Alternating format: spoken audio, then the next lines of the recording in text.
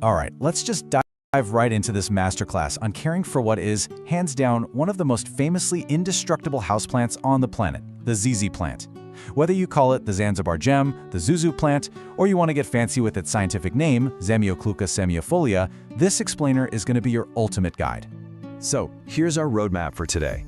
We're going to start by getting to know the ZZ plant. Then, tackle the big ones, light and water and soil and environment. After that, we'll hit troubleshooting, pruning and propagation, and wrap it all up with some pro tips. Okay, part 1. Let's officially meet the ZZ plant and discover why it's so incredibly tough. Now, because this plant is native to the dry grasslands of Eastern Africa, it has a brilliant survival mechanism. The absolute secret to unlocking perfect care for this guy comes down to understanding its anatomy, specifically the rhizome. Think of a rhizome like a thick, potato-like underground stem.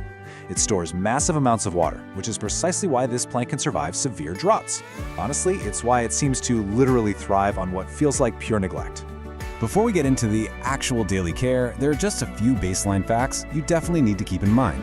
First off, they have a really slow growth rate, so, patience is key here. They're perennial, meaning they'll stick around for years and years if you treat them right. But, and this is a big one, they are toxic to cats, dogs, and humans because of calcium oxalate crystals. So you absolutely have to place them strategically away from pets and kids. Also, they rarely bloom indoors, but if they ever do, you'll spot this little creamy white spadix. And finally, while the classic deep green is gorgeous, keep an eye out for some incredible varieties. You've got the Raven, which turns this dramatic near-black color, the compact Zenzi, some beautiful variegated types, and the Chameleon, which actually emerges bright yellow before fading to green. Really cool stuff. Moving on to part 2, light and water. Let's master the non-negotiables. Okay, so while the ZZ plant is totally famous for tolerating those sad, dark corners of your house, it actually grows best and fastest in medium to bright indirect light. Think near an east or north-facing window. Honestly, they even do remarkably well in interior offices that just rely on overhead fluorescent lights. But listen, beware of harsh, direct sunlight. Direct afternoon sun will literally scorch and burn those beautiful, glossy, waxy leaves, leaving you with faded patches and ugly brown spots. So keep it indirect. Now, when it comes to watering, the absolute crucial number you need to remember is 2 to 4. During the spring and summer growing season, you should only be watering every 2 to 4 weeks. Remember those potato-like rhizomes we talked about? Right, they are doing all the heavy lifting for you. You must wait until the soil is 100% dry from top to bottom before you even think about watering again. And in the dormant fall and winter months, you can probably stretch that to once a month, maybe even less. When you do water, give it a really thorough soak until water runs out the bottom, but never, ever let the pot sit in a saucer of water. All right, let's slide into part 3, soil and environment. Let's get that potting setup perfected. So, because those water-packed rhizomes absolutely hate sitting around in wet soil, a fast-draining mix is completely mandatory here. Here is your ideal recipe. 1 part all-purpose potting soil, 1 part cactus or succulent mix, and 1 part perlite or pumice to really ensure that sharp drainage. As for temperature and humidity, they basically require 0 extra effort. Standard indoor temps of 65 to 80 degrees Fahrenheit and your average household humidity of 40 to 50% are totally fine. So yeah, no misting, no complicated pebble trays required. And feeding? They're super light feeders. Just use a balanced liquid fertilizer, dilute it to half strength, and apply it maybe 2 or 3 times over the entire spring and summer. That's it. But what happens when things go wrong? You wake up, you check your plant, and you find your beautiful green leaves are suddenly turning this sickly yellow.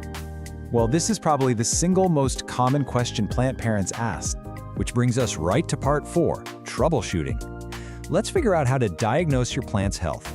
There is a massive, stark difference between overwatering and underwatering a ZZ plant. If those leaves are turning yellow, especially down near the base, and the stems feel mushy, or worse, there's a foul smell coming from the damp soil, that is an overwatering emergency. That leads straight to deadly root rot. On the flip side, look at underwatering. The plant just gets slightly wrinkled, maybe some shriveled leaves or a little droop in the stems. This is not an emergency at all. It just means your plant is thirsty and it's going to bounce right back after a good soak. Another potential headache, though honestly pretty rare for these guys, is pests. Thanks to those tough, waxy leaves, bugs generally just don't like the ZZ plant. But, scale insects, those little cotton-like mealybugs, aphids, or spider mites can occasionally show up if the plant gets super stressed. The fix is easy, though. Simply wiping the leaves down regularly with a damp cloth will help you spot and stop any of these invaders long before they spread. Plus, it keeps the foliage looking incredibly glossy. Okay, let's level up. Part 5, pruning and propagation. Time to graduate to expert status. So, the absolute fastest and most reliable way to propagate your ZZ plant is by division. You can tackle this super easily during your plant's regular repotting cycle, which by the way should only happen every 2 to 3 years in the spring once it's really tightly root bound. You just remove the plant from its pot and gently pull or use a clean knife to cut the cluster of rhizomes apart. Just make sure each new little section has at least one stalk and a nice firm rhizome attached, and then pot them up in fresh, well-draining soil. Easy as that. Now, what if you don't want to unpot the whole entire plant? Well, you can absolutely use a stem cutting. Just cut off an entire stalk right at the base, let it callus over for a few hours so it doesn't rot, and pop it into a jar of water. Just remember to change that water weekly. But I have to warn you, be prepared to wait. It takes many, many months for a new rhizome and roots to form in water before you can finally move it into soil, so patience is 100% required here. Finally, Part 6, Pro Tips. Let's go over the real secrets for long-term success. These pro tips are super simple, but they're highly effective habits. First, always choose a pot that's only 1 to 2 inches larger than the root ball. Anything bigger, it's just going to hold way too much wet soil. Next, try to rotate your plant a quarter turn every single month. That stops it from leaning toward the light and gives you that nice, symmetrical, upright growth. Like we mentioned, keep wiping that dust off the leaves with a damp cloth. It actually maximizes photosynthesis. Also, don't stress over how slow it grows. That's just its nature. And finally, you never need to prune this plant to encourage bushier growth. Just use clean scissors to snip off any dead or yellowing stalks cleanly down at the soil line. Look, if you only take away one single piece of advice from this entire explainer, let it be this golden rule. When in doubt, don't water. Seriously, the ZZ plant is an absolute survivor, perfectly built to withstand drought. If you aren't completely 100% sure if the soil is bone dry, just wait another week. So, now that you know the anatomical secrets of the rhizome, the exact recipe for the perfect soil, and the incredible power of doing absolutely nothing when it comes to watering, how are you going to use this masterclass to build your own indestructible indoor jungle? Go find that perfect spot, take a step back, and just let your ZZ plant thrive. All right, welcome to this explainer. Let's just jump right in, shall we? Today, we're looking at one of the absolute most iconic, resilient, and deeply symbolic houseplants you can possibly own, the jade plant, or, Crassula ovata. If you're looking for a botanical companion for life, well, you're definitely in the right place. See, this isn't just a houseplant, it's a living heirloom. It's this incredible, enduring symbol of friendship and good luck. And check out that massive number right there, 30 to 50 plus years. Honestly, that's the lifespan of a well-cared-for jade plant. These aren't just temporary decorations you toss out when the season ends. With the right care, these plants can literally live for decades, growing these beautifully thick, woody trunks. They're actually passed down through generations all the time. To get you to that multi-decade level of success, here's our roadmap. 1. Meet the jade plant. 2. The golden rules of care. 3. Environment and routine maintenance. 4. Pruning for structural power. 5. Troubleshooting common jade problems. And 6. Propagation and expert tips. Okay, Section 1. Meet the jade plant. Before we get into the care routines, we really need to understand exactly what kind of plant we're dealing with here. So, the jade plant is an evergreen succulent shrub natively found in South Africa and Mozambique. You've probably heard it called the money plant or the lucky plant, right? It's a classic feng shui symbol meant to bring wealth and prosperity, especially if you pop it near your front door. Now, indoors, it's pretty slow growing, but give it time, and it can reach a massive 3 to 6 feet tall, spreading out 2 to 3 feet. Oh, and one super important aside before we move on, these guys are toxic to cats and dogs. It can cause vomiting or incoordination, so absolutely keep them out of reach of your furry friends. Moving right along to Section 2, the golden rules of care. This is all about the big 3, light, water, and soil. Listen, if you only remember one single sentence from this entire explainer, please make it this one. Give it lots of sun, forget to water it, and it will reward you. The biggest mistake people make? They treat their jades like a leafy tropical fern. And they're just not. They're succulents. To win with a jade, you kind of have to think like a camel and practice some benign neglect. Let's talk light. Jades absolutely love the sun. We're talking 4 to 6 hours of direct sunlight every single day to stay strong. A south-facing window? Absolute perfection. Though, an unobstructed west or east-facing one works great too. Just avoid north-facing windows or shady little corners. If they don't get enough bright light, they'll literally stretch out looking for the sun, and you end up with this sparse, weak, leggy growth. Bright light is the signal that tells the plant, hey, build a thick, woody trunk. Now, watering. This is crucial because overwatering is public enemy number one. You have got to let the soil dry out completely, like bone dry, between waterings. When it is finally time for a drink, you use the soak and dry method. Step 1, water it thoroughly until it drains right out the bottom. Step 2, let it sit and drain for about 10 to 15 minutes. And Step 3, dump out all that excess water from the saucer. Never, ever let your jades sit in a puddle. Seriously, it's a one-way ticket to root rot. To make that watering method actually work, you need the right soil. Standard potting mix? It's like a giant sponge. It holds way too much moisture and will slowly suffocate your plant.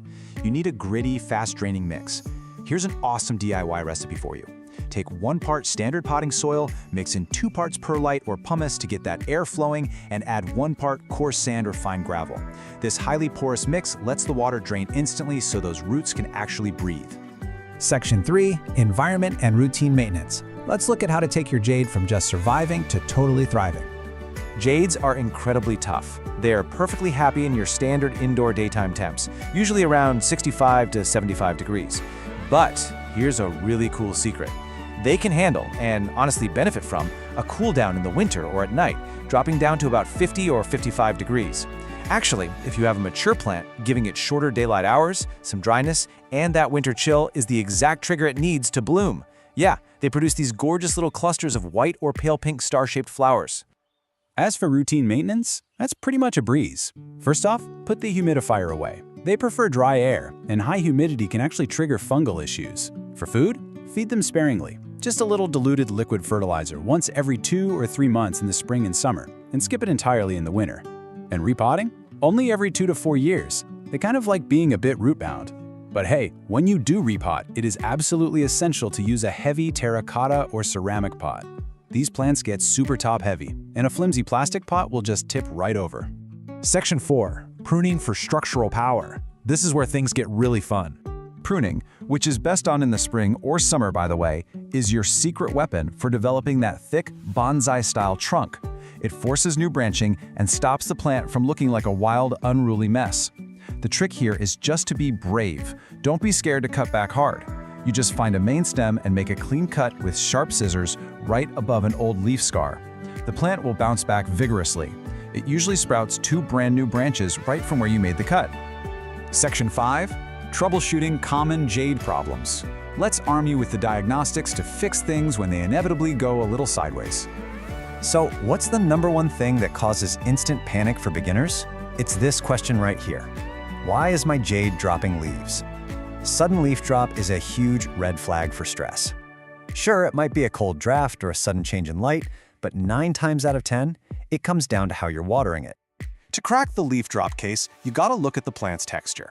If those falling leaves are yellow and the base of the stem feels soft and mushy, yikes, you're overwatering and heading straight toward root rot. Stop watering right away. But on the flip side, if the leaves look wrinkled, kind of deflated, and feel soft but definitely not mushy, the plant is just dipping into its water reserves. That's your plant literally telling you, hey, I'm finally thirsty. Now, you might also spot these tiny, corky brown blisters on the leaves. This is known as edema. Don't freak out, it's not a disease, it's not some crazy infection. It's just a physiological glitch that happens when your watering routine is all over the place, and the roots are sucking up water way faster than the leaves can release it. Just get back to a strict soak and dry routine and it'll sort itself out. Jades are generally pest-resistant, but they can occasionally attract sap-sucking bugs. Watch out for mealybugs. They look like little white cottony clumps hiding in the stem crevices. Scale insects show up as these hard brown bumps, and aphids love to attack the tender new growth. But the fix is surprisingly simple. Just grab a cotton swab, dip it in some rubbing alcohol, and dab the pest directly, or just wipe down the leaves with a bit of neem oil. Problem solved. Take a good look at the red edges on these leaves. This trips up new plant parents all the time. It's called sun stress. If you see the edges of your jade's leaves turning red or slightly purple, take a breath. It is a completely healthy, perfectly natural, and honestly, a highly desirable reaction to getting lots of direct sunlight and some cool temps. It just means your plant is soaking up the rays and is super happy. Section 6, Propagation and Expert Tips. let's talk about how to multiply your plant and build that legacy. Jades are famously wonderfully easy to propagate. We're talking infinite free plants for you, your friends, everybody. You can snip a 3 to 4 inch stem cutting or literally just gently twist off a single healthy leaf. But listen closely, because step 2 is the absolute make or break moment. You must let that cutting sit in a dry, shady spot for about a week. It needs time for the cut end to dry out and form a callus. If you skip this part, it's just going to rot the second it hits the soil. Once it's callus, pop it into some dry succulent soil and wait a week or two for roots to show up before you even think about watering it. Let's wrap all this up with our ultimate pro tips for a thriving jade. Number 1, embrace the sun. It wants the brightest spot in your house. Number 2, water like a camel. Remember, underwatering is always safer than overwatering. Number 3, prune it regularly to build up that powerful trunk. 4, anchor your plant in a heavy terracotta pot so it doesn't do a nosedive off the table. And finally, be patient. They aren't the fastest growers, but that incredible longevity is absolutely their greatest beauty. Which leads us to our final question for you. Are you ready to grow a living heirloom? Because armed with the right soil, that perfect sunny window, and just enough patience to let it dry out, you've got everything you need to cultivate a botanical companion that can literally be passed down to the next generation. Go grab a pot, find some sun, and get growing. Thanks so much for hanging out with me on this explainer, and happy planting. Welcome to The Explainer.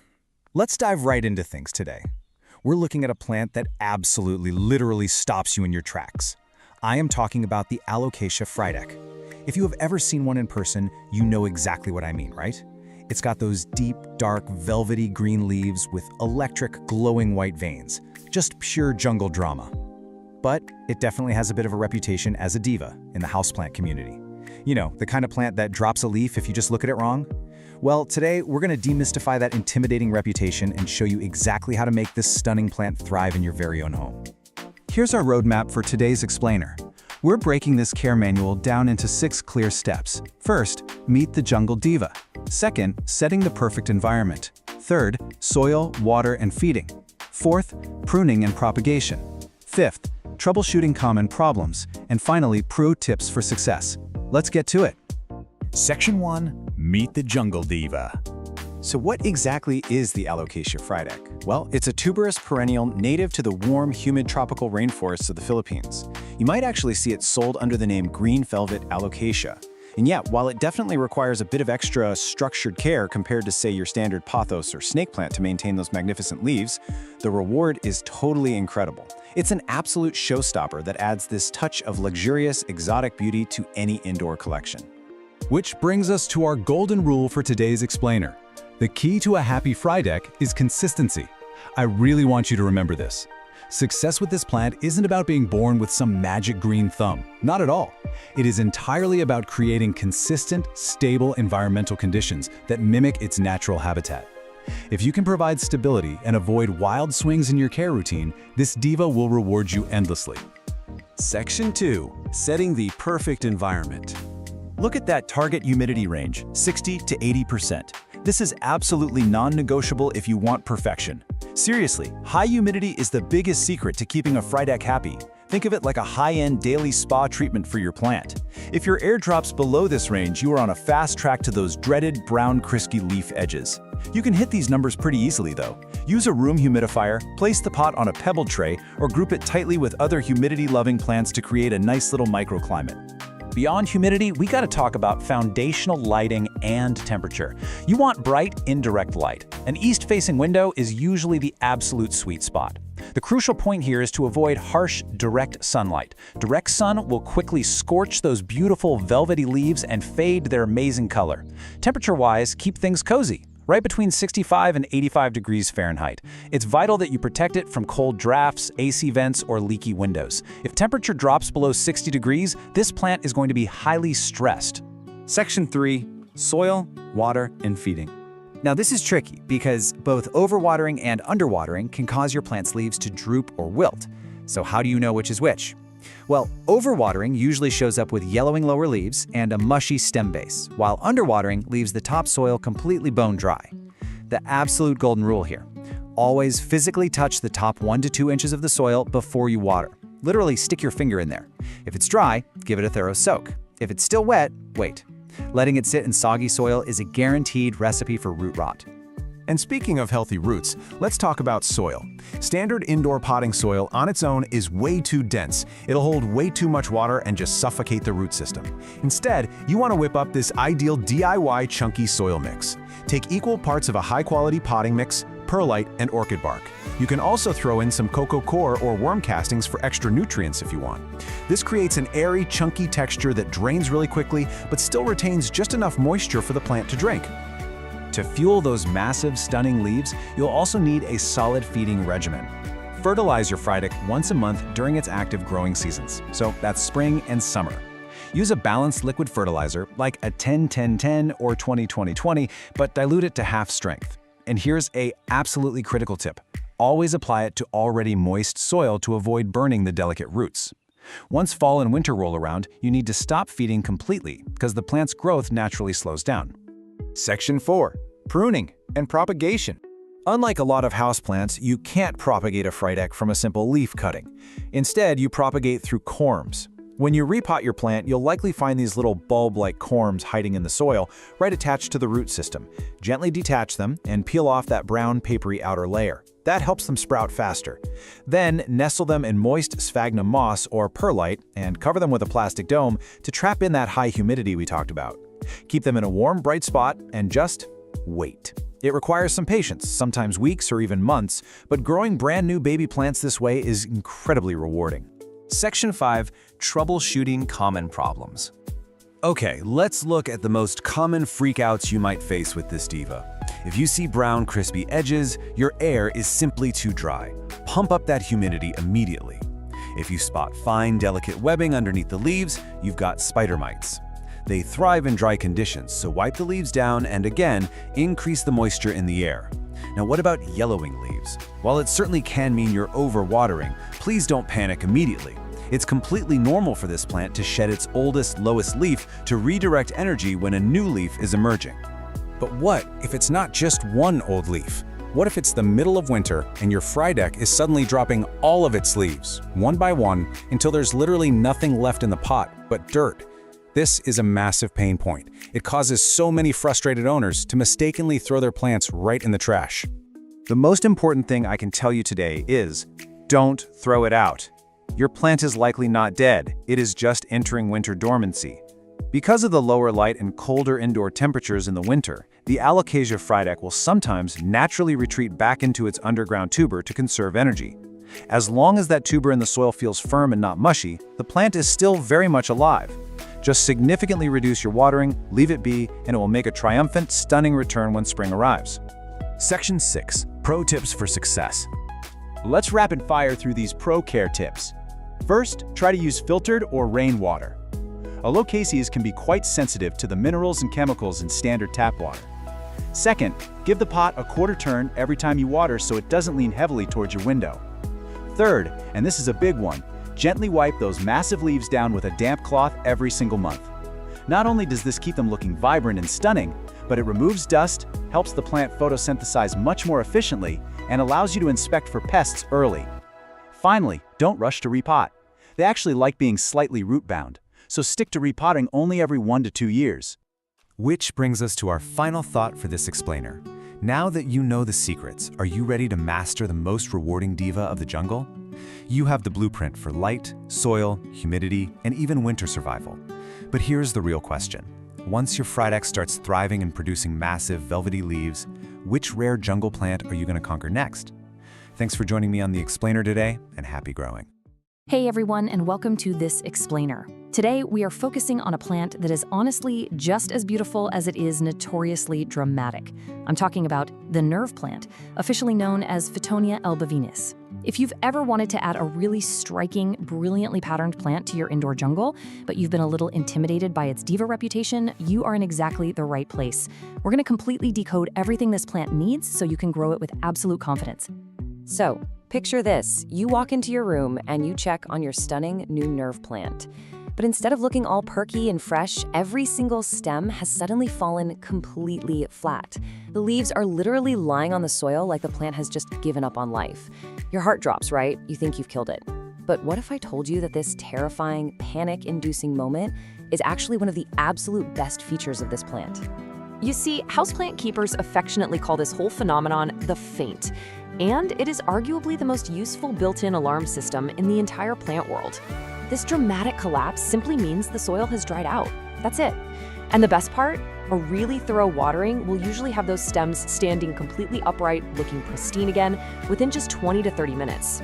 It's highly theatrical, literally like a Victorian lady on a fainting couch, but it is entirely reversible.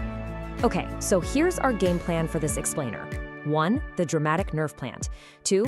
Light, water, and soil. 3. Temperature and high humidity. 4. Feeding and pruning maintenance. 5. Easy stem propagation. And 6. Troubleshooting and pro tips. Let's get into it. Starting with section 1, the dramatic nerve plant. Meet the Fittonia. Originally coming from the shaded floor of the Peruvian rainforest, the Fittonia is universally loved for its deeply veined leaves. They look like these tiny, intricate, colorful mosaics etched right onto dark green foliage. And alongside its stunning visual variety, I mean, we're talking bright pink, deep red, silver, you name it, it is completely non-toxic to cats and dogs, which is a huge plus. Because of its rainforest floor origins, it has a naturally shallow root system and stays incredibly compact. That makes it absolutely perfect for small indoor spaces where you want a really big visual impact without taking up much room. Moving right along to section 2, light, water, and soil. The holy trinity of plant care. First up is light. Because it naturally lives down on the dense rainforest floor, the Fittonia is shade tolerant. But keep in mind, it's not shade dependent. It genuinely does fine in lower light, but giving it a nice, bright, east-facing window is going to be your sweet spot. That bright, indirect light is what keeps those colored veins looking so vivid and stops the stems from stretching out and getting all leggy.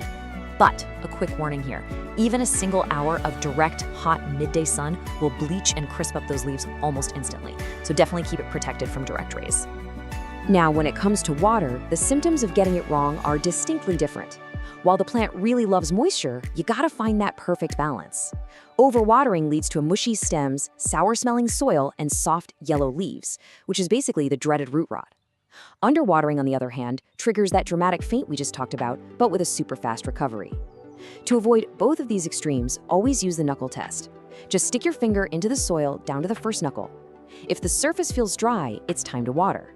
Do not wait for the soil to dry out completely. To maintain that perfect, consistently damp sponge moisture level without totally drowning the roots, you absolutely need the right soil. This recipe is fantastic for that. You want 2 parts moisture-retaining peat or cocoa coir, 1 part perlite for aeration, and just a handful of orchid bark or coarse sand. This balance ensures the roots can drink their fill while still getting the oxygen they desperately need. And please remember, unless you are building a completely closed terrarium, drainage holes in your pot are absolutely mandatory. All right, section 3, temperature and high humidity, creating the environment. So trying to recreate a tropical environment is probably the single most demanding aspect of Fittonia care. And it really all comes down to this one crucial number, 60%. This plant needs at least 60% ambient humidity to actually feel at home. To put that into perspective, in a typical home during the winter, humidity often drops down to like 30%. If you ignore this gap, you are very quickly going to see the edges of those beautiful leaves turn totally brown and crispy. I know a lot of people try to fix low humidity by just misting their plants, but honestly, misting is really ineffective. It only raises humidity for a few minutes, and it can even invite mold issues. If you want guaranteed success, terrariums are literally the ultimate cheat code here. Placing your nerve plant in a sealed or even just partially sealed glass terrarium instantly traps the moisture, keeping the humidity hovering right between 70 and 90% without you lifting a finger. Or as an alternative, a steamy, naturally humid bathroom makes a fantastic home for them too. Next up, section 4, feeding and pruning maintenance. Pinch early, pinch often. This quote is your absolute golden rule for styling. Nerve plants naturally want to creep along the ground, but if you just leave them alone indoors, they can turn into a bit of a straggly mess. You should regularly snip or pinch off the tips of the longest stems, right above the leaf nodes. This really simple action literally forces the plant to stop growing long and instead branch outwards laterally. It completely transforms it into a lush, dense carpet of color. Now, did you know this plant actually flowers? It totally does, but you should probably stop it. The flowers are these small, stiff spikes that really aren't particularly showy. And the catch is, when the plant focuses its energy on blooming, it completely stops producing those gorgeous patterned leaves we all love, and it can even get a bit leggy. So pinching those little flower spikes off the second you see them redirects all that vital energy right back into the foliage, where you actually want it. Which brings us to section 5, easy stem propagation. This is the really fun part. You can actually turn your prunings into brand new plants using super simple water propagation. Just cut a healthy stem that has 2 or 3 sets of leaves on it. Carefully pinch off the bottom leaves so the nodes are exposed, then simply submerge those bare nodes into a glass of room temperature water. Put it somewhere with bright, indirect light, and within just 1 to 2 weeks, you'll see fresh roots starting to pop out. Once those roots get to be about 1 inch long, you just pot the cutting right back into your moist soil mix. It really is that fast and reliable. Finally, section 6, troubleshooting and pro tips.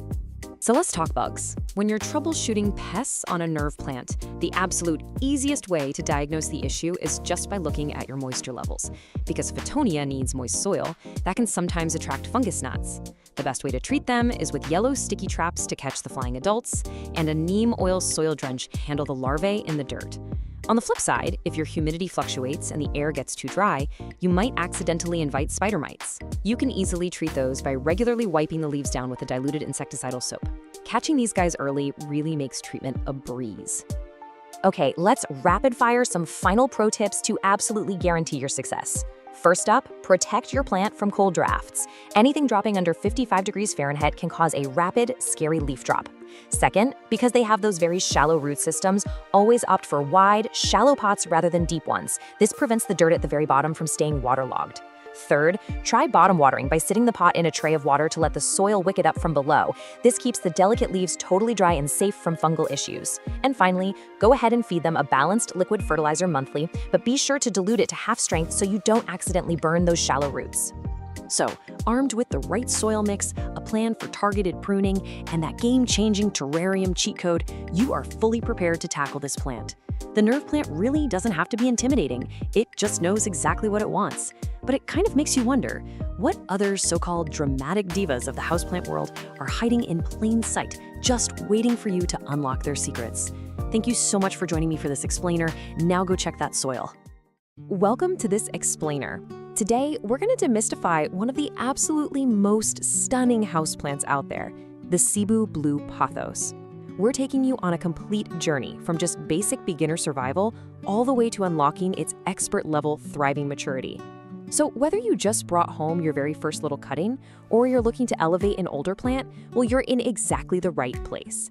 Now, what's literally wild about the Cebu Blue is that it essentially gives you 2 totally different looks, and it depends entirely on how you care for it.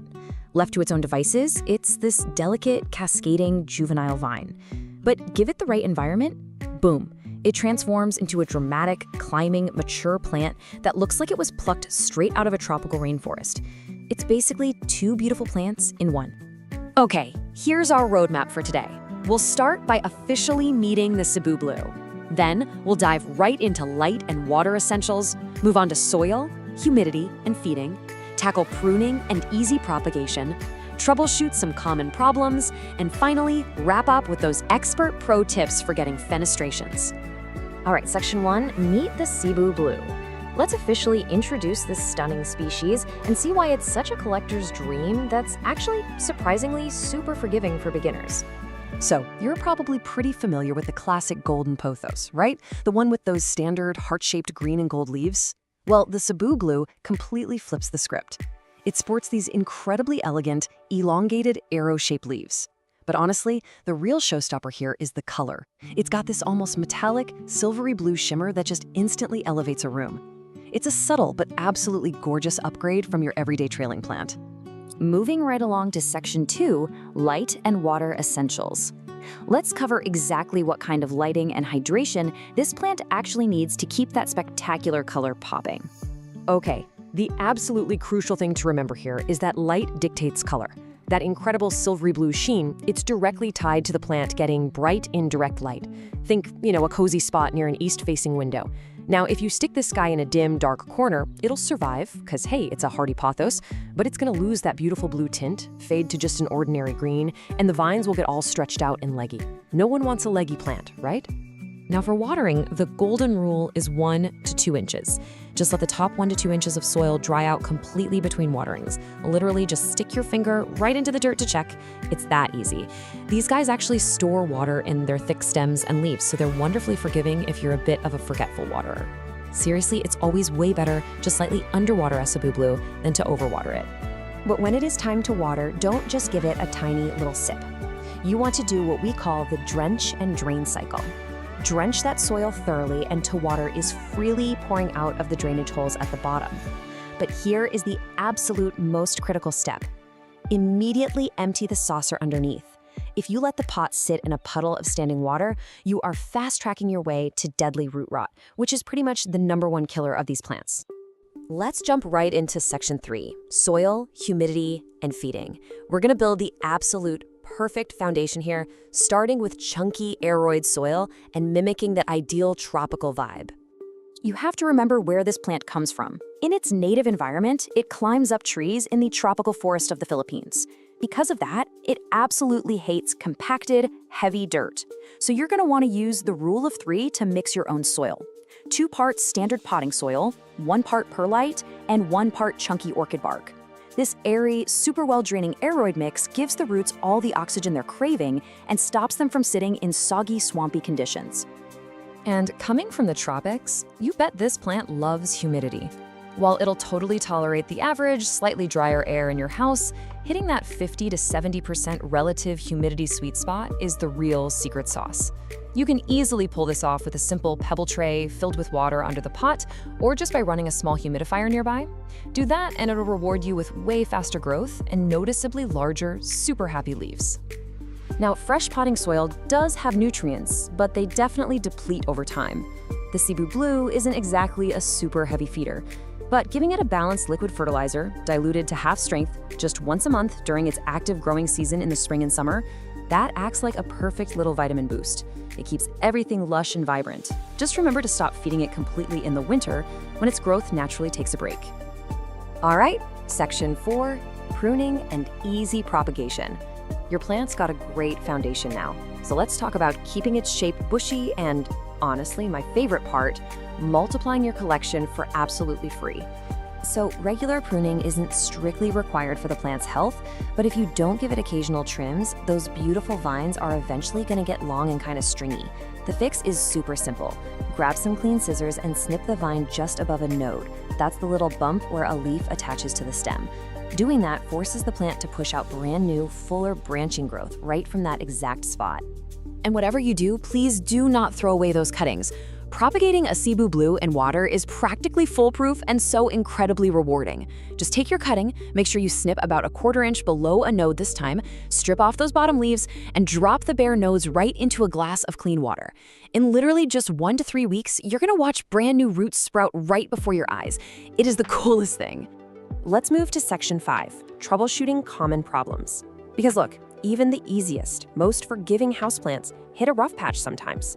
Let's play plant doctor and figure out how to fix them fast. You really just have to listen to what your plant is telling you. For instance, yellowing, lower leaves combined with mushy stems, that almost always means you need to hit the brakes on watering. You're probably looking at root rot. On the flip side, if you're losing that signature silvery blue color, the plant is screaming for brighter indirect light. And what if you start seeing brown, crispy edges on the leaves? Well, your air is probably too dry or you're waiting just a little too long between waterings. Also, keep an eye out for pests. The Cebu Blue is wonderfully pest resistant, but early detection is still your absolute best defense. Just make it a habit to check the undersides of the leaves every now and then. If you spot cottony white masses, tiny little dots with webbing, or weird brown bumps, isolate the plant immediately. You can treat these annoying invaders pretty easily by just gently wiping the leaves down with a cotton swab dipped in rubbing alcohol, or spraying the foliage with some diluted neem oil. Finally, we've arrived at section 6. Pro tips for fenestrations. Let's unlock the ultimate secret to transforming this beautiful little vina into a massive, dramatic botanical masterpiece. Now, you might actually be wondering, will my perfectly cared for plant ever reward me with flowers? Well, the short answer is no.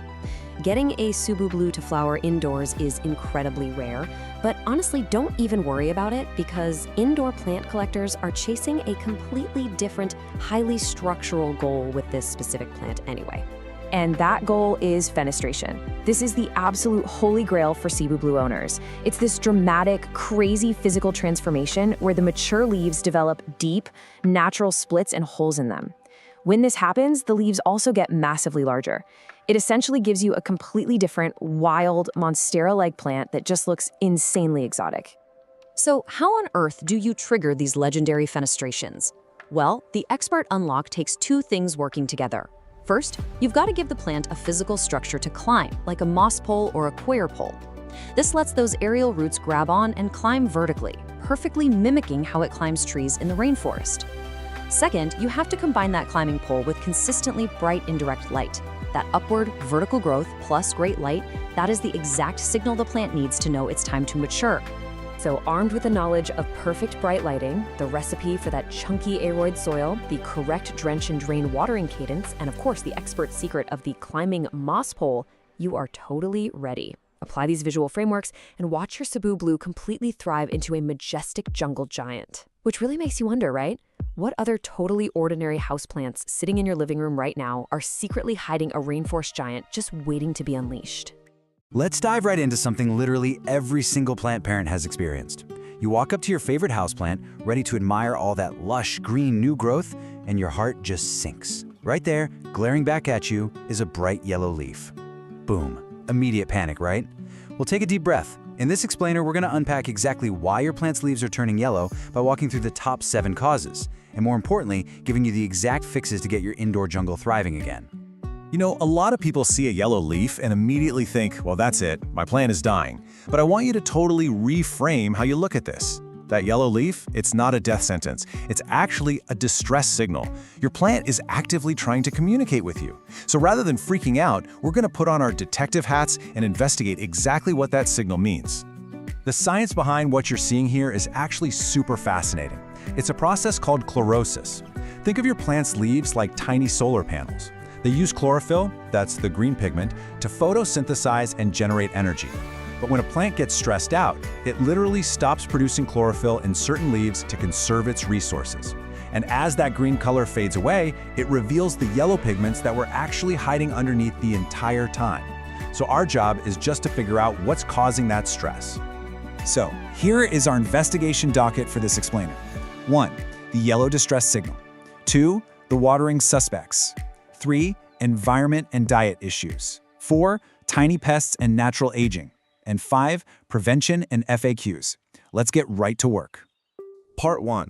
The yellow distress signal. Let's decode your plant's cries for help. Okay, this quick diagnostic cheat sheet is how we immediately narrow down the suspects. It combines 2 absolutely crucial pieces of evidence, what the leaf looks like and what the soil feels like. So if you see soft, wilting lower leaves and the soil is soggy, you're likely looking at overwatering. But if those leaves are crispy and the soil is bone dry, that's underwatering. What if you have a general pale yellow across all the leaves but the soil feels totally fine? Think nutrient deficiency. Seeing tiny little spots or webbing? That's definitely pests. And if it's just the very oldest bottom leaves turning yellow one by one, that's usually just natural aging. This is your baseline right here. Moving on to part 2, the watering suspects. These are the #1 killers in the lineup. So the trick here is understanding the difference between loving your plant to death and accidentally neglecting it. First up, overwatering. When the soil is constantly soaked, all those tiny air pockets disappear. And fun fact, roots actually need oxygen to function. Without it, they literally suffocate, die, and cause root rot. And because those damaged roots can't absorb nutrients anymore, the plant sacrifices its soft, limp lower leaves first. The pot's gonna feel heavy, and you might even catch a musty, swampy smell. Now contrast that with underwatering. When severely dehydrated, a plant will drop its oldest leaves to conserve whatever water it has left for new growth. The soil will be bone dry, rock hard, and it might even pull away from the sides of the pot. The pot will feel incredibly light, and those yellow leaves, they'll be super crispy and brittle, not soft and limp. If you've identified overwatering, which honestly is the #1 culprit 9 times out of 10, you've got to act fast. Stop watering immediately. Give that soil time to actually dry out. And I cannot stress this enough, make sure your pot has drainage holes. Now, if your plant has been sitting in a swamp for weeks and you suspect root rot, you have to get hands-on. Gently unpot it, use some sterile scissors to trim away any roots that are black and mushy, and repot it in fresh, well-draining soil so it can finally breathe again. But what if your soil is completely bone dry from underwatering? Just pouring a glass of water on top isn't gonna cut it. The water will just slide right down the sides of that hard soil and straight out the bottom. Instead, we do a rescue mission called bottom watering. Pop your plant's pot in a sink or a tray filled with a few inches of water and just let it sit there for about 30 to 60 minutes. The soil is gonna act like a giant sponge, absorbing the water through the drainage holes and rehydrating from the bottom up. It is seriously so satisfying to watch. Part 3. Environment and diet issues. Time to investigate nutrients, light, and temperature. Just like us, plants need a healthy diet. And over time, a plant will completely exhaust all the nutrients that came in its original potting soil. When there's a lack of essential nutrients, especially nitrogen, you aren't just going to see one yellow leaf. You'll see this uniform paleness or a general yellowing across the entire plant plus stalled growth. Nitrogen is actually mobile within the plant, meaning it will pull it from the older leaves to try and feed the new ones. So if it's been over a year since you repotted or fertilized, this is absolutely a prime suspect. The fix here is super straightforward, but timing is literally everything. During the active growing season, so spring and summer, feed your plant with a balanced, all-purpose liquid fertilizer. But make sure to dilute it to half strength to avoid burning the roots. And actually, scratch that. Never ever fertilize a plant when it's dormant in the winter or if it's currently heavily stressed by something else. Alternatively, you can just give it a fresh start by repotting it into new, nutrient-rich soil. That's a great long-term fix. Next up, lighting. Both extremes here will give you yellow leaves. If your plant is getting too little light, it simply can't photosynthesize, so it drops the leaves furthest from the light source to save energy. On the flip side, if a low-light plant is sitting in a blazing sunbeam, the sun will literally scorch the leaves, bleaching them out into this pale, washed-out yellow or even white. Check your specific plant's light requirements online and just shift its location. Easy fix. We also can't forget about temperature stress. Houseplants are surprisingly sensitive. A sudden exposure to a cold draft from a breezy open window or an AC unit, or even a blast of hot, dry air from a heating vent can totally shock a plant. And what happens when they go into shock? Yep, they quickly turn yellow and drop their leaves. The fix? Just slide your plant over to a more stable, comfortable spot away from those drafts. Part 4. Tiny pests and natural aging. From living invaders to totally normal life cycles. Okay, you might need a magnifying glass for this one. Tiny, sap-sucking insects drain the plant of its nutrients and chlorophyll, but they don't usually cause a perfectly uniform yellowing. Instead, keep an eye out for yellow spots or a weird speckled stippling effect. Inspect the undersides of the leaves for tiny moving dots. Find webbing, which means spider mites, sticky residue called honeydew left by aphids, or white fuzzy bits that scream mealybugs.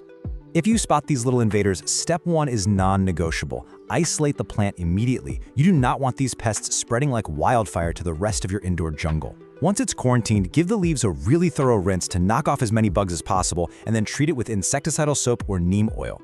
Keep repeating that until the whole infestation is gone. And now for our final cause, which is actually a massive relief: natural aging. Sometimes a yellow leaf is literally nothing to worry about. It's totally normal for a plant to just retire and shed its oldest bottom leaves to make room for new growth. If it's just 1 or 2 of the lowest leaves turning yellow and the top of the plant looks super lush and green, don't even sweat it. You don't need to fix a thing.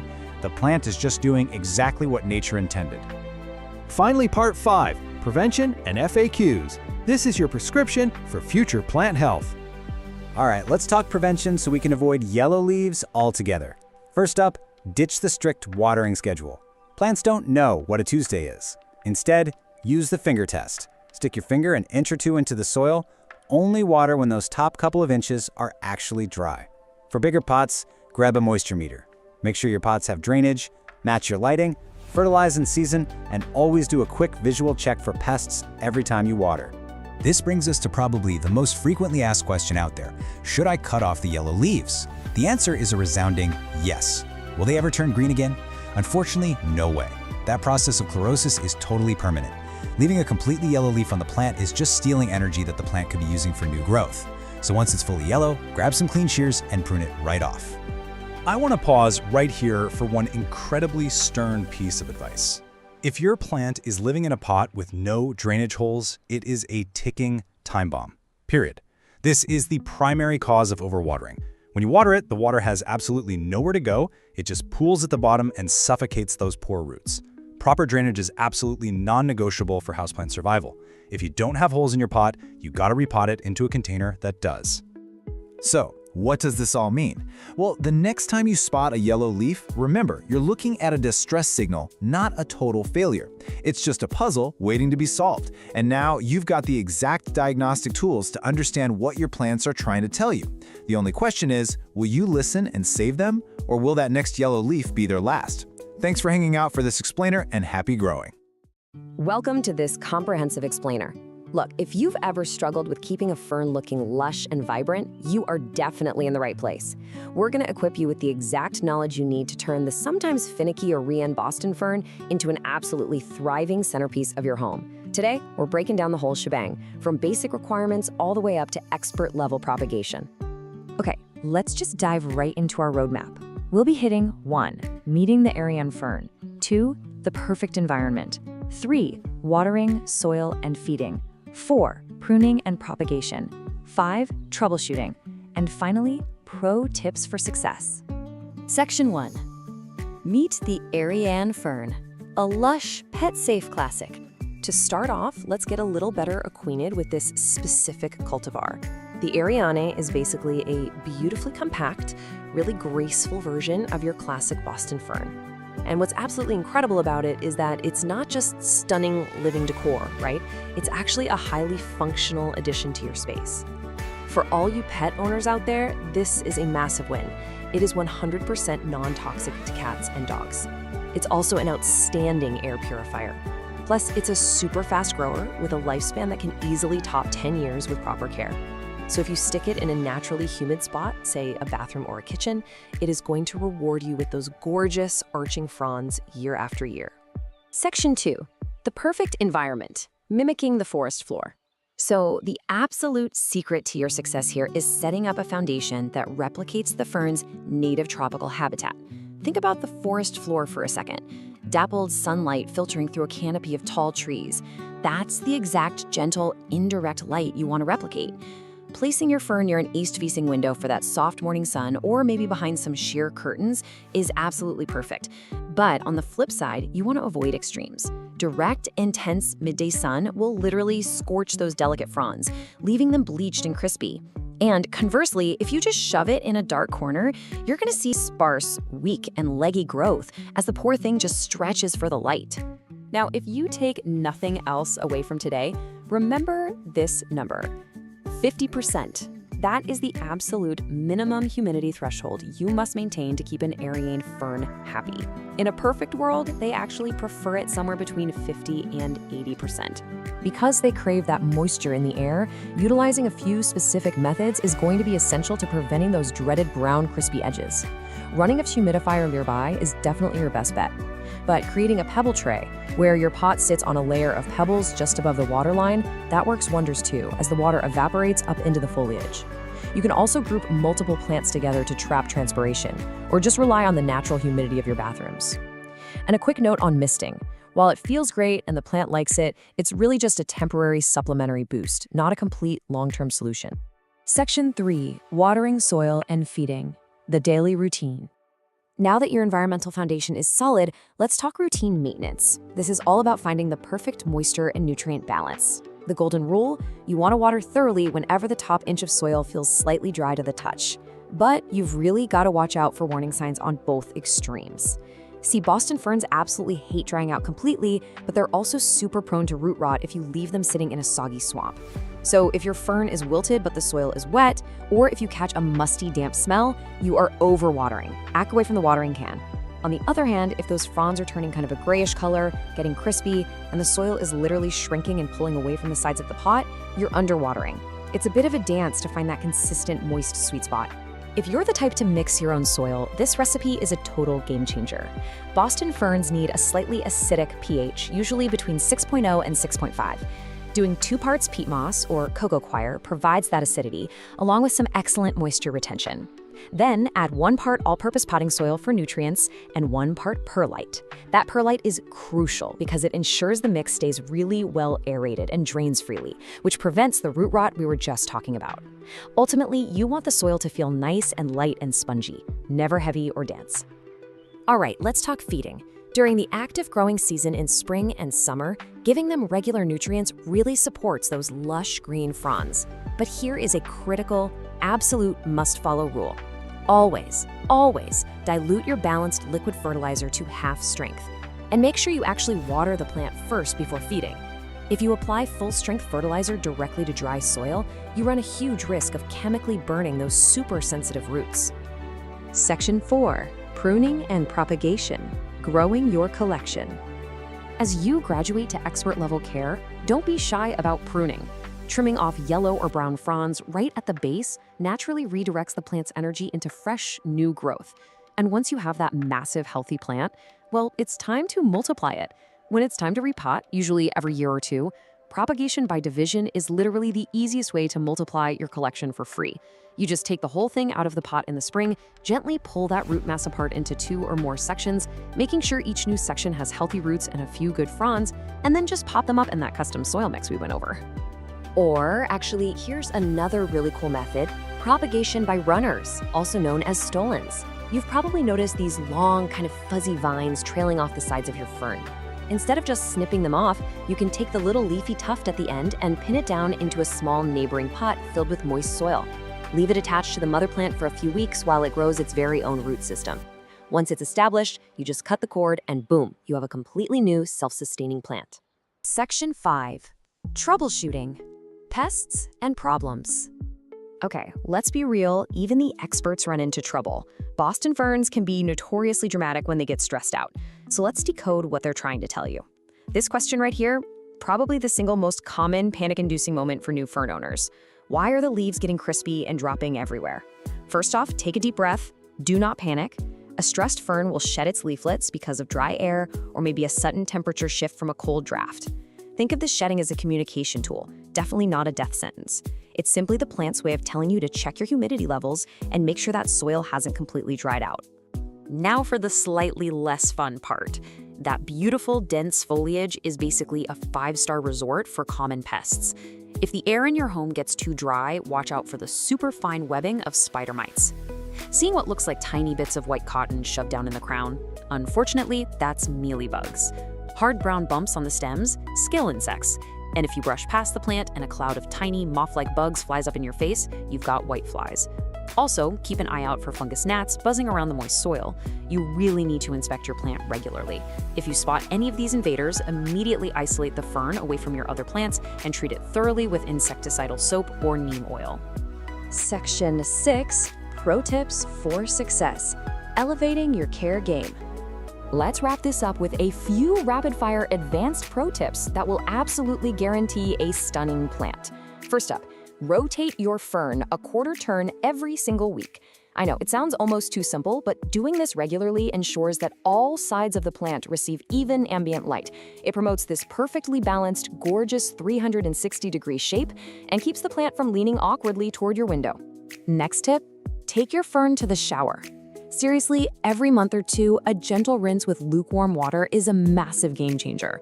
It cleans the dust off those delicate fronds so the plant can actually photosynthesize efficiently, and it gives the fern a massive temporary boost in humidity that it will absolutely love. Okay, this one is huge. Pot choice matters. While unglazed terracotta pots look beautifully rustic, they are highly porous. They literally wick moisture right out of the soil, and for a moisture-loving fern, that dries them out way too fast. Do yourself a favor and stick to plastic or glazed ceramic pots to really lock that essential hydration in. And finally, water quality. If your tap water is hard or heavily treated with chemicals, just fill your watering can and let it sit out overnight. This gives those chemicals a chance to evaporate and dissipate into the air before they ever touch your soil. It protects your fern's sensitive root system from harsh mineral buildup. Of course, using filtered water or fresh rainwater is the absolute gold standard, but sitting your tap water out is a fantastic free hack. So there you have it. By simply understanding that you're just recreating the humid, dappled light of the native forest floor, you now have the exact blueprint to make your Aryan Boston fern flourish for decades. The secret isn't some magical green thumb, it's just paying attention to the environment.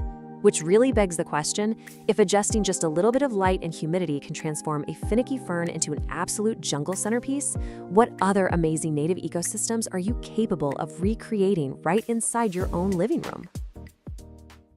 Welcome to This Explainer. You're probably staring at a sad, wilting houseplant right now, totally frustrated, wondering what on earth you did wrong. Well, take a deep breath, don't panic. Today, we're going to approach your struggling plant not with stress, but with a cool, calm, and collected diagnostic mindset. Why is my plant dying even though I water it?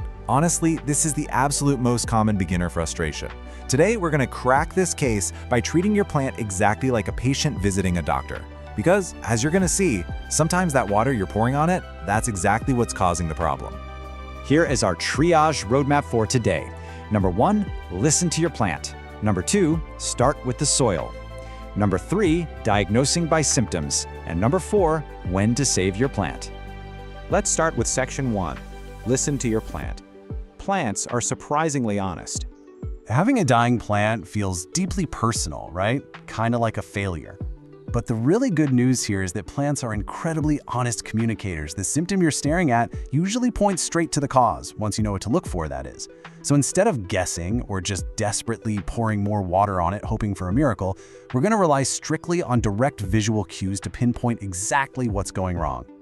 Moving to section 2, start with the soil. Checking the vital signs. Okay, before you even start worrying about the leaves, we absolutely must check the soil. Why? Because most beginner plant deaths actually trace right back to watering problems. This just requires a crucial 5-second check.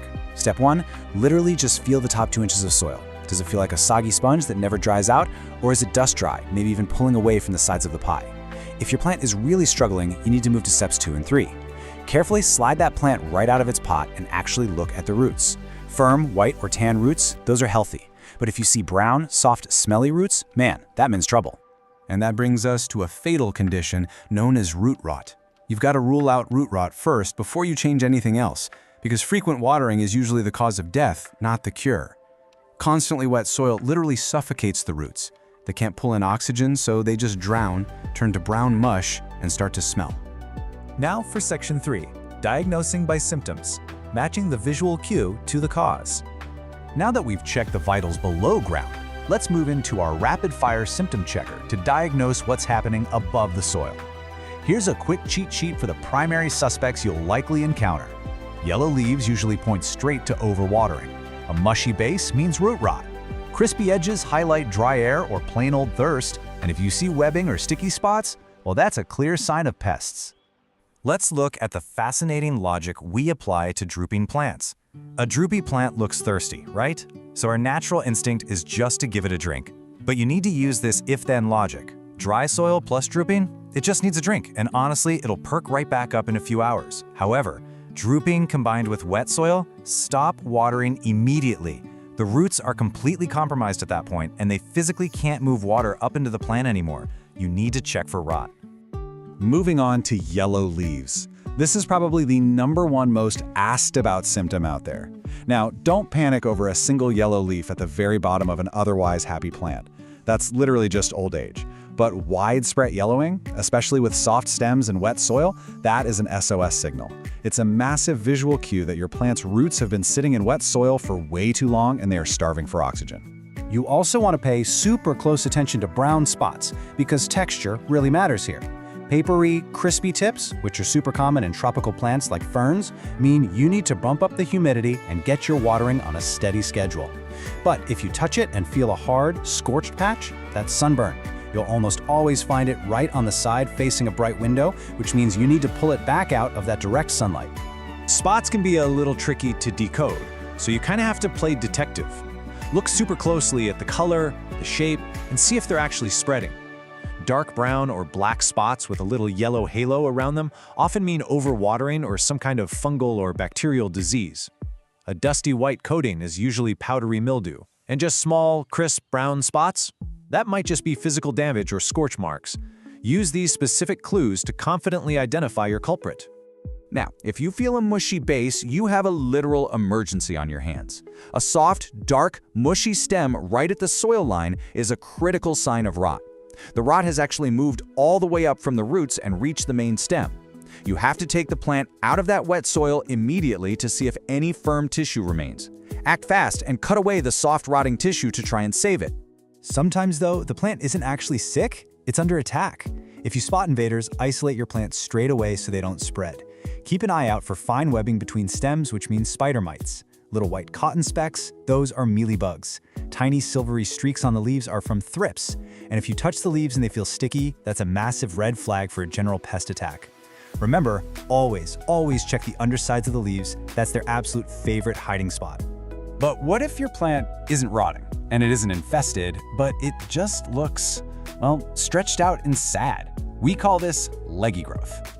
Long, stretched out stems with big gaps between tiny, pale leaves mean the plant is literally starved of light, and it's desperately reaching for the sun. If you see this, the fix is super easy. Just move it to a brighter window and the new growth will tighten right back up. Which brings us to section 4, when to save your plant, setting up the recovery protocol. So, you've got your diagnosis, but how do you know if it's just too late to save the patient? Well, here is the really reassuring part. Unless every single stem is totally hollow or mushy and absolutely no firm roots are left, your plant is not dead. Seriously, if you have even one firm green stem left or just one solid white root, you have signs of life and something to work with. To bring it back, you just need to follow this exact salvage protocol. Step 1, fix the underlying cause you just diagnosed. Step 2, get some scissors and trim away what is clearly dead so the plant stops wasting its precious energy trying to keep it alive. Step 3, provide really stable light and water conditions. And Step 4, wait patiently. Recovery takes weeks, so don't give up on it. Oh, and a quick aside, remember that repotting is super stressful for a plant. Only root rot, soil pests, or a pot with zero drainage require you to repot it right away. Otherwise, just let the poor thing rest. You now have all the diagnostic tools you need to decode those desperate symptoms. You know how to read the leaves, check the soil, and spot those sneaky pests. So go check that soil, confidently administer some first aid, and get your plant back on the path to recovery. But I'll leave you with this final thought. Now that you know your plant is constantly communicating its needs to you, what is your plant telling you right now? Are you ready to listen? Welcome to this explainer on safely feeding your houseplants. Look, if you've ever stared at those little bottles of liquid plant food feeling completely intimidated, or maybe you've heard horror stories about scorching delicate roots, you are in exactly the right place. Today, we're going to turn you from a hesitant plant parent into a confident plant nutritionist. We're breaking down the science of fertilizing into simple, incredibly actionable steps. Okay, so here's our straightforward roadmap for today. We're going to cover 1. Why houseplants need food. 2. Decoding the NPK label. 3. Types of plant fertilizer. 4. Golden rules of fertilizing. And finally, 5. Spotting fertilizer trouble. It's basically plant nutrition broken down into logical, bite-sized pieces so you never have to fear fertilizer burn ever again. All right, let's jump into section 1. Why houseplants need food. The potted plant dilemma. So, let's start with a really common frustration. Your plant's light is perfect, your watering schedule is totally dialed in, but it just completely stopped growing. Picture this, you bring home this gorgeous new trailing plant, you watch it push out vines all summer long, but then its second spring rolls around, and it just halts. No new leaves, no new vines, it just looks kind of sad and tired. Naturally, you might scramble to tweak the watering or move it to a brighter window, but absolutely nothing changes. You've got to ask yourself, is your plant simply resting, or is it literally running on empty? Well, here is the underlying science behind that exact dilemma. Out in nature, plants get this constant natural buffet of nutrients from decaying organic matter right there in the ground. But your houseplant? It lives in a highly artificial environment. It's working with a very limited amount of potting mix. And unlike out in nature, every single time you water that potted plant, some of those essential nutrients wash right down the drain. After a few months, that soil is completely depleted of the essential vitamins needed to build new leaves and roots. So, fertilizer? It's simply your way of restocking that empty pantry. Moving right along to section 2, decoding the NPK label, the vitamin breakdown. Now that we know why they need it, let's figure out what it actually is. We are going to completely demystify those intimidating chemical numbers you always see plastered on the front of fertilizer bottles. You know, like 10-10-10 or 5-10-5. Those stand for the three major macronutrients: nitrogen, phosphorus, and potassium. Honestly, just think of NPK as up, down, and overall health. It is the exact blueprint of macronutrients your plant needs to thrive. Nitrogen is up. It promotes all that lush, green, leafy growth above the soil. Phosphorus is down and all around, supporting strong root development below the soil, plus flowering and fruiting. And potassium? That's overall health, helping the plant regulate water and fight off diseases like a champ. So, here's the absolute crucial takeaway for the vast majority of your indoor jungle. You do not need to stress over complicated chemical ratios. A perfectly equal, balanced fertilizer, where all three of those numbers are exactly the same, like a 10-10-10, is hands down your safest, most effective, all-purpose choice to hit every single category of plant health. Which brings us to Section 3, Types of Plant Fertilizer. Choosing your routine. Let's figure out how you can choose the right delivery method for these nutrients based entirely on what works for your personal schedule. You generally have two paths here, and honestly, both are completely valid. Over on the left, we've got liquid fertilizer. These are concentrates you mix right into your watering can. They're incredibly fast-acting and offer brilliant control if you're the diligent type, mainly because you can adjust the strength with every single watering. But yeah, they do require a regular routine. Now, on the right, we have slow-release fertilizer, which usually comes in granules or spikes. These are fantastic if you want a totally hands-off approach. You basically set it and forget it for months at a time, and it'll last a whole growing season. The flip side, though, is they're much harder to control once they're in the soil, and they can be a bit of a hazard if you have curious pets or kids who love digging in the dirt. All right, Section 4, Golden Rules of Fertilizing. How to feed safely. Okay, now that we've got our plant food and understand how it works, we absolutely must follow a few golden rules to ensure we're nourishing our plants rather than harming them. Seriously, this is the most important part of your routine. You've got to execute this chronological process every single time to avoid a disaster. Step 1, ensure it's actually spring or summer. Plants go completely dormant in the winter. Do not feed a sleeping plant. Step 2, mix a heavily diluted solution. Honestly, forget what the bottle says right off the bat. Start with just half the recommended strength. Step 3, and this one is huge, thoroughly wet the soil with plain water first. Never ever pour fertilizer on bone-dry soil. And finally, Step 4, apply your diluted fertilizer to that pre-moistened soil to protect those delicate roots from scorching. It all boils down to this brilliantly simple safety motto: weekly, weekly. The absolute #1 cause of fertilizer burn is just using way too much product. A very weak dilution fed more frequently is always a safer, superior approach than hitting your plant with a rare, highly concentrated, heavy dose.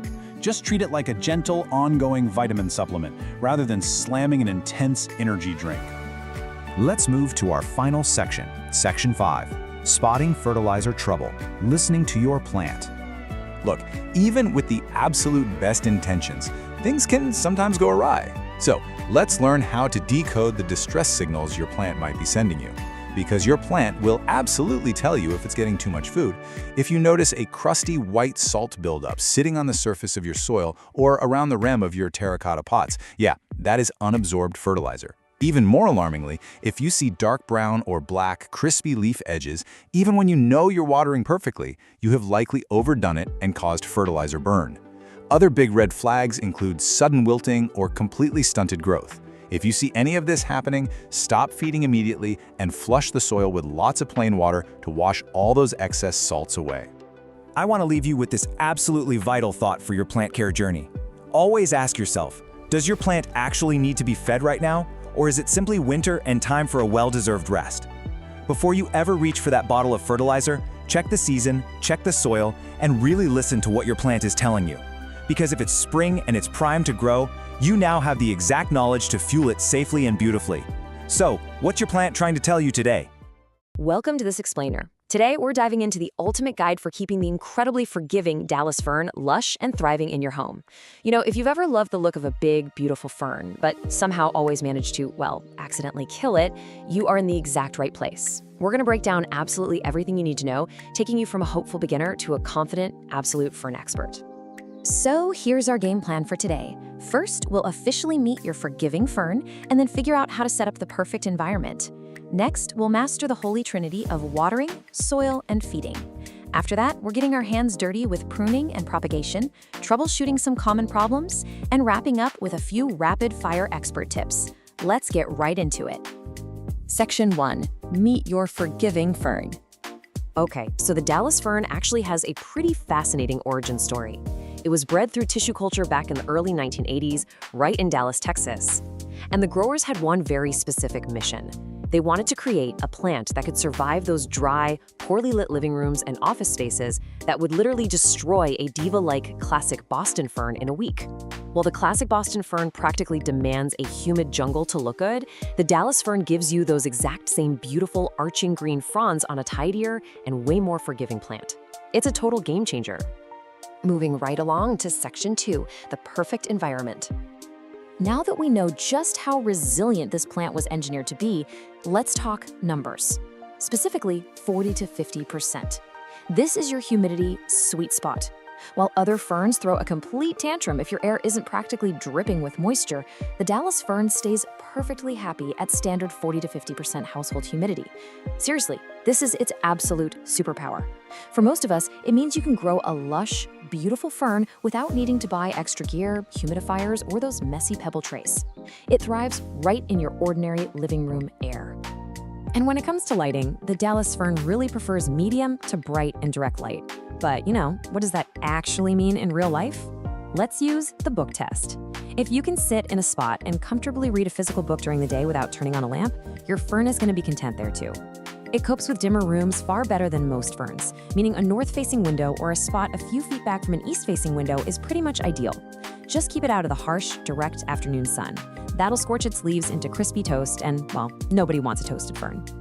All right, Section 3, watering, soil, and feeding. Let's look at the intermediate care routines to really make this plant pop. The real secret to a lush Dallas fern is striking a delicate balance. You want the soil evenly moist but never waterlogged. Basically, wait until just the top inch of soil feels dry before you water again. And to achieve that perfect balance, you need the right soil recipe. Ditch that heavy, generic potting mix. Instead, whip up a light, airy blend of 2 parts coco coir for moisture retention and a generous 1 part perlite so those roots can actually breathe. Finally, because ferns are very light feeders, just a half-strength liquid fertilizer once a month during the spring and summer growing season is all it needs. Oh, and remember to stop feeding entirely in the winter. Which brings us to Section 4, pruning and propagation. Time for the expert-level stuff.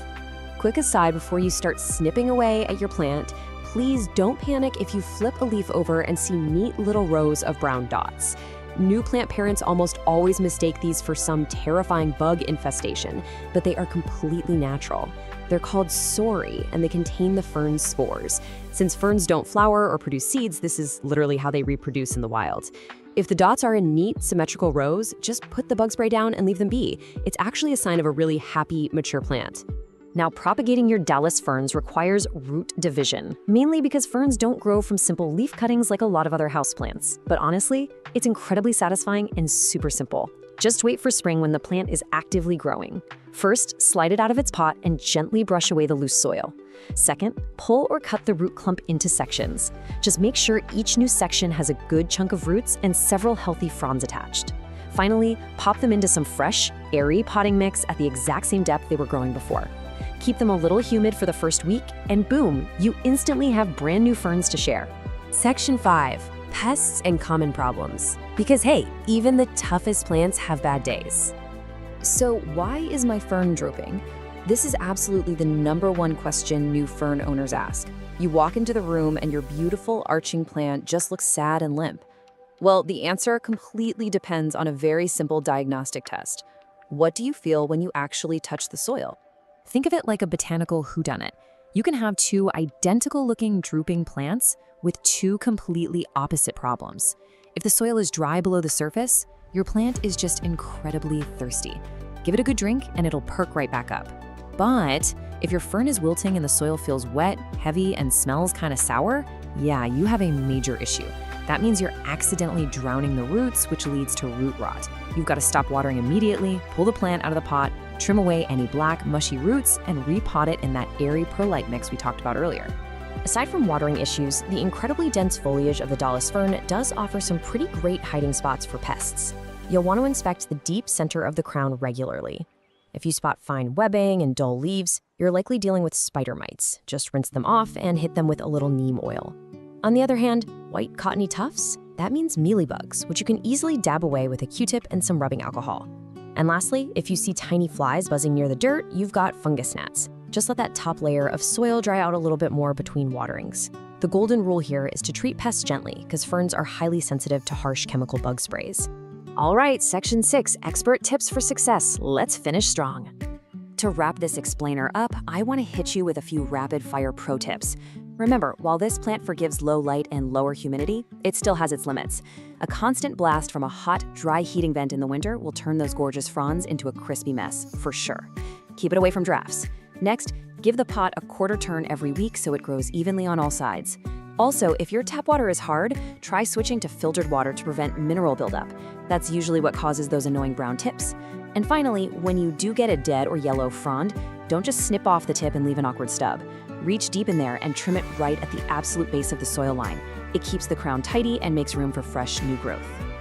And there you have it, your complete beginner to expert roadmap.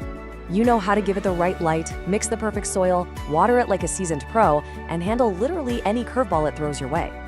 So take a quick look around your home or office right now.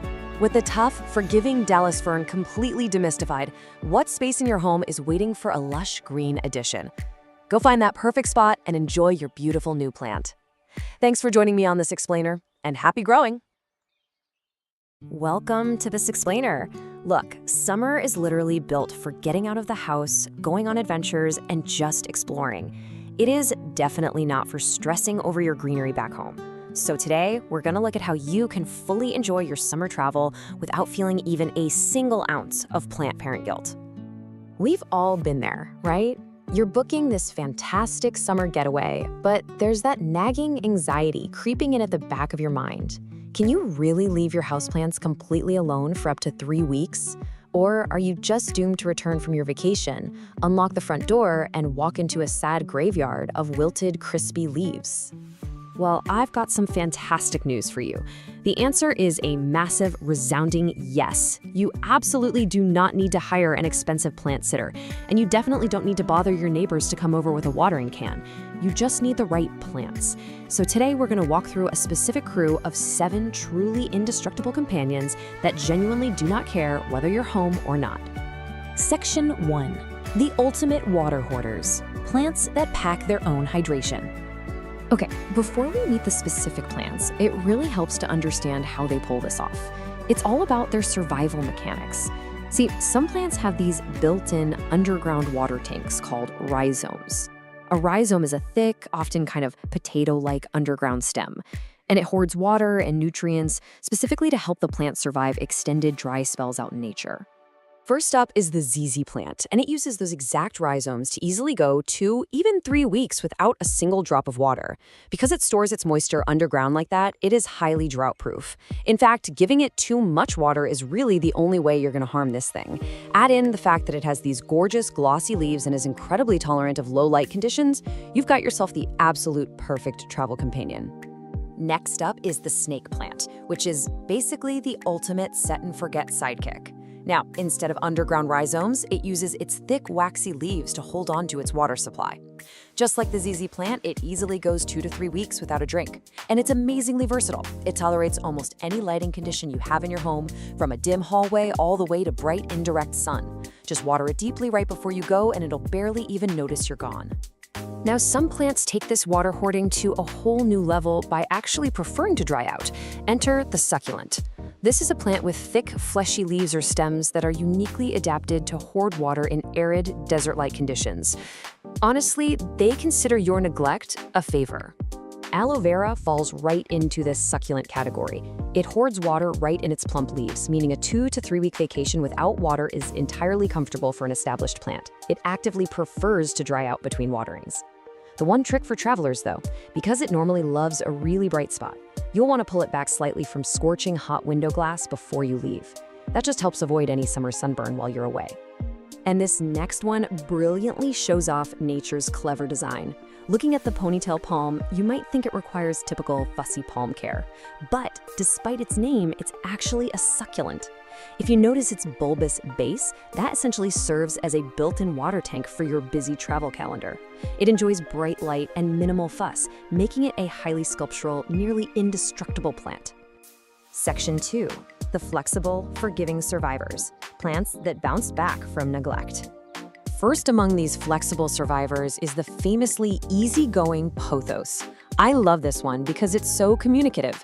It'll tell you exactly when it's thirsty by drooping just a little bit, but the magic here is that it perks right back up after a solid watering. It easily survives a week or more alone.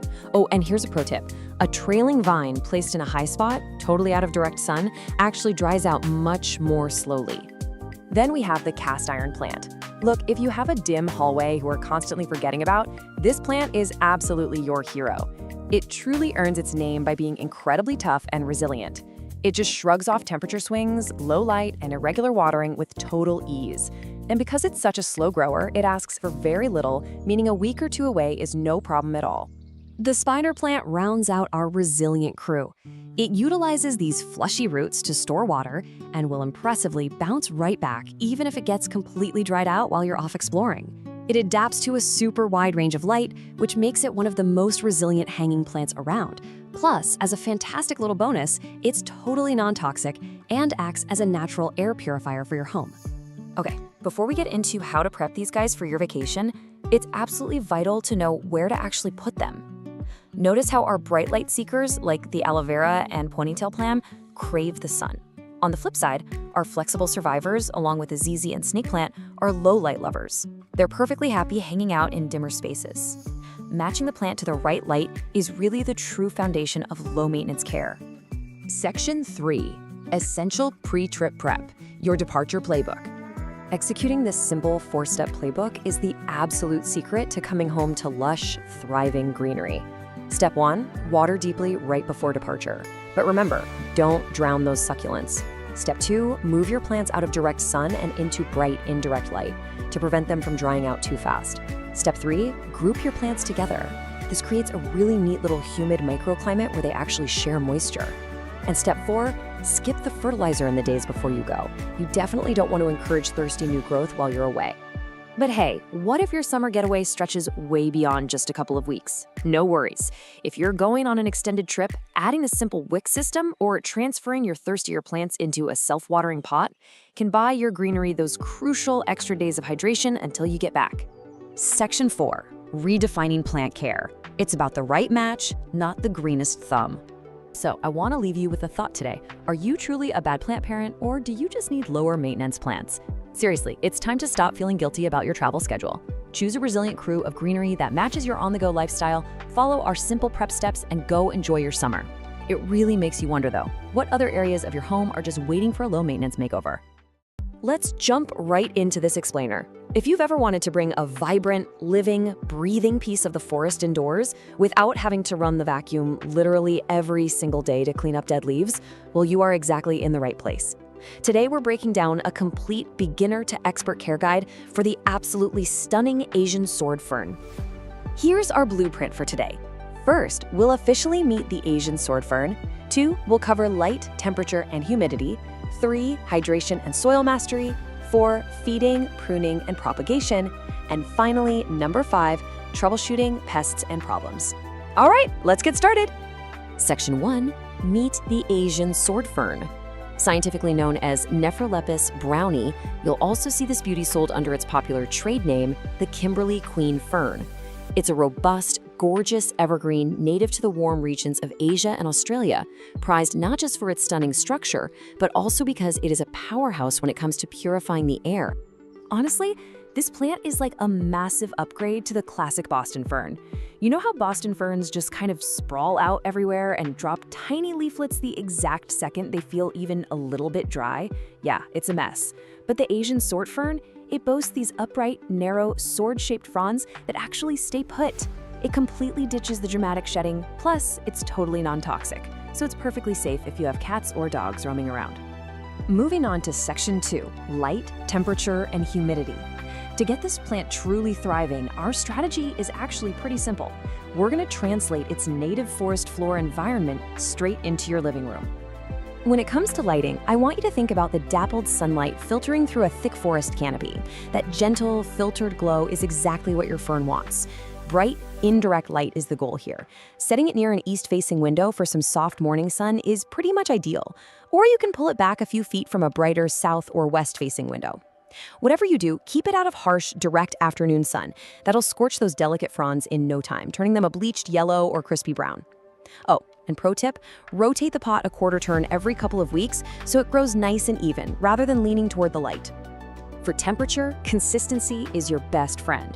You'll want to keep things comfortable, right in that 60 to 75 degree Fahrenheit sweet spot. That's about 16 to 24 degrees Celsius. The main thing is protecting it from sudden drafts.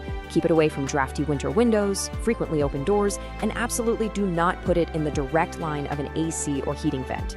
And hey, if you decide to put it out on the patio for the summer, just remember it is not frost tolerant. You've got to bring it back indoors long before that first fall frost hits.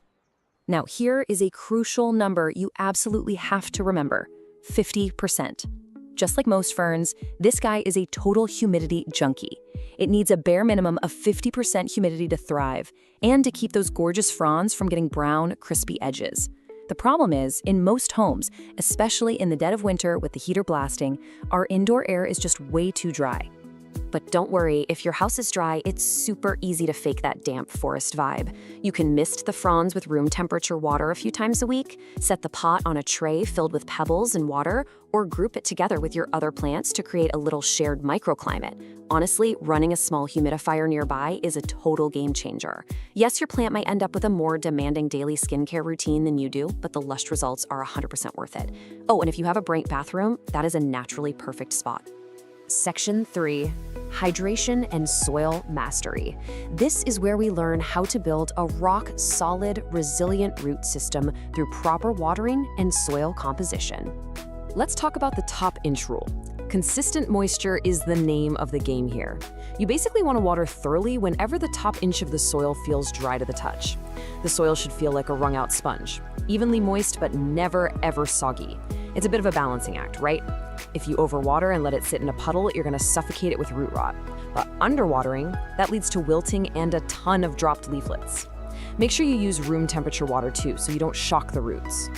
To nail that perfect moisture balance, you really need the right soil. We're talking a rich, loamy, slightly acidic to neutral mix. A high-quality peat-based soil is a fantastic starting point. But to make sure it doesn't turn into mud, you've got to improve the drainage. Mix in some chunky amendments, things like perlite, orchid bark, or some nice, rich compost. That way, this soil holds just enough water to keep your fern happy, but all that dangerous excess water drains right on through. Section 4. Feeding, pruning, and propagation. Okay, let's graduate from basic survival and get into some expert-level plant parenting. During the spring and summer growing season, your fern is going to be hungry. You'll want to use a balanced, water-soluble liquid fertilizer. But wait, actually, this is super important. Always dilute it to half strength. Apply that half-strength mix every 4 to 6 weeks. Don't go overboard because salt buildup from too much fertilizer will literally fry those delicate roots. And you definitely want to stop feeding it entirely during the fall and winter when the plant is naturally resting. As for pruning, just snip any dead or yellowing fronds all the way down at the soil line. It keeps things tidy and pushes the plant's energy into fresh new growth. So, looking at all this lush green foliage, you might be wondering, how on earth do these things reproduce if they never produce flowers or seeds? It's a super cool mechanism, actually. They don't flower at all. Instead, they create these tiny little dots called spores, right there on the undersides of their mature fronds. Now, growing a fern from spores takes forever. The absolute easiest way to multiply your collection at home is just by dividing the plant. You'll want to do this during a spring repotting, which, by the way, you should do every year or two when it gets root bound. To divide it, just slide the fern out of its pot, gently tease the root ball apart with your hands, or use a clean knife if it's really tight, and make sure each new section has a good chunk of roots and several fronds. Pot them up in fresh, well-draining soil, water them in, keep them warm and humid, and boom, you've got brand new, independent ferns. Finally, Section 5, Troubleshooting Pests and Problems. Look, even the best plant parents had a few bumps in the road, so let's learn how to translate your plant's distress signals. This chart is a lifesaver for decoding what your furnace is trying to tell you. See brown, crispy edges? Your air is just too dry, so get that humidifier running. Seeing yellow leaves? That's usually a moisture issue, so dig your finger an inch into the dirt to see if it's bone dry or sitting in mud. If the whole plant is wilting and drooping, it is severely thirsty. Water it immediately. And if it's dropping leaves entirely, your fern is incredibly stressed from being too dry, which means you need to lock down a much more consistent watering routine. Beyond just water and air, we've got to talk about bugs. Those dense, overlapping fronds, they are basically luxury real estate for pests. You need to routinely check the crown and stems for the tiny webs of spider mites, the weird cottony fluff of mealybugs, the little brown bumps of scale insects, or little moth-like whiteflies. And if you're keeping the soil too wet, you'll probably invite fungus gnats. If you spot any of these gatecrashers, don't wait. Wipe down the leaves and thoroughly spray the plant with insecticidal soap or neem oil, making sure you really get into that dense foliage. When you finally dial in that dappled light, the perfect moisture, and that magic 50% humidity, you're not just decorating a room anymore. You are literally sustaining a complex living micro-ecosystem. The Asian sword fern is an absolute masterpiece that just asks for a little specialized attention in return for a massive aesthetic payoff. If you can successfully cultivate this vibrant piece of the forest floor right inside your living room, what other incredible natural environments are you ready to conquer next?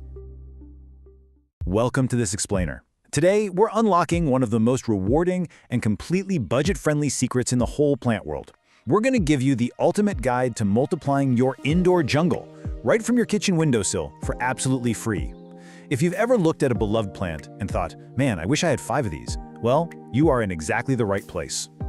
Okay, let's dive into our roadmap for today. We'll be covering 1. Propagation basics and tools. 2. Stem cuttings and water and soil. 3. Plant division for clumping. 4. Propagating succulents from leaves. And we'll wrap it up with 5. Advanced magic, air layering.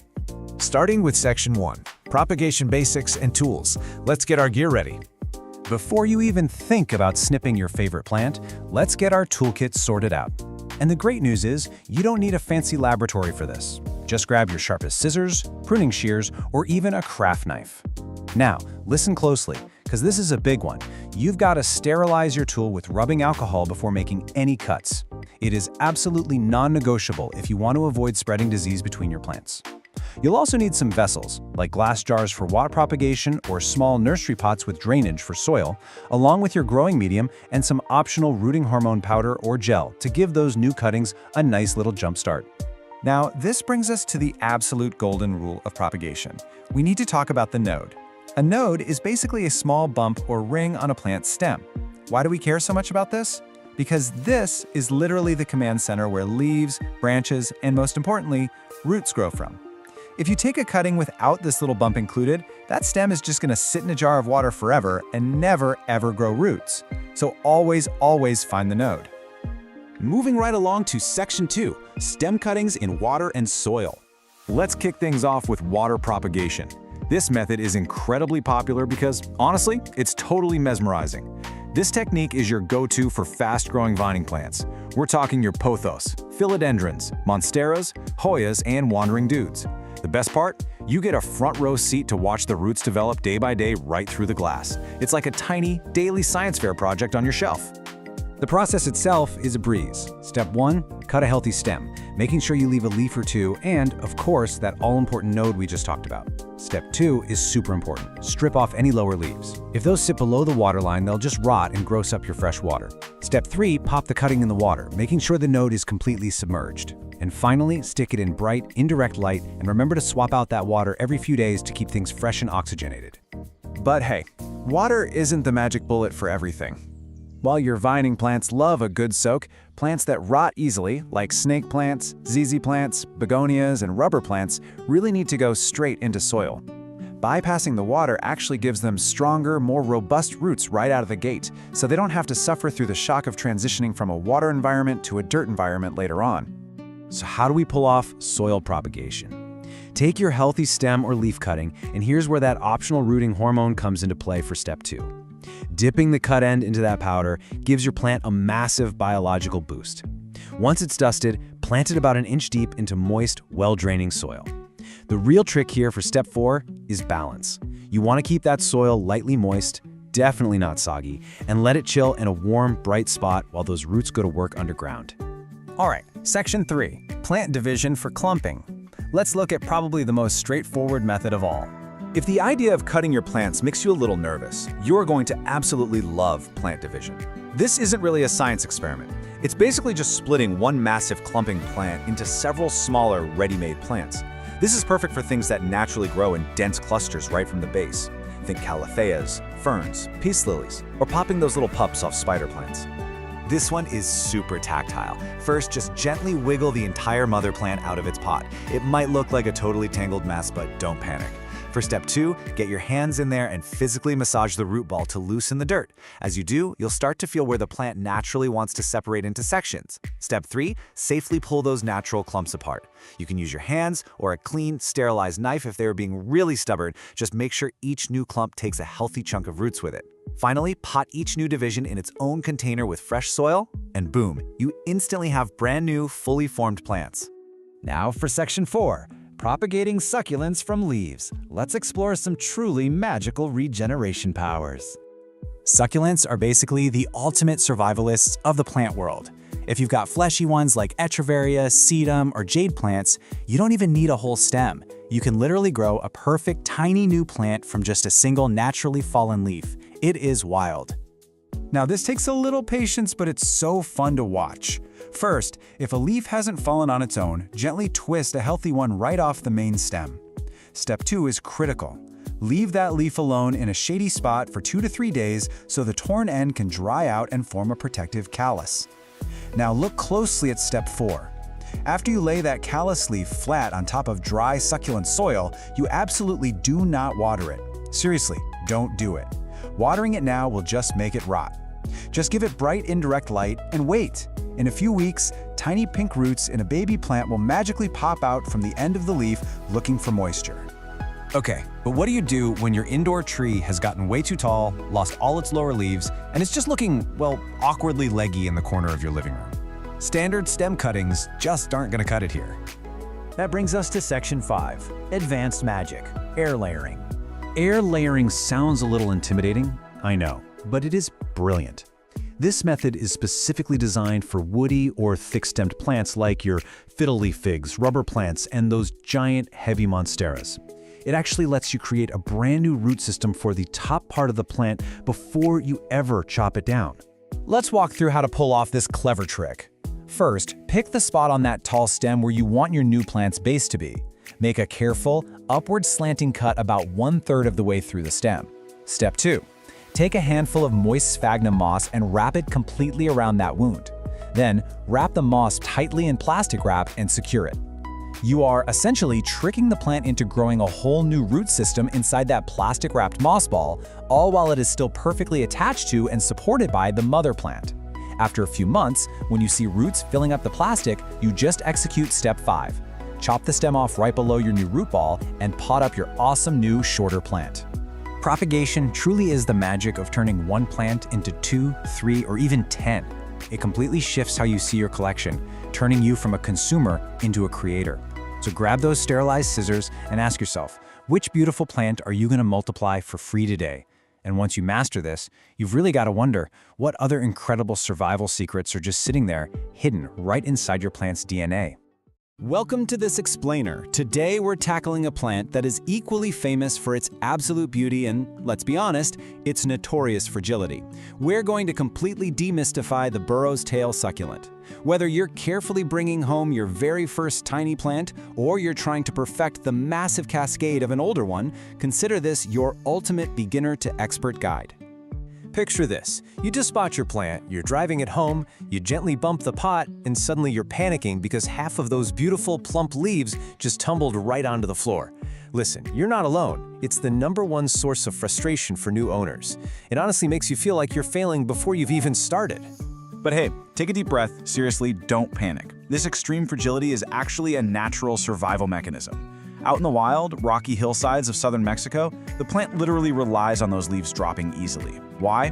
Because every single fallen leaf will root itself and create a brand new plant. It's just trying to spread itself around. So instead of seeing a fallen leaf as a failure, you've got to look at it as free propagation material. To get you from beginner to expert, here's our masterclass agenda. 1. Creating the perfect environment. 2. Watering and soil essentials. 3. Pruning and infinite propagation. 4. Troubleshooting pests and problems. And 5. Pro tips for ultimate success. Let's get into it. And the reward for getting this right? It's literally massive. When you nail the care and leave this plant completely undisturbed, a mature burro's tail can trail 3 to 4 feet from a hanging basket. It's absolutely breathtaking. And since they can live for well over a decade, it really becomes this stunning, living curtain in your home. Just a quick heads up before we really jump in, you might actually see 2 different types of this plant out there. There's the standard burro's tail, which has longer, pointed, teardrop-shaped leaves, and then there's the sedum burrito, sometimes called a baby burro's tail, which has shorter, rounder, little jelly bean leaves. But don't worry, whether you have the teardrops or the jelly beans, this whole care guide applies perfectly to both. All right, part 1, creating the perfect environment. Think about where this guy comes from. To mimic that native cliffside habitat, you want to give your burro's tail bright, indirect light. An east-facing window is pretty much the holy grail here, offering that gentle morning sun without the harsh, scorching afternoon rays. Room temperatures between 65 and 80 degrees Fahrenheit are spot on. And since it's a desert native, it loves low to average humidity. That means absolutely no misting, 0. Oh, and huge bonus, it's completely non-toxic to your cats and dogs. Now, here is a crucial detail that almost everyone misses when they hang trailing plants. The crown of the plant, the top of the pot where all the stems start, needs just as much light as the trailing strands themselves. If you hang it too high up where the top is stuck in shadow while only the bottom gets sun, the top is going to stretch out, thin, and eventually go completely bald. You really have to make sure that light is hitting the actual soil line. Moving right along to part 2, watering and soil essentials. If there is one thing you take away from this explainer, let it be this. Overwatering is public enemy number 1. It's the absolute quickest way to kill this drought-tolerant plant. Because it stores massive amounts of water in those chubby little leaves, it can go a really long time without a drink. You've got to use the soak and dry method. Let the soil dry out 100%, all the way to the bottom. Once it's bone dry, give it a massive soak until water pours out the drainage holes. In summer, that's usually every 10 to 14 days, and way less in winter. A pro trick? Just look at the leaves. When they look slightly soft or deflated, your plant is telling you it's thirsty. So to keep those roots from sitting in a soggy swamp, you need a seriously fast draining soil mix. Bagged potting soil straight from the store holds way too much moisture. Instead, mix it up yourself, 2 parts standard potting soil, 1 part perlite or pumice for those essential air pockets, and 1 part coarse sand. You're going for a gritty, airy blend that drains fast and completely prevents deadly root rot. Okay, section 3, pruning and infinite propagation. Remember those incredibly frustrating dropped leaves we talked about? Let's turn them into an army of new plants. It's a super simple 4-step process. First, collect the fallen leaves, making sure they broke off cleanly at the base. Second, and do not skip this, leave them in a warm, shady spot for 2 to 3 days so the broken end forms a dry callus. That stops them from rotting. Third, just lay them flat on top of dry, succulent soil. Don't bury them. And fourth, just wait. In 2 to 4 weeks, little pink roots will pop out, followed by a brand new mini plant. It's like magic. Now, if you're a bit impatient, and honestly, who isn't, stem cuttings are your best friend for a bigger plant faster.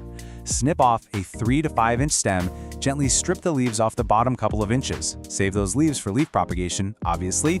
Let the bare stem callus over for a few days, just like the leaves, and then plant that bare end directly into your gritty soil mix. All right, part 4, troubleshooting pests and problems. Sometimes things just go wrong.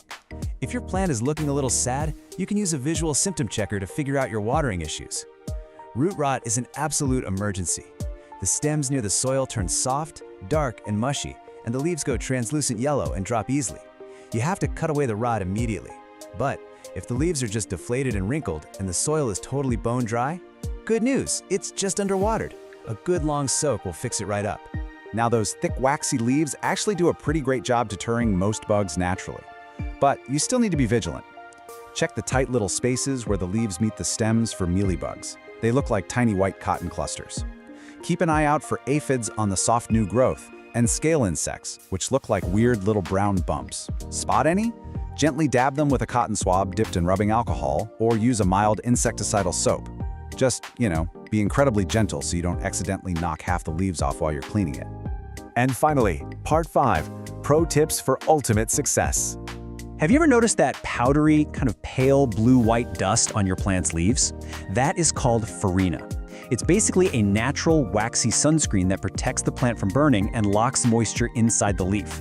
The golden rule here is do not touch it. If you rub the farina off with your fingers, it literally never grows back on that leaf. It leaves the spot vulnerable and just slightly less vibrant. When it comes to repotting, honestly, just don't do it. At least, not often. Because this plant is so famously fragile, repotting is wildly stressful for the plant and definitely for you. Try to leave it alone as long as humanly possible. Sizing up every 3 to 4 years is plenty, and when you finally do, grab a shallow terracotta pot. Terracotta is porous, so it helps the soil dry evenly, and the shallow shape stops wet, soggy soil from pooling underneath the plant's shallow root system. And here is my absolute favorite golden rule. It's a total game changer for preventing traumatic leaf drop. You need to change how you hydrate. Exclusively bottom water your burrow's tail. Top watering means pouring water over those fragile strands and bumping the pot, which almost guarantees you're going to lose leaves. Instead, set that terracotta pot in a sink or a basin with a few inches of water. Let it soak up moisture from the bottom for 15 to 20 minutes. Perfectly watered roots, and you never even touch the delicate hanging strands. So, you've got the complete manual now. You know how to dial in the bright light, mix up the grittiest soil, and master that soak and dry watering routine. Now, take a look around your space. Where is the absolute perfect spot to hang this stunning living curtain so that it literally never has to be moved again? Find that spot, set it up, step back, and get ready to enjoy an incredible cascade for years to come. Welcome to another explainer. Today, we're focusing on a houseplant that isn't just, a basic piece of greenery. It's practically a living, breathing work of art. We're talking about the incredible Philodendron Brazil. If you're looking for that lush, tropical jungle vibe, but you want something with a bit more artistic flair than your standard green foliage, you are in exactly the right place. This plant is a fantastic, highly communicative artist's canvas. And by the end of this explainer, you're going to know exactly how to master its care, no matter your current experience level. Okay, let's dive into this. Here is our roadmap for today. First, we'll meet the Brazil. Second, mastering light and water. Third, perfecting soil and environment. Fourth, pruning and propagation. And finally, troubleshooting and pro tips. Section 1. Meet the Brazil, the communicative canvas. So this isn't just your run-of-the-mill vine. It actually has a pretty fascinating backstory and a highly communicative personality that makes it the absolute perfect companion for developing your own plant intuition. To really get this plant, we have to travel back to 1991. The Philodendron Brazil wasn't whipped up in some high-tech lab. It was actually discovered as a totally natural mutation in a greenhouse in Holambra, Brazil. And because it's a mutation, every single leaf that unfurls is a completely unique canvas. You get these incredible, unpredictable splashes of lime, cream, and deep emerald green. It literally looks like someone took a paintbrush to a standard heartleaf philodendron. But, that beautiful paintbrush effects actually comes with a biological catch. It's called variegation. Variegation is just a genetic mutation where areas of the leaf lack chlorophyll, which is the green stuff that makes food for the plant. So those stunning lime and yellow stripes, they're essentially energy freeloaders. They look absolutely incredible, but they don't pull their weight when it comes to photosynthesizing. And this establishes exactly why the Brazil has such specific lighting needs compared to a solid green plant. Section 2. Mastering light and water, the non-negotiables. If you want to keep your plant thriving and keep those freeloader variegated stripes looking super bright, getting your light right is completely non-negotiable. To compensate for those non-producing colorful areas, your Brazil needs bright, indirect light. Specifically, you're going to want to aim for 10,000 to 20,000 lux. And hey, you can actually measure this using a free light meter app right on your smartphone. The sweet spot is placing your plant within about 3 to 5 feet of an east or west facing window. A little gentle morning sun is fantastic, but you really must avoid hot, direct afternoon rays, or those beautiful yellow parts, which lack protective pigments, will scorch right up and turn papery. All right, let's talk watering, because this builds right into keeping the roots healthy. We're looking at the soak and dry method versus frequent sipping. Like most aroids, the Brazil is super susceptible to root rot if it just sits in wet soil all the time. You should only water when the top 50 to 75% of the soil is dry to the touch. But when you do water it, don't just give it a little sip. You need to soak it completely until water flows right out of the drainage holes. This flushing action actually mimics a tropical downpour. It ensures every single root gets a drink, and it washes out any built-up salts from tap water and fertilizers. And guys, this brilliantly illustrates exactly why I call the Brazil a communicative plant. If you aren't quite sure if it's time to water, just look for the philodendron curl. When this plant is thirsty, it literally tells you by drooping and curling its leaves inward into a little concave shape. This is simply a loss of turgor pressure, meaning the internal water pressure in the plant cells has dropped. Just give it a deep soak and I promise you it will perk right back up within hours. It's an amazing built-in visual cue. Section 3. Perfecting soil and environment, the optimal setup. Now, what's really interesting about moving this plant from just surviving to truly thriving is what goes on beneath the surface. The Brazil is a tropical hemiepiphyte, which means in the wild it actually grows up the sides of trees and in loose leaf litter, definitely not in dense ground dirt. Its roots need oxygen just as much as they need water, so dense potting soil will just suffocate it. So we construct a DIY chunky aeroid mix.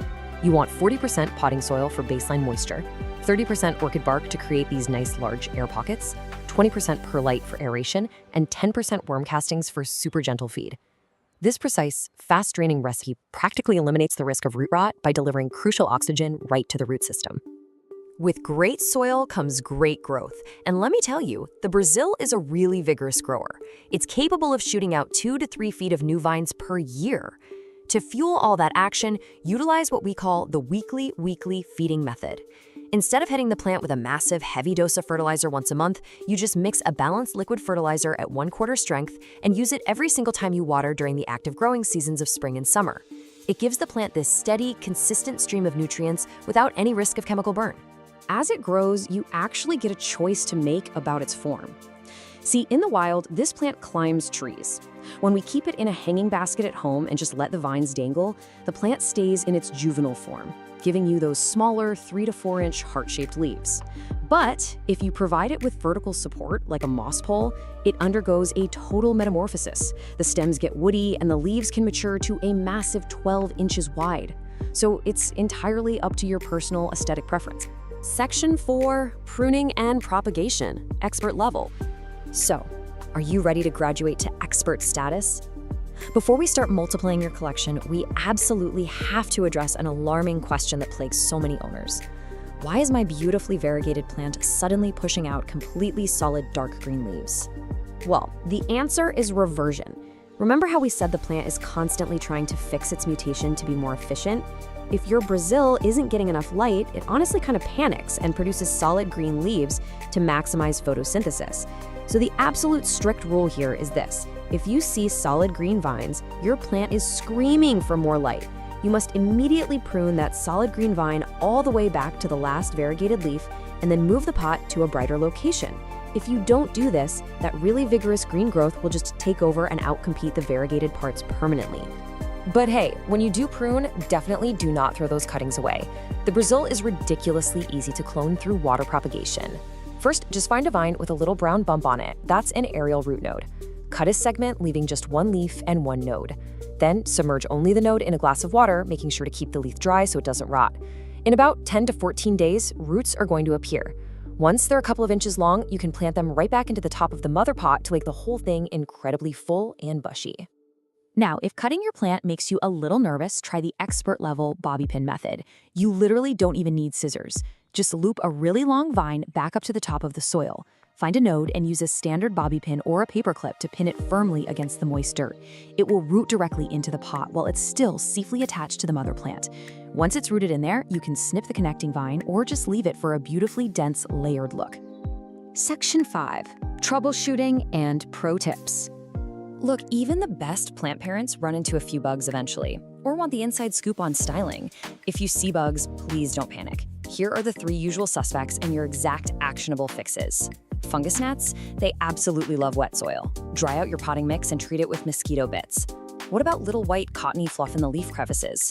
Those are mealybugs. Just dip a Q-tip in 70% isopropyl alcohol and dab them right off.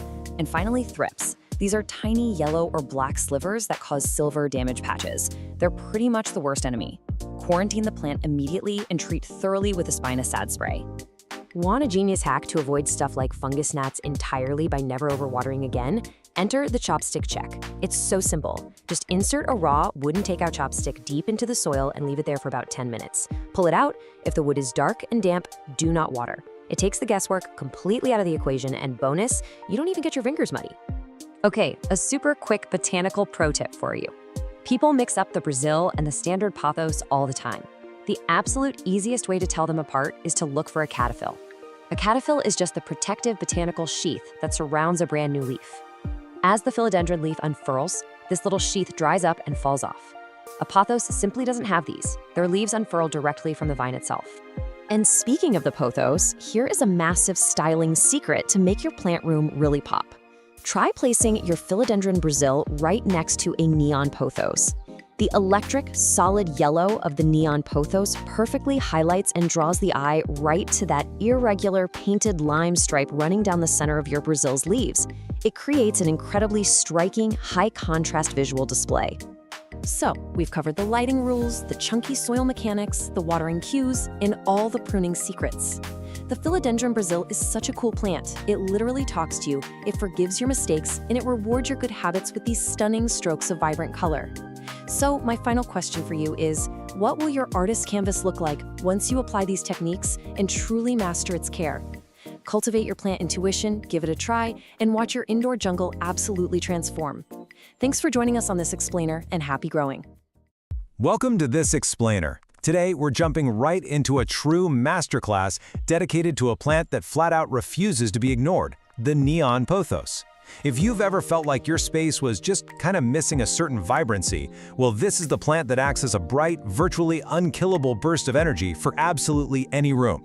We're going to break down the science of its care, from the basic foundations of just keeping it alive, all the way up to expert techniques for infinite propagation. Okay, let's dive right into the syllabus. We're covering a lot of ground today. First, we'll meet the biological highlighter. 2. Mastering the glow. 3. Essential everyday care. 4. Pruning and propagating. 5. Tackling pests and problems, and we'll wrap it up with some pro tips. All right, Section 1. Meet the biological highlighter. So let's get to know the absolute energetic powerhouse that is the Epipremnum aureum neon. This plant doesn't just survive, it has this sheer, stubborn determination to push through some of the absolute harshest indoor conditions. Seriously, it's famous for staying alive in those depressing, windowless break rooms where most plants would just immediately give up. It has this incredibly tough, resilient spirit, but it's wrapped up in a shockingly bright exterior. I absolutely love this description. A lamp that runs on water. Because honestly, with its electric shock of chartreuse yellow, placing this plant in a dark corner gives you an instant burst of brightness without even needing an electrical outlet. It's an incredible tool for interior design. It offers this dramatic, eye-catching contrast against dark walls, think charcoal or navy, or when you plant it in deep dark pots where that yellow foliage can just truly pop. Moving right along to Section 2, Mastering the Neon Glow. Now, this is arguably the most critical aspect of caring for the neon pothos. We have to understand exactly how and why it keeps that signature, shocking color. Because if we get this wrong, the plant literally loses its entire unique appeal, and the science behind the glow is actually fascinating. You see, the neon color is technically an unstable chlorophyll mutation. The plant lacks the dense, dark green pigment that you'd find in a standard plant. So in highlight, the plant gets plenty of energy, meaning it can afford to be kind of inefficient and keep its brilliant chartreuse color. But in low light, it panics. It goes straight into survival mode and starts producing sunblock, that dense, dark green chlorophyll, just to capture every single scarce photon it can find. Basically, if you don't give it enough bright, indirect light, your glowing neon plant is going to revert into a standard dark green pothos. Now, what's really interesting here is the identity crisis this plant constantly faces in nurseries. You will so often see the philodendron lemon lime mislabeled as a neon pothos, but they are entirely different plants. Thankfully, you can spot the difference really easily through touch and shape. The neon pothos has a waxy, glossy, and just slightly bumpy texture with these asymmetrical spade-shaped leaves. The philodendron, on the other hand, is completely matte. It's velvety smooth with really broad, dramatic heart shapes. And you'll see these little sheaths on its new stems. Knowing this little trick totally saves you from accidentally buying a wrong plant. Okay, Section 3, Essential Everyday Care. This is where we shift our masterclass into the daily grind. And the great news is, the neon pothos has a dramatic but incredibly helpful communication style, especially when it comes to telling you exactly when it's time to pull out the watering can. Honestly, you should completely ignore a strict watering schedule. Just toss it out. Instead, rely on the dramatic droop and tactile sensory cues. Use what we call the squeeze test. If the leaf is firm, cool, and rigid, do not water it. But if it feels soft, pliable, and folds easily like a warm taco shell, it is definitely thirsty. And when you do water, drench the soil completely until it flows out the bottom. But never, ever let the pot sit in standing water. Of course, watering is literally only half the equation, right?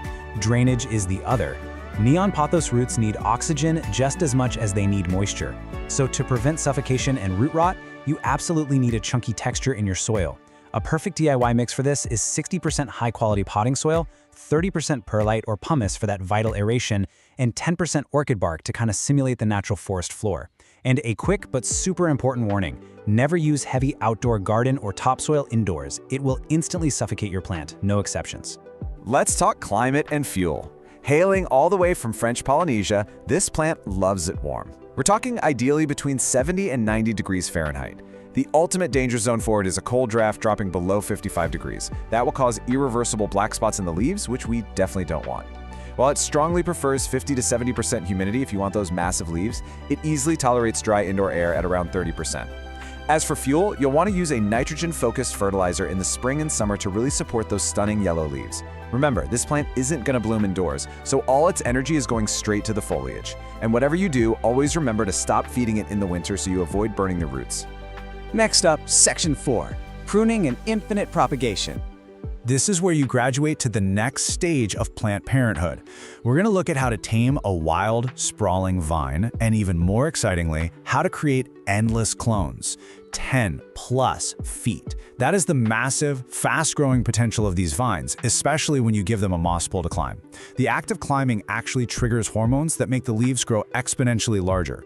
But there's a catch. You have to watch out for the dreaded baldness problem. If you just leave it to hang and grow as a single leggy string, the vine will very often lose all its base leaves. That leaves you with a really sad, bald-looking stem near the soil. So how exactly do we fix that baldness while simultaneously multiplying our collection? Well, by pruning the vine just above a node, you're actually forcing the mother plant to branch out and become much bushier. Then you take that cutting you just made, trim off the bottom leaf, and literally just stick the node in water. Seriously, in just 7 to 10 days, roots are going to explode from that stem.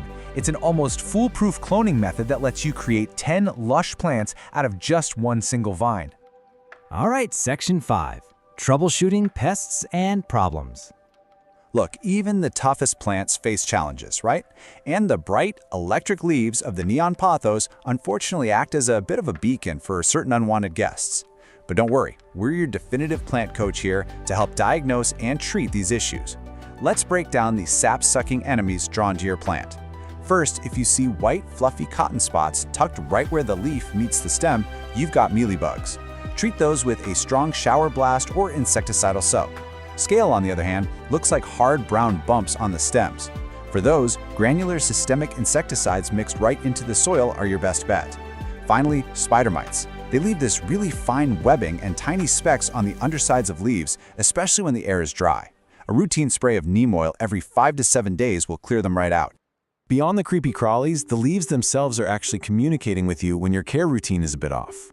If you start seeing crispy brown edges, it usually means your watering is too erratic, like you're letting it dry to the bone and then completely drowning it. Or your air is just way too dry. But you really need to beware of mushy yellow leaves. Now, a single old leaf turning yellow near the soil, that's just natural aging. But sudden, widespread, mushy yellowing all across the vine, that is a dire, flashing warning sign of overwatering and root rot. Finally, we've made it to Section 6, Pro Tips for Thriving. Okay, we've covered survival, we've covered maintenance, and we've covered problem solving. Now we enter the final expert level of this masterclass to truly elevate your routine and push your neon pothos to its absolute peak. Here are your rapid-fire expert tips. First up, if you happen to have a freshwater aquarium, use that dirty water during your tank changes to water your plant. It is packed with a massive biological nitrogen boost. Second, rotate your pot a quarter turn every single week. This prevents the vine from growing entirely lopsided toward the nearest light source. Third, dust your leaves monthly. dust literally blocks light, and remember, this plant needs every single photon it can get. Finally, my favorite trick, if you have a bare vine, just loop it back onto the soil and pin the node down with a bobby pin. It will root directly into the soil, perfectly mimicking how the plant naturally spreads across the forest floor. So, this brings us to the end of our explainer, and I have to leave you with one final thought. Are you ready to let this biological highlighter transform your darkest corners into a thriving neon jungle? You now have the complete blueprint, from mixing the perfect chunky soil to reading that dramatic droop, forcing brilliant color through proper light management, and cloning your way to an endless indoor garden. Take these steps, apply the science, and just watch your space completely light up. Thanks so much for joining this explainer, and hey, happy growing! Okay, have you ever wanted a houseplant that's like practically immortal? One that actually thrives when you completely forget about it and then out of nowhere rewards you with these stunning chocolate-scented flowers? Well, welcome to this explainer. Today, we're diving into the complete care guide for the Hoya carnosa, better known as the wax plant. We are going to walk through the ultimate survival and reward guide for a true heirloom plant. If you can just master the simple art of neglecting this plant the right way, you'll have a botanical companion for decades. So here's our roadmap for today. First, we'll meet the immortal wax plant. Second, we're going over the essential Hoya care rules. Third, we'll learn the taco test for watering. Fourth, defeating common Hoya pests. Fifth, unlocking those porcelain blooms. And finally, propagating your heirloom plant. Let's get right into it. Section 1. Meet the immortal wax plant, a lifelong heirloom companion. Imagine a plant that's basically the perfect hybrid. It gives you the lush, trailing vibe of a pothos, but with the extreme drought tolerance of a jade plant. It's wild. To really grasp what we're dealing with here, look at this quote from plant expert Anastasia Bermeslow. She talks about having a Hoya propagated from a cutting taken all the way back in 1985. She calls them heirloom plants. So we're not talking about some trendy, delicate little thing that you buy and throw away when it dies a year later. This is a multi-decade investment. Honestly, it routinely outlives its owners. All right, Section 2, Essential Hoya Care Rules, Building the Foundation. To really succeed with a Hoya and build that foundation, we actually have to completely untrain ourselves from standard houseplant care. Seriously, standard potting soil and your normal watering schedule, that'll quickly kill this plant. Instead, we've got to look at how the Hoya carnosa lives in the wild. It's an epicite. What does that mean? Well, in the wild subtropical forests of East Asia and Australia, it doesn't even grow in the dirt. It actually grows clinging to tree trunks and branches, with its roots just exposed to the breeze. Because of this, Hoyas absolutely hate having wet feet. Their roots literally need to breathe, or they're gonna rot fast. And this brilliantly shows exactly how we mimic that wild tree bark environment right in a pot. Remember, standard soil is way too dense and it'll suffocate the plant. Check out this DIY chunky soil recipe instead. You're gonna want 1 part potting soil for base moisture and nutrients, 1 part perlite or pumice for drainage, and 1 part orchid bark to create these large air gaps. Mixing these in equal parts creates massive air pockets, and that means even right after you water it, oxygen can still reach those super sensitive epiphytic roots. It's a real game changer. Moving on to Section 3, the taco test for watering. Stop guessing, start testing. The golden rule for our complete care guide is this: water deeply but infrequently. Honestly, you should only water when the soil is 100% dry. But how do you actually know for sure? Our source gave us this absolutely brilliant tactile trick called the taco test, so you never have to guess again. Here's exactly how it works. Step 1, find a mature leaf near the base of the plant. Make sure you don't use those tiny new baby leaves. And step 2, just using your fingers, gently try to fold that leaf in half lengthwise. Yep, exactly like a taco shell. Now you just evaluate how it feels. If that leaf is stiff and hard, do not water it. The leaf is what we call turgid, meaning it's still packed full of water. If you give it a drink now, you are risking root rot. But if the leaf feels pliable, a bit wrinkly, and bends easily with almost no resistance, kind of feeling like leather, then it is time to water. For all you chronic overwaterers watching, and you know who you are, relying on this simple touch test will absolutely save your plant's life. Before we move on from the basics, we've got to talk about a super common mistake. Do not cut the tentacles. Your Hoya is going to periodically shoot out these long, completely bare, alien-looking vines. A lot of people think, oh, that's dead growth, and they just chop it off. But actually, scratch that, it's not dead at all. These are tendrils actively searching for a tree to climb. So just have some patience, gently wrap that vine around a trellis, and eventually the plant is going to fill that bare vine with gorgeous, lush leaves. Section 4. Defeating common Hoya pests. Protecting your investment. Look, with any plant, things can sometimes go wrong, but the source material gives us this incredible rapid-fire troubleshooting guide to protect your heirloom plant. You really want to pay attention to the top of the list here. Mealybugs. These guys look like little bits of white, cottony fluff just hiding out in the leaf joints. Honestly, they are the Hoya's absolute arch nemesis, especially for crinkly varieties like the Hindu rope. To defeat them, just dip a Q-tip in 70% rubbing alcohol and dab them. It dissolves their waxy armor instantly. Bam, gone. Now, if you see fine webbing and dusty leaves, you're dealing with spider mites, which really love dry air. Just shower the plant off and raise the room's humidity right away. For aphids, which usually show up on new growth, a strong stream of water works best. And if you ever spot hard brown bumps on the stems, that's scale. Just scrape them off and treat the stems with neem oil. All right, Section 5. Unlocking the porcelain blooms, the ultimate reward. Okay, this right here is why we go through all the trouble. The flowers. The Hoya carnosa produces these incredible ball-shaped clusters of star-like flowers that literally look like they're carved out of wax or porcelain. Plus, they release this potent fragrance that smells like chocolate, vanilla, or honey. It is amazing. But to actually get there, we need to talk about a concept called sun stress. Now, you might hear plant collectors talk about this and think it sounds bad, but it's actually highly desirable. When a Hoya is placed in really bright light, it produces red or purple pigments called anthocyanins to protect its cells from UV rays. It's essentially a botanical suntan. So if your leaves have this beautiful red or bronze flush, it means your plant is absorbing maximum energy, and that's exactly what it needs to crank out those gorgeous flowers. So what's the secret? How do we actually guarantee flowers? Well, here is the exact bloom-boosting recipe for your complete care guide. First, you need bright, indirect light. An east-facing window is pretty much unbeatable for this.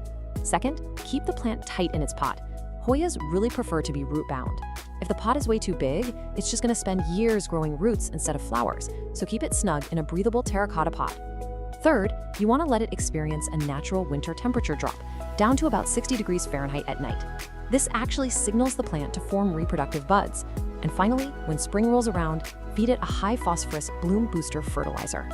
And that brings us to what is arguably the single most important rule of flowering Hoyas. Are you ready? Never, ever cut the peduncle. The peduncle is the little flower stalk. It kind of looks like a tiny woody microphone stand just sticking out of the vine. When the flowers fade and drop off, the plant leaves this little nub behind. Why? Because it's going to bloom from that exact same spot again and again, year after year. Seriously, some peduncles are over a decade old and produce dozens of blooms every single summer. If you cut it off, you lose that blooming site forever, so leave the mic stand alone. Now, right before we wrap up our care section, let's settle a massive debate in the houseplant community about the two most popular variegated varieties of this plant. How do you actually tell a Crimson Queen apart from a Crimson Princess? Well, here's a super fun insider memory trick for you. A Crimson Queen has white or pink variegation on the leaf margins, the outer edges. Just remember, a queen wears her crown on her head, right on the outer edges. On the flip side, a Crimson Princess has the variegation right in the center of the leaf. Remember, a princess wears her gown in the middle. Boom, now you're a Hoya expert. Section 6. Propagating your heirloom plant. Cloning your Hoya. Because this plant lives for so long, you are inevitably going to want to take cuttings to share with your friends and family. You're basically cloning your Hoya. The most foolproof method outlined in our source is the sphagnum moss method. So, step 1, just snip a stem that has at least 2 nodes. Those are the little bumps where the leaves grow. Quick heads up though, Hoyas bleed this sticky, milky latex sap when you cut them, so definitely have a paper towel handy. Step 2, strip the leaves right off that bottom node because that is exactly where your new roots are going to pop out. Step 3, place that bare bottom node into some damp, squeezed out sphagnum moss. This gives it the perfect mix of humidity and airflow. And step 4, just wait 3 to 4 weeks for some strong roots to develop before you pot it up in that chunky soil mix we talked about earlier. We have covered a lot today. We've talked about the soil, the taco test, dealing with pests, and the secrets to getting those incredible porcelain flowers. Because the Hoya carnosa is just so drought tolerant and remarkably resilient, it truly becomes an investment piece for your home, which really leaves us with one final fascinating thought for you to consider as you kick off your Hoya journey. If you follow this complete care guide, there's a very good chance your plant will actually outlive you. So with a lifespan spanning multiple decades, who will inherit your Hoya? Welcome to This Explainer. Today, we're diving into a complete beginner to expert masterclass on caring for one of the absolute most resilient and beautiful houseplants out there, the aloe vera. Whether you are a total novice getting your very first plant or a seasoned collector, this guide is going to take you through absolutely everything you need to know to make your plant thrive. So let's actually kick things off with a bit of history. The ancient Egyptians gave this world-renowned succulent a pretty legendary nickname, the plant of immortality. And they revered it not just for its striking architectural beauty, but because of its incredibly soothing gel and just absolute unbelievable resilience. It is literally a living first aid kit. And today, we're gonna learn exactly how to harness that resilience right in your own home. Here's our agenda for today's explainer. We'll cover the ultimate desert survivor, the core care triad, maintenance and feeding, multiplying your plant, troubleshooting common problems, and wrap up with some pro tips for success. All right, section 1, the ultimate desert survivor. Think of it as a resilient, living first aid kit. Okay, so the aloe vera is a perennial. That basically means it has a super long lifespan, easily over 10 years indoors if you treat it right. It grows actively in the spring and hits its peak stride in the summer. But here's the catch. As we head into fall and winter, it needs a strict rest period. I mean, its growth slows down dramatically. Because of that, you've got to significantly reduce your watering to mimic its natural dormancy. Getting this rhythm down, that's the secret to a really happy aloe. Moving right along to section 2, the core care triad. We're talking light, water, soil, and, well, humidity. So for that first pillar, light, your aloe needs at least 6 hours of bright, indirect to direct sun every single day. A south or west facing window? Absolutely perfect. Now, if it doesn't get that light, you'll see a condition called etiolation. Basically, the plant stretches out trying to find more sun. Instead of plump, upright leaves, you get this leggy, weak, pale growth. It's not a great look. Remember, this plant will survive in a dark corner, but it absolutely won't thrive. Now for the second pillar, water. You really have to treat watering like a rare desert event. Since aloes store a ton of water right in their fleshy leaves, the absolute most common mistake is practically loving them to death with too much water. Instead, you're going to use the drench and dry method. Here's how it works. Pour water in until it flows freely out of the drainage holes. Let the pot drain completely, and then, and this is the absolute most important part, do not add a single drop of water again until the soil is 100% bone dry. In the heat of the summer, that's maybe every 2 to 3 weeks. In the winter, honestly, maybe just once a month.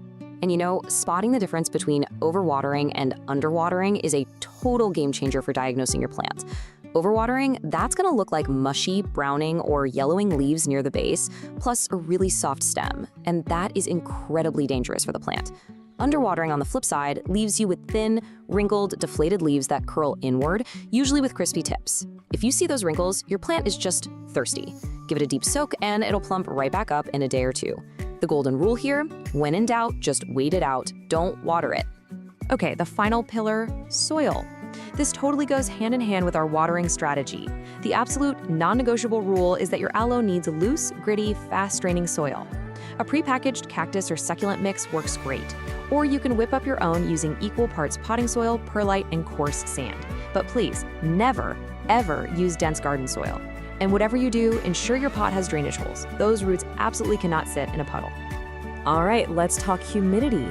You might be wondering how much extra misting this arid desert dweller needs to thrive. The answer? Exactly 0. 0 extra humidity. It actually wants dry air, so you can go ahead and put away the humidifiers and those pebble trays. Pumping up the humidity actually increases the risk of nasty fungal diseases. Just your normal, everyday household air is absolutely perfect. Which brings us to section 3, maintenance and feeding. Let's talk about fueling your desert plant. So aloes aren't exactly heavy feeders, right? But a little boost during their active growing season definitely helps. Using a balanced, water-soluble fertilizer with a 10-10-10 NPK ratio is pretty much ideal. But here's the catch. Always dilute it to half strength so you don't accidentally burn the roots. And you really only need to apply it once or twice a year during the spring or summer and only on soil that's already moist. Never fertilize in the winter when the plant is sleeping. Now, as for pruning, you'll love this. The requirements are wonderfully minimal. You basically just need to trim away the naturally dried up brown bottom leaves to keep things looking tidy. Just grab a clean, sharp knife and cut as close to the main stem as possible. And hey, you can also prune by harvesting those mature outer leaves whenever you happen to need some of that incredibly soothing gel for a minor kitchen burn.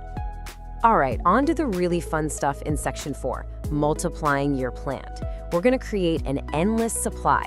So check this out. A healthy, mature aloe vera actually produces its own miniature baby plants. They're called offsets or pups. These adorable little clones sprout right up next to the mother plant and literally share her root system before they're separated.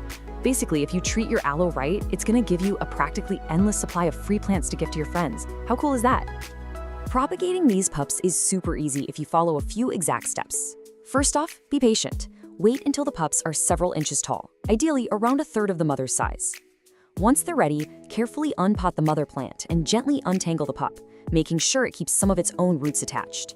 Now, this next part is the most vital step of the whole process. Let the pup's cut wound dry out and callus over for 1 to 2 days in a shady spot. If you skip this, it'll probably rot. Finally, pot it up in some dry cactus mix and, resist the urge, wait a full week before you give it any water so those new roots can get established. Even the toughest plants have bad days, which brings us to Section 5, Troubleshooting Common Problems, your quick pest and disease guide. Now, aloes are highly pest resistant, but you still want to keep an eye out for a few common invaders. See small, white, fuzzy spots deep in the leaf crevices? Those are mealybugs. Spot hard, brown bumps on the leaves? That's scale. For both of these guys, isolate your plant and dab each pest with a cotton swab dipped in 70% rubbing alcohol. And if you notice fine webbing and tiny arachnids, you've got spider mites, which love dry conditions. You can treat them by spraying the plant with insecticidal soap or neem oil. But honestly, pests are not your biggest worry. If you see mushy stems and yellow leaves, that is a massive red flag for root rot. It's literally the most fatal disease for an aloe, and it's caused entirely by overwatering. If you spot this, you've got to perform emergency surgery. Stop watering immediately, unpot the poor thing, and trim away all the black, mushy roots until you're left with only firm, yellowish white ones. Then replant it in completely fresh, dry soil and cross your fingers. Let's wrap things up with Section 6, Pro Tips for Success. These are the absolute best practices for a thriving aloe. All right, let's run through a quick, rapid-fire checklist of best practices. Always err on the side of keeping it dry. Like I said, it thrives on neglect. Use unglazed terracotta pots. They're porous and actually pull moisture out, helping that soil dry evenly. Make sure to rotate your pot a quarter turn every few weeks so it grows straight and doesn't lean toward the window. Keep it in its ideal temperature range between 55 and 85 degrees Fahrenheit, and definitely keep it away from cold, drafty windows in the winter. Don't rush pot propagation, wait until they're a third of the mother's size. And finally, repot every 2 to 3 years, but only go up 1 or 2 inches in pot size to prevent excess soil from holding water like a sponge. And hey, here's a quick, super fun bonus fact. Did you know they can bloom? It's true. Mature indoor aloe veras rarely flower, but if you give them absolutely perfect care, meaning maximum bright light and a really distinct, cool, dry winter rest period, you might just hit the jackpot. They can shoot up this tall stalk topped with stunning, tubular yellow or orange flowers. It's a truly spectacular, rare reward for a job well done. So you've learned the exact soil blend, the watering techniques, how to harvest, and how to multiply. You're officially equipped with everything you need to care for this resilient, living first aid kit. But this is just one of nature's incredible survivors. So how will you put your self-multiplying aloe to use in your own home? And more importantly, what other botanical secrets are waiting to be uncovered in your indoor jungle? Stay curious, everyone, and happy growing. Welcome to This Explainer. Okay, if you're a houseplant enthusiast, I just know you've locked eyes with today's subject across a crowded plant nursery and fallen instantly in love. I'm talking, of course, about the Calathea orbifolia. It is an absolutely breathtaking tropical masterpiece, but let's be honest with ourselves, it definitely comes with a reputation for being a completely demanding diva. Well, today we are going to break down exactly how to master the care of this incredible plant. If you've ever owned one, this question has probably haunted you. Why do those beautiful, giant leaves always seem to get those terrible, crispy, brown edges? It's honestly the most notorious struggle plant parents face with this specific species. But don't worry, you are in the right place. In this explainer, we hold the exact solutions to banish those crispy edges for good. All right, let's dive right into our roadmap for today. First, we'll officially meet the diva. Then we'll cover the environmental non-negotiables, walk through routine maintenance, talk about propagation, do a little troubleshooting, and wrap it all up with some essential pro tips. Starting off with Section 1, meet the tropical diva, the Calathea orbifolia. Its massive appeal really comes down to those large, perfectly round, silver-green striped leaves. It's a total statement piece, no flowers required. Now let's talk about the term nyctinasty. It's a bit of a mouthful, but it describes an incredibly fascinating scientific trait. The orbifolia is part of a family commonly known as prayer plants, and this is exactly why. They actually move in response to the day and night cycle. So during the day, the leaves lay flat to soak up the sun, but at night, specialized joints at the base of the leaves cause them to fold upwards, literally resembling hands in prayer. Watching this movement is actually a fantastic indicator that you have a healthy, active plant responding properly to its environment. Here is a quick rundown of the plant's profile. You can expect this beauty to reach a height and spread of about 2 to 3 feet with a moderate growth rate. As a perennial, it'll live for many years if you treat it right. But honestly, here is the absolute biggest bonus, especially for those of us with furry friends running around. Despite its intimidating diva reputation, it is 100% non-toxic, completely safe for cats and dogs. Moving right along to Section 2, the non-negotiables. This covers light, water, and humidity. Okay, pay super close attention here, because mastering these next environmental factors is literally the only way you are going to avoid those dreaded crispy edges we talked about earlier. 60%. I want you to burn this number into your memory. 60% or higher is the golden rule for your humidity levels. Because this is a true tropical plant, moist air is just an absolute requirement to keep those delicate leaves pristine. Now, a lot of people try to achieve this by misting their plants, but honestly, misting is only a very temporary fix. To hit that golden rule consistently, a dedicated humidifier is by far your most reliable method. And this brilliantly illustrates our next point, water quality. Calatheas are famously sensitive to what is actually in their water, making tap water the #1 enemy of this plant. The everyday minerals, salts, chlorine, and fluoride found in tap water will slowly build up in the soil and directly cause those brown, crispy leaf edges. To keep this plant happy, you absolutely must use filtered water, distilled water, or rainwater. Then we have light. To understand what this plant wants, you kind of have to think about where it comes from. In its native Bolivian rainforest, the orbifolia grows way down on the floor, tucked under a really dense tree canopy. Because of that, direct, intense sunlight will literally scorch, burn, and fade those beautiful leaves. You want to replicate that natural canopy by providing bright, indirect light, something like an east-facing window, or maybe light filtered through a sheer curtain. Just be sure to avoid both direct sun and very low light, because low light is just going to cause weak, sad growth. Let's move into Section 3, routine maintenance. We're talking soil, feeding, and pruning. These are the daily and seasonal care routines required to keep your plant pushing out fresh, symmetrical growth. And, well, it all starts in the pot. A standard, out-of-the-bag potting mix is almost always way too dense for an orbifolia. They need soil that stays consistently moist, but never, ever gets waterlogged. This DIY recipe is perfect for that. You want 2 parts peat moss or cocoa coir to hold on to that essential moisture, 1 part perlite to ensure the water drains properly, and a handful of orchid bark to create little air pockets so the roots can actually breathe. Now, as for feeding, you'll want to provide a diluted, balanced fertilizer about every 4 to 6 weeks, but only during the active growing season. When it comes to watering, just check the soil every few days and only water when the top inch feels dry to the touch. Oh, and for pruning, don't be afraid to snip. If you see any yellowing or hopelessly brown leaves, just chop them off right down at the base of the stem. That way, the plant can redirect all its energy back into pushing out healthy new growth. All right, Section 4, propagation. Let's see how this builds into creating entirely new plants. So, unlike your trusty pothos or a philodendron, you can't just take a simple stem or leaf cutting from an orbifolia, throw it in a glass of water, and hope for the best. It requires a completely different approach. The only successful method here is division, and you should really only do this to a healthy, mature plant. Here's how you do it. Step 1. Wait until it's time for a spring repotting, which is usually every 1 to 2 years. Step 2. Gently remove the plant from its pot and tease the soil away to expose the thick underground roots. Those are called rhizomes. Step 3. Carefully separate those clumps, making absolutely sure that each new section has its own root system and at least 2 to 3 leaves. Finally, Step 4. Pot them up separately in that fresh, airy DIY soil mix we just talked about. Section 5. Troubleshooting. It's time for defeating the villains. Look, even with the absolute best care, things can go wrong. But the really good news here is that calatheas are excellent communicators. They will quickly and visibly let you know if they're unhappy. So the crucial point is just learning how to read those signs. For instance, if you see those brown, crispy edges, remember, it's not a disease, it's an environmental failure. You either have low humidity or you're using tap water. The quick fix is boosting that humidity to 60% and switching to filtered water. Now, what about yellowing leaves? That's almost always overwatering. You are quite literally suffocating the roots. Just let the top inch of soil dry out.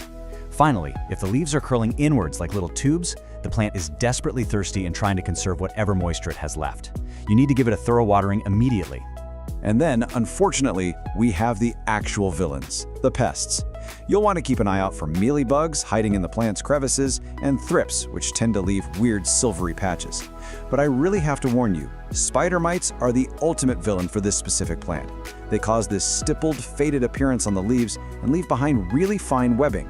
But here is the secret. Spider mites absolutely thrive when the air is dry. Because of this, maintaining that high, consistent 60% humidity is actually your absolute best defense against an infestation. And finally, Section 6. Pro Tips for Pristine Foliage. These are the expert-level habits that separate a plant that is merely surviving from one that is absolutely thriving and dominating your space. Let's rapid-fire summarize these golden rules. First, humidity is everything. Keep it at 60% or higher. Second, ditch the tap water entirely. Seriously, just stop using it. Third, those massive leaves will aggressively reach for the sun, so make sure you rotate the pot a quarter turn every single week to keep the plant growing nice and symmetrically. Fourth, wipe the dust off those giant leaves monthly with a damp cloth so they can actually breathe and absorb light. And finally, never use commercial leaf shine products. I know they might look nice and glossy for a day, but they will actually clog the stomata, which are the vital breathing pores on those beautiful leaves, effectively suffocating your plant. Well, we've decoded the environment, perfected the soil, and unlocked the secrets to keeping those giant, striped leaves pristine and healthy.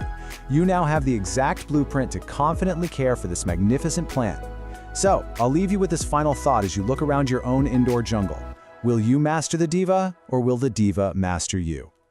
Thanks so much for joining me on this explainer, and hey, happy planting! Welcome back, everyone, to another explainer. I'm seriously thrilled to have you here today. We are jumping right into a complete guide on an absolute powerhouse of tropical foliage, the coleus. Look, if you've been wanting to seriously level up your indoor plant game with some of the boldest, most saturated colors in the entire plant kingdom, well, you've hit the jackpot. Let's get right to it. So here's the real question, right? Do you want outrageous, eye-popping indoor color, but without all the fussy drama of coaxing a plant to bloom? I mean, think about it. Most houseplants demand a crazy amount of precise energy and perfect timing just to pop out a single flower. But the coleus? No way. It delivers these massive flower-level colors. We're talking deep burgundies, shocking magentas, rich coppers, purely through its leaves. It's literally brilliant, loud color on every single leaf all year round. Okay, let's dive into this. Here's our roadmap for today's explainer. First, we'll meet your colorful coleus. Then we'll cover the foundation, light and water. After that, soil, feeding, and environment. Next up, pruning and the whole bloom drama. And finally, troubleshooting and pro-level propagation. All right, Section 1. Meet your colorful coleus. Now, the coleus actually hails from Southeast Asia, Malaysia, and parts of northern Australia. But here's a fun fact. It became an absolute obsession during the Victorian era in the 1800s. Wealthy plant collectors were so blown away by its endless color combinations that they actually built these massive, sprawling greenhouses strictly dedicated to breeding new varieties. And honestly, it's pretty easy to see why. Almost every single leaf looks like a hand-painted masterpiece. To really grasp just how versatile this plant is, take a look at these stunning cultivars. If you need something compact for a desk, the Wizard series is perfectly tidy. Want absolute giants? The Kong series pumps out these massive 6 to 8 inch leaves. Then there's the Black Dragon. It's got these incredible, deeply ruffled, near black edges. Or the Henna and Campfire varieties that bring this insane splash of copper and lime into a room. The main takeaway here? Know your light situation. Older heirloom shade types need indirect light, but the modern ones like the Premium Sun series, they're actually bred to handle direct rays without scorching. It's a real game changer. Moving right along to Section 2, Foundation, Light and Water. Let's talk light. Those brilliant colors you're seeing, the reds from anthocyanins, the oranges from carotenoids, they are actually produced by the plant as a reaction to strong light. If you cut the light, your coleus will literally just default to plain green. It'll start stretching out its stems, dropping leaves. It's just sad. But hold on, too much direct sun will fry it, leaving crispy bleached edges, especially on the delicate pink and white parts. So what's the sweet spot? Bright, indirect light. You can actually use the hand shadow test. If your hand casts a nice defined shadow on the wall right behind the plant, usually near an east or south-facing window, you've got plenty of light for vibrant color. Okay, let's look at watering mistakes. Coleus plants have really thin leaves, so they can't store water for very long. If you underwater it, the plant puts on a whole theatrical performance. I mean, we're talking dramatic, sudden wilting of every single leaf. But don't panic, it bounces back incredibly fast after a good soak. Overwatering, on the other hand, way more dangerous. Lower leaves will turn this gross yellow and translucent color. The stems get soft, and your soil might even smell kind of sour. That is early root rot, and it's bad news. The winning strategy here is simple. Wait until the top half-inch of soil feels dry. Then, ideally, bottom water it. Just set the pot in room temperature water for about 15 to 20 minutes, let it drink from the bottom up, and then let it drain completely. Section 3. Soil, feeding, and environment. So creating the ultimate coleus comfort zone. Temperature-wise, you want it sitting comfortably between 65 and 80 degrees Fahrenheit. Just be super careful to keep them away from drafty winter windows or those intensely drying AC and heater vents. Humidity is best right around 50 to 60%, which actually makes a bright bathroom an absolute paradise for these guys. And take a close look at that soil recipe. 2 parts peat or cocoa coir, 1 part perlite, and a handful of compost. Coleus roots are incredibly fine and dense. If you shove them into compacted, heavy garden soil, they will literally suffocate. That 25 to 30% perlite is an absolute must. They need that breathing room. Now, because the coleus grows so unbelievably fast, it's a surprisingly heavy feeder for its size. During the active growing months, spring and summer, you're going to want to use a balanced liquid fertilizer, something like a 10-10-10 or 20-20-20. Feed it at half strength every 2 to 3 weeks. Honestly, skip the slow-release granules indoors. They release based on temperature, not what the plant actually needs at the moment. Keep a sharp eye out, though. If you spot brown, crispy leaf tips or a weird white crust forming on the top of the soil, you've over-fertilized. Easy fix. Just flush the soil with plain water for a minute to reset the whole thing. All right, Section 4, pruning and the bloom drama. Coleus wants to flower, and when it does, the foliage tires and the plant gets leggy. So the crucial point is exactly this. Blooming is actually a bad thing for this specific houseplant. In late summer or autumn, it's going to try to push out these slender spikes of pale blue or lavender flowers. They look a lot like tiny mint blossoms, which makes total sense since it's actually in the mint family. But listen, once it shifts into reproductive mode, all the plant's energy gets stolen right from the leaves. The foliage starts to thin out, the lower leaves drop off, that vivid color just fades away, and the stems get all woody and bare. We definitely do not want that. The fix? It's the ultimate plant hack. We call it pinching. Pinching is literally just snapping off the top 1 to 2 inches of a stem right above a healthy leaf pair. You can use clean fingernails, sharp scissors, whatever works. Every single time you pinch a stem, you are forcing that stem to split into 2 brand new branches. It builds incredible density. And the best part? It takes barely 60 seconds every week or 2 during the growing season. This instantly stops that leggy growth, prevents flowering entirely, and keeps your plant looking remarkably full and vibrant. Finally, Section 5, Troubleshooting and Propagation. Let's do a rapid-fire troubleshooting session here. Because coleus leaves are so soft and juicy, they are total magnets for indoor pests. Weekly checks are absolutely vital. See fine webbing or tiny stippled yellow dots? That's spider mites. Hit them with some diluted insecticidal soap. White cottony puffs hiding in the leaf joints? Those are mealybugs. Just dab them with 70% isopropyl alcohol on a cotton swab. A weird dusting of white powder means powdery mildew. You can fix this by improving your airflow and making sure you water in the morning. And if you ever see mushy black stems, you're looking at root rot. You need to unpot it and trim the soft roots, but honestly, your best bet is to take backup cuttings from the healthy top immediately. And this brilliantly illustrates the real magic of the coleus, infinite water propagation. See, indoors, parent plants naturally tend to lose their vigor after about 2 years, but a single mature plant can produce dozens, literally dozens of free new plants. Just cut 4 to 6 inches off a healthy stem right below a node, strip off those lower sets of leaves, and submerge the bare nodes in a glass of room temperature water. Keep it sitting in bright, indirect light, swap out the water every 3 to 4 days, and boom, in just 7 to 14 days, you'll have 1 to 2 inch roots ready for potting soil. It is really that easy. All of this brings us to our final list of expert tips for true coleus mastery. Number 1, always keep backup cuttings rooting in water. That way you never lose your favorite cultivar. Number 2, try to water in the morning so any splashed water on the leaves can dry completely by evening. This prevents fungal spots. Number 3, rotate your pot a quarter turn every week so the growth stays nice and even toward the sun. Number 4, skip those commercial leaf shine sprays. Seriously, they just clog the plant's pores. Just wipe the dust off with a soft, damp cloth. And finally, remember, more light equals more color. If you're stuck in a dim apartment, popping a basic grow light over your plant will work absolute wonders. So, we've covered the history, the light, the soil, that absolute must-do pinching hack, and the incredibly simple propagation method.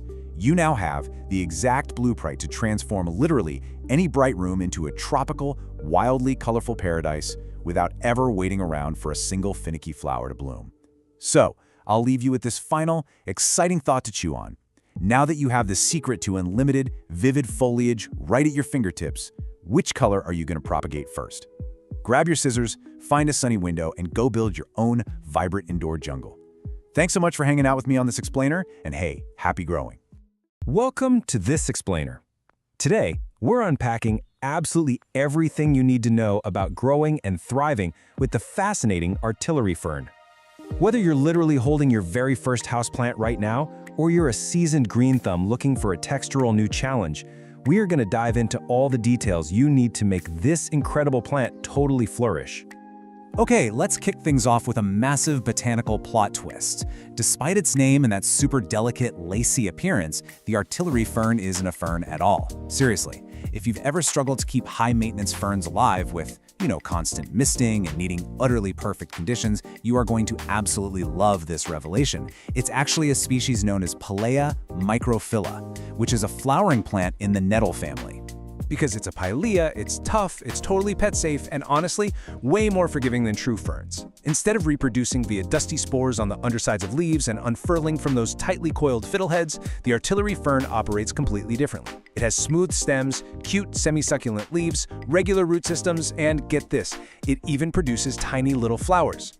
Here's our roadmap for today's explainer. We'll meet the artillery fern, cover light and water basics, move into soil and humidity, learn pruning and propagation, tackle troubleshooting, and finally wrap up with some pro styling tips. Section 1. Meet the artillery fern, the botanical pollen cannon. You've got to hear exactly how it earned that aggressive name. When those tiny, almost invisible pinkish flowers mature, their stamens are held under incredible, microscopic tension. A gentle touch, or even just a warm breeze, causes them to spring open explosively. It literally fires a visible cloud of pollen into the air. You can trigger this explosive release just by tapping the stem on a warm day. It's completely harmless in your living room, and honestly a fantastic party trick to show your plant friends. Section 2. Light and water basics. Minimums for survival. Let's talk survival, starting with light. You're going to want to give this guy bright, indirect light. An east or north-facing window hits the nail on the head here. It can even take a bit of direct morning sun without burning at all. But if you shove it into a dark, sad corner, the stems will stretch way out, reaching for light, making the canopy look incredibly sparse and leggy. And hey, if natural light is an issue in your space, no worries. This highly adaptable plant thrives continuously under full-spectrum LED grow lights for 12 to 14 hours a day. Now for watering. The absolute golden rule here is to check the top half-inch of soil first to prevent soggy roots. You really want to keep the soil evenly moist during the active growing season. For most of us, that means watering every 5 to 7 days in the summer and pulling way back to every 10 to 14 days in the winter. And it actually comes with a great built-in alarm system. If it gets too dry, the entire plant visibly deflates and wilts. But don't panic, just give it a good soak and it almost always perks right back up within an hour. Section 3. Soil, feeding, and humidity. Optimizing the environment. All right, building on those basics, let's talk dirt. Never use pure garden soil for indoor plants. Instead, aim for a standard peat or cocoa coir mix heavily amended with perlite. That 75 to 25 split is your golden ratio. The perlite is an absolute game changer because it prevents the soil from compacting over time and ensures excess water drains away instantly. Artillery ferns grow fast, and those delicate little root systems need to breathe just as much as they need a drink. Moving on to humidity, you want to target at least 50%. To put that in perspective, that's way more tolerant of just an average indoor living room than those humidity-obsessed true ferns are. While it won't just crisp up and instantly die if your air gets a little dry, hitting that 50% mark really keeps the foliage lush. If winter heating drops your humidity too low, you might notice some crispy brown leaf tips. Simply grouping it with other plants or moving it to a naturally humid, bright bathroom works wonders. As for food, these guys burn through soil nutrients fast because they grow so quickly during the spring and summer. So, provide a balanced liquid fertilizer once a month, but make sure it's diluted to half strength so you don't burn that fine root system. And this is crucial. Pause feeding completely in the winter. If you don't, you'll end up with a nasty, crusty white buildup of unused fertilizer salts in your soil. Section 4. Pruning and propagation, multiplying your collection. Okay, let's get into active management. You absolutely have to tip prune this plant regularly. Because it's a fast grower, pruning is just a necessity. Otherwise, it eventually looks stringy and unkempt. Here is the magic trick. By regularly snipping just the top pair of leaves off a stem, making a clean cut right above a leaf node, you are practicing geometric branching. Every time you snip a tip, the plant is forced to grow 2 new branches right below it. One stem becomes 2, 2 become 4, and suddenly you have this beautifully dense, mounded display. And please don't throw those trimmings away. The artillery fern is arguably one of the easiest houseplants in the world to multiply. Just take a 3 to 4 inch cutting, strip the tiny leaves off the bottom couple of inches so they don't sit and rot, and pop the cut end right into a jar of room temperature water. Keep it in bright, indirect light, and boom, in just 7 to 14 days, you'll see a healthy root system emerge, ready for potting in soil. Brand new plants for free. Section 5. Troubleshooting common problems. Identifying and defeating pests. Even the easiest plants have bad days, right? So let's decode what your plant is telling you. Because the foliage is so dense and fine, pests can hide deep inside before you ever spot them. Get in the habit of gently parting the stems to look closely. If you see a dusty haze or superfine webbing, you've got spider mites, which love dry winter air. Just rinse the plant off and apply neem oil. White cottony masses, mealybugs, dab them with alcohol. And remember, yellowing lower leaves paired with wet soil is almost always a red flag for overwatering and root rot. Just follow the symptoms and you can reverse almost any issue. Section 6. Pro tips in styling. Displaying like a master. Let's wrap up with the fun stuff, styling. Because of its incredibly fine, lacy texture, this plant is an absolute showstopper, cascading out of a hanging basket. But a quick pro tip, that smaller soil volume up in the warmer air will dry out incredibly fast, so check it daily in the summer. For a truly effortless zero-maintenance display, use a glass terrarium. The enclosed glass creates perfectly high humidity, making the tiny leaves look like a miniature prehistoric jungle, perfect for fairy gardens. It also looks incredibly striking sitting next to broad, smooth-leaved plants like a dumb cane. The textural contrast makes both plants look so much more dramatic. So there you have it. You are officially equipped to thrive with the artillery fern. We've covered the ideal light, the precise watering rhythm, exactly how to prune for maximum bushiness, and how to spot trouble before it even starts. It's forgiving, it's fast-growing, and it is endlessly fascinating. The only question now is, when you finally bring one home, are you brave enough to tap the stem and trigger that famous pollen cannon yourself? Thanks for tuning in to this explainer, and happy growing! Welcome to another explainer. Today, we're focusing on a houseplant that isn't just, a basic piece of greenery. It's practically a living, breathing work of art. We're talking about the incredible Philodendron Brazil. If you're looking for that lush, tropical jungle vibe, but you want something with a bit more artistic flair than your standard green foliage, you are in exactly the right place. This plant is a fantastic, highly communicative artist's canvas. And by the end of this explainer, you're going to know exactly how to master its care, no matter your current experience level. Okay, let's dive into this. Here is our roadmap for today. First, we'll meet the Brazil. Second, mastering light and water. Third, perfecting soil and environment. Fourth, pruning and propagation. And finally, troubleshooting and pro tips. Section 1. Meet the Brazil, the communicative canvas. So this isn't just your run-of-the-mill vine. It actually has a pretty fascinating backstory and a highly communicative personality that makes it the absolute perfect companion for developing your own plant intuition. To really get this plant, we have to travel back to 1991. The Philodendron Brazil wasn't whipped up in some high-tech lab. It was actually discovered as a totally natural mutation in a greenhouse in Holambra, Brazil.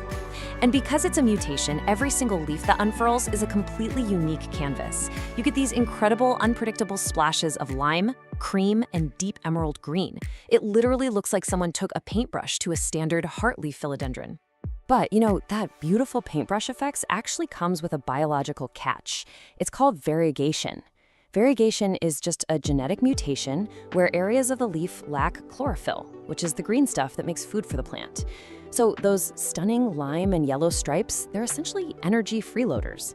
They look absolutely incredible, but they don't pull their weight when it comes to photosynthesizing. And this establishes exactly why the Brazil has such specific lighting needs compared to a solid green plant. Section 2. Mastering light and water, the non-negotiables. If you want to keep your plant thriving and keep those freeloader variegated stripes looking super bright, getting your light right is completely non-negotiable. To compensate for those non-producing colorful areas, your Brazil needs bright, indirect light. Specifically, you're going to want to aim for 10,000 to 20,000 lux. And hey, you can actually measure this using a free light meter app right on your smartphone. The sweet spot is placing your plant within about 3 to 5 feet of an east or west facing window.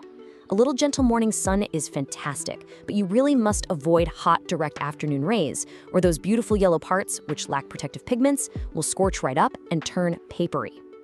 All right, let's talk watering, because this builds right into keeping the roots healthy. We're looking at the soak and dry method versus frequent sipping. Like most aroids, the Brazil is super susceptible to root rot if it just sits in wet soil all the time. You should only water when the top 50 to 75% of the soil is dry to the touch. But when you do water it, don't just give it a little sip. You need to soak it completely until water flows right out of the drainage holes. This flushing action actually mimics a tropical downpour. It ensures every single root gets a drink, and it washes out any built-up salts from tap water and fertilizers. And guys, this brilliantly illustrates exactly why I call the Brazil a communicative plant. If you aren't quite sure if it's time to water, just look for the philodendron curl. When this plant is thirsty, it literally tells you by drooping and curling its leaves inward into a little concave shape. This is simply a loss of turgor pressure, meaning the internal water pressure in the plant cells has dropped. Just give it a deep soak and I promise you it will perk right back up within hours. It's an amazing built-in visual cue. Section 3. Perfecting soil and environment, the optimal setup. Now, what's really interesting about moving this plant from just surviving to truly thriving is what goes on beneath the surface. The Brazil is a tropical hemiepiphyte, which means in the wild it actually grows up the sides of trees and in loose leaf litter, definitely not in dense ground dirt. Its roots need oxygen just as much as they need water, so dense potting soil will just suffocate it. So we construct a DIY chunky aroid mix. You want 40% potting soil for baseline moisture, 30% orchid bark to create these nice large air pockets, 20% perlite for aeration, and 10% worm castings for super gentle feed. This precise, fast-draining recipe practically eliminates the risk of root rot by delivering crucial oxygen right to the root system. With great soil comes great growth, and let me tell you, the Brazil is a really vigorous grower. It's capable of shooting out 2 to 3 feet of new vines per year. To fuel all that action, utilize what we call the weekly feeding method. Instead of hitting the plant with a massive, heavy dose of fertilizer once a month, you just mix a balanced liquid fertilizer at 1/4 strength and use it every single time you water during the active growing seasons of spring and summer. It gives the plant this steady, consistent stream of nutrients without any risk of chemical burn. As it grows, you actually get a choice to make about its form. See, in the wild, this plant climbs trees. When we keep it in a hanging basket at home and just let the vines dangle, the plant stays in its juvenile form, giving you those smaller 3 to 4 inch heart-shaped leaves. But if you provide it with vertical support, like a moss pole, it undergoes a total metamorphosis. The stems get woody and the leaves can mature to a massive 12 inches wide. So it's entirely up to your personal aesthetic preference. Section 4, pruning and propagation, expert level. So, are you ready to graduate to expert status? Before we start multiplying your collection, we absolutely have to address an alarming question that plagues so many owners. Why is my beautifully variegated plant suddenly pushing out completely solid dark green leaves? Well, the answer is reversion. Remember how we said the plant is constantly trying to fix its mutation to be more efficient? If your Brazil isn't getting enough light, it honestly kind of panics and produces solid green leaves to maximize photosynthesis. So the absolute strict rule here is this: if you see solid green vines, your plant is screaming for more light. You must immediately prune that solid green vine all the way back to the last variegated leaf and then move the pot to a brighter location. If you don't do this, that really vigorous green growth will just take over and outcompete the variegated parts permanently.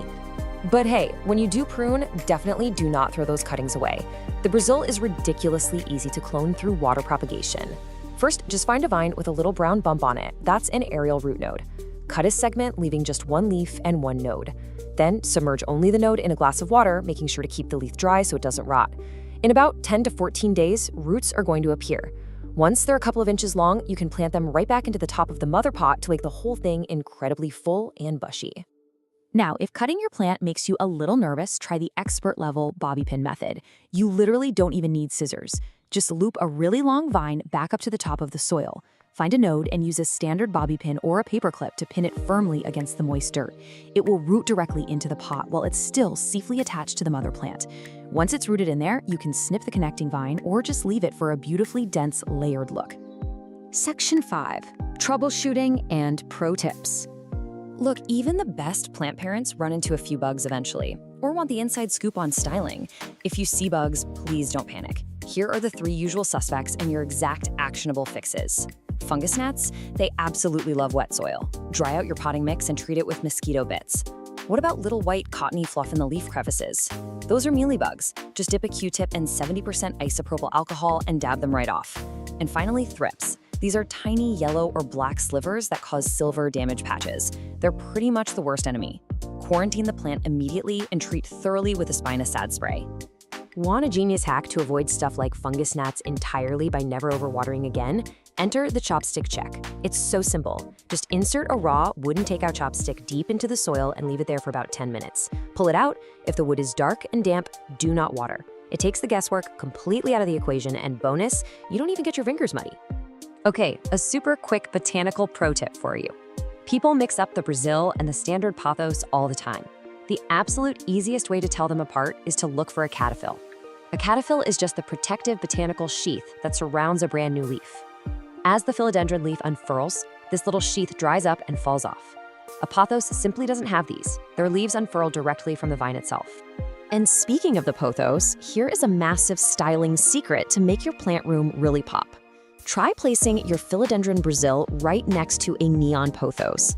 The electric, solid yellow of the neon pothos perfectly highlights and draws the eye right to that irregular painted lime stripe running down the center of your Brazil's leaves.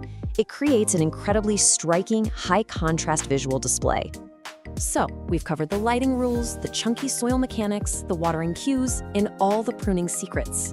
The philodendron Brazil is such a cool plant. It literally talks to you, it forgives your mistakes, and it rewards your good habits with these stunning strokes of vibrant color. So, my final question for you is, what will your artist canvas look like once you apply these techniques and truly master its care? Cultivate your plant intuition, give it a try, and watch your indoor jungle absolutely transform. Thanks for joining us on this explainer, and happy growing. Okay, let's dive right into this. Welcome to today's explainer, where we're going to master the care and keeping of one of the absolute most striking houseplants you can possibly bring into your home, the philodendron birkin. Whether you literally just brought your very first birkin home from the nursery, or you're an experienced indoor gardener looking to really dial in your propagation game, we are going to break down everything you need to know to make this incredible plant absolutely thrive. Now, what's totally fascinating is the birkin's origin story. You won't actually find this specific plant growing wild out in the rainforest. Nope. The birkin is actually a relatively new addition to the plant world, and it started as a spontaneous mutation of the burgundy philodendron Rojo Congo. That gorgeous, glossy, dark green foliage with those completely unique, creamy white to pale yellow pinstripes. Yeah, that's just a beautiful genetic accident. And because of that, every single leaf is completely unique. How cool is that? So, here's our roadmap for today's explainer. We'll start by officially meeting the birkin. Then we'll cover the absolute survival essentials: water, light, and soil. Next up, we optimize the environment with climate and feeding. Then we'll tackle troubleshooting. And finally, we'll graduate to expert propagation and pro tips. All right, section 1, meet the birkin, a compact wonder. So if you're used to those classic vining philodendrons, the birkin is going to behave a bit differently for you. It's got what we call a self-heading growth habit, meaning it doesn't trail or vine. Instead, it grows upright and outwards, right from a central stem, which gives it this really lush, bushy vibe. It's a moderate grower, eventually topping out at about 3 feet tall with a 1 to 2 foot spread. And honestly, it can easily live well over a decade if you treat it right. But I really need to point out a super important warning here. Just like other aroids, the Birkin contains calcium oxalate crystals. That makes it highly toxic to your cats and dogs.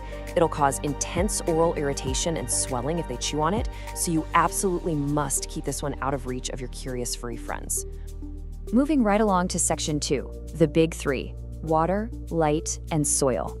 Let's talk light, because light is literally the single most critical factor for maintaining those gorgeous pinstripes. You want bright, indirect light. An east-facing window is usually the absolute sweet spot.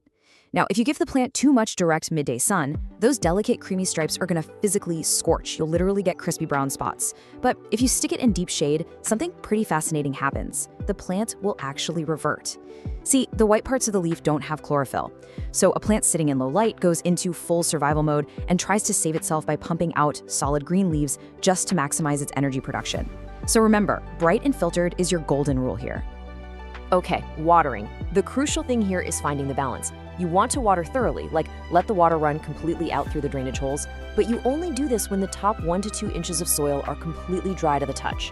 Seriously, overwatering is the #1 killer for these guys. It totally suffocates the roots, which leads to yellowing lower leaves, mushy stems, and ultimately the dreaded root rot. On the flip side, if you're underwatering, your Birkin is going to let you know. It'll start drooping and developing these sad, crispy brown edges. So always, always let that topsoil dry out first. Now, to make that watering routine totally foolproof, you've got to have the right soil. Birkins absolutely hate dense, heavy potting soil. They want an environment that mimics the airy rainforest floor. So here is the perfect chunky DIY aroid mix for you. You want 1 part standard indoor potting mix, that's for your nutrients, then 1 part perlite for incredible aeration and drainage, and finally 1 part orchid bark. That creates these chunky little air pockets that hold on to just a tiny bit of moisture. You can also toss in a handful of horticultural charcoal if you have it to help absorb any impurities. A mix like this is a real game changer because it ensures excess water escapes quickly and essential oxygen can easily circulate right around those roots. All right, section 3, climate, feeding, and maintenance, creating the perfect environment. Thanks to its tropical lineage, your Birkin definitely wants to be warm and humid.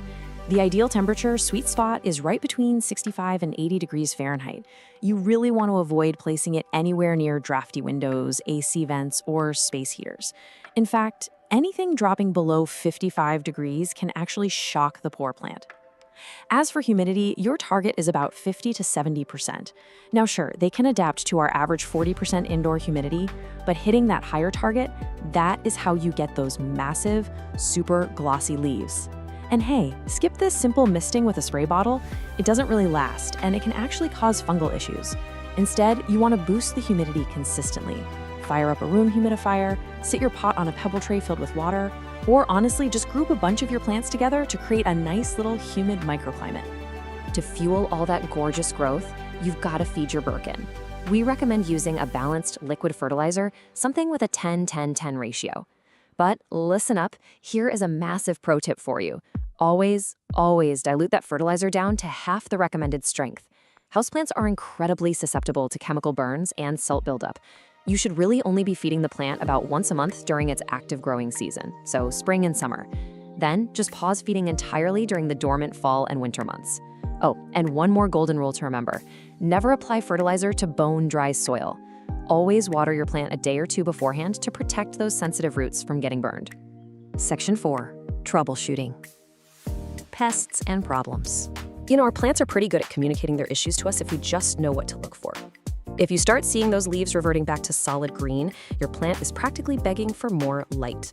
Got yellowing lower leaves? Well, you are almost certainly overwatering, let that topsoil dry out. If you're noticing brown, crispy edges, your air is likely way too dry, or you might even have mineral buildup from hard tap water. And finally, if the plant has this leggy growth with really long spaces between tiny little leaves, it's just stretching out looking for the sun. Just move it to a brighter spot and it'll sort itself out. Now, sometimes the problem isn't the environment at all, it's uninvited guests. You've got to keep a really close eye out for sap-sucking pests. Mealybugs, for instance, look like these little cottony masses, and they just love to hide deep in the tight crevices of new growth. Spider mites? They'll leave fine webbing under the leaves and give the plant this faded, stippled look. Thrips are a serious headache, leaving silvery patches and badly scarred, distorted new leaves.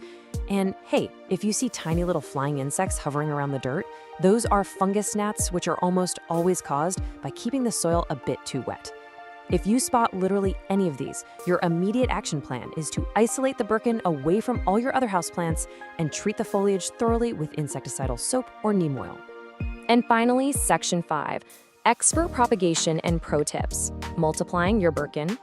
I'll tell you, propagating a Birkin is incredibly rewarding, and water propagation is for sure the easiest method to start with. But the absolutely crucial point here is step 1. You must identify a healthy stem that has at least one node. A node is just that slight, swollen little bump on the stem where the leaves emerge. Without a node, roots will simply never grow. Period. Once you've got your node, take some sterile shears and make your cut about an inch below it. Then, just submerge that node into a jar of room temperature water, making sure to keep the actual leaves completely dry. Just change that water out every 3 to 5 days to replenish the oxygen and stop any weird bacteria from growing. And in just 2 to 4 weeks, bam, you'll see a healthy, brand new white root system starting to form. Now, when it comes to finally repotting either those brand new cuttings or your fully mature plant, I want you to remember this specific number, 1 to 2 inches. Philodendrons actually really prefer to be slightly root-bound. Because of this, you only need to repot them maybe every 1 to 2 years. And when you finally do, choose a new pot that is only 1 to 2 inches wider in diameter than the old one. If you put it in a massive pot, all that excess soil will just hold on to way too much water, and you're risking that dreaded root rot all over again. Okay, let's finish strong with some rapid-fire pro tips you can literally use today. First step, give your pot a quarter turn every single time you water it. This makes sure all sides get equal sunlight so you end up with a perfectly symmetrical plant. Second, remember that dust literally blocks photosynthesis, so gently wipe down those beautiful leaves with a damp cloth every few weeks. Third, do not be afraid to prune. If you see a fully reverted solid green or solid red leaf pop up, just snip it right off. That forces the plant to redirect its energy back into variegated growth. You can even prune the main top stem if you want to force the plant to become bushier from the base. And lastly, if your local tap water is super hard, make the switch to filtered or distilled water. It prevents mineral buildup and keeps those delicate leaf tips looking totally pristine. Well, we've covered the origins, we built the perfect chunky soil mix, went over precise watering techniques, and even learned how to clone the plant through propagation. You now have the exact expert blueprint to make this incredible pinstriped wonder completely flourish. So, the only question left is this. Your Birkin is ready to thrive, but is your brightest window ready for it? Thanks so much for joining me on today's Explainer. Go check your soil moisture right now, and I'll catch you on the next one. The goal is to give it a stable place to live and then stay out of its way. You know, that might just be the absolute most brilliant piece of plant care advice out there. Today, we're looking at the Kentia palm. It is the ultimate, elegant, fuss-free indoor tree. Honestly, if you're totally exhausted by diva houseplants, you know, like that ficus that literally drops all its leaves if you just look at it wrong, well, you are in the exact right place. Because this palm, it craves consistency over basically everything else. So, welcome to this explainer. Consider this your Kentia Palm Masterclass. We're going to treat this as your definitive, complete care guide for finding that perfect, steady rhythm for this classic, composed plant. We're covering the whole shebang today, from root to frond, so you can master caring for this gorgeous Indo tree with absolute confidence. All right, here's our roadmap. First, we'll officially meet the Kentia palm, establish its core care rhythm, and talk about perfecting its environment. Then, we'll dive into pruning and propagation, troubleshoot some common problems, and wrap it all up with pro tips for your long-term success. Okay, part 1, meet the Kentia palm, the elegant indoor tree. Let's start with its core identity, 6 to 12. To put that into perspective, that is the impressive height in feet that this palm can actually reach indoors. It brings this beautiful old-world lobby plant aesthetic right into your living room. Now, it grows incredibly slowly, so you're not going to see any crazy dramatic spurts and stalls. Instead, it rewards your patience with a really calm, vertical, architectural presence. Oh, and a massive bonus, it is completely 100% non-toxic to cats and dogs. Before we get into the nitty-gritty of care, we kind of need to make sure you actually have the right plant, right? There is a pretty big difference between the true Kentia palm, which is Howea forsteriana, and its close relative, the curly Kentia palm. The true Kentia gives you that wide-open, graceful crown with those long, arching fronds for a much softer, classical look. The curly Kentia, on the other hand, is a lot tighter with more recurved fronds. For that soft, space-filling silhouette, you're definitely looking for the true Kentia. Moving right along to part 2, the core chair rhythm: light, water, and soil. Mastering these 3 fundamental elements is literally the secret to a thriving palm. So light is our first pillar here. Now, the Kentia is famously tolerant of lower light, but, and this is a big but, low light is merely tolerated. Sure, the plant will survive, but it leads to way wider spacing between the fronds and incredibly sparse, slow growth. The actual sweet spot? Bright and direct light. An east-facing window is usually fantastic. This is exactly where the fronds stay wonderfully full and the plant gets the energy it needs to keep up a steady growth rate. Next up, watering. Remember, we are looking for a nice, steady rhythm here. Step 1, just wait for the top 1 to 2 inches of soil to dry out completely. Step 2, water it thoroughly until the mix is evenly moistened. And step 3, which is absolutely critical, guys, let the excess water drain completely. The big takeaway is that the Kentia handles being slightly dry much, much better than it handles having soggy roots. Winter is actually where most people trip up, so do yourself a favor and always check the soil with your finger instead of just sticking to some rigid watering calendar. To maintain that perfect watering rhythm, you've got to have the right foundation. Here is your ideal airy soil mix recipe. 2 parts of a quality indoor potting mix, 1 part coco coir, or peat if that's what you have on hand, just to hold a little moisture, and 1 part perlite or pumice to make sure the roots can actually breathe. You can even toss in some orchid bark if you want extra drainage. Dense, heavy garden soil is the enemy here. The roots desperately need oxygen, and this exact balance ensures even moisture without, turning the pot into a swamp. All right, part 3, perfecting the environment: humidity, temp, and feeding.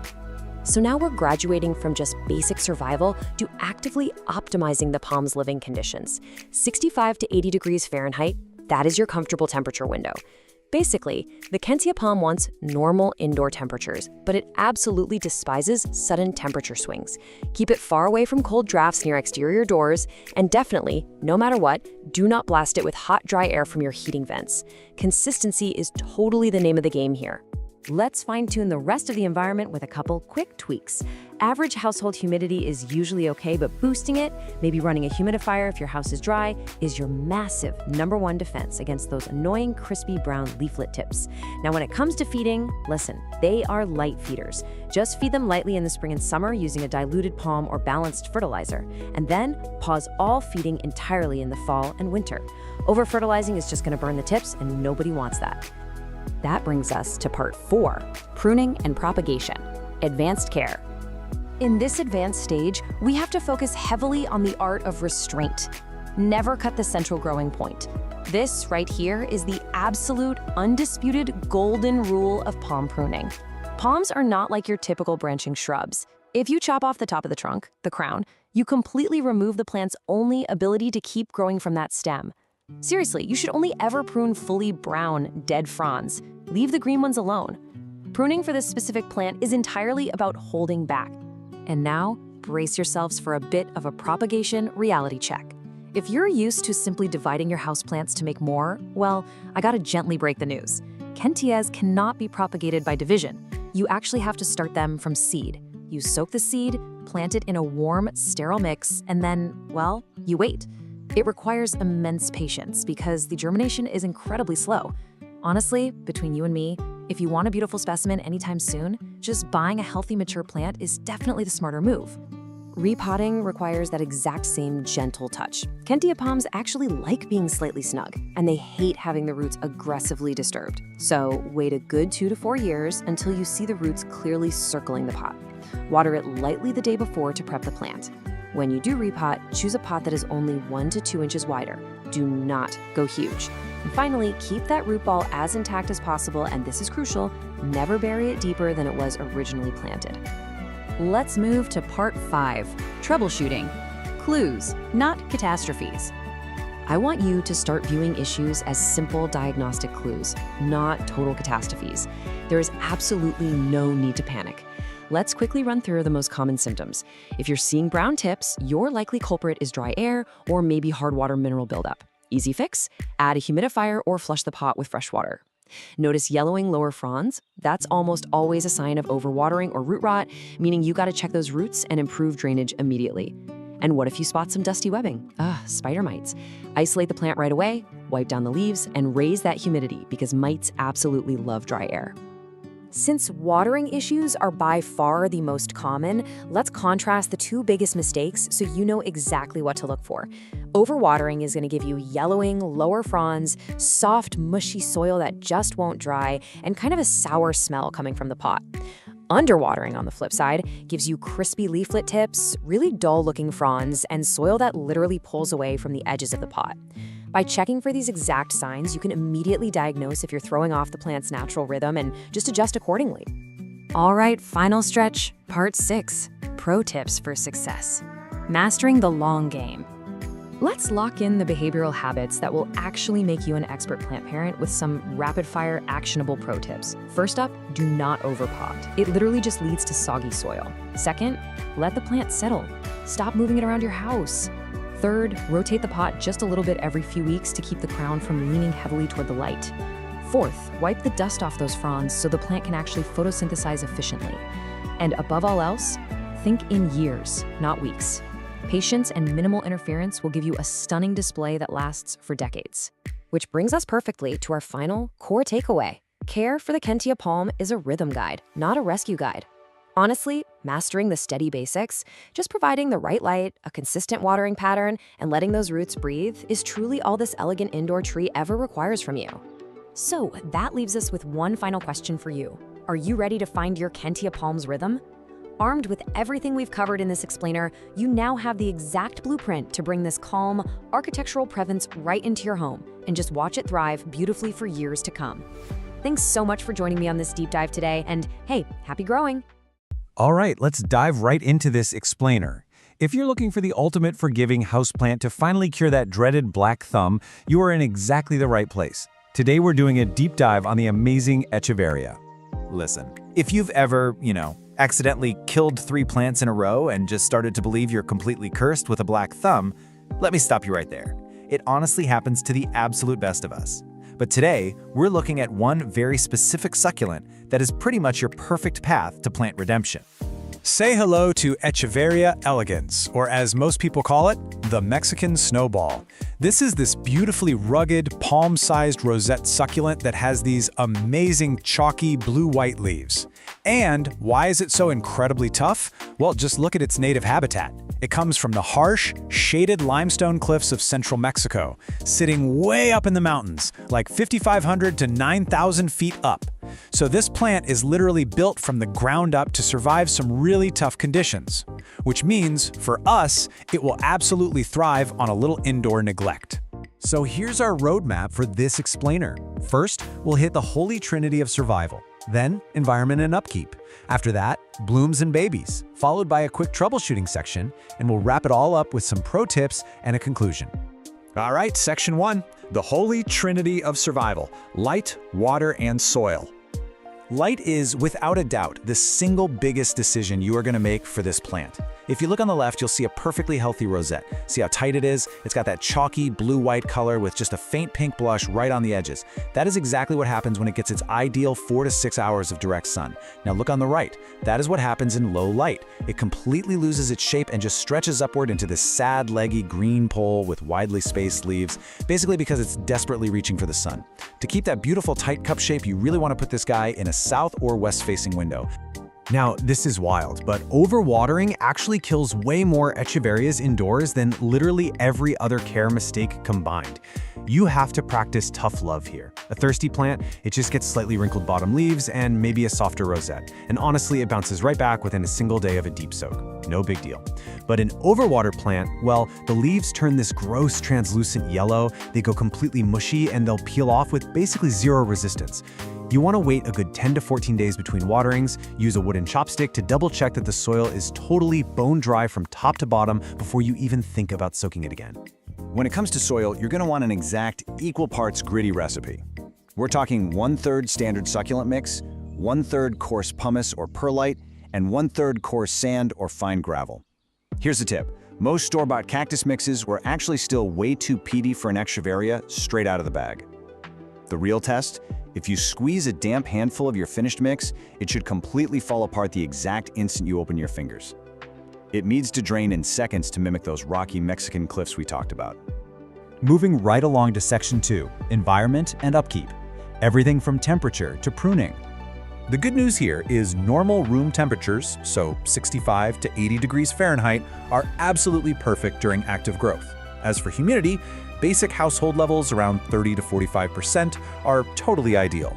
But please keep them far, far away from those cute sealed glass terrariums. I know they look great on social media, but they are basically humid death traps that will rot your echeveria in a matter of weeks. Feeding is incredibly simple. Just a half-strength, low-nitrogen fertilizer maybe 2 or 3 times a year. And pruning, it's practically non-existent. You literally just pull off any crispy, shriveled bottom leaves every once in a while to keep things tidy, and you're good to go. Okay, Section 3, Blooms and Babies. We're talking flowers and propagation. So you might be wondering, how do I get those incredible flowers? The absolute secret to unlocking echeveria blooms is all about a mandatory winter rest. Here is the process. Step 1. During winter, you have to give the mature plant about 8 to 10 weeks of a cool, almost bone-dry rest. We're talking temperatures around 45 to 55 degrees Fahrenheit. Step 2. In early spring, move it back into the warmth and just start gentle watering again. Step 3.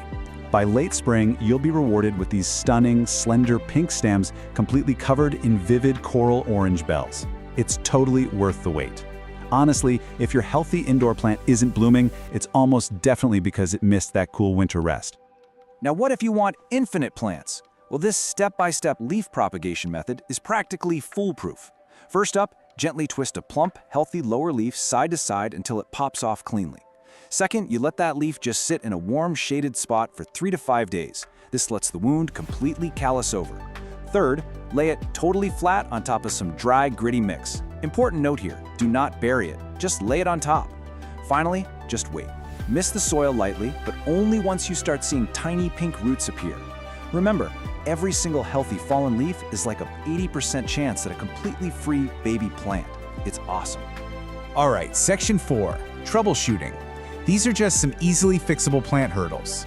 Nobody likes pests, but the treatments for the most common ones are incredibly straightforward. If you spot mealybugs, they basically look like tiny white cotton tufts hiding deep down in the tight center folds of the rosette. Just dab them with a cotton swab dipped in 70% rubbing alcohol. Super easy. If you see green clusters of aphids popping up on your new flower stems, a sharp blast of water will knock them right off. And what about the fine webbing from spider mites that you might get during hot, dry summers? A really quick rinse and a pass with some insecticidal soap clears them right up. Simple, effective, and totally manageable. We absolutely do have to talk about the silent killer though, root rot. By the time the base of the stem feels soft and those translucent yellow lower leaves start peeling off, the rot has usually climbed up well past the roots. It sounds bad, right? But the cool thing is, you are completely empowered to rescue it. All you do is take a sterilized blade and slice cleanly through the stem right above the rot. You're essentially beheading the clean top of the plant. Let that newly cut surface callus in the shade for at least 5 days, and then just lay it right back on some fresh, dry grit so it can reroot. Boom! You've just saved your plant.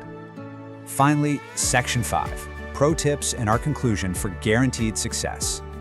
Let's run through these final pro tips. First, especially during your first year, use a terracotta pot.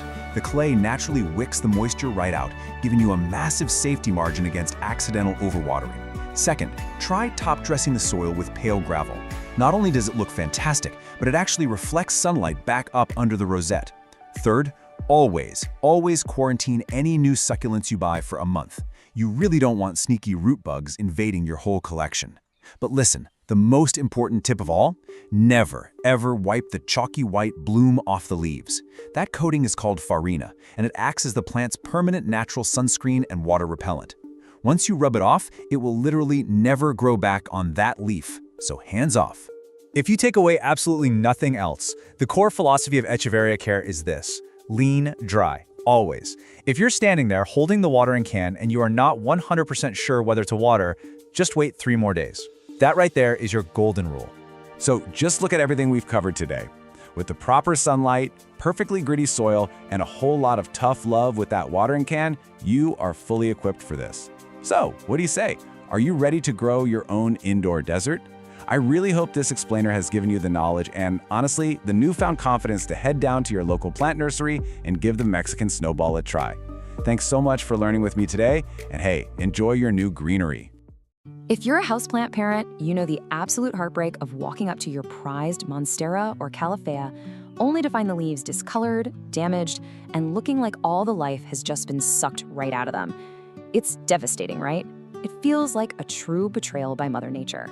And if you're suddenly dealing with weird silvery patches and tiny black specks on your leaves, well, we need to talk about thrips. Welcome to this explainer.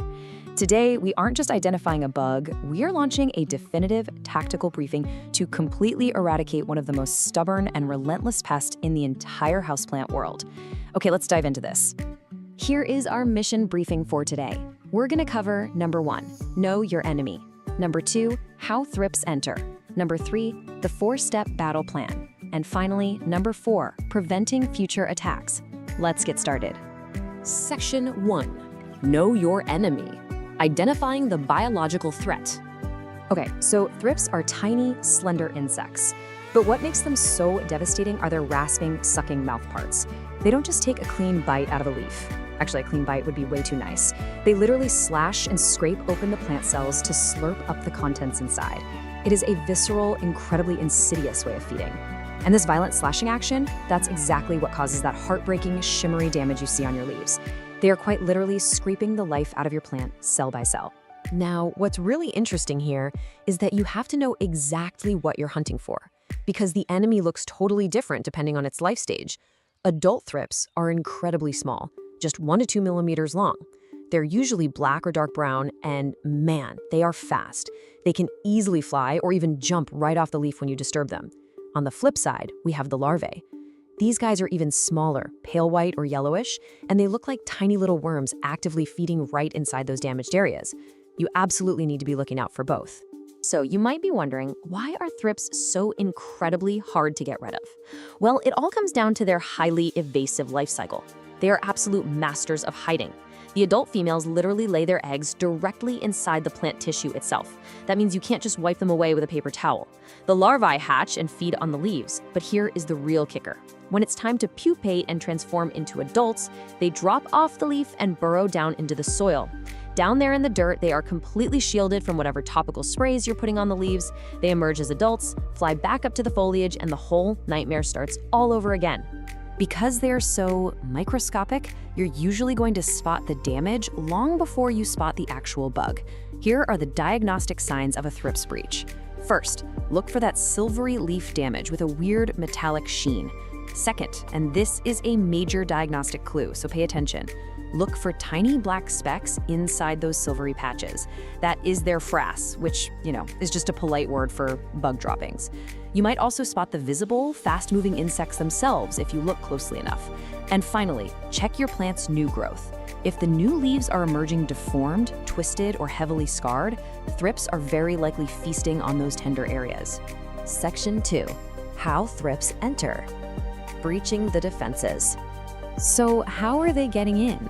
There are 4 main infiltration routes, but I really want to stress the first one: infested new nursery plants.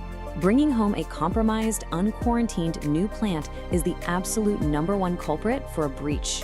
You go to a garden center, fall in love with a gorgeous plant, bring it home, and bam, you've unknowingly released a Trojan horse right into your collection. But that's not the only way. They can also cruise right in through open windows and doors, easily slipping through normal window screens.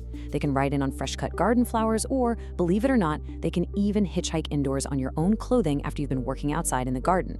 And that brings us to a frequently asked question we see practically all the time. Can thrips actually fly inside my house? The answer is a very firm yes. Now, they aren't exactly fighter jets. They're actually considered quite weak flyers. But they travel super easily by just catching a ride on the indoor air currents flowing through your home. This means the risk of rapid plant-to-plant spread all the way across your living room is massive. All right, let's move on to Section 3, the 4-step battle plan, executing the counterattack. Before we break down the specific tactical steps, I need you to remember this. Consistency is everything. You must be relentless. This is absolutely not a one-and-done spray situation. Because of that wildly evasive life cycle we talked about earlier, persistence is the key to winning this war. If you spray once and then forget about it, I promise you they will come right back from the soil. You are going to have to outlast them. Okay, here is the high-level battle plan. Step 1, isolate immediately. Step 2, manual removal and rinsing. Step 3, treat the foliage. And Step 4, treat the soil. So the crucial point is right there at Step 1. Isolating the plant immediately is the critical first move to halt the invasion. You must move that infected plant, and honestly, any plants physically touching it, far, far away from your main collection before you do a single other thing. Now let's detail the physical removal phase in Step 2. Once your plant is isolated, take it straight to the shower or the kitchen sink. You want to use a strong jet of lukewarm water to physically blast and dislodge as many adults and larvae as you possibly can. Make sure you target the undersides of the leaves and all that twisted new growth where they love to hide out. And if a leaf is heavily damaged, don't even hesitate. Prune it off immediately, seal it in a plastic bag, and get it out of your house entirely. Moving on to Steps 3 and 4. This brilliantly illustrates the absolute necessity of fighting a two-front war. On the foliage front, you need to spray the leaves with insecticidal soap or a spinoside product every 3 to 5 days to kill the feeding adults and larvae on contact. Spinoside is highly, highly effective for this, but remember that tricky pupating stage? Right. For the soil front, you have to destroy the pupae. You can use systemic granules applied directly to the dirt. The roots absorb this stuff, turning the plant tissue itself into a poisonous defense. Or, if you want a natural root, you can use beneficial nematodes, specifically Steinernema feltii. These are literally microscopic hunting worms you pour into the soil to seek out and destroy the thrips pupae. Whatever you choose, you must treat the leaves and the soil simultaneously. It's like a giant puzzle, and you need both pieces to win. Finally, Section 4, preventing future attacks. Fortifying the base.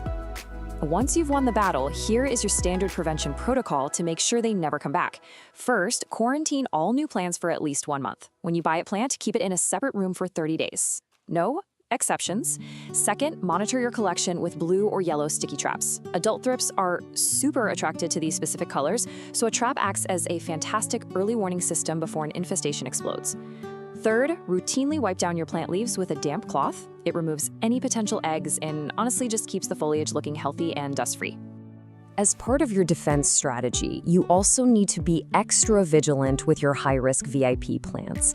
I'm talking about monsteras, especially the deliciosa, philodendrons, alocasias, calatheas, anthuriums, and your fiddle leaf figs. Thrips heavily favor the tender, juicy new growth of these specific, often very expensive species. Check them twice as often as your other plants, for sure. Well, the battle plan is set. Are you ready to be relentless and take back your urban jungle? Breaking the life cycle through a multi-pronged attack on both the leaves and the soil is the ultimate and frankly the only solution to this problem. So as we wrap up this explainer, I have a provocative question to leave you with. How closely have you looked at the undersides of your favorite plant's leaves today? Go grab a flashlight and inspect your collection right now, because in the war against thrips, your own early detection is without a doubt the greatest weapon you have. Good luck out there. Welcome to the explainer. So listen, if you've ever scrolled through photos of those lush, amazing indoor jungles and thought to yourself, yeah, right, I could never do that. I literally kill everything I touch, even fake plants. Well, you are in exactly the right place. Today, we're putting an end to the whole plant killer myth once and for all. We are going to walk through 10 of the absolute easiest, most forgiving, and frankly, almost indestructible houseplants you could possibly bring into your home. So whether you're a total beginner or, just someone looking for a little greenery that doesn't demand your constant attention, this explainer is your ultimate playbook for becoming a successful plant parent. Right off the bat, we have to ask, why do so many first houseplants die? It's a tale as old as time, right? You go to the store, you pick out this gorgeous, trendy plant, bring it home, and maybe a few weeks later, it's just this sad, crispy, brown mess. But here's the reality check. The problem usually isn't you. It's the plant you started with. So many people completely unintentionally set themselves up for failure just by choosing plants with super complex needs, completely unaware of the massive learning curve required to actually keep them alive. And this brilliantly illustrates exactly what we're talking about. Look at the difference here. On the left, we've got the fiddle leaf fig. It's famous, it's all over social media, and honestly, it is notoriously fussy. Starting your plant journey with something like a fiddle leaf fig is just a recipe for pure frustration.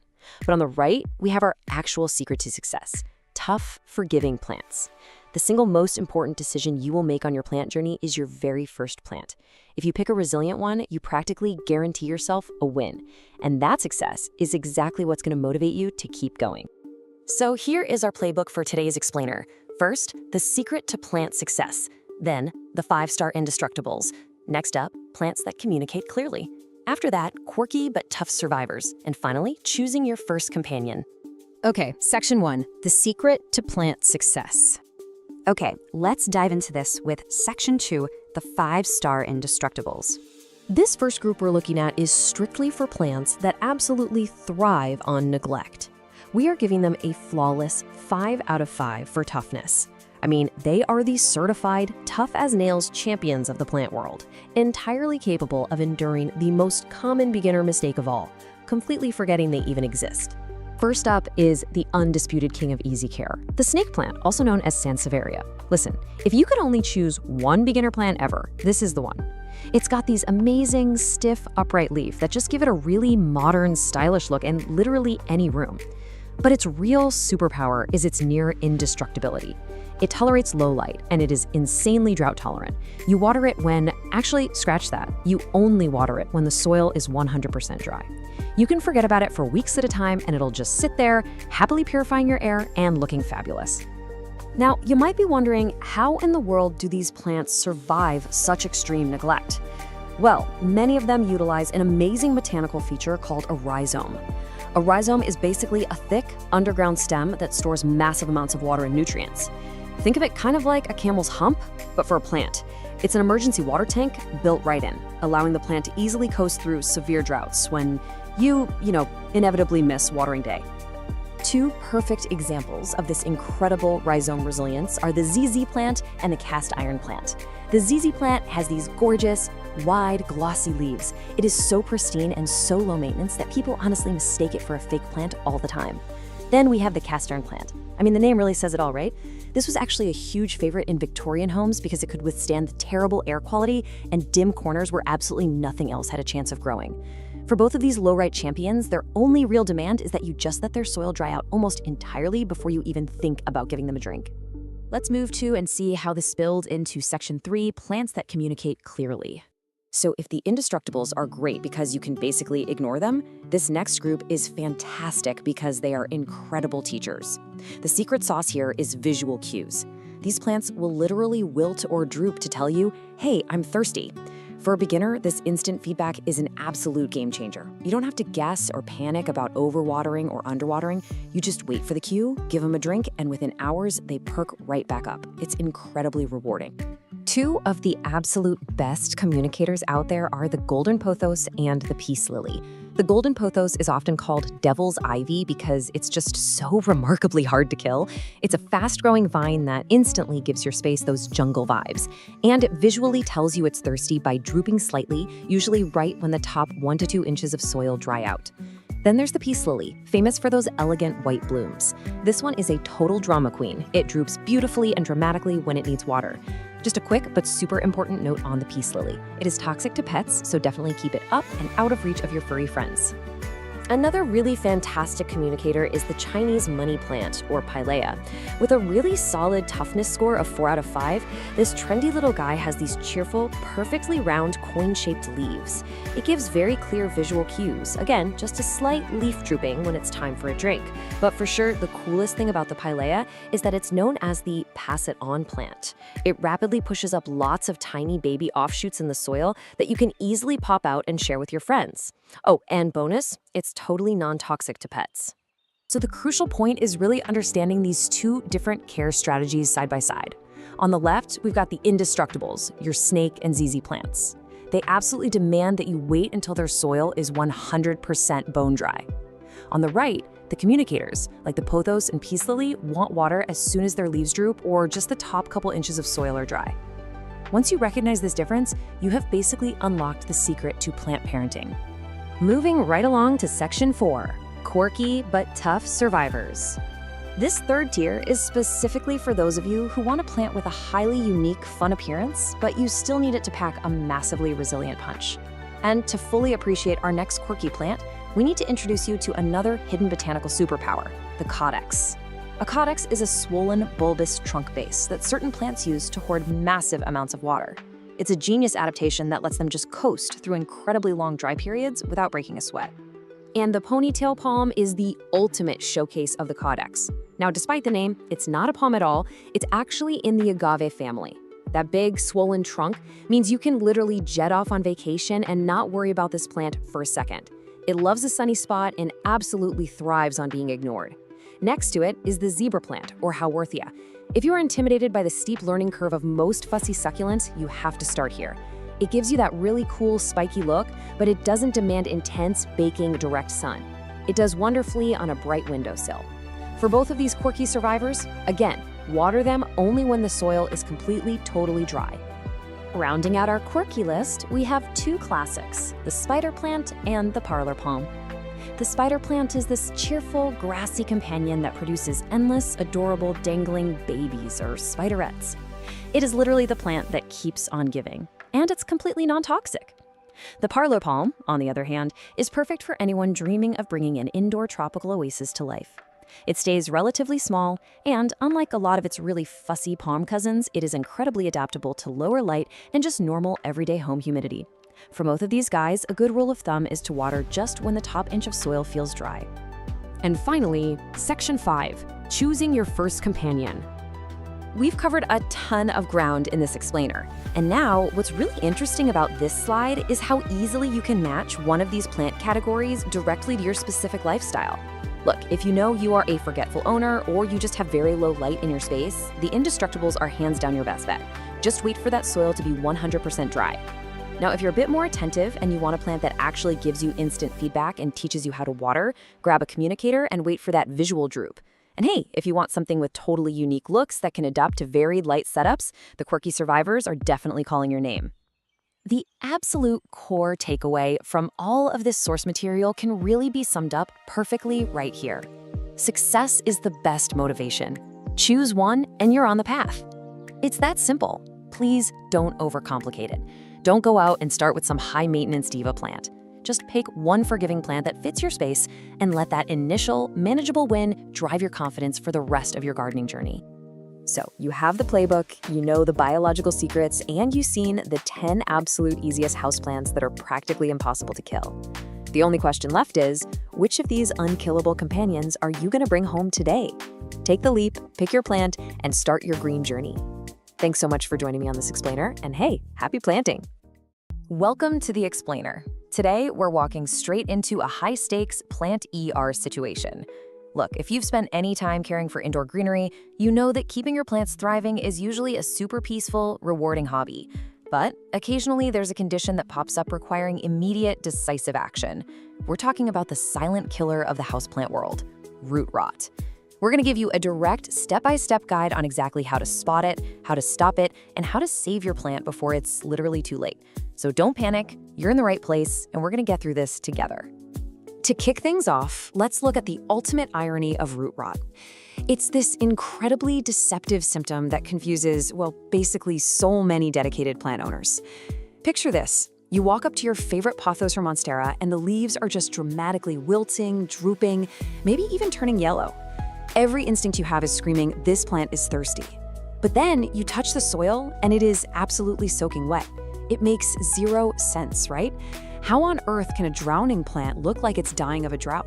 Well, as we'll see, the answer lies hidden beneath the soil line, and fixing it requires a complete shift in how we approach plant triage. Okay, let's dive into this. Here is our plant ER triage plan. 1. Diagnosing the silent killer. 2. Drowning below the surface. 3. Inspecting the damage. 4. The emergency operation. And 5. Preventing future rot.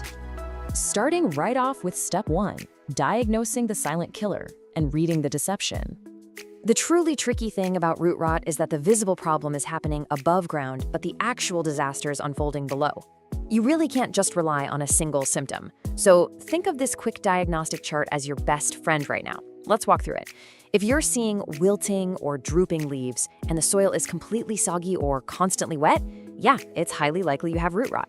If you're noticing yellowing, soft dropping lower leaves combined with wet soil and maybe a really foul smell, that is almost certainly root rot.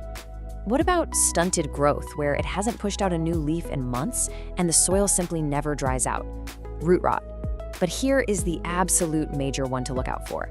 If you see black, mushy spots on the stem right at the soil line and the soil is wet and compacted, you are dealing with advanced root rot. That is an absolute emergency requiring immediate intervention.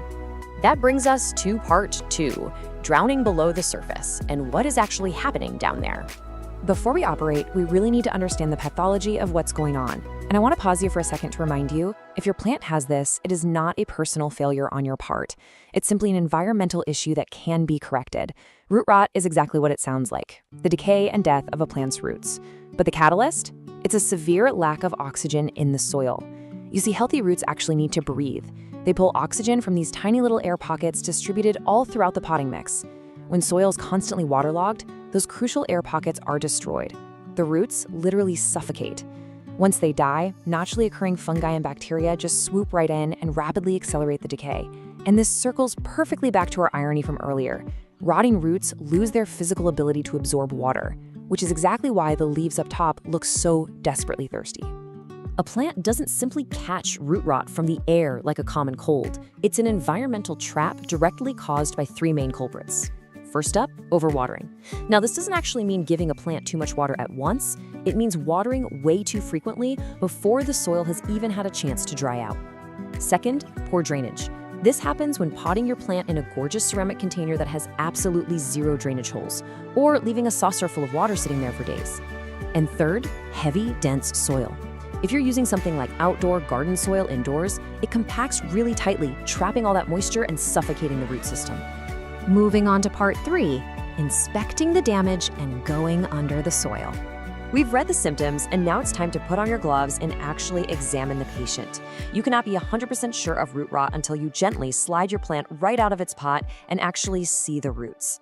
Now, what's really interesting about this is the stark, undeniable physical difference between these two states. Healthy roots are going to be firm to the touch, plump, and generally white or light tan. Rotted roots, on the other hand, are pretty alarming. They're going to be dark brown or jet black. They feel incredibly mushy and slimy, and honestly, if you gently pull on them, the outer sheath of the root will literally fall apart or slip right off in your fingers. Alongside that visual inspection, you absolutely must perform the smell test. Healthy houseplant soil smells great. It's earthy, fresh, and organic. But if you hold that root ball up and it smells sour, musty, or swampy, like maybe rotting vegetables left in the back of the fridge for way too long, that is a massive, flashing red flag confirming the decay. All right, part 4, the emergency operation, how to fix it fast. The diagnosis is confirmed and time is absolutely of the essence here. It is time to initiate the emergency repotting operation. Let's move through and see how this builds. Step 1, unpot and clean. You're going to take the plant straight to a sink and run lukewarm water over the root ball. You want to gently wash away all the old, infected, sludgy soil so you can clearly see exactly what you're working with. Step 2 is pruning. Step 3 is treatment. Step 4 is repotting into fresh soil. And finally, step 5 is the delicate post-op care phase. I really want to pause heavily on step 2 because it is absolutely the most critical part of this entire operation. Simply put, you must be ruthless. Take a pair of shirt pruning shears or scissors and make sure you sterilize them with some rubbing alcohol first, and cut away every single dark, mushy, or slimy root. Do not hesitate.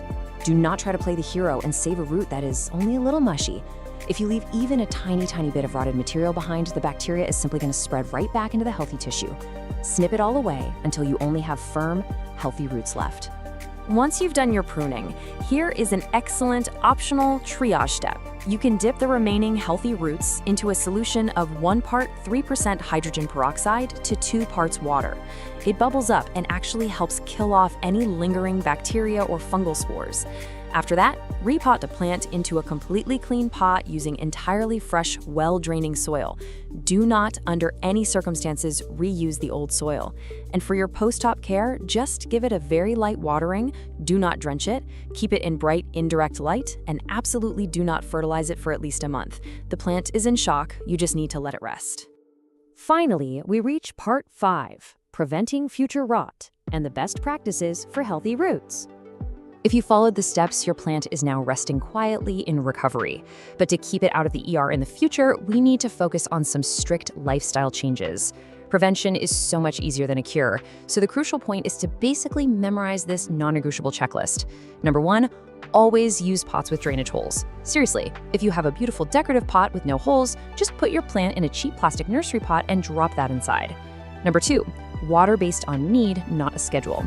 Stick your finger 2 inches into the soil. If it's moist, just wait. Number 3, use well-aerated soil. Mix in perlite or orchid bark so those roots can breathe. Number 4, empty the saucer. Let the plant drain for about 15 minutes after watering, then dump whatever excess water is left. And finally, when you repot, only size up by 1 to 2 inches at a time. A giant pot holds way too much moisture, creating a perfect storm for rot. So, we come to the final question. Can a plant truly recover from root rot? Yes, it absolutely can, but only if you catch it early.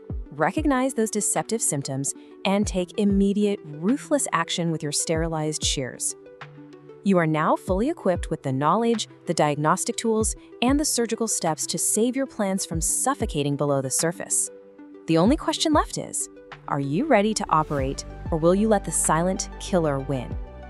Thanks so much for joining this explainer, and hey, good luck in the plant ER. Welcome back to The Explainer. Today, we're taking a look at one of the absolutely most striking and unusual houseplants you could possibly bring into your space. We're talking about the Microsorm usifolium, better known to you and me as the crocodile fern. Now, if you want a plant that instantly sparks a conversation, this is it. But keeping it thriving, well, that requires a very specific approach, something we're gonna call the rainforest replicator care strategy. Okay, let's dive into this. I mean, just look at those broad, leathery fronds. They're covered in this incredibly distinct network of dark green veins, and it creates this embossed texture that literally looks exactly like crocodile skin. It is a total prehistoric masterpiece. But it begs the question, how exactly do you care for a plant that looks like a reptile? Well, that's the puzzle we're solving today, taking you from a complete beginner to an absolute expert. Here's our roadmap for today's explainer. First, we'll meet the fern, then we'll explore its rainforest home, break down water and soil, cover routine maintenance, do some quick troubleshooting, and wrap it all up with a few pro tips. All right, section 1, meet the fern, a prehistoric beauty. Now, what's really interesting about this is that because this fern actually originates in the lush tropical canopies of places like Southeast Asia, Malaysia, New Guinea, and parts of Northern Australia, the secret to its care boils down to one single word: epiphyte.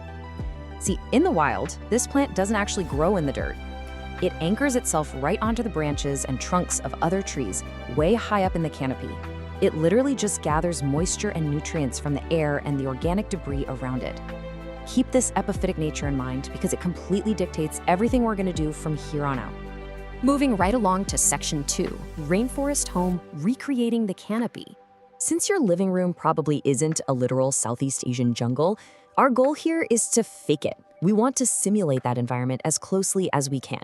So let's talk about light. Up in that tree canopy, the fern gets dappled, filtered sunlight. If you blast this poor plant with direct, intense afternoon sun, it's gonna quickly scorch those delicate fronds and completely wash out that beautiful crocodile patterning. Dappled shade is exactly what you want. An east-facing window giving it some gentle, cool morning sun, that is absolute perfection. Next up is humidity, and I really cannot stress this enough. 60 to 80% humidity is absolutely non-negotiable for this guy. Remember, it's a rainforest plant. If your home drops below that, especially in the wintertime when the heaters are blasting, you are going to struggle. So to hit that sweet spot, you can group your plants together to create a little microclimate. You can place the fern's pot on a pebble tray filled with water, or honestly, better yet, just run a room humidifier right nearby. Warmth is just as crucial. You're aiming to maintain a nice, stable indoor temperature between 65 and 80 degrees Fahrenheit. And stable is the key word there. Sudden temperature swings will severely stress out a crocodile fern. So keep it far, far away from sudden cold drafts near your doors or windows, and make double sure it's nowhere near a direct AC or heating vent. Section 3. Water and soil, the epiphyte diet. And this brilliantly illustrates exactly what we mean by an epiphytic diet. Because this fern naturally lives on tree branches, its roots absolutely need to breathe. If you pack them into heavy, standard potting soil, they'll just suffocate. So, to mimic its natural home, here is the ultimate super airy soil recipe you need. It's a blend. 1 part peat moss or cocoa coir to hold on to a bit of moisture, 1 part orchid bark for that absolutely crucial aeration, and 1 part perlite so it drains rapidly. This mix prevents root suffocation while still holding just the right amount of water for the plant to drink. When it comes to watering, your golden rule is simply the number 1. You always want to wait until the top 1 inch of the soil feels just slightly dry to the touch before giving it another drink. Please, don't rely on a strict weekly schedule. Just let the soil be your guide here. Naturally, during the active spring and summer growing seasons, you're going to be watering it quite a bit more often than during those sleepy, dormant winter months. So when that top inch is finally dry, give it a really thorough watering with lukewarm, filtered water. Tap water can sometimes hold chemicals that are just a bit too harsh for ferns. Soak it until you see water draining right out the bottom. But, and listen closely here, make sure you dump out any excess water from the saucer immediately. Letting this epiphytic plant sit in a soggy puddle of standing water is basically a one-way ticket to fatal root rot. Section 4. Maintenance, repotting, and propagation. So how do we keep this exotic beauty growing strong over its long lifespan? Well, it turns out they're actually surprisingly low maintenance if you've already nailed their environment. Crocodile ferns are very light feeders. You only really need to feed them once a month during the spring and summer, and you'll want to use a balanced liquid fertilizer diluted down to half strength. When fall rolls around, cut the fertilizer completely. As for grooming, just grab some sterile shears and snip off any dead or yellowing fronds right at the base. And since they are slow-growing epiphytes, they actually kind of enjoy being slightly root-bound. You're only looking at repotting them maybe every 2 to 3 years, basically just when you see roots visibly circling the pot. Let's move to and see how this builds into propagation. The absolute easiest way to multiply your fern is through rhizome division. While you're doing that spring repotting, you just carefully unpot the fern and take a good look at that thick, creeping rhizome right at the base. Find a natural division point, somewhere with a few healthy fronds and roots attached, snip it cleanly with those sharp shears, and then pop the new section shallowly into some fresh epiphytic mix. And remember, never ever bury that rhizome deep down in the soil or it is going to rot on you. Oh, and a super quick note on reproduction. If you ever flip a mature leaf over and spot these neat little rows of brown, powdery dots, take a deep breath. Don't panic. Those are definitely not pests. They're actually called sori, and they hold the fern's spores. Since ferns don't grow flowers, this is just their entirely natural way of reproducing. It's actually this really fascinating sign that you have a happy, fully mature plant on your hands. Section 5. Troubleshooting, translating distress signals. Look, even with the absolute best care in the world, plants get stressed out. So here's how to quickly translate those distress signals so you can course correct before it's too late. Seeing brown, crispy edges? Your humidity is probably way too low or you're underwatering. If the fronds are turning yellow, you're likely going the other way, overwatering and suffocating those roots. If that gorgeous, striking crocodile pattern is suddenly looking all pale and faded, move the plant. It's getting way too much direct sunlight.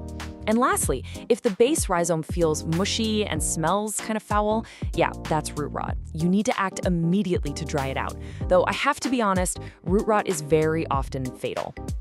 You're also going to want to keep a sharp eye out for pests, especially the ones that thrive in dry indoor climates. We're talking spider mites, mealybugs, and scale. They absolutely love to hide right on the textured undersides of those fronds. But hey, the good news? Maintaining that strict 60 to 80% humidity we talked about earlier is honestly your best natural defense against spider mites. If you do happen to spot any pests though, just wipe them down early on with some insecticidal soap. And finally, Section 6, Pro Tips, Mastering the Crocodile Fern. So, the crucial point is, let's quickly summarize those expert takeaways that will take you from just keeping this plant alive to watching it truly flourish in your home. Rule 1, always mimic the rainforest. That high humidity is your absolute secret weapon. Rule 2, remember to plant shallowly. Keep that rhizome right near the surface. Rule 3, keep the soil airy. Please toss out that dense standard potting soil. And here is a truly fantastic bonus fact for all the animal lovers out there. The crocodile fern is 100% non-toxic to both cats and dogs, which makes it a totally safe, worry-free addition to your indoor jungle. Which really leaves us with one final question for you. Is your home ready for a prehistoric rainforest touch? Yes, it takes a little bit of extra effort to dial in the humidity and get the soil just right, but the reward of those incredible, textured, reptilian fronds arching right across your living room, it's absolutely unmatched.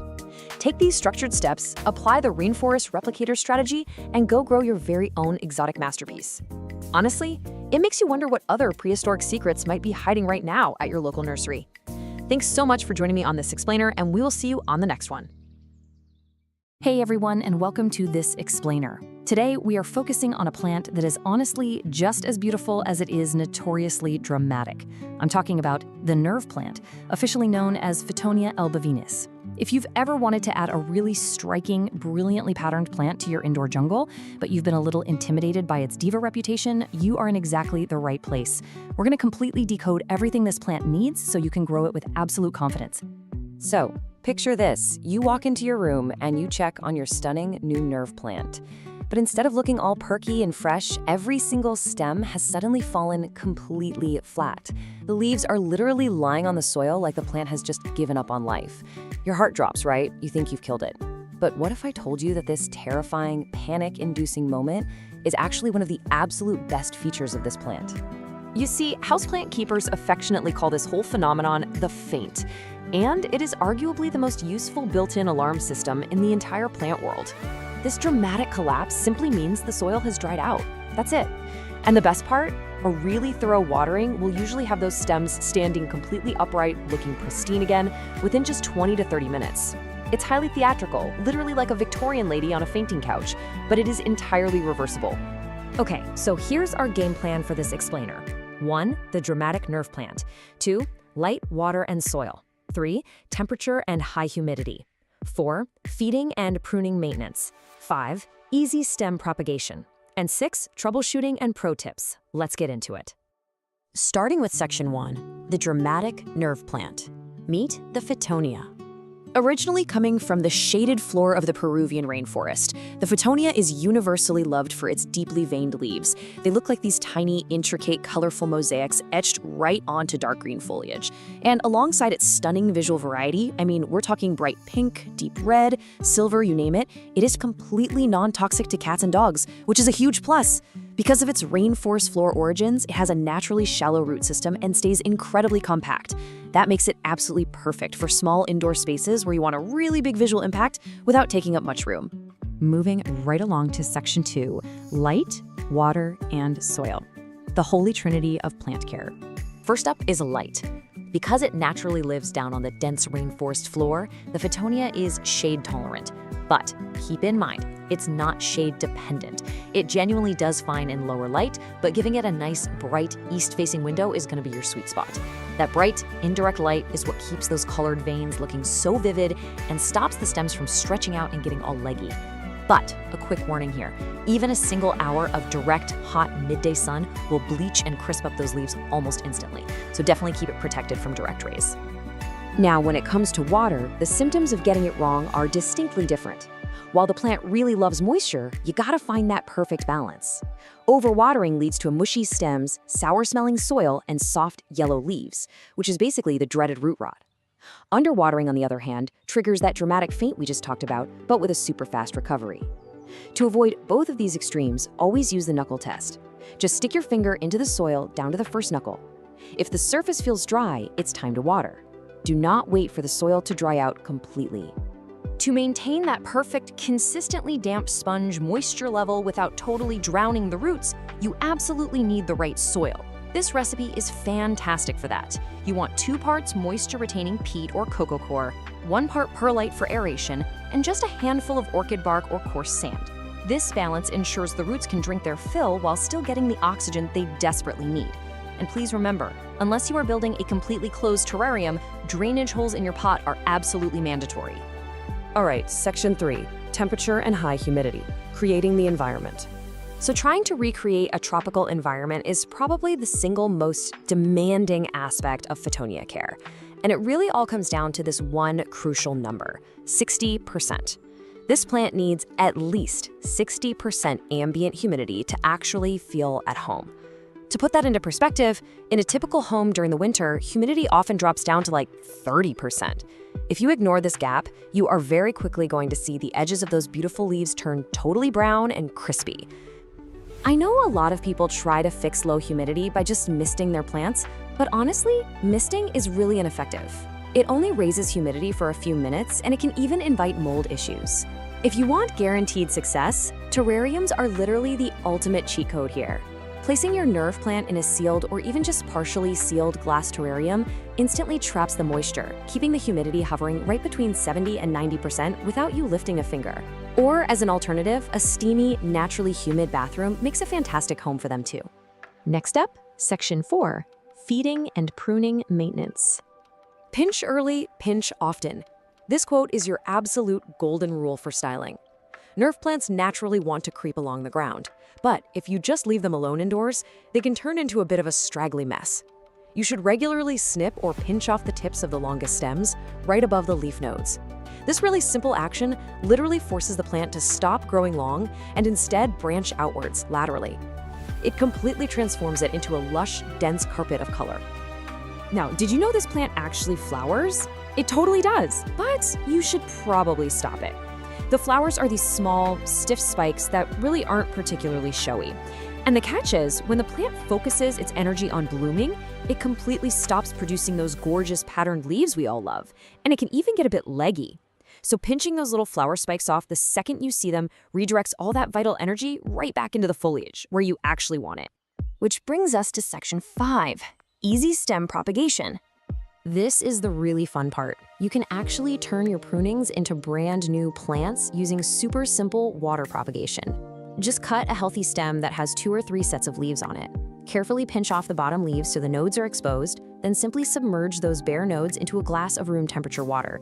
Put it somewhere with bright, indirect light, and within just 1 to 2 weeks, you'll see fresh roots starting to pop out. Once those roots get to be about 1 inch long, you just pot the cutting right back into your moist soil mix.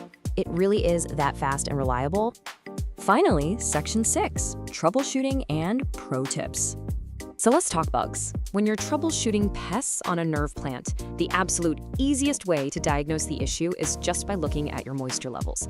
Because Photonia needs moist soil, that can sometimes attract fungus gnats. The best way to treat them is with yellow sticky traps to catch the flying adults, and a neem oil soil drench to handle the larvae in the dirt. On the flip side, if your humidity fluctuates and the air gets too dry, you might accidentally invite spider mites. You can easily treat those by regularly wiping the leaves down with a diluted insecticidal soap. Catching these guys early really makes treatment a breeze. Okay, let's rapid fire some final pro tips to absolutely guarantee your success. First up, protect your plant from cold drafts. Anything dropping under 55 degrees Fahrenheit can cause a rapid, scary leaf drop. Second, because they have those very shallow root systems, always opt for wide, shallow pots rather than deep ones. This prevents the dirt at the very bottom from staying waterlogged. Third, try bottom watering by sitting the pot in a tray of water to let the soil wick it up from below. This keeps the delicate leaves totally dry and safe from fungal issues. And finally, go ahead and feed them a balanced liquid fertilizer monthly, but be sure to dilute it to half strength so you don't accidentally burn those shallow roots. So, armed with the right soil mix, a plan for targeted pruning, and that game-changing terrarium cheat code, you are fully prepared to tackle this plant. The nerve plant really doesn't have to be intimidating. It just knows exactly what it wants. But it kind of makes you wonder, what other so-called dramatic divas of the houseplant world are hiding in plain sight, just waiting for you to unlock their secrets? Thank you so much for joining me for this explainer. Now go check that soil. Okay, let's dive into this. We all want that lush, vibrant feeling of a tropical rainforest right in our living rooms, don't we? But, turning dry indoor spaces into thriving tropical oases isn't just about pouring water into your pots. It's a bit more nuanced than that. Today, we're walking through the 12 best plants that absolutely love humidity, and we'll look at how giving them that moisture in the air can completely transform their growth into something genuinely spectacular. Now, if you're an avid plant parent, you have definitely asked yourself this exact question. Why do my plant's leaves keep turning brown and crispy? Seriously, it's a universal pain point. It can drive you crazy. You carefully place them in the perfect light, you stick to this rigorous, color-coded watering schedule, and yet those dreaded brown, crispy edges just keep showing up. I mean, it feels like a betrayal. Well, the truth is, for a lot of these tropical species, watering the roots just isn't enough when the air around them is too dry. So here's the game plan for today's explainer. First, we'll uncover the secret to tropical plants. Then, we'll break down our top 12 into 3 fun groups: the humidity drama queens, the bathroom superstars, and rainforest giants and bloomers. Finally, we'll wrap the whole thing up with 3 super easy ways to boost humidity right in your own home. All right, section 1, the secret to tropical plants and why they crave all that moisture. I want you to picture the natural habitat for many of our absolute favorite houseplants. Think of the tropical rainforest floor. Beneath that dense canopy of ancient trees, the air is incredibly thick, almost heavy with moisture, right? These plants have evolved over millennia to absorb life-giving water, not just through their root systems buried in the dirt, but directly through their leaves. Now contrast that lush jungle with our typical winter homes. With the central heating blasted to keep us warm, our houses are basically deserts to these plants.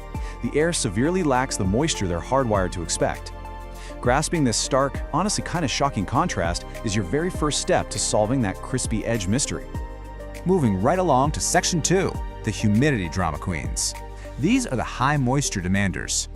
Let's meet our first 3 plants. First up, the Calathea. This is the undisputed drama queen of the houseplant world, hands down. Take the Calathea orbifolia with those elegant, sweeping silver stripes. Without high, consistent humidity, those pristine leaves will practically crisp up if you just look at them wrong. Next is the Marinta, affectionately known as the prayer plant. They genuinely need about 50 to 60% humidity to keep their delicate leaves soft enough to do their fascinating nocturnal praying movements, where they literally fold up for the night. And then we have the architectural alocasia. Keeping alocasias bathed in 60 to 80% humidity isn't just about keeping them pretty, it's actually their absolute best natural defense against devastating spider mites. So, the crucial point to remember here is this. Alocasias intensely love moisture, but they absolutely hate what we call wet feet. It's a really delicate dance. You want the air surrounding that broad foliage to be wet and heavy, mimicking the rainforest, but the soil down at the roots must be well-draining, and you have to let it dry out slightly between waterings. If you don't maintain this critical balance, you're directly inviting root rot, and trust me, root rot will take down a beautiful, expensive plant even faster than dry desert air will. Section 3 brings us to the bathroom superstars, the ones that thrive in the steam. If any plant was quite literally made to live in a bathroom, it's the classic Boston fern. Hang one in a bright spot near your shower where it can actively soak up the daily steam. These beauties wildly thrive when ambient humidity hits up to 80%. Then there's the elegant peace lily. This one is a true functional superstar because it actively pulls and absorbs airborne mold spores right out of damp areas. It's basically a household helper and a beautiful piece of decor all in one. We also have the highly adaptable golden pothos, which is going to quickly reward you with incredibly vigorous, vibrant trailing growth when it gets that extra bathroom moisture. And finally, the ever-resilient spider plant. Now, what's really interesting about this is a fascinating botanical concept called transpiration. This is the process where moisture moves continuously from the roots all the way up the stems to tiny microscopic pores on the underside of the leaves. Once it's there, it changes to vapor and is released right back into the atmosphere. That spider plant we just talked about, it has a remarkably high active transpiration rate. That means it operates almost like a natural living humidifier. It actively improves its own environment while working alongside you to create a better, more humid microclimate for the rest of your home. How cool is that? Let's move to section 4, rainforest giants and bloomers. We're talking massive leaves and stunning flowers. Let's look at the heavy hitters, the plants that truly make a space feel like an indoor jungle. Consistently maintaining 50 to 60% humidity is the exact environmental trigger that tells a Monstera deliciosa that it's safe to develop those iconic, massive split leaves, which are called fenestrations. It's basically your ultimate reward for giving it good care. And for the anthurium, high humidity is exactly what prevents its famous waxy heart-shaped spades, which, by the way, are actually modified leaves, not true petals, from looking dull and feeling unpleasantly crispy. If those vibrant, colorful spades lose their signature shine, you instantly know your air is just too dry. Let's zoom in on the diverse philodendron family in the classic rubber plant. Whether you're growing a vibrant lemon lime, a highly sought-after pink princess, or a striking Birkin, philodendrons literally use their aerial roots to drink moisture directly from the humid air around them. They evolved to reach out and grab water right out of the sky. As for the broadleafed rubber plant, a vital care tip to keep in your back pocket is to gently wipe its large, glossy leaves with a soft, damp cloth every few weeks. This quickly removes accumulating dust so the plant's pores can actually breathe and better absorb all that ambient moisture it so desperately craves. Rounding out this category of giants is the magnificent, towering bird of paradise. A great rule of thumb to remember here is massive leaves mean massive transpiration. Because these enormous petals release so much moisture back into the air, you need to proactively help the plant replenish it. To keep that grand, dramatic foliage looking absolutely pristine and to stop it from painfully splitting down the middle, try to give it a home near a bright, warm bathroom window if you can, and make sure you're misting it generously and regularly. Finally, Section 5. 3 ways to boost humidity and create your own microclimate. Recreating the rainforest is brilliantly easy, and this perfectly illustrates how to do it. Step 1. Group your plants together. Because of that incredible transpiration process we just learned about, bunching them up tightly creates a collective, naturally humid microclimate where they all share and trap moisture together. Step 2. Use a pebble tray. Just place a single layer of pebbles in a shallow tray, add water so it rests just below the top of the rocks, and set your pot right on top. The water evaporates steadily up into the leaves without ever waterlogging the sensitive roots below. Step 3. Mist them regularly with a simple spray bottle. Or honestly, if you have a growing collection of real drama queens, simply invest in a small, stylish room humidifier to do all the heavy lifting for you. So, armed with this deep botanical understanding of transpiration, the power of microclimates, and the highly specific needs of these 12 incredible moisture-loving plants, I have a final question for you.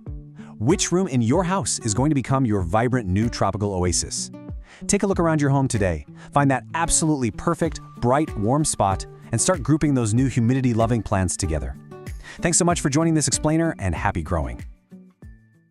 Okay, let's just get right into it. We're talking about the indoor azalea. You know, the one, that incredible burst of color you see in stores every single winter. They are absolutely beautiful, but yeah, they've got a reputation for being, well, a little fussy. So today, we're gonna demystify this plant and help you turn it from a temporary visitor into a permanent member of the family. And this quote from plant expert Marina Remeslo just hits the nail on the head. We tend to see them as disposable decor, right? Like a beautiful bouquet that just happens to come in a pot. We enjoy those gorgeous flowers, and when they fade, we figure, well, that was nice, and toss it out. But that's not the end of the story, not by a long shot. So what's the big secret then? How do you actually get this plant to stick around, not just for one season, but to come back and bloom again and again? Well, that is exactly what we are going to unpack right now. All right, first things first, we have to master the basics. I mean, getting these things right is literally the difference between your azalea living or dying. And the most important, number 1, absolutely critical element is water. This right here is the golden rule. You always hear people say, keep it consistently moist. But what on earth does that actually mean in practice? Well, this slide gives you the perfect mental picture. A well-wrung-out sponge. It's damp for sure, but it's not sopping wet. Azaleas are incredibly thirsty plants, and letting them dry out completely, even one time, can be game over. So this is the pro method for watering. Instead of just pouring water on top, you let the plant soak it up from the bottom. It's the best way to make sure that peaty soil gets totally saturated. But look, the most important part of this whole process is step 3. Let it drain completely. Azaleas absolutely hate having wet feet, and leaving one sitting in a puddle of water is just a one-way ticket to root rot. Next up is light. And this is a real balancing act. You're looking for bright but indirect light, like what you'd get near an east-facing window. And this shows you exactly what happens when you get the balance wrong. Too much harsh, direct sun, you're gonna see scorched, crispy leaves. But not enough light, you'll get this sad, leggy-looking plant that just won't make the flower buds you want. And the last of our core essentials, the soil. You can't just use any old potting mix. Azaleas have to have acidic soil. A mix made for rhododendrons? That's perfect. And you see it right there. A pot with drainage holes is completely non-negotiable. It all comes back to that main rule. We want moist, but we never ever want soggy. Okay, so we've covered how to keep it alive. Now let's talk about how to make it happy. We're moving from just surviving to actually thriving. I just love this quote because it perfectly paints a picture of what an azalea wants. They're cool customers. Just like Marina says, they do not like hot, stuffy rooms. If you can keep this cool, misty forest idea in your head, it'll make all your other decisions so much easier. And here it is, the magic number. If you want those amazing flowers to last for as long as possible, this is the temperature range you're aiming for. It is so important to keep it away from heat registers or radiators. Even a few degrees too warm will make those beautiful blooms fade way faster. And right alongside those cool temps, azaleas need humidity. The thing is, the air inside our homes, especially when the heat is on in the winter, is just way too dry for them. This chart shows you that sweet spot you're shooting for, somewhere between 40 and 60%.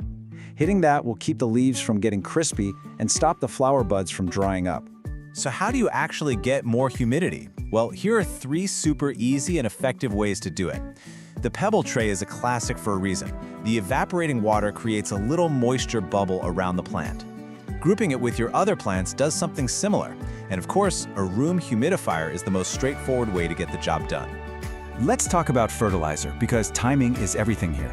It feels a little weird, but you do not want to fertilize an azalea when it's in full bloom. You have to wait until the show's over. The key thing to remember is this. Once those flowers fade, that's when you start feeding it with a fertilizer made for acid-loving plants. That's the fuel it needs to grow and prepare for next year's blooms. Which brings us to the main event, the #1 question everybody asks. How in the world do I get this thing to flower again? This is the ultimate prize for all your hard work. And you know what? It's totally doable. It all starts with this one critical rule of pruning. You have a very, very specific window to do this. See, azaleas develop the flower buds for next year over the summer. So if you wait too long and prune in, say, late summer or fall, you are literally cutting off every single one of next year's flowers. So remember, prune as soon as those last blooms fade. Okay, now you really want to pay attention to this slide, because this is the real secret sauce. To get the plant to form new buds, it needs a chilling period in the fall. We're talking about roughly 2 months in a cool place where the temperatures are right in this range. A chilly, unheated porch, a cool garage, a basement, those are often perfect spots. So, let's put all the pieces together. This is the entire year-long cycle.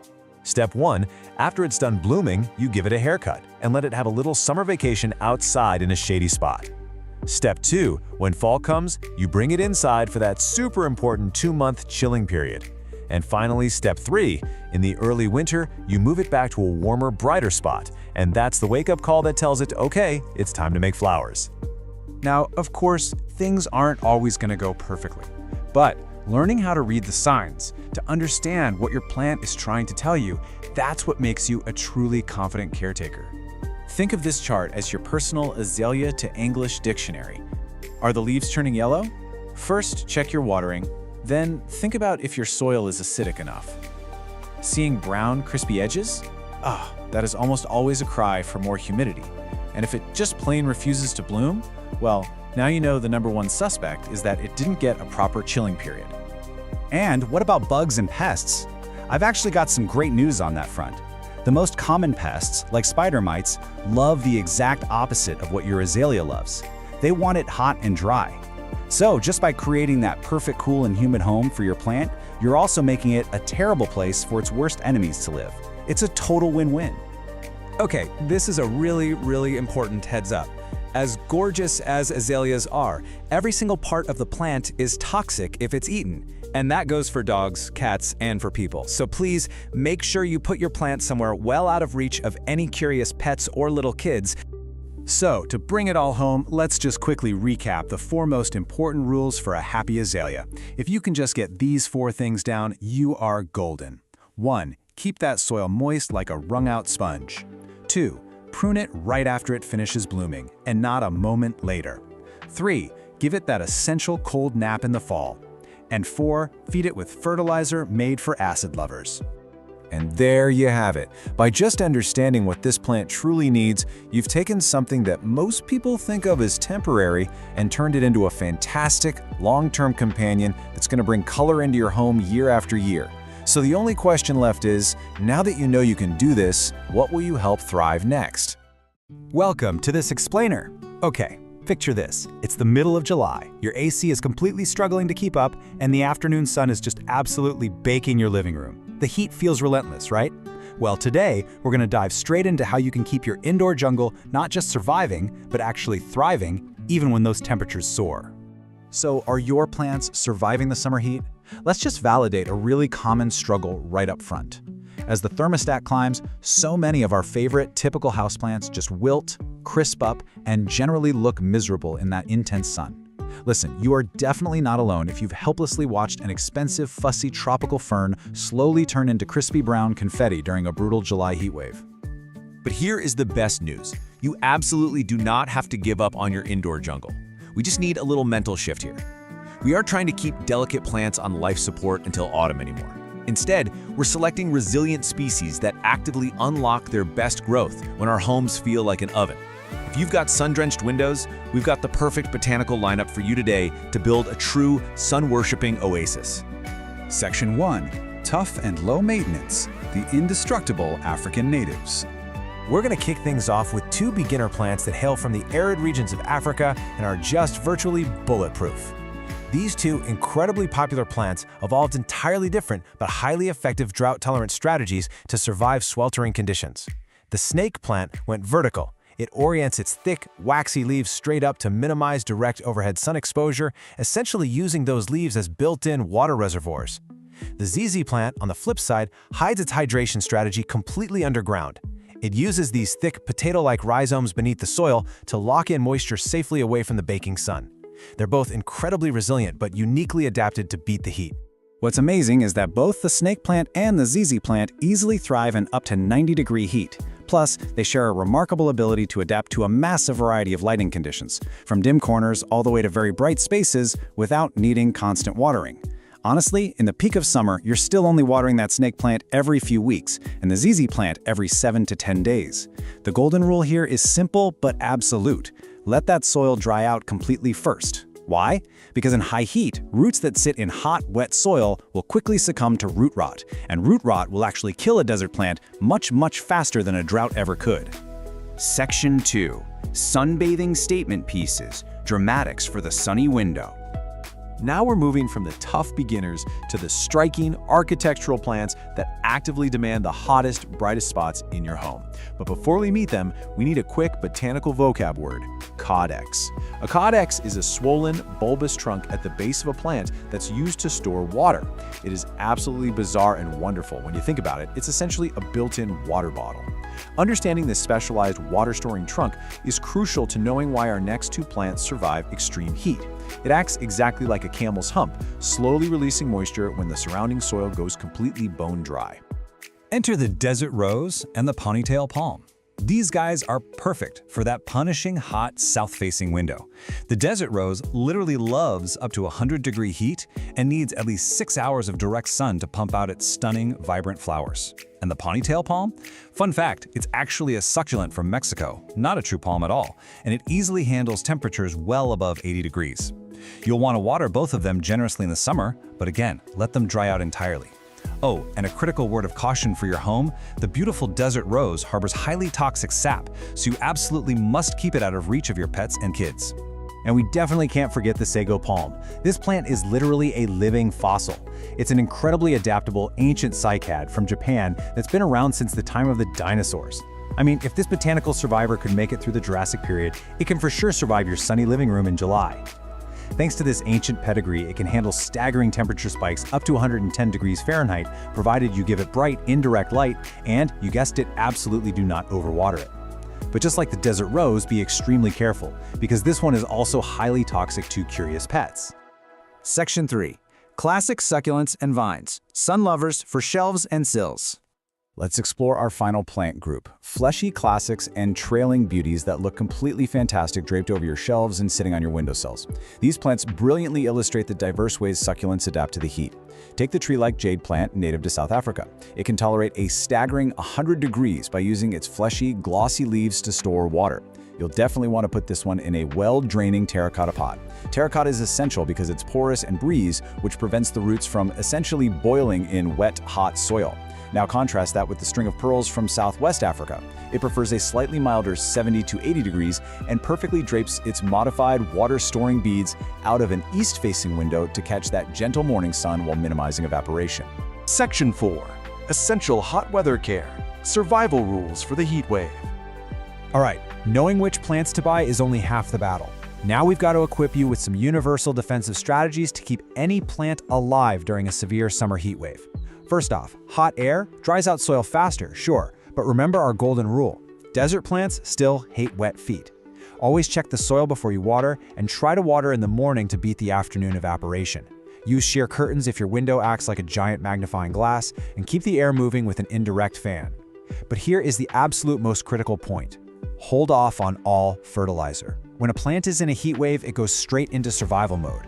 Pushing it to grow by adding fertilizer is like forcing someone to run a marathon in a sauna.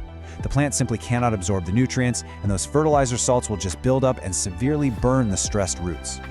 Now here's a surprising danger and a really common mistake you might not even consider. Beware the air conditioner. While you might be melting and craving that icy blast of air, your tropical plants absolutely despise it. You've got to keep your green friends out of the direct path of cold AC vents. Air conditioners naturally pull moisture out of a room, creating this cold, desert-like draft. This cold air freezes plant cells, completely shocks the plant system, and strips all the vital humidity right out of the air.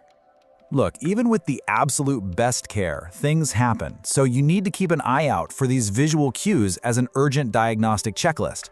Are the leaves wilting or drooping even when the soil is completely wet? Are they tightly curling up to protect themselves? Do you see yellowing foliage or dry, crispy brown edges starting to form? Is the plant suddenly dropping green leaves just to conserve water? If you spot these symptoms happening on your windowsill, you need to act immediately. Intervene by moving the plant a few feet back from the hot glass before permanent, irreversible cellular damage occurs. Now maybe you're thinking, hey, I'll just give my heat-loving plants an outdoor summer vacation. That's a wonderful idea, but you absolutely cannot just throw them straight onto a hot, sun-baked patio. You must follow these exact steps to slowly acclimate them, a process known as hardening off. See, indoor leaves simply do not possess the biological sunscreen that outdoor leaves naturally develop. So first, place them in absolute full shade for a few days. Then, gradually introduce them to more light over 1 to 2 entire weeks. If you skip this crucial hardening off process, you're going to give your plant the equivalent of an immediate, severe, and irreversible sunburn. Before we wrap up, I want to share a really fascinating biological fact with you. Have you heard of transpiration? It's the process where plants release moisture vapor directly from their leaves. It is essentially the botanical version of sweating to cool down.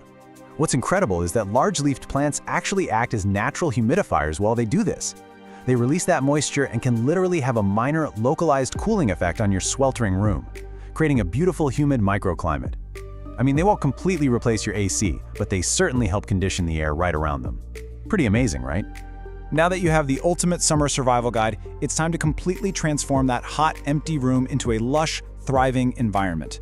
So, take a look at your brightest, most punishing window right now. Instead of seeing a dead zone where delicate plants go to crisp up, I want you to see a blank canvas for a spectacular desert oasis. Will you keep fighting the summer heat, or will you invite the right plants in to conquer it with you? Which resilient sun worshiper are you going to add first? Thanks so much for joining this explainer, and happy growing. Welcome to This Explainer. Okay, today we are taking the ultimate journey to indoor plant mastery. We're going to focus on one of the most resilient, beautiful, and air-purifying plants out there, the corn plant, scientifically known as Dracaena fragrans. So whether you are a complete beginner or you're just looking to, perfect your indoor jungle, consider this your definitive blueprint for success. Because let's be real here, we all want that lush, striking floor plant that instantly elevates a room's aesthetic. But do you really want the high-maintenance attitude that comes with a notoriously fussy plant? Nobody has time for the diva energy of a fiddly fig, right? So if you want the dramatic look of a tropical tree, but you need it to be remarkably forgiving of the occasional forgotten watering, you are in exactly the right place. So here's our roadmap for today. 1. Meet the corn plant. 2. Core care, light and water. 3. Environment basics. 4. Pruning and propagation. 5. Troubleshooting. And 6. Expert tips. We are going to build your confidence step by step. Let's dive right in. Section 1. Meet the corn plant, the easygoing tropical tree. Today we're focusing on the classic, air-purifying Masangiana cultivar, which is famous for its bold yellow stripes and sturdy woody cane. Let's start with some quick facts. What's incredible about this plant is its longevity. With just basic easy care, it can thrive for over 10 years. It's a slow grower, usually maxing out between 4 and 6 feet indoors, making it the perfect vertical accent for a corner. But, and this is absolutely crucial, it is toxic to dogs and cats. If ingested, it can cause severe issues. So if you have furry friends running around, you definitely have to be mindful of where you place it in your home. Moving right along to Section 2, Core Care, mastering light and water. Basically, if you can nail these two fundamental needs, everything else is just a bonus. Look, the corn plant is famously adaptable, but it definitely has its boundaries. The absolute sweet spot is bright, filtered light. Think, a few feet back from an east-facing window. This ideal light is exactly what keeps that striking yellow stripe vibrant. On the flip side, direct afternoon sun will literally scorch the leaves, leaving them with dry, brown patches.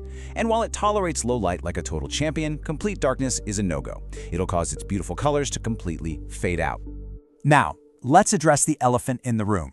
If you've owned a corn plant for more than a month, you've probably asked yourself the single most common and frustrating question in corn plant care. Why on earth are the tips of my leaves turning brown and crispy? Well, the culprit is almost always fluoride sensitivity. Dracaenas have this extreme, almost traumatic reaction to the fluoride, chlorine, and salt hiding in everyday tap water. When you water them straight from the sink, those minerals build up and actually burn the leaf tips.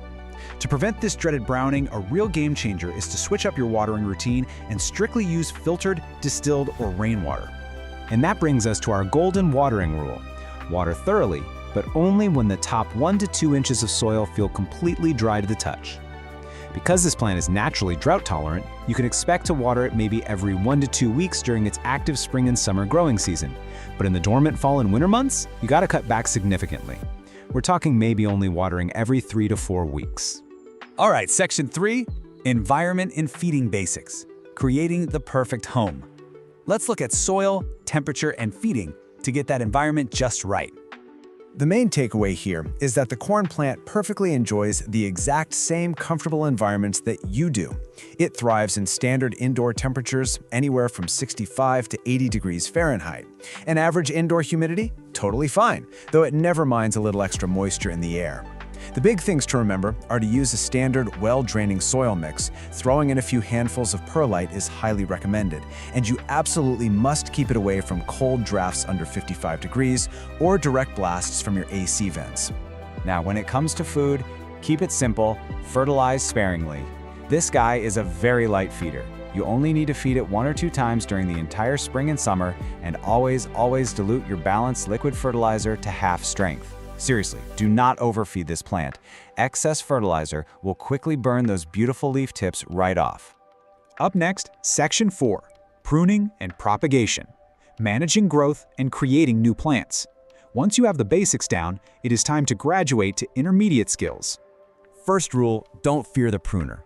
I know this can feel incredibly intimidating, but if your plant is getting lanky and hitting the ceiling, you just have to be brave. Take some clean pruning shears or a saw and chop straight through that woody cane to control the height. It is entirely safe. In fact, chopping off the top portion actually encourages new, bushier leaf buds to pop right out of the cane just below where you made your cut. And what do you do with that piece you just chopped off? Well, you propagate it. It's like getting a brand new plant for free. Just make sure your cane cutting is at least 6 inches long. Place the bottom end in a jar of water. Just remember to change that water weekly, or stick it directly into moist soil. Keep it in bright, indirect light, and boom, in a few weeks, you'll see a healthy new root system starting to form. Okay, Section 5, Troubleshooting, diagnosing common plant issues. Let's arm you with the knowledge to instantly figure out what your plant is trying to tell you. Here's a super handy diagnostic cheat sheet. See yellowing leaves? You're probably overwatering. If the leaves are suddenly just dropping off entirely, your plant is in shock, likely from a cold draft. Now, a mushy cane base is the absolute worst-case scenario. That signals root rot from severe overwatering. And if you spot white or brown dry patches right in the middle of the leaves, that's sunburn, which means you need to pull it back from direct light immediately. We also got to talk about pests. Corn plants are fairly resistant, for sure, but they can occasionally attract spider mites, mealybugs, and scale. You want to inspect the little crevices where the leaves meet the cane. If you see fine webbing or little white cottony bumps, simply wipe them away with a cotton swab dipped in some rubbing alcohol.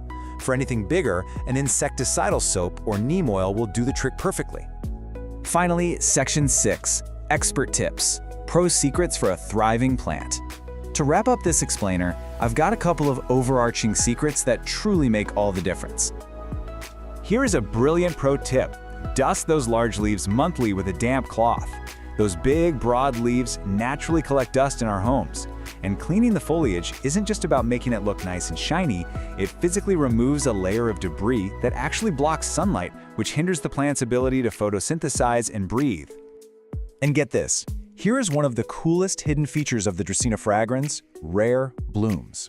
While it's exceedingly rare indoors, giving perfect care to a highly mature plant might eventually reward you with a spray of incredibly fragrant white flowers. In many cultures, a blooming corn plant is actually considered a major sign of impending good fortune. So if you take away absolutely nothing else from this entire explainer today, I want you to remember this golden rule. When in doubt, don't water. Really, that's the secret. This plant's native habitat makes it built to survive droughts. Underwatering is always safer than overwatering. If the soil feels even a little bit moist, just wait a few more days. You now have the complete blueprint for success. Armed with the right water, the right light, and the courage to prune when you need to, you can totally enjoy the stunning beauty of a thriving corn plant in your home for years to come. So now that you know the secrets to keeping one of these alive and thriving for a decade or more, which room in your house is going to become your new indoor jungle? Welcome to This Explainer. If you're tuning in, you probably have a beloved holiday plant sitting on a windowsill right now.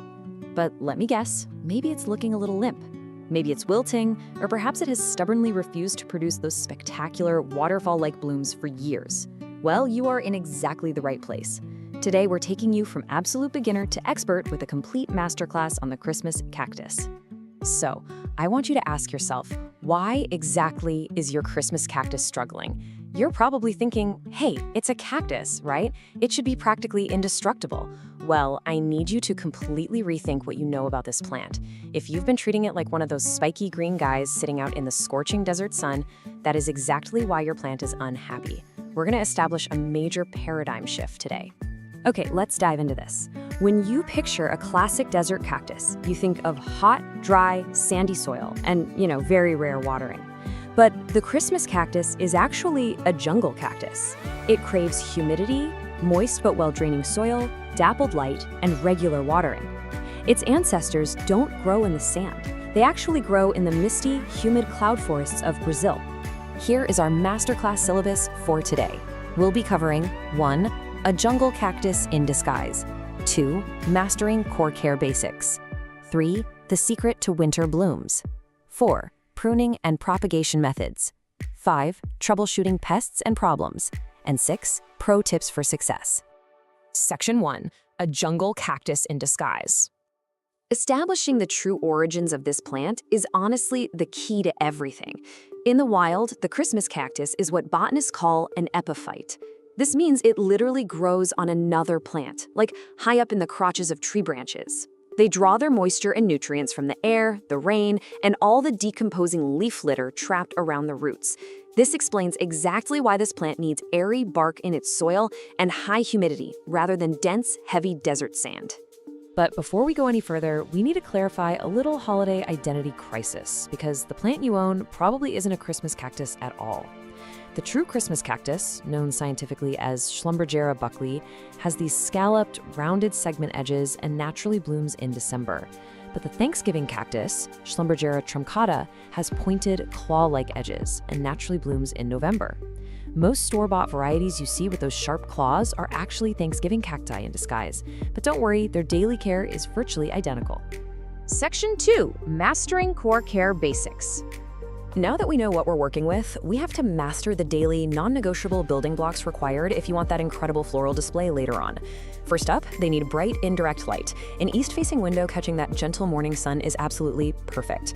You want to keep them out of the direct, scorching afternoon sun, which will literally burn their segments. For watering, you're aiming for the Goldilocks zone. Never bone dry, never soggy. Just water it thoroughly when the top inch of soil feels dry to the touch. And during their active growing season in spring and summer, go ahead and feed them a diluted liquid fertilizer every 2 to 4 weeks. Now, because it's an epiphyte, standard heavy potting soil is just going to suffocate the roots. And a typical desert cactus mix drains way too fast. The absolute sweet spot is a mix of 50% peat or coco coir for moisture retention, 25% perlite for drainage, and 25% orchid bark. That orchid bark is the secret ingredient here. It perfectly mimics the loose bark and debris of the rainforest canopy. And speaking of the rainforest, your target humidity is 50 to 60%. During the winter, our central heating absolutely strips moisture from the air, dropping it well below 30%. To combat that bone-dry winter air, you can set your pot on a pebble tray filled with water, or even just place the plant in a bright bathroom where it can soak up the steam from your daily shower. Section 3. The secret to winter blooms. Okay, this is where we separate the casual houseplant owners from the absolute masters. Getting a Christmas cactus to bloom doesn't just happen by accident. It's a mechanical process that must start in early to mid-October. It requires 3 specific signals. Step 1 is the dark treatment. Step 2 is a drop to cool nighttime temperatures, somewhere between 50 and 65 degrees Fahrenheit. And step 3 is reducing your watering to roughly every 2 to 3 weeks and stopping fertilization completely. This mild stress is what signals to the plant, hey, winter's coming, it's time to make flowers. Now, there is a magic number required to make this work, and that number is 12 to 14. That is the exact number of hours of complete, uninterrupted darkness your plant requires each and every night for 6 to 8 weeks to successfully force bud formation. I mean, complete darkness. No street light shining through the window, no hallway light seeping under a door crack. Even a brief flash of a room light can totally reset the plant's internal clock. Seriously, put it in a dark closet every evening if you have to. And once you've successfully completed that dark treatment and you finally see those tiny buds forming on the tips of the segments, rule number 1, do not move the plant. I really cannot emphasize this enough. Changing the light direction or causing a sudden temperature fluctuation is the number 1 reason buds suddenly drop off right before they open. Just leave it right where it is. Section 4, pruning and propagation methods. Once that magnificent bloom show is over, we enter the post-bloom phase. This is all about encouraging bushier growth for next year and creating new little plants to share with friends. Pruning should happen in late winter or early spring, right after the blooms fade. The technique here is absolutely crucial. You want to gently twist off 1 or 2 segments at the joint. Don't cut them with scissors. Twisting encourages the plant to branch out at that exact spot, which means double the blooms next year. And the best part? Every single prune segment is a potential new plant. Just let the twisted end callus over in a dry spot for a day or 2, then plant it shallowly in moist soil. It's such an incredibly easy and rewarding way to create heirloom gifts. Section 5. Troubleshooting pests and problems. Of course, sometimes things go wrong, so let's walk through a quick troubleshooting guide to get your plant back on track. If your symptom is dropping buds, the cause is almost always that you moved the plant or it's been exposed to a cold draft. The solution there is to just keep its environment perfectly stable. If you see wilting segments, check the soil. If it's bone dry, give it a really good soak. But if it's wet and wilting, you likely have root rot and you need to unpot it and check the roots immediately. Finally, if you see white cottony spots or fine webbing, you're dealing with mealybugs or spider mites. Treat those segments directly with a cotton swab dipped in rubbing alcohol, or you can apply some neem oil. Section 6, pro tips for success. Let's summarize the most impactful expert-level takeaways from this explainer so you can achieve absolute mastery. First, try bottom watering. Letting the pot soak up water from a tray prevents moisture from sitting on those delicate stem joints and causing rot. Second, cool nights are a powerful trigger. Combining them with your dark treatment sets significantly more buds. Third, physically mark your calendar for early October so you don't forget to start the dark treatment. And finally, don't rush to repot. These plants actually prefer being slightly root-bound, which can even help encourage blooming. If you take absolutely nothing else away from this masterclass today, remember this core paradigm shift. It's a jungle cactus, not a desert cactus. That is the absolute why behind every single care instruction we've discussed today. Water it, give it humidity, provide dappled light, and treat it like the tropical rainforest native it truly is. Which leaves us with just one final question. Are you ready to plan your first winter bloom? Or will your plant remain a jungle cactus in disguise for another year? Armed with the right soil, the proper watering rhythm, and that secret 14-hour dark treatment, you have everything you need to transform that sleepy green plant into a stunning holiday centerpiece. Thanks so much for learning with me today, and happy growing. Hey everyone, and welcome to today's explainer. Today, we're zeroing in on one of the absolute most resilient and honestly most reliable plants you could ever bring into your shaded spaces. Whether you're literally just starting your plant journey or you're a seasoned green thumb looking to fine-tune your skills, we are going to walk through a complete beginner to expert guide on mastering the care of the Christmas fern. We'll start by locking down those foundational steps to keep it thriving, and then, we'll level up to some really advanced expert-level propagation techniques. Let's get into it. Okay, let's dive right into this. You might be wondering, out of all the fern varieties out there, why on earth is this specific one named after a winter holiday? Well, the answer actually lies in its incredible hardiness. You see, the Christmas fern is famous for these gorgeous, leathery, dark green fronds that simply refuse to fade when the temperature drops. In fact, they stay vibrantly green right through the winter holidays, like even when they're buried under a thick blanket of snow. It's a plant that quite literally brings a splash of life to the absolute dead of winter. So here's our quick roadmap for the explainer today. Number 1, we'll officially meet the fern. 2, lighting and climate essentials. 3, soil, water, and feeding. 4, troubleshooting and pests. And finally, number 5, expert propagation and tips. Starting off with Section 1. Meet the Christmas fern, nature's low-maintenance evergreen. So botanically, this plant is known as Polysticum acrosticoides. It's this beautiful, elegant, fountain-like native of eastern North American woodlands, and get this, it boasts a lifespan of over 20 years. Right? That's a serious commitment. Now, it is a slow to moderate grower, especially during that crucial first year while it's busy establishing its root system. But once it actually settles in, it becomes a totally permanent, reliable fixture in your shade garden for over 2 decades. And there are some pretty brilliant reasons why landscape designers and home gardeners absolutely love this fern. First off, it's reliably perennial all the way from USDA hardiness zones 3 through 9. That is a massive range of climates. It's fully evergreen, totally winter hardy, plus if you're someone who constantly battles local wildlife, you are going to be thrilled to know it's highly deer and rabbit resistant. Oh, and unlike some of those more aggressive ferns that just want to take over your entire yard, this one has a very polite, non-spreading clumping habit. It stays exactly where you put it, which makes it a fantastic, well-behaved, stabilizing ground cover, especially if you've got slopes. Moving on to Section 2, lighting and climate essentials, mimicking the woodland canopy. You know, the ultimate secret to success with the Christmas fern is actually surprisingly simple. You just need to recreate its natural forest habitat. If you can mimic that woodland canopy, the plant is going to do all the heavy lifting for you. So let's look at how that translates to light, whether you're keeping it outside or inside. Outdoors, it absolutely requires partial to full shade. Think about tucking it under the canopy of large trees or on the north side of a building.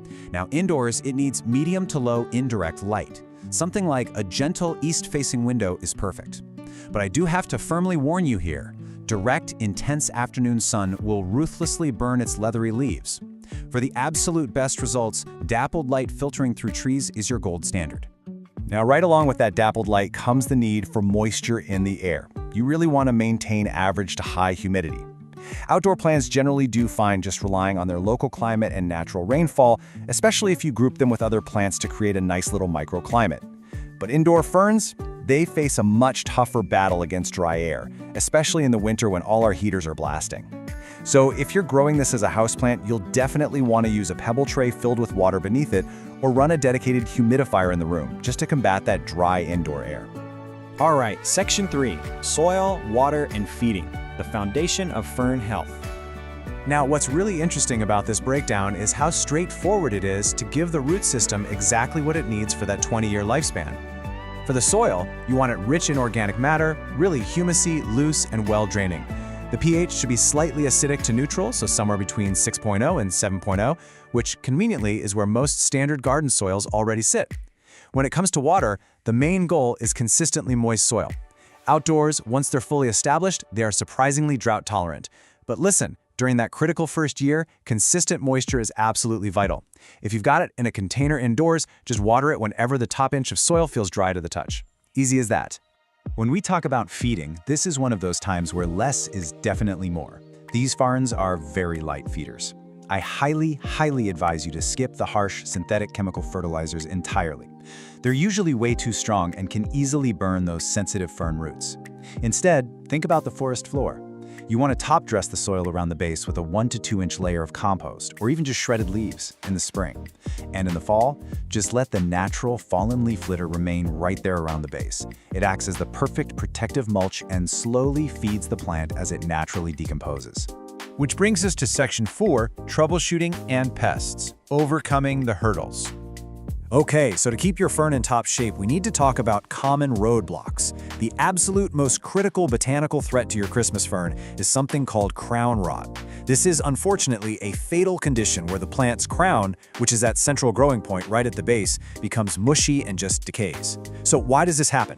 Usually it's caused by soil that's just too heavy and waterlogged, or very commonly because the fern was planted way too deeply into the ground. Your soil must drain well to prevent the plant from getting what we gardeners call wet feet. And always make sure the crown sits perfectly level with the soil surface. Now, if your fern isn't looking its best, this quick comparison should help you diagnose the issue right away. If you're overwatering and heading dangerously toward root rot, you're typically going to see widespread yellowing on the new fronds and a mushy base. On the flip side of that, if you're underwatering or maybe exposing the fern to way too much direct sun, you're going to see crispy brown edges or these bleached sun-scorched patches. So just compare these distinct symptoms directly. That way you'll immediately know if your fern is drowning or burning, and you can tweak your care routine fast. As for pests, let me reassure you right now, the Christmas fern is highly pest resistant. But, it's always wise to keep an eye out. Indoors, you might occasionally spot some fungus gnats hovering around the moist soil, or maybe some scale or tiny whiteflies. Honestly, some yellow sticky traps and a mild insecticidal soap will take care of those no problem. Outdoors, especially in very damp, heavily shaded areas, your biggest nuisance is probably going to be slugs and snails chewing holes in the fronds, or maybe the occasional caterpillar. But really, overall, serious infestations are super rare. And finally, Section 5, Expert Propagation and Tips, Mastering the Masterclass. So, as we elevate your skills to full botanical mastery today, a really common question we get from beginners is, does a Christmas fern bloom? Well, the answer is no. Just like all ferns, it doesn't produce any flowers, and it doesn't produce seeds at all. So how on earth does it reproduce? Well, it relies on an incredibly fascinating, ancient alternative method. It reproduces through spores. These are generated in specialized structures called sori. If you actually flip over and look at the back of the taller, upright fronds in late summer, you're going to see these small dark dots lined up in perfect, neat rows. Those are the sori. Now, propagating from these spores is definitely an expert-level, year-long challenge. It involves cutting a frond, letting the microscopic dust fall onto a piece of white paper, carefully sewing that dust on a sterile medium, covering it up to trap humidity, and then waiting weeks or even months just for this moss-like film called a prothallus to form. And from there, tiny fronds eventually emerge. It is an incredibly rewarding project if you've got the patience of an expert. But if you want a much faster method, propagation by division is far easier and honestly a lot more practical for most of us. So the crucial point is following these steps. First, early in the spring, select a mature, well-established clump, something at least 3 to 4 years old. Second, take a spade and carefully lift the entire root ball right out of the ground. Third, you're going to slice and divide that crown, making absolutely sure every new section has a healthy set of roots and a few little developing fiddleheads. And finally, replant those divisions immediately at their original depth and give them a really good watering. Okay, let's rapid fire some pro landscaping tips, just to round out your new expertise. Number 1, I know it's tempting, but resist the urge to tidy up your garden in the fall. Do not cut back the old fading fronds. They actually naturally lie flat and insulate that delicate crown from freezing winter temperatures. You only want to trim them away in early spring.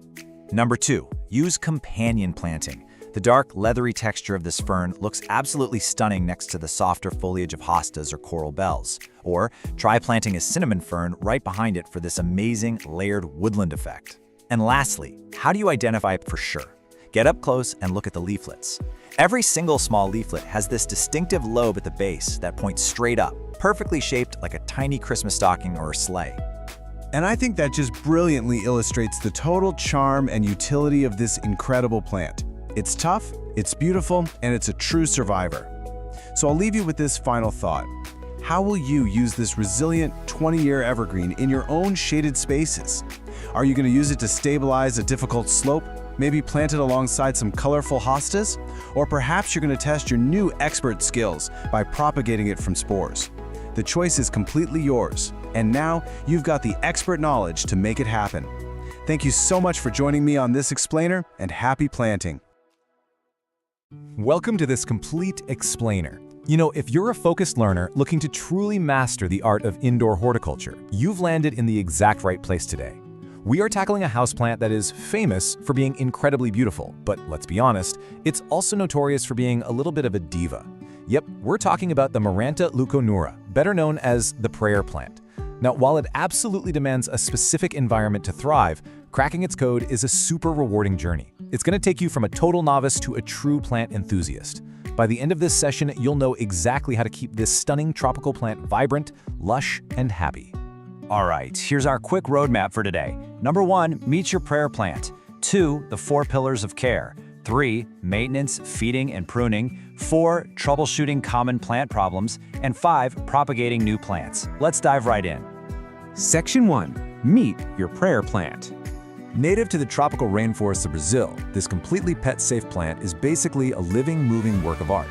It performs this fascinating daily ritual called nectanasty. So during the day, the leaves lie totally flat to soak up the sun. But as the evening rolls in, there's a specialized joint at the base of the leaf. It's called a pulvinus, and it changes its internal water pressure. It acts just like a hinge to lift the leaves upward, folding them together like hands in prayer.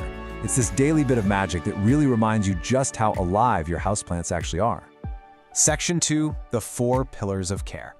Look, to keep this tropical native not just alive, but actually thriving in your living room, you have to nail a few absolute non-negotiable environments. First up is light, and you need to think about the rule of contrast here. You want to replicate the dappled light of a forest floor. So bright, indirect light is perfect, like setting it near an east-facing window for that gentle morning sun, or filtering a brighter window with a sheer curtain.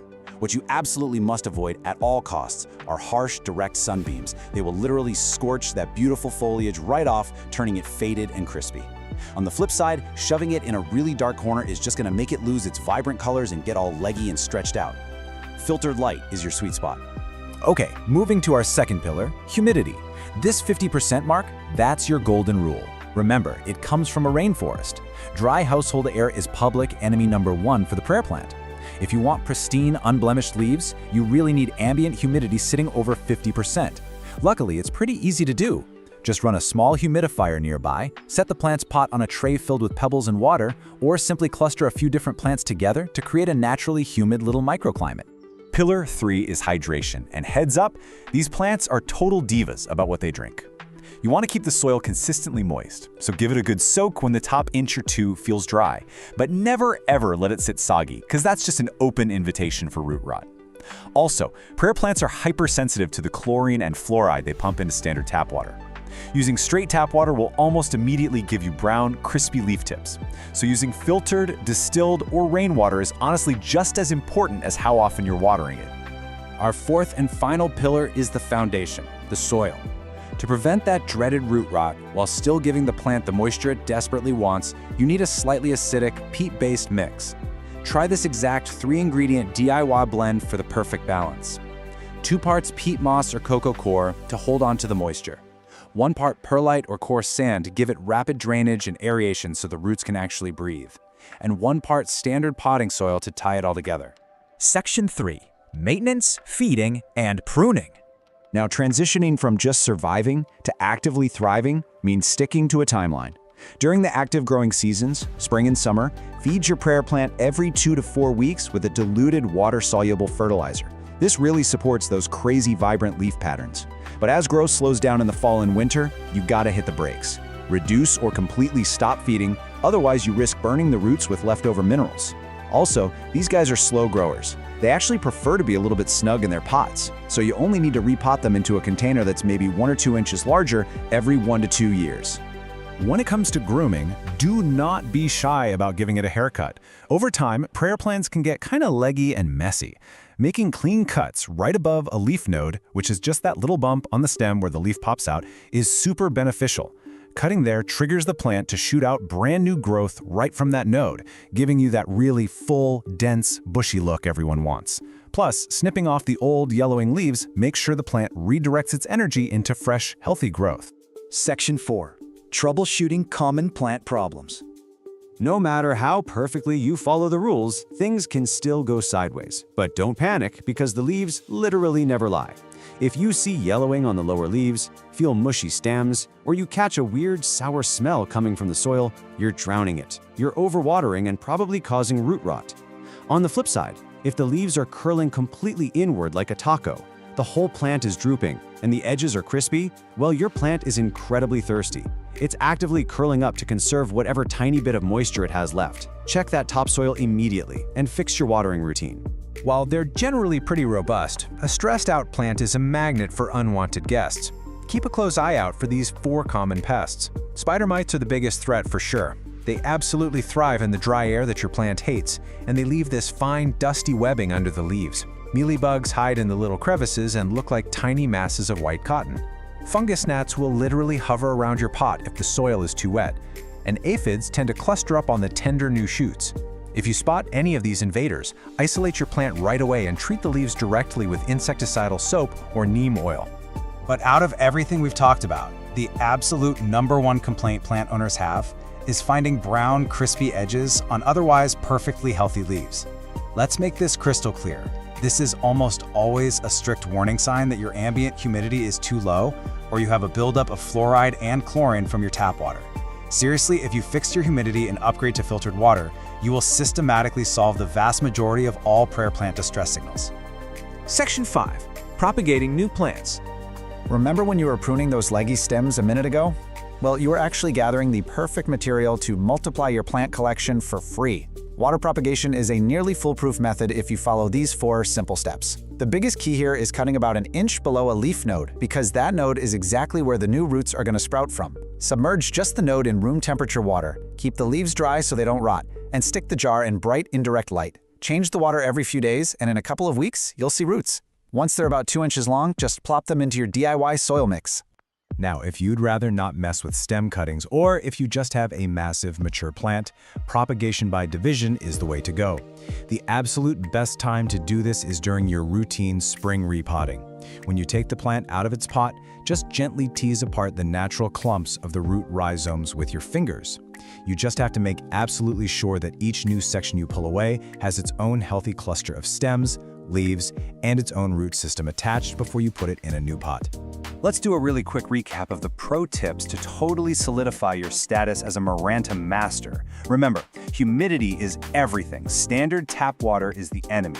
A good haircut makes for a bushier plant, and the leaves will always tell you exactly what they need if you just take the time to read them. Oh, and don't forget to check on them at night to enjoy the show. And that brings us to the end of our Masterclass Explainer. I really want to leave you with this one thought. Watching a prayer plant fold its leaves up every single evening is such a beautiful reminder that our houseplants aren't just static decorations. They are dynamic, communicating, living organisms that react to their environment in real time.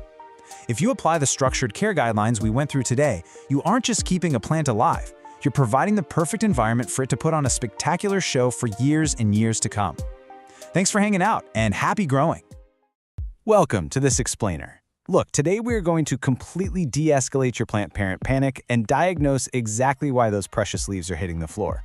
We've literally all been there, right? You walk into the room and your absolute favorite houseplant has suddenly shed a whole layer of foliage. It's heartbreaking, and honestly, it usually sends us into a total spiral of over-caring. But today we're taking a structured, scientific approach to figure out the top 6 causes of leaf drop, and much more importantly, how you can fix every single one of them. So let's dive right in by reframing the situation entirely. Your plant isn't betraying you, and it honestly isn't necessarily dying. When a plant drops its leaves, it's actually performing a highly calculated act of self-preservation. Think of it like a captain ordering the crew to abandon ship on a specific deck just to keep the rest of the vessel afloat. You see, leaves are a plant's power stations for photosynthesis, but they're also where the plant loses the most water through transpiration. When a plant is under severe stress, maintaining all of that lush foliage becomes this massive energy drain it simply can't afford. So it sheds leaves to conserve energy and survive. And this brilliant biological mechanism really proves that point. Leaf drop isn't just a leaf getting weak and randomly falling off, it's an active process. When stressed, whether that's from bad watering, dying roots, or just environmental shock, the plant purposefully builds a tiny wall of cells, called the abscission layer, right at the base of the leaf stem. This layer effectively severs the leaf from the plant's vascular system. It's literally cutting its losses to focus all of its remaining resources on core survival. Understanding this completely changes how we diagnose the problem. Here's our agenda for today's Plant ER Triage. First, the science of leaf drop. Second, diagnosing water issues. Third, environmental shock and stress. Fourth, natural aging versus pests. And finally, pro tips for prevention. Section 1. The science of leaf drop, identifying the symptoms. Now consider this your ultimate cheat sheet. Before you start pouring water everywhere or impulsively repotting, look closely at which leaves are dropping and how they feel. If your lower leaves are turning yellow and feel soft or limp, you're probably overwatering. But if the leaves are yellow but feel dry and crispy, your plant is underwatered. A sudden, massive shower of leaves often points to acclimation shock, while a sudden drop of perfectly green leaves usually means temperature stress. And if it's just the oldest bottom leaves falling off one by one, well, that's just natural aging. Keep these symptoms in mind as we break down each specific cause. Section 2. Diagnosing water issues, the most common culprits. Okay, so watering issues are the #1 reason plants shed leaves. And contrasting these two extremes makes it incredibly easy to diagnose if yours is drowning or completely parched. Actually, go ahead and check your soil right now. If it's constantly wet and soggy and the base of the stem feels a bit soft, your roots are likely rotting. They're dying and can no longer support the foliage, so the plant sheds its lower leaves. That's overwatering. On the other hand, if you pick up the pot and it feels surprisingly light and the soil is bone dry and rock hard, your plant is in a severe drought. It's sacrificing its dry, crispy leaves just to keep its main stems alive. That's underwatering. If you diagnosed overwatering, here's your exact fix to stop those lower leaves from dropping. Step 1, and I know this is the hardest thing for us plant parents, stop watering immediately. Just step back. Allow that soil to dry out completely. You also really need to verify that your pot actually has drainage holes, because if water can't escape, the roots are literally suffocating. If the soil smells swampy or the base of the plant feels mushy, you're dealing with severe root rot. In that case, you've got to play surgeon. Unpot the plant, carefully snip away the black, mushy, dead roots, and repot it in fresh, dry, well-aerated soil. On the flip side, if your plant is underwatering and shedding crispy leaves just to survive the tiny desert you've accidentally created in your living room, you need to rehydrate it immediately. Give it a really deep, thorough watering. Now, if the soil is so bone dry that the water just runs down the sides of the pot and out the bottom without even absorbing, you're going to want to use bottom watering. Just set the pot in a bowl of water for about 30 minutes and let the soil soak it up from the bottom like a sponge. Once it's rehydrated, commit to a consistent watering schedule so it never has to face that kind of drought stress again. Section 3. Environmental shock and stress when things change too fast. This perfectly explains our third cause, acclimation shock. Just think about where your plant came from for a second. It was likely raised in this perfect climate-controlled nursery or greenhouse with optimal humidity and light. So when you buy it, shove it in your car, and place it in a dim corner of your house, that is an incredibly jarring transition. Sensitive plants, particularly the notorious fiddly fig, will throw an absolute tantrum, much like a dramatic teenager, and drop a significant number of leaves as they struggle to adjust to these new, less than ideal conditions. To fix acclimation shock, the answer is usually less action, not more. You simply need to establish a stable environment. Find a forever home in your house that provides the right light for that specific species, set the pot down, and seriously, stop moving it around. Don't drag it from room to room chasing the sunlight. Keep your watering routine stable and just be patient. Expect a little bit of drama for the first few weeks. Once it realizes its environment is secure, the dropping will absolutely stop and it'll acclimate. Now let's see how this builds into cause number 4, temperature stress. If you walk into a room and notice your plant has suddenly dropped a handful of perfectly healthy, bright green leaves, look around. Is there a drafty window right there? Did someone leave a door open? Is it sitting directly in the path of an air conditioning vent? A sudden chill is a major shock to tropical houseplants, and shedding green leaves is an acute, immediate defense mechanism against that sudden plunge in temperature. The prescription here is incredibly straightforward. Just protect your tropical plants from the chill. Relocate the plant immediately away from any source of cold air or intense temperature fluctuations. They want a steady, warm environment, just like they'd have in their native habitats. Section 4. Natural aging versus pests, the inevitable and the invasive. It's really vital to distinguish between cause number 5, which is natural aging, and cause number 6, pests. Natural aging is literally just the circle of life. It is perfectly normal for a healthy, thriving plant to occasionally turn 1 or 2 of its very oldest, lowest leaves yellow and drop them. It's simply redirecting its energy upward to push out new growth at the top.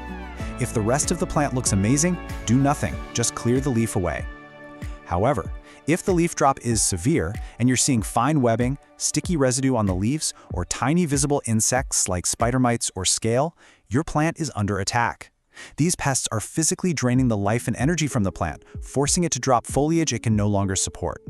If pests are stealing your plant's energy, you gotta act like a botanical ER doctor right now. Step 1, isolate the patient immediately so the bugs don't spread to your entire indoor jungle.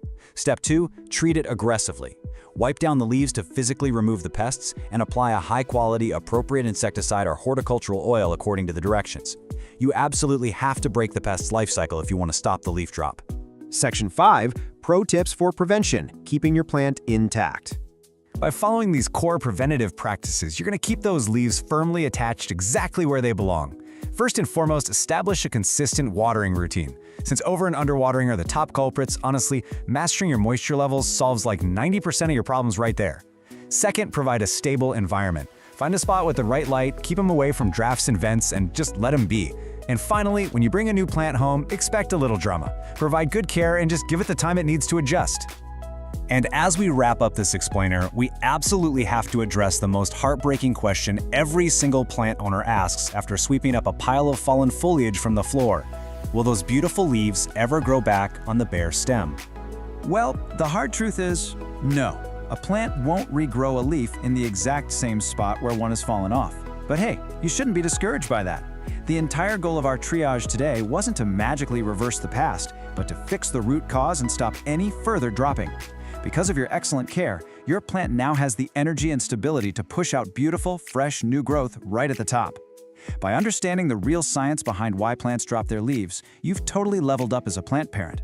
Which really makes you wonder, if your plants can tell you this much just by dropping a single leaf, what other secret languages are they using right now that you haven't even learned to speak yet? Welcome to this explainer. Okay, today we are tackling what is probably the single most intimidating part of bringing a piece of nature indoors. Listen, if you've ever stood over a potted plant with a watering can, totally paralyzed by the fear of doing the wrong thing, you are in the exact right place. We're going to completely shift your mindset today and give you a totally foolproof guide to keeping that indoor jungle of yours absolutely thriving. By the time we're done here, you won't be guessing anymore. You'll know exactly what your plants are trying to tell you. Okay, let's dive into our roadmap for today. We'll hit the #1 mistake, the golden watering rule, how to spot thirst, 2 ways to water, and finally, overwatered or underwatered. Section 1, the #1 mistake, killing with kindness. So be honest with me for a second. Have you ever loved a plant to death? It's literally the most common story in the book. You pick out this beautiful, tiny little succulent, you bring it home, and you just want it to be so happy. So how do we show that love? Well, by hovering over it with a watering can every single day. And yeah, you can probably guess how that ends. The poor thing just drowns. Overwatering is absolutely, hands down, the #1 mistake new plant parents make. We literally drown them trying to care for them. But hey, here's the good news. While it's the biggest issue out there, it's also incredibly easy to fix once you know the secret. We just need a total paradigm shift in how we think about providing that water. Which brings us to Section 2, the golden watering rule. Ditch the schedule. So the crucial point here, and if you take literally only one thing away from this entire explainer, make it this, is the golden rule. Check the soil first, and do not water on a schedule. Forget the rigid routines, no more guessing games. We have to actually start listening to our plants instead of blindly following the calendar. Trust me, watering every Sunday is a total recipe for disaster. And here's exactly why those schedules fail. A plant's thirst isn't just some static thing. It is constantly changing based on its environment. Just look at these factors. First up, light levels. A plant sitting in a bright, sunny window, it's going to dry out significantly faster than one tucked away in a dim corner. Then you've got the season. Plants actively drink so much more during their spring and summer growth spurts, and they need way less when they go dormant in the fall and winter. Oh, and pot type is huge. Porous terracotta actually breathes and wicks moisture away, while plastic or glazed pots trap it right in. Throw in hot, dry air from temperature and humidity changes, and, well, you can see why that Sunday schedule makes absolutely zero sense. All right, Section 3, how to spot thirst. Become a soil detective. So, we're replacing that calendar schedule with a quick assessment phase. The absolute most foolproof, classic way to do this is simply called the finger test. Literally, all you do is stick your index finger about 1 to 2 inches deep right into your plant's potting soil. If you pull it out and the soil feels moist, or if it's actively sticking to your skin, your plant is totally fine. Stop right there. Don't water it yet. Just leave it alone and check back again in a few days. But on the flip side, keep this in mind. If the soil feels dry and crumbly, it is time to water. You really want to pay attention to that physical texture. Dry and crumbly is your plant literally giving you the green light to grab the watering can. It's a super simple, undeniable physical cue. Now, I get it. Maybe you don't want to get dirt under your nails every time. You've got two other really great options here. For your smaller plants, try the lift test. You just get a feel for how heavy the pot is right after you water it. Then pick it up every few days. When it feels noticeably lighter, boom, the soil is dry.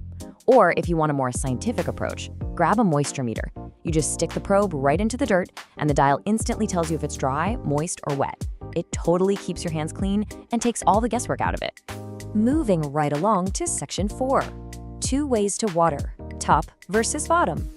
The real secret to watering, no matter how you decide to do it, is being incredibly thorough. Let's look at top watering first, since that's what most of us are familiar with. Step 1. Slowly pour water over the whole surface of the soil until it starts running freely out of the drainage holes at the bottom. Step 2. Let the pot sit for a few minutes so it can drain completely. But step 3, this is where so many beginners mess up. You absolutely must, crucially, dump out any of that excess water pooling in the saucer below. I'm serious. Leaving a plant sitting in a puddle of water is the absolute fastest way to give it root rot.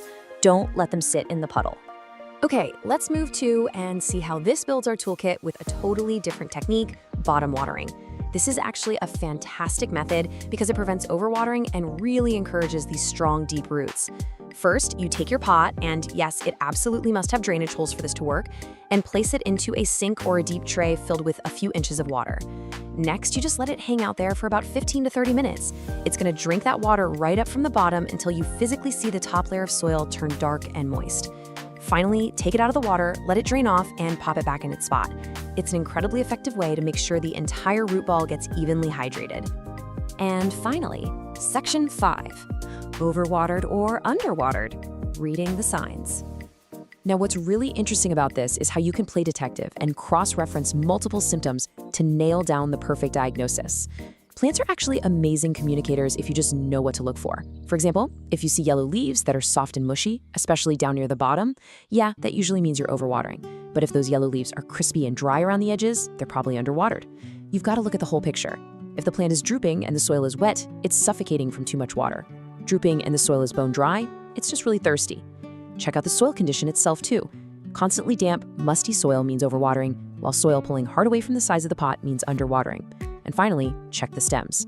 Mushy, black stems at the base are a classic sign of rot from too much water, while dry, brittle, shriveled stems point to severe dehydration. All right, you are officially equipped. You know that overwatering is the ultimate trap. You know to throw away that rigid schedule. You know how to read the soil and the leaves, and you know exactly how to deliver the perfect drink. You aren't guessing anymore. You are a full-on active soil detective. So now that you possess the real secret to a thriving indoor jungle, which plant are you going to go check first? Go get your fingers a little dirty, listen to what your plants are telling you, keep exploring, and we will see you in the next explainer. Welcome to this explainer on the absolutely incredible cinnamon fern. We're going to give you the complete beginner to expert guide on turning those notoriously wet, shady spots in your yard or home into a striking woodland showcase. Let's dive right in. Are you totally tired of delicate ferns that just give up and die the second their soil gets a little too soggy? I mean, if you've ever been frustrated by traditional houseplant ferns rotting in standing water, you are gonna love this. Because the cinnamon fern, it doesn't just tolerate a swampy mess, it literally demands it. Here's our masterclass blueprint. We'll be moving right through meeting the cinnamon fern, perfecting soil and water, dialing in light and climate, mastering care and propagation, troubleshooting, and then wrapping up with expert styling. Section 1. Meet the cinnamon fern, the native statement. Say hello to Osmundastrum cinnamomium. Now, as you know, ferns don't bloom, but this dramatic, long-lived native fern, it produces its spores on these incredible rust cinnamon-colored fertile spikes. They shoot straight up from the center of this tall, gorgeous green vase of sterile fronds. Honestly, it's a total sensory delight. In the spring, you get these silvery white, woolly fiddleheads that emerge and unroll into lush green leaves right alongside those rusty cinnamon sticks that give the plant its name. It's basically a sculptural statement piece, perfectly designed for those swampy spots where your other plants would simply drown. Section 2. Perfecting soil and water for these bog-loving ferns. You know those standard houseplant rules we all follow? Yeah, go ahead and throw those right out the window. Usually, we let plants dry out a bit between waterings in nice, well-draining soil. But the cinnamon fern evolved in cool, wet bogs. It actually wants to be consistently wet. It thrives in heavy, acidic bog soil. And get this, it actively loves sitting in a saucer of standing water. A typical Boston fern would turn to mush in a week under these conditions, but the cinnamon fern, it absolutely eats it up. So the real secret here is getting that highly specific soil dialed in. The ultimate DIY cinnamon fern mix needs to be a highly acidic, moisture-retentive recipe that mimics its natural forest floor habitat. We're talking 2 parts peat moss or cocoa peat as your base, 1 part composted leaf mold or pine bark, 1 part standard potting soil, and just a half part perlite or coarse sand. Whatever you do, avoid lean, alkaline potting soils or succulent mixes at all costs. A good rule of thumb, if you squeeze a handful of this mix, it should hold together just like a wet sponge cake. Section 3. Light and climate. Dialing in the temperature and humidity. When it comes to light, the cinnamon fern is a true, undeniable shade lover. We're talking part to full shade here. Think a north-facing window, a deeply shaded porch, or maybe dappled shade beneath a high canopy tree. Direct afternoon sun is literally your worst enemy. Just one single day of unfiltered summer afternoon sun will bleach those beautiful green sterile fronds to a flat, sad yellow. Worse, it'll burn, tan scorch patches right into the leaves, and honestly, they simply won't recover. So for sure, stick to deep or dappled shade. 60. That is your magic number. 60% is the absolute minimum ideal humidity for this plant when it's actively growing. If you're keeping it indoors, that hot, dry winter air in our centrally heated homes, that is the fastest possible way to kill this fern. If the humidity drops below 45%, the tips are going to go brown. Below 35%, the plant suffers severely. You absolutely have to use pebble trays, cool mist humidifiers, or just keep it in a naturally damp outdoor environment near some water. It's absolutely crucial to understand this plant's life cycle. As the saying goes, a cold winter rest is what triggers reliable fertile fronds the next spring. Seriously, you cannot keep this plant warm year-round. If you do, it just completely skips its famous cinnamon-colored show and only pushes out green leaves. It actually wants to go fully dormant in a cool spot. It can even survive freezing outdoor temperatures. It needs that chill to reset for next year's spectacular display. Section 4. Care and propagate, feeding and pruning. Maintenance for the cinnamon fern is actually delightfully low fuss, but it is highly specific. Once that first hard frost hits in autumn and the fronds collapse, you want to cut everything completely down to the ground. But be careful here. Make sure you cut about an inch above the rhizome so you aren't slicing into the knobby trunk itself. Then, when early spring rolls around, give it a light organic feeding by top dressing with about an inch of compost or leaf mold. Stay away from heavy liquid feeds, they'll just give you weak floppy fronds. This light, organic approach is exactly what builds that strong, upright vase shape the plant is famous for. Now, if you're growing these in containers, you're going to need to step up your fern every 2 to 3 years into a larger 5 to 15-gallon pot. It's a bit of a process, but here's how you do it. First, soak the parent pot the day before so the rhizome doesn't crack on you. Second, tip it and gently ease that heavy plant out. Third, take some sterile scissors and trim away any black or mushy roots. Fourth, settle it into that fresh peaty mix we talked about earlier. And this is key. Make sure the top of the rhizome sits exactly at the soil surface. If you bury it too deep, you're looking at instant crown rot. Finally, just backfill, water it deeply, and add your mulch. Okay, but what if you want more ferns? Who wouldn't, right? The primary propagation method here is dividing mature clumps that are at least 4 to 5 years old. You want to tackle this in early spring, right as those woolly fiddleheads start pushing up. Dig up the parent plant and rinse the soil off so you can clearly see the joins between the crowns. Then take a sterilized knife or even a saw and cut straight down through that woody rhizome. Plant those new divisions at the exact same depth as the parent, water them deeply, and make sure you keep them shaded for about 2 weeks so they can recover. Section 5. Troubleshooting those common fern problems. Pests are actually super rare for this fern, which is great. But environmental issues, yeah, those are pretty common. Let's look at a few visual symptoms and their direct cures so you can instantly save your plant. Got brown, crispy edges? Well, that's dry air or dry soil. You want to soak the root ball and get a humidifier going. What about mid-season yellowing on the inner fronds? That usually means your soil dried out, or maybe the pH drifted a bit too alkaline. Just top dress with composted pine bark or peat to bring that acidity right back. And if you spot tan, scorched patches, sunburn. No question. Move the plant to deep shade immediately, because those burned fronds are gone for good. Section 6. Expert styling and our final pro care tips. All right, here are some rapid-fire expert tips to totally elevate your fern game. First up, style this plant against a dark backdrop. Think a dark-stained fence, a mossy boulder, or an evergreen hedge. It really makes those rust cinnamon fertile fronds just pop visually. You can also pair it with ostrich ferns for height or Japanese painted ferns for a gorgeous silvery contrast.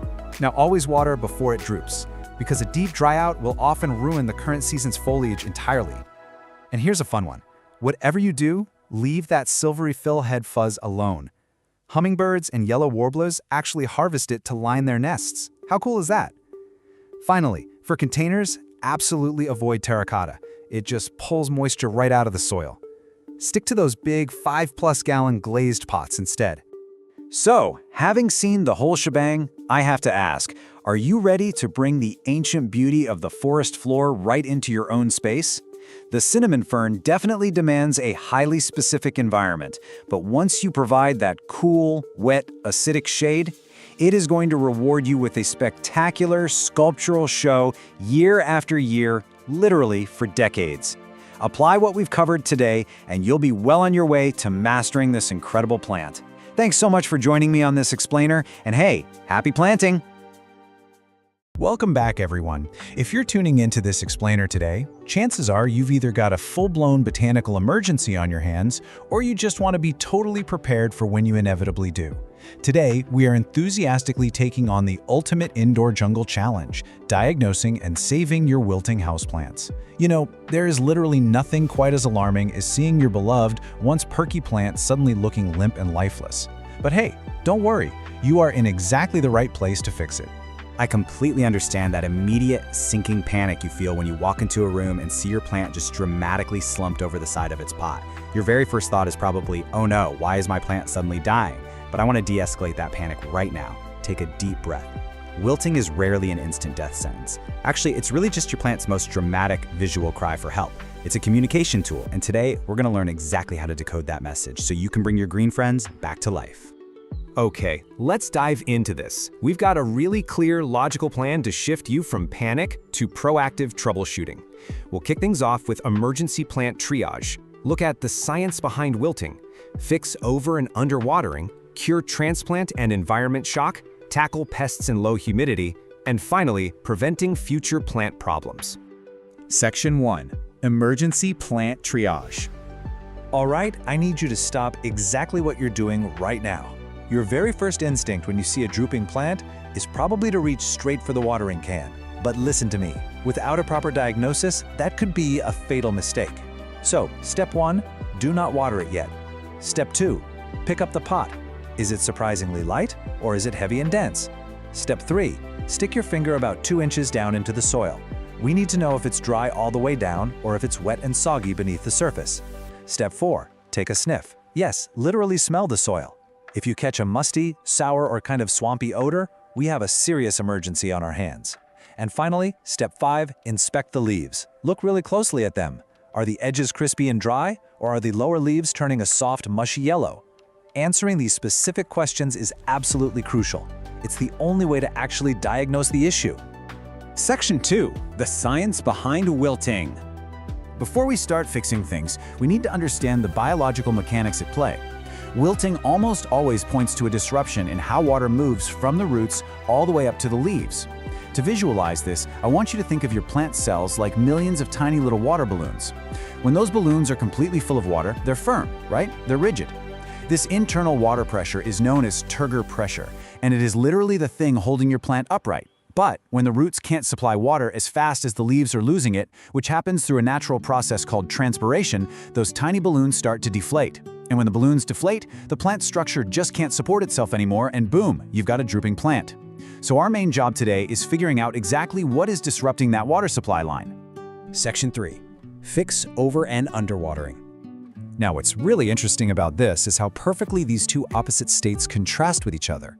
On one side, we have underwatering. The soil is bone dry all the way through. The pot feels remarkably light when you lift it, and the leaves are limp, sure, but they're still mostly green. The fix here is obvious, right? It just needs a good drink.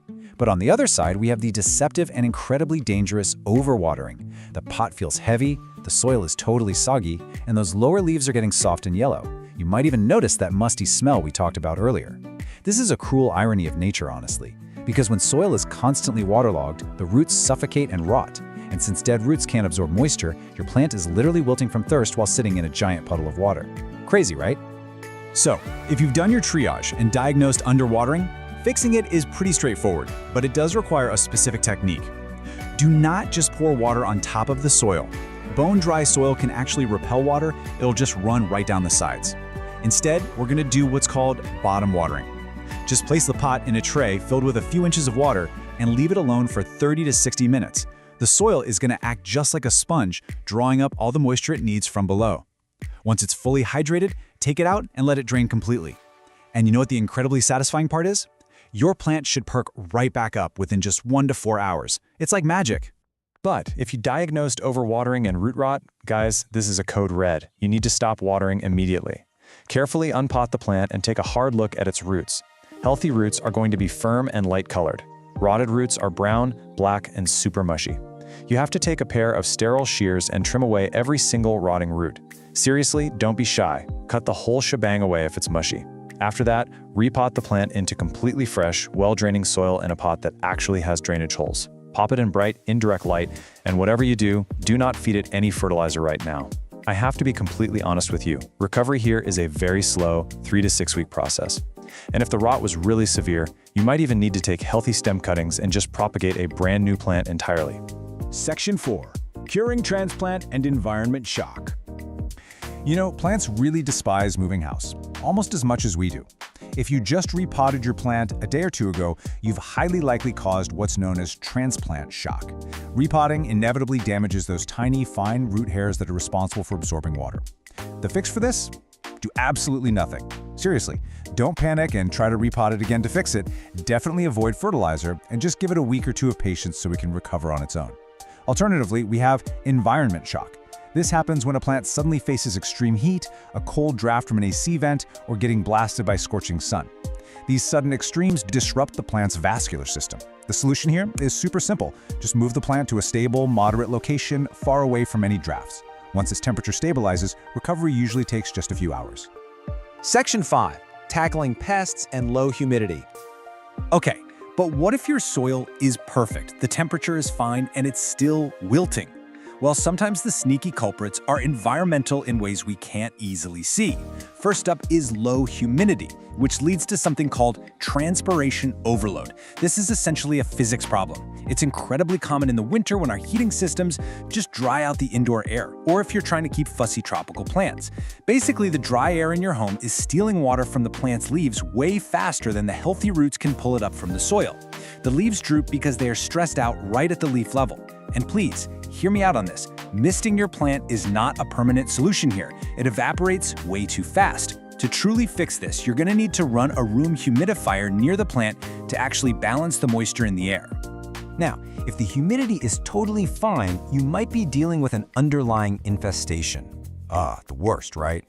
Keep an eye out for root mealybugs. They look like these tiny, white, waxy masses hiding right in the soil. They attack and damage the roots directly, completely ruining water absorption. If you find them, you'll need to unpot the plant, wash those roots thoroughly, use an insecticidal drench, and then repot it. Another really stubborn culprit is fungal or bacterial stem rot. This awful disease attacks the stem right at the soil line, effectively severing the water supply pipeline to the rest of the plant. Sadly, damaged stems just can't be reversed. If you spot soft or dark, mushy patches on the lower stem, your best bet is to take cuttings from the healthy growth above the damage and propagate them to save the plant's genetics. And this brilliantly illustrates how not all plants suffer the same way. The absolute drama queens of the underwatering world, that's your peace lilies and basil. They will completely flop over when they're thirsty, but they bounce back incredibly fast. Now, if you are someone who tends to overwater, you really need to watch out for your Monstera deliciosa and golden pothos. They are surprisingly sensitive to soggy soil. And if you have a really dry home, your Boston ferns and calatheas are going to be the very first to collapse from low humidity. Knowing your specific plant's weaknesses is a game changer because it helps you anticipate the problem before the wilting even starts. I do need to quickly address the succulent exception here, because they kind of play by their own rules. Succulents are totally unique because their physical cues for water stress are highly visual, right there on the leaves. If your succulent's leaves are soft, kind of translucent, and mushy, you're definitely overwatering it. But if the leaves are looking thin, shriveled, and all wrinkled up, it actually desperately needs water. Always check the physical texture of a succulent before you act. Section 6. Preventing future plant problems. Okay, let's transition to some proactive medicine for your indoor jungle. The absolutely crucial point I want to make is this. Most wilting is entirely preventable if you just build a few consistent habits. First and foremost, and this is a big one, ditch the watering schedule. Watering on a rigid, every Sunday routine is just a recipe for disaster. Instead, check the soil moisture with your finger before every single watering. When you do finally water, water generously until it drains freely from the bottom. This encourages nice, deep roots. Because of this, having drainage holes and using well-draining soil are absolutely non-negotiable. Keep your plants away from extreme temperature vents or drafty doors, and finally, set yourself up for success by matching the plant to your home's natural environment. If you live in a super dry climate, maybe skip the fussy ferns and opt for something a bit hardier. So, as we wrap up this explainer today, I want to leave you with one final really important question to ask yourself. Are you actually listening to your plant's physical cues? Or are you just guessing and pouring water on your own anxiety? By taking a second to check the soil, inspect the leaves, and assess the environment, you never have to panic over a drooping leaf ever again, because now you know exactly what to do. Thanks so much for joining me, and happy troubleshooting. We are jumping right into this explainer because, let's be honest, if you're a houseplant parent, you already know the heartbreak. You bring home this gorgeous, vibrant green plant, right? And then, a few weeks later, you look closely and there they are, those dreaded, brown, crispy, curled up tips right on the ends of the leaves. It's incredibly frustrating. But look, you are absolutely not alone. Today, we're tackling this head on. We're going to answer the ultimate question. Why are my plant leaves getting brown, crispy tips? We'll cover the top 5 causes and exactly how to fix it. Okay, let's dive into this. Why are your plant's leaves getting so crispy in the first place? It's really easy to look at a ruined leaf and feel like you've somehow failed. But I want you to completely reframe how you look at this. A crispy edge isn't a failure at all. It's just a signal. Your plant is simply communicating that there's an environmental imbalance. It's basically raising a tiny brown, crispy flag asking for a little help. And by the end of this explainer, you're going to be completely fluent in translating that exact signal. Here is our quick roadmap for today. We'll start with diagnosing those brown tips, then look at the science of leaf scorch, cover the top 5 causes and fixes, and wrap up with preventing future brown tips. Let's get started. Section 1. Diagnosing brown crispy tips. Time to put on our plant detective hats. Matching what you see with how the soil feels is this amazing simple trick that points straight to our culprits. So, for example, if you see brown tips plus yellowing lower leaves and the soil feels like an absolute brick, you're definitely dealing with underwatering. But if you just have brown tips, especially on your tropicals, and the soil is perfectly moist, well, low humidity is your #1 culprit. And pay attention to this one. If there is a distinct yellow halo separating that dead brown tip from the healthy green leaf, you almost certainly have a water quality issue. Knowing these signs literally takes all the guesswork out of the equation. Moving on to Section 2, the science of leaf scorch. Before we jump into fixing the plant, we really need to understand how this damage actually happens. Leaf scorch, or tip burn, is essentially tissue death. Think of a plant's vascular system exactly like our own human circulatory system. It is constantly working to pump water from the roots all the way up to the furthest edges of those leaves. So the really crucial thing to understand here is that the very tip of the leaf is literally the last stop on the train. It is the last place to get a drink. When something goes wrong, maybe there's just not enough water in the soil, or the dry air is sucking moisture out way too fast, or mineral salts are clogging up the pipes, the plant simply cannot supply those furthest tips with enough hydration to keep the tissue alive. So it dries up, it dies, and it gets crispy. All right, Section 3. the top 5 causes and fixes. Let's pair up the most common causes of this leaf scorch with their immediate actionable solutions. Because cause number 1 is entirely about this number, 40 to 60%. That is the ambient humidity level that most of our favorite tropical houseplants, think calatheas, your ferns, your palms, they absolutely crave that level of moisture. Remember, these guys originated in lush, super humid rainforests. But our modern homes, especially when we're blasting the heat in the winter or the AC in the summer, they are incredibly dry, usually falling way below that 40% mark. So, that dry air acts like a sponge, pulling moisture right out of the leaves faster than the roots can even replace it. The fix here? Use a humidifier, group your plants together so they create a little microclimate, or set up a pebble tray filled with water. Now, if you do the tray, just make sure the pot sits on the pebbles, not directly in the water, otherwise you'll get root rot. And I know you might be tempted to just grab a spray bottle, but misting only raises humidity for a few minutes. It's really not a long-term fix. Which brings us to cause number 2, underwatering. When the soil is bone dry, there simply isn't enough water for the roots to send upstairs. Plants are incredibly smart survivalists, you guys. To keep its core alive, a plant will intentionally cut off the water supply to its extremities.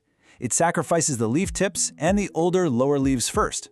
The fix is straightforward but absolutely vital. You've got to give that plant a deep, thorough soak to completely rehydrate that hardened root ball.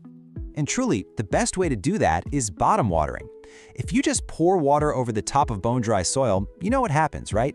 It just runs straight down the sides of the pot and out the bottom without absorbing it all. Instead, try this. Step 1, place the pot in a bowl or sink with a few inches of water. Step 2, just let it sit. Let it absorb water from the bottom up, kind of like a sponge, for about 30 to 60 minutes.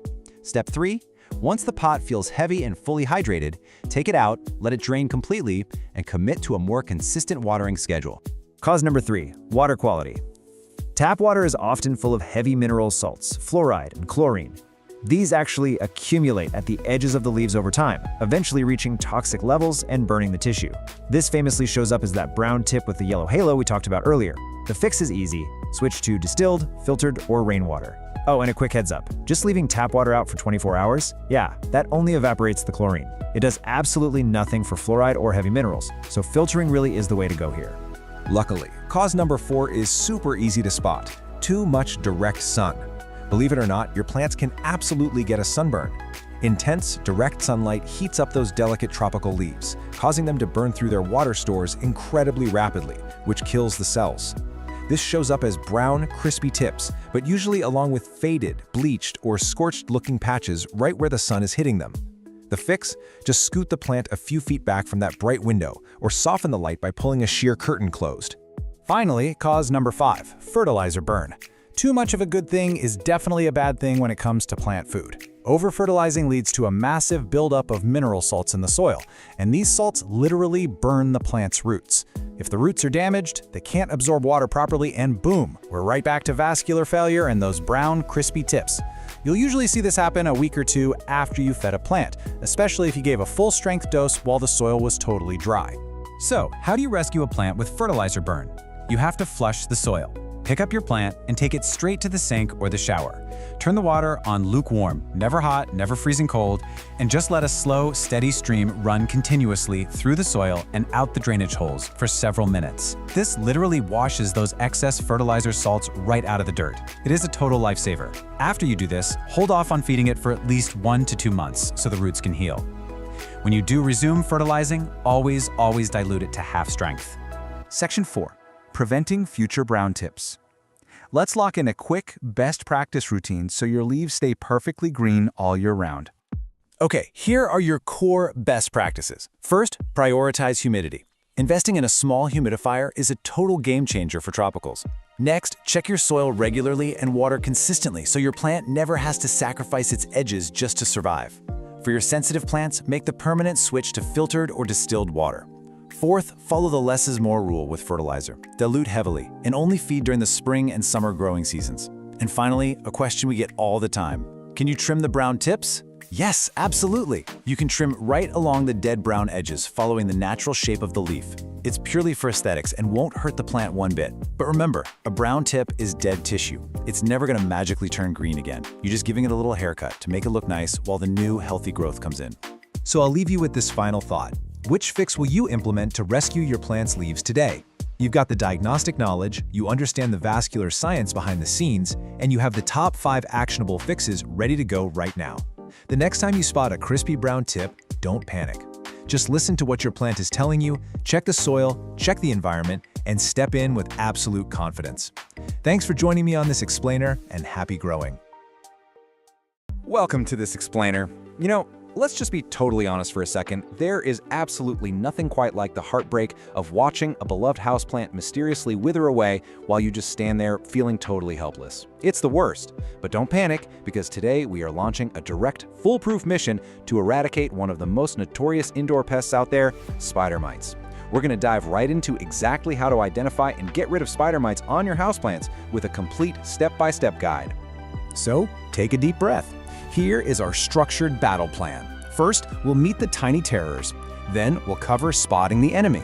After that, we'll figure out why they're here, walk through your eradication battle plan, and finally, talk about preventing future invasions. All right, Section 1, meet the tiny terrors. Let's understand your invisible enemy. I want you to go look really closely at your plant collection. Are your plants suddenly losing their color?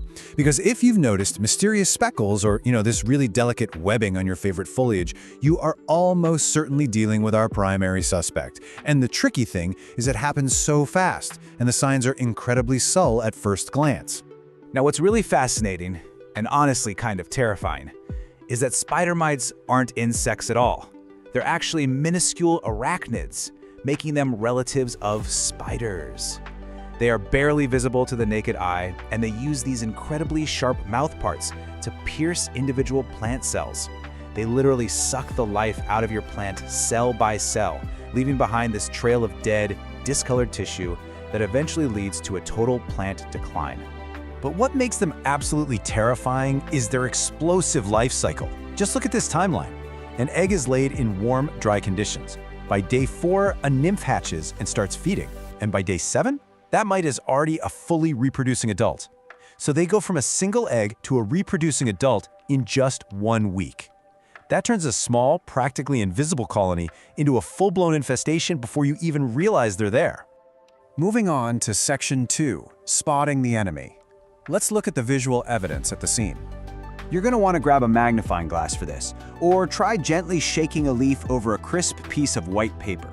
You are looking for some very classic visual signs. The biggest red flag? Fine silky webbing, especially right where the leaf meets the stem. You should also look for stippling, which basically looks like thousands of tiny silvery white or yellow dots where the mites have been feeding. Over time, the leaves will just start to look dusty or totally bleached out. And if you look super closely, you might actually see the tiny moving dots themselves. They can be red, tan, black, or even translucent. Eventually, this all leads to weak, yellowing leaves that just completely dry up and fall off. Section 3. Why are they here? Let's talk about the conditions that invite these mites indoors. The absolutely crucial point here is understanding the kind of environment these pests love.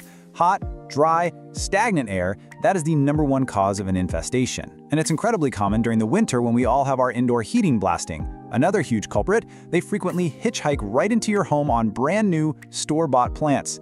Plus, if your plants are already stressed out from being underwatered, their weakened state makes them an incredibly easy, prime target for these opportunistic little arachnids. All right, Section 4, your eradication battle plan. Here is your step-by-step treatment. We've put together a strict 4-step battle plan to completely eliminate this threat. We're going to walk through isolation, manual removal, natural and organic treatments, and finally, chemical treatments for those really stubborn, worst-case scenarios. Okay, step 1, and I literally cannot stress this enough. Isolate the plant immediately. This is mission critical. The very second you even suspect spider mites, get that plant far away from all the others in your collection. These guys spread so rapidly on simple air currents or just by leaves physically brushing up against one another. Quarantine is absolutely your first line of defense. Step 2 is all about manual removal. Basically, blast them off. Take your quarantined plant straight to the sink or the shower and use a strong spray of lukewarm water to wash every single leaf and stem. Your goal here is to physically wash away the bulk of the population and their webbing. Make sure you get under the leaves and in all those little tiny nooks and crannies where the stems meet. Next up for steps 3 and 4, you've got to treat the plant to kill any remaining mites and their unhatched eggs. You've got a couple of different options here. You can use natural insecticidal soaps that will gently suffocate the mites. Just make sure you spray the plant until it is literally dripping wet. On the flip side, you have chemical miticides. Now you really want to reserve these heavy-duty pesticides strictly for those extreme, stubborn infestations. They require extreme caution, you must follow the label directions perfectly, and they really should only be applied outdoors. Now, if you want a DIY organic route for step 3, a neem oil solution is a fantastic natural miticide. It actually disrupts their life cycle. So here's a super easy recipe for you. Mix 1 teaspoon of pure cold-pressed neem oil with half a teaspoon of mild dish soap. That's just going to act as an emulsifier, and mix it into 1 quart of warm water. Shake it up well, and remember to keep shaking that bottle frequently as you heavily coat every single plant surface top and bottom. So let's talk timeline, because diligence is your absolute ultimate weapon here. Because of that rapid 1-week life cycle we talked about earlier, doing just 1 treatment is not gonna cut it. No way. You have to repeat these soap or neem oil treatments every 4 to 5 days for up to a whole month. This back-to-back treatment cycle is what guarantees you are catching and eliminating any newly hatched mites before they can reach adulthood and lay fresh eggs. Finally, Section 5, preventing future invasions by fortifying your defenses. Once you've won the battle, proactive plant care is how you win the war. Spider mites absolutely hate moisture, so boosting your home's humidity is, hands down, the best preventative measure. Group your plants together, run a humidifier, or set up some pebble trays. Also, always quarantine any new plants for at least a month, and make a habit of wiping down your leaves weekly with a damp cloth to disrupt any budding mite populations, while keeping some gentle air circulation going so they don't get comfortable.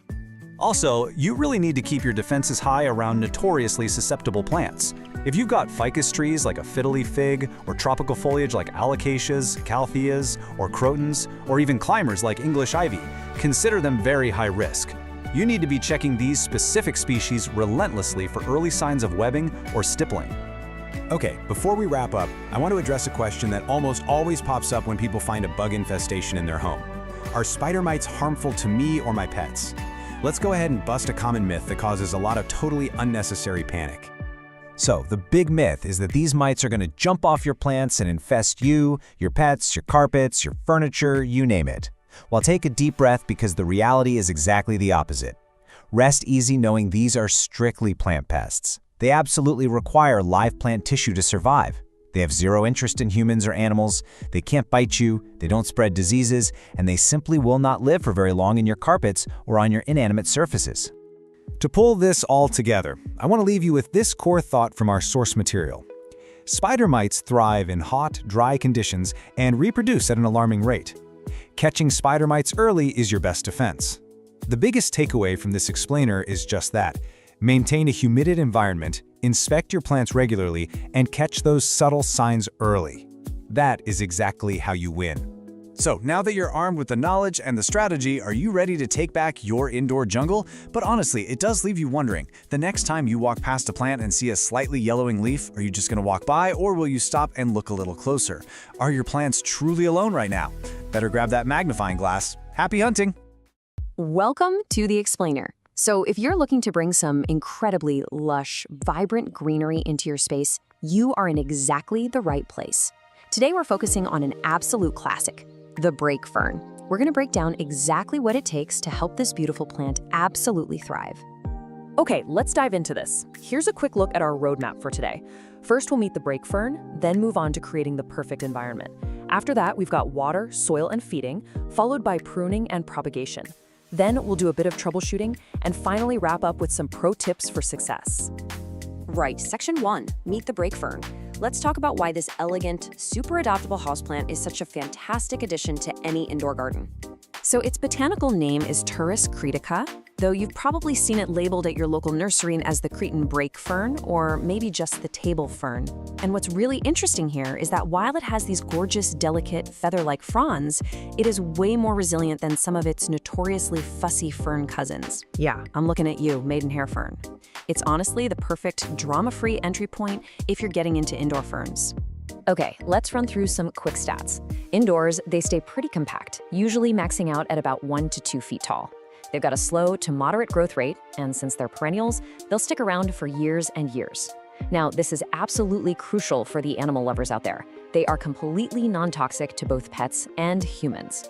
Oh, and just a quick note, like all true ferns, they don't bloom. They reproduce via spores instead of flowers. Moving on to section 2, creating the perfect environment. Getting the stage set correctly with light, humidity, and temperature really is half the battle. When we talk about ideal light, think about trying to replicate a dappled forest floor. You want bright, indirect light, the kind you'd get right up against a north or east-facing window. Direct, intense sunlight? Yeah, that is the enemy here. It will literally scorch those delicate fronds, leaving them looking pale, faded, or just visibly burnt.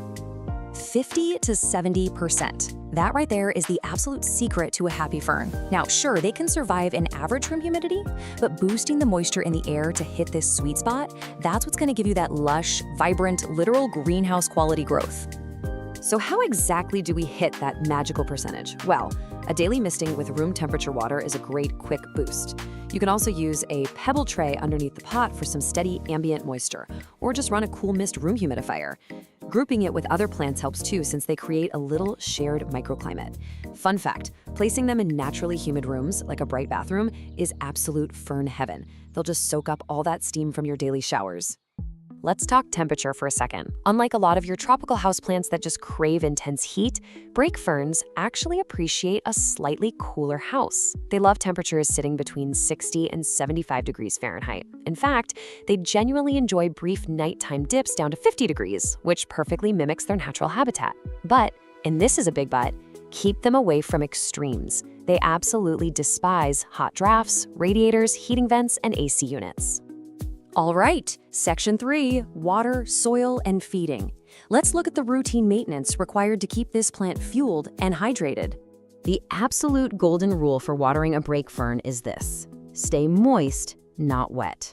They really don't have much drought tolerance, so you're gonna wanna water them thoroughly when just the top inch of soil feels slightly dry to the touch. But here's the major warning: never, ever leave them sitting in water. Discard any excess water in the saucer immediately. Standing water is basically a fast track to suffocating the roots and causing root rot. Also, if your tap water is on the harsher side, you might want to switch to filtered, distilled, or rainwater. And the soil you use plays a massive role in that whole watering routine. You're looking for a peat-based potting mix, but it needs to be amended with perlite or pumice so those roots can actually breathe. The soil has to retain moisture without turning into a soggy, dense mess. Oh, and a drainage hole in the pot? Completely, strictly non-negotiable. As for feeding, brake ferns are what we consider light feeders. During their active growing seasons in the spring and summer, you really only need to feed them every 2 to 4 weeks. Now, because their root systems are actually quite sensitive, it's super critical to use a liquid houseplant fertilizer diluted to half strength. And always apply it to soil that's already moist so you don't accidentally burn the roots. Section 4, pruning and propagation. This is where we get into how to tidy up your plant, keep it healthy, and best of all, multiply it. Routine maintenance is honestly incredibly straightforward. If you spot any yellow or brown fronds, just snip them off with sharp scissors at the absolute base of the plant. That redirects its energy right back to fresh new growth. As for repotting, you only need to do this every 1 to 2 years, ideally in the spring. So the key takeaway here is that ferns hate being overpotted. You want to keep their roots nice and snug. When you do repot, only size up by about 1 to 2 inches in diameter. Now, if you want to create brand new plants literally for free, rhizome division is the way to go. Again, best done in the spring. You just carefully pull the entire plant from its pot, give it a gentle shake to remove excess soil so you can actually see the thick rhizomes, and then just divide the root ball into sections.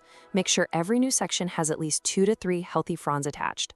Pot those divisions up in appropriately sized containers with fresh, moist soil, pop them in a warm, humid spot, and just watch them take off. It's so rewarding. Okay. Section 5, troubleshooting common problems. Let's figure out how to diagnose those subtle little cries for help your fern might be giving you. What's really fascinating here is how clearly the fronds physically communicate exactly what the plant needs. Seeing brown, crispy edges, it's basically begging for more humidity. If the leaves are turning yellow, that usually points to overwatering or hot, dry air. Pale or faded fronds, that means it's getting way too much direct sunlight and really needs some shade.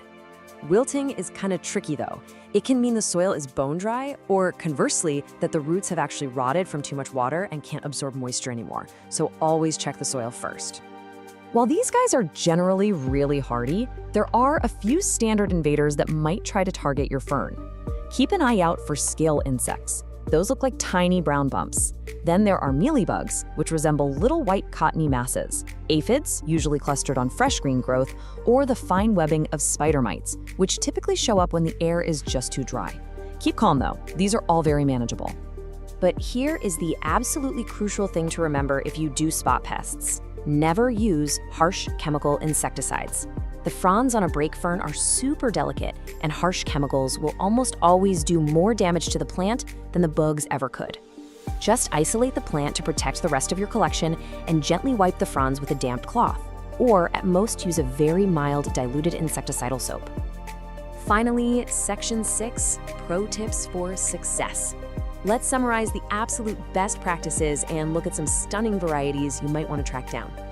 The species Pyrrhus critica comes in some incredibly beautiful varieties that are definitely going to appeal to your inner plant collector. Alba lineata gives you these striking creamy white centers. Then you have Mai, which offers highly textured, ruffled tips that almost look like parsley. Iko Miyako is amazing because it combines both the white centers and those crusted tips. Wilsoni features robust, deeply lobed green foliage, and Parkery is a super lush, wide-leafed, bright green option. There is literally a style for every aesthetic out there. To bring this all together, here are your golden rules for brake fern care. Consistency is key. You want to keep that soil consistently moist, but never let it sit in wet standing water. Give it a cool, calm environment away from any drafty radiators. And above all else, humidity is everything. Seriously, a little daily attention, just a quick misting, is usually all it takes to prevent those dreaded crispy edges. We're going to leave you with this final thought so you can immediately apply what you've just learned. Take a look around your living space right now. Where is that perfect, naturally humid, bright, indirect microclimate in your home? Maybe it's a bathroom shelf or right next to a kitchen sink. Find that spot and you are well on your way to becoming a master fern parent. Thanks so much for joining us on this explainer, and happy growing. Welcome to this complete explainer on the timeless English ivy. Whether you're brand new to indoor plants or your living room already looks like a sprawling jungle, the English ivy, also known botanically as Hedera helix, is just a true, undeniable classic. It instantly brings this wild, vibrant charm into any home. But as many of us have quickly discovered, keeping it perfectly lush and cascading indoors means you really need to know exactly what it wants. Here is our roadmap for today's journey. We'll be covering 1. Care basics. 2. Optimizing your environment. 3. Pruning and shaping. 4. Easy propagation. 5. Troubleshooting pests. And finally, 6. Pro tips and styling. Let's dive right in. Starting off with Section 1, English Ivy Care Basics. Let's lock in those non-negotiable survival needs for this fast-growing perennial. Okay, so the absolute golden rule for balancing moisture here. You really only want to water thoroughly when the top 1 to 2 inches of soil feel totally dry to the touch. English ivy likes to be kept consistently moist, sure, but, and this is a huge but, it is notoriously dramatic. It'll get root rot so fast if you overwater it. When you do water, make sure it completely escapes the drainage holes so the whole root ball gets a drink. But never, ever let the pot sit in standing water. Always dump that saucer out. During the spring and summer, expect to water about once a week, and then just dial it back a bit in the fall and winter. Now, finding the lighting sweet spot is absolutely crucial. Put your ivy in low light, yeah, it might survive, but expect super leggy growth. You'll get these long, stringy stems with hardly any leaves, and it'll completely lose those beautiful, variegated patterns as it desperately tries to maximize chlorophyll. On the flip side, put it in harsh, direct midday sun, and you're just gonna scorch the leaves right off. Bright, indirect light near an east or west-facing window is pretty much absolute perfection. Moving under the surface, keep the soil simple. A standard, well-draining commercial mix or a homemade blend of potting soil, peat moss, and perlite works great. And I literally cannot stress this enough. Drainage holes are non-negotiable. Don't even try it without them. For feeding, grab a balanced liquid fertilizer like a 20-20-20, but make sure you dilute it to half strength. We definitely want to avoid fertilizer burn. Just feed it once a month during those active spring and summer growth months and hold off entirely in the winter. Moving on to Section 2, Optimizing your indoor environment. Let's recreate its natural habitat. Ideally, you're shooting for an indoor temperature between 50 and 70 degrees Fahrenheit. That's roughly 10 to 21 degrees Celsius. See, unlike a lot of trendy tropical houseplants, English ivy is native to cooler, temperate climates. It actually loves being a bit chilly, especially at night, and it absolutely despises direct heat. So keep it far, far away from heating vents, radiators, and hot direct sunlight, which will just stress the plant out and invite pests. And because it originates in those cooler zones, dry winter heating systems are literally its arch nemesis. Seriously, crispy leaves are the #1 complaint I hear about this plant. If your air is too dry, those leaf edges will go brown and crispy so incredibly fast. You must maintain about 40 to 60% humidity.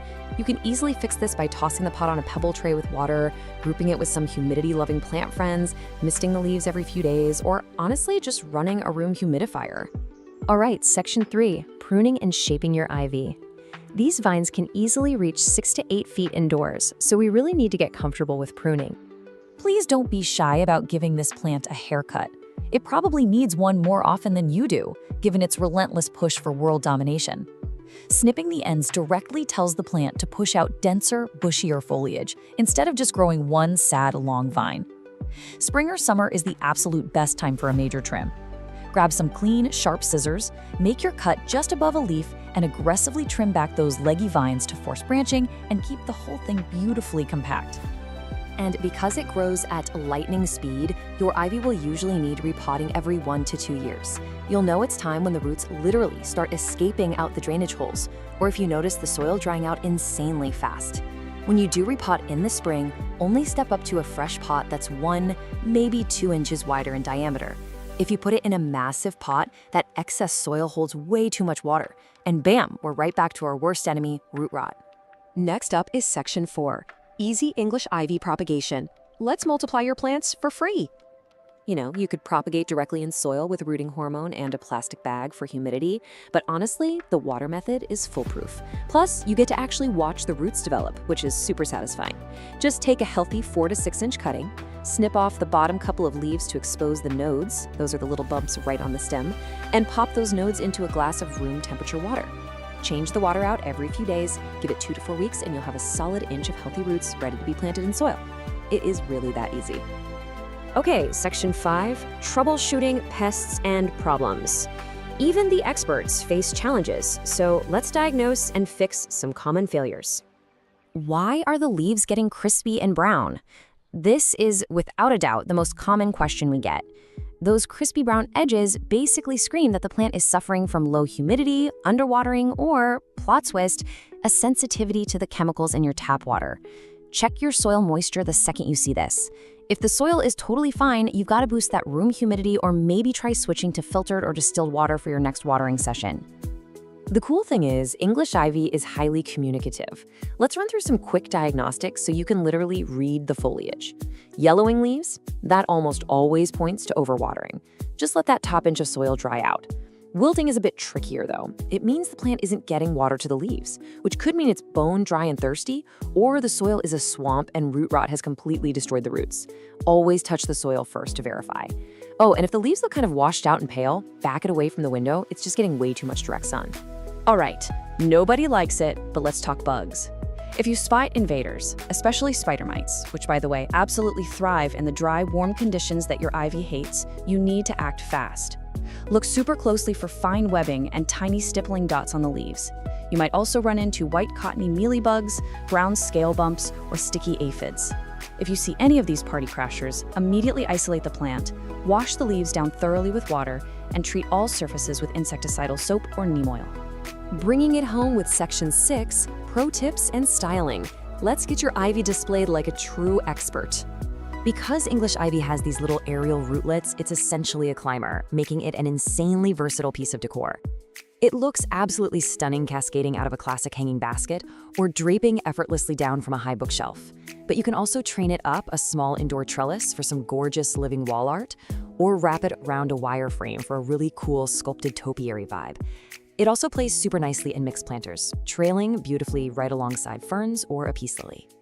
A quick safety check before you place your plant. Remember to keep this toxic beauty well out of reach of curious cats, dogs, and small children, as the foliage can definitely cause vomiting and drooling if ingested. Once you've got a safe, bright spot picked out, make a habit of rotating the pot a quarter turn every single time you water it. That ensures all those gorgeous lobed leaves get perfectly even lighting. And a final pro tip, treat your ivy to a gentle shower once a month. It washes the dust right off, helps the plant breathe, and knocks away any sneaky pests. So, armed with these exact steps, from hunting down that perfect bright indirect light, all the way to propagating your own brand new vines, you are completely ready to master this classic houseplant. Now, take a look around your home right now. Which room are you going to completely transform with its classic cascading vines? Get growing, and I'll catch you in the next explainer. Welcome to the explainer. So, you've brought home a gorgeous cascading fishtail fern, and you're terrified you're going to watch it slowly decline, right? Well, you're in exactly the right place. Today, we're taking you from frustrated beginner to confident expert, unlocking the absolute secrets to keeping this specific, lush, trailing beauty thriving and effortlessly draped. Let's get right into it. Let's actually kick things off by answering the exact question every single houseplant owner asks at some point. Why on earth do our indoor ferns always turn crispy? Honestly, it's a matter of perspective. We really need to stop treating this plant like some tough, resilient office desk resident that can totally handle neglect. Instead, think of it more like a delicate botanical curtain. It's a tropical plant, and it completely relies on a very specific microclimate to maintain that lush, sweeping look. To get you there, we're going to build your knowledge up step by step. Our agenda today: number 1, meet the fishtail fern. 2, light, water, and humidity. 3, soil, feeding, and pruning. 4, propagating your fern. 5, troubleshooting common problems. And finally, number 6, pro tips for lush growth.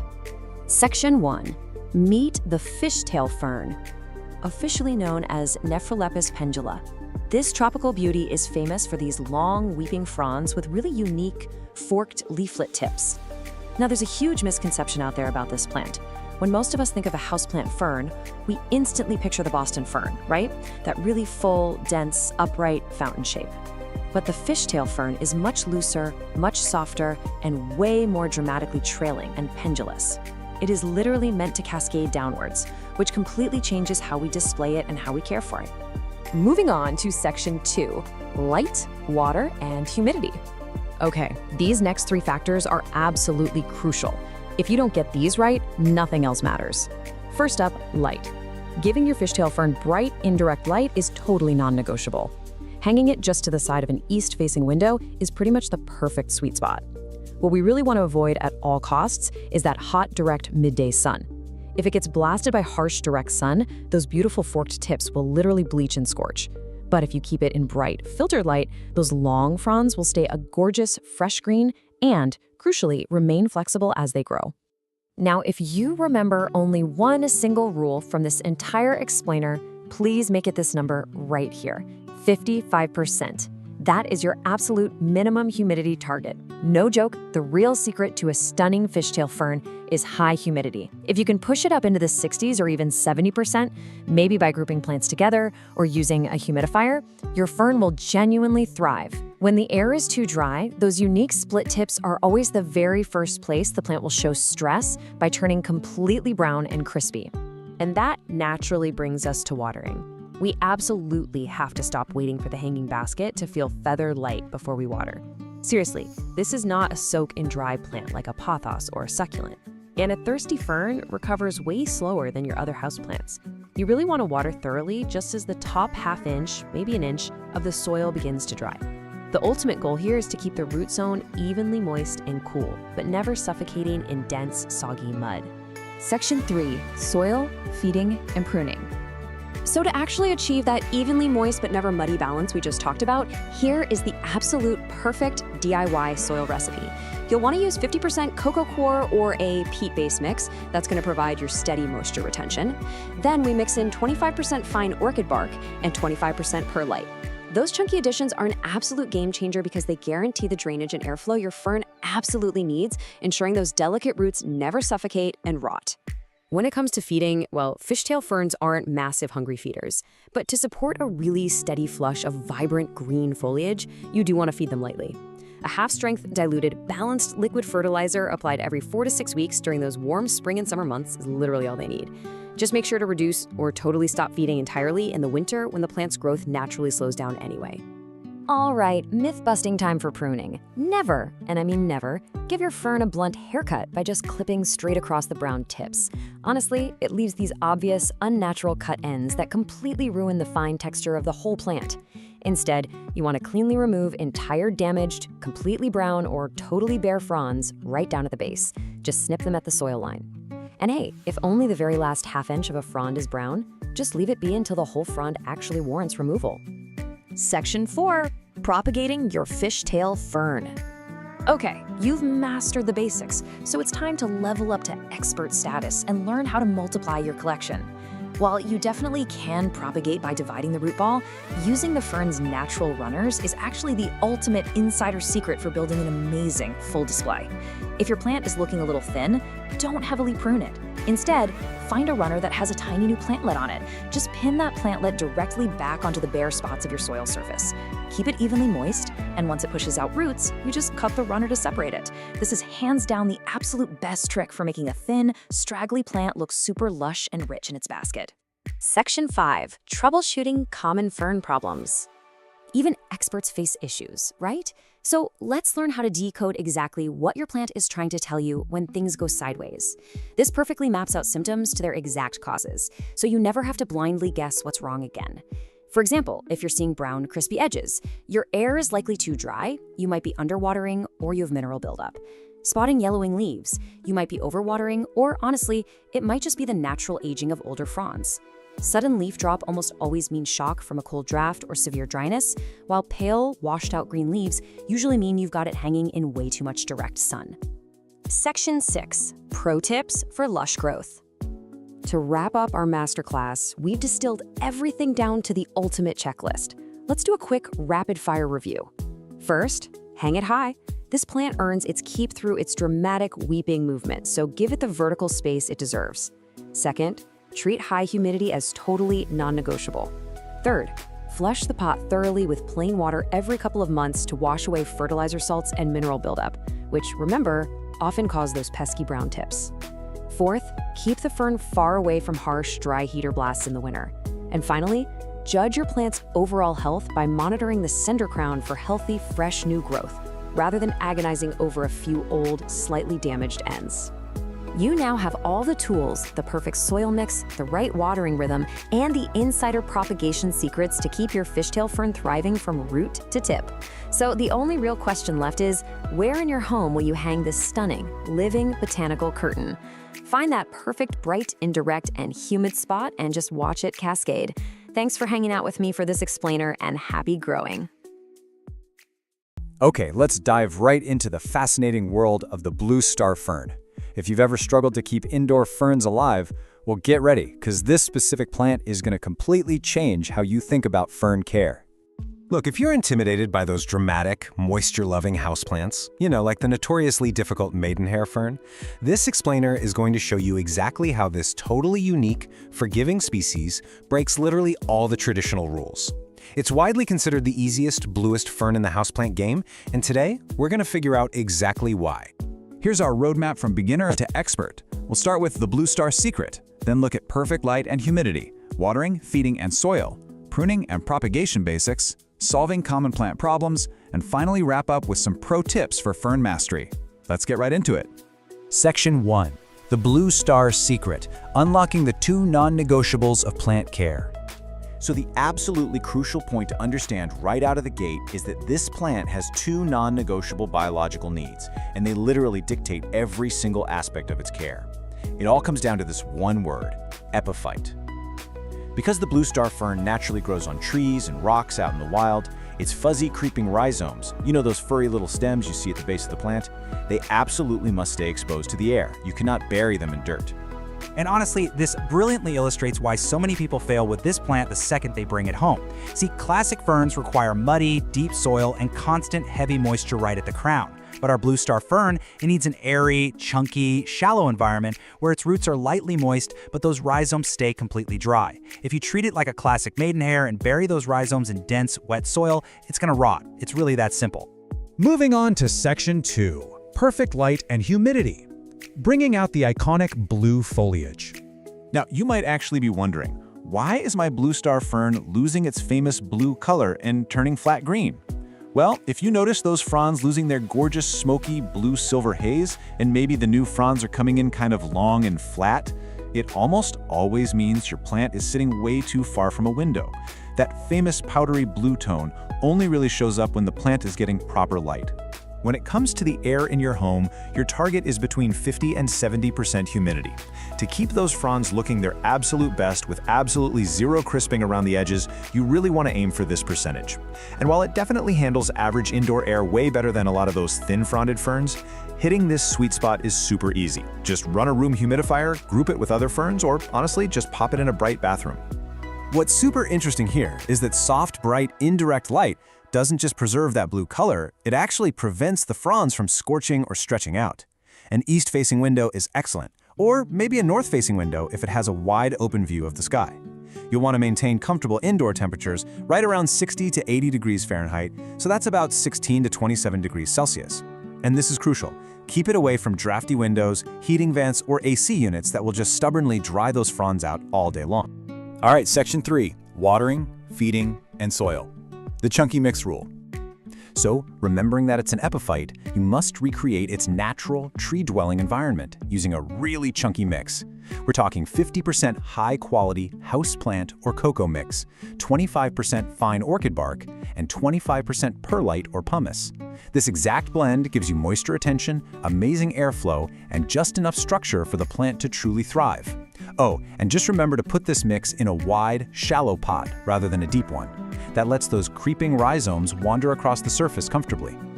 For your watering routine, just follow these 3 simple steps to keep the roots lightly moist while making sure those rhizomes stay safe and dry on top.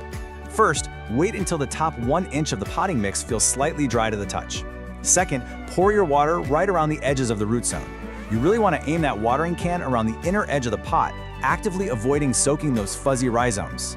A little accidental splash isn't the end of the world, but repeated soaking, that's going to push them straight toward rot. And third, let that all excess water run out the drainage holes completely. Never, ever leave the root ball sitting in a saucer of water. Section 4, pruning and propagation basics, multiplying your plant with ease. When it comes to grooming, simply snip off any completely yellow or badly torn fronds right down at the base. But listen, whatever you do, step away from the cleaning sponge. Never wipe the leaves. Hard scrubbing will permanently rub off that beautiful waxy finish, and you'll turn a lovely smoky blue frond completely patchy green. Instead, just gently rinse any dust away with a little lukewarm water. Now, because this fern creeps rather than growing from a tight central crown, you can actually create brand new plants just by dividing it in the spring. It's such a simple process. Just lift the plant and gently shake away the soil to expose those rhizomes. Then, find the natural sections that already have roots and at least 2 to 3 healthy fronds. Cut them cleanly with a sharp knife or pruners and pop the new sections right into a fresh, airy mix. It is incredibly rewarding, and let me tell you, it is so much faster than trying to grow them from microscopic spores. Section 5, solving common plant problems, reading the visual signs of stress. Okay, first let's address the ultimate panic moment for pretty much every new fern owner. You flip a frond over and go, what on earth are these organized rows of brown dots under the leaves? Are they bugs? Guys, don't panic. These are called sori. They are perfectly normal, totally healthy, spore-producing structures that naturally appear on mature fronds. If they're neat, repeated, and dry, your fern is just simply doing what ferns do. But what if your plant actually is stressed? Well, there are immediate visual cues you can look for to fix issues really easily. For example, brown crispy edges usually mean you need to bump up the humidity and stabilize your watering. Black mushy rhizomes, that means you've buried them and caused root rot. So get that plant repotted into a shallow, chunky mix immediately. Pale, faded green fronds mean it's literally asking to move closer to a bright window. And if you spot fine webbing, that's spider mites, usually caused by excessively dry indoor air. You can fix that by gently rinsing the fronds and applying some insecticidal soap. Section 6, pro tips for fern mastery, the ultimate checklist for success. All right, here is your ultimate cheat sheet. Keep those fuzzy rhizomes fully exposed above the soil. Seriously, if you remember only one thing from this entire explainer, remember that. Use a wide, shallow pot to let it crawl naturally. Water the root zone, specifically avoiding soaking the rhizomes. Provide bright, filtered light for maximum blueness. Feed it lightly, like half strength, only in the active spring and summer months. And finally, if the plant ever starts to decline, always inspect the root zone first, because problems almost always begin below the fronds. If you follow these rules, and remember to respect its epiphytic, air-loving nature, you are going to enjoy this relaxed, sculptural plant for years to come. By learning to read this remarkable plant, you've really unlocked a whole new way of bringing the rainforest straight into your living room. You've stopped blindly following generic plant advice and started looking at how a plant naturally exists in the wild. So, armed with this brand new perspective, what wild environment will you master next? Welcome to today's explainer. We are jumping right into a complete masterclass on the anthurium. If you've been searching for a striking tropical plant that gives you the vibrant beauty of a fresh floral bouquet, but with the incredible longevity of a houseplant, well, you are in the exact right place. Today, we're breaking down literally everything you need to know to take your anthurium from simply surviving to absolutely thriving. So let's dive right in. Here's our game plan for this explainer. We're going to start by meeting the plant, then we'll lock down the foundation, that's your soil, water, and light. After that, we'll perfect the environment, cover some pruning and propagation, and wrap up with troubleshooting and pro tips. All right, section 1, meet the anthurium, famously known as the flamingo flower. So these guys are native to the tropical rainforests of Colombia and Ecuador, and they are famous for those bold, glossy colors. But here's a wild fact for you. Most people think that bright red, pink, or white heart-shaped part is the flower. It's actually not. That is a spathe. It's a modified, waxy leaf that basically just acts as a vibrant backdrop. The true flowers, they're actually those tiny little bumps covering that fleshy, finger-like spike right in the center, which is called the spadix. Now, before we go out and buy a dozen of these, we need to talk safety. This is absolutely crucial. Every single part of the anthurium is toxic to cats, dogs, and humans if ingested. The plant contains these things called insoluble calcium oxalate crystals, and they can cause severe oral irritation, swelling, and a bunch of other really unpleasant symptoms. So while they are gorgeous for sure, always make sure to place this beauty safely out of reach of curious paws and small hands. Moving on to section 2, let's build our foundation with the big 3: soil, water, and light. To really understand how to pot and water your anthurium, you kind of have to look at how it grows in the wild. Anthuriums are naturally epiphytic. What that means is instead of growing down in deep, dense soil on the ground, they actually grow up on the branches of other trees, surrounded by loose forest debris. So the main takeaway here is that their thick roots demand oxygen. If you stick an anthurium into standard, heavy houseplant potting soil, you'll literally suffocate the roots and they'll rot away. Because they're epiphytes, chunky soil is the name of the game. You need an extremely well-draining, slightly acidic aeroid mix. If you want to make this yourself, which I highly recommend, you're going to mix 1 part orchid bark, 1 part perlite or pumice for that extreme drainage, and 1 part peat moss or cocoa coir to hang on to just a bit of moisture. Throw in a handful of horticultural charcoal if you've got it. This exact recipe perfectly mimics that loose, airy debris of the rainforest floor. Okay, so you've got your airy soil, but how do we water it? Think about a tropical rainstorm. They get heavily soaked, and then they dry out. You want to replicate that cycle. When you water, you want to drench the soil thoroughly until water is freely flowing out of the drainage holes, and then immediately toss any excess water in the saucer. Never let it sit in a puddle. During the spring and summer growing season, you're looking at doing this every 1 to 2 weeks. Just wait until the top 1 to 2 inches of soil feel completely dry. When fall and winter roll around, just back off the frequency as the plant's growth naturally slows down. Now, if you nail the soil and the water, you're going to have a surviving, healthy plant. But a super common frustration we see all the time is folks staring at this beautiful, bushy green plant and asking, why won't it bloom? The answer? It's almost always light. Light is the absolute trigger for blooming. Pushing out those massive, colorful spathes takes a ton of energy. You want to give your anthurium bright, indirect light. An east-facing window with some gentle morning sun is perfect, or maybe pull it a few feet back from a south or west window. Just remember, direct, harsh sunlight is your enemy here. It will scorch and burn those gorgeous leaves. But on the flip side, Without enough indirect light, your plant is just going to stubbornly refuse to flower. All right, let's jump to section 3, perfecting the environment. We're talking temperature, humidity, and feeding. Since they hail from the humid tropics, these plants absolutely crave moisture in the air. 60% is your magic number. You really want an ambient humidity level of at least 60%. If your air is too dry, you're going to start seeing brown, crispy edges ruining those beautiful, glossy leaves. You can easily hit this target by running a humidifier, setting up a simple pebble tray with water, or just keeping the plant in a naturally humid space like a bright bathroom. To truly perfect that environment, you've got to keep temperatures warm and stable, ideally hovering between 70 and 85 degrees Fahrenheit. Keep them far, far away from cold winter drafts or blasting AC vents. And to really fuel that incredible growth, feed your plant a liquid, high-phosphorus fertilizer. You'll want to dilute it to about 1/4 or 1/2 strength and apply it every 4 to 6 weeks during the spring and summer. That extra phosphorus, that's the secret sauce for encouraging a steady supply of new spaves. Section 4, pruning and propagation. Basically, how to maintain the plant you have and how to make more of them. When you treat an anthurium right, the payoff is just massive. A single one of those colorful spates can last an incredible 2 to 3 months before it starts to fade. That honestly makes it one of the longest blooming houseplants you can possibly get your hands on. But, eventually all good things come to an end, and you're gonna have to do a little maintenance.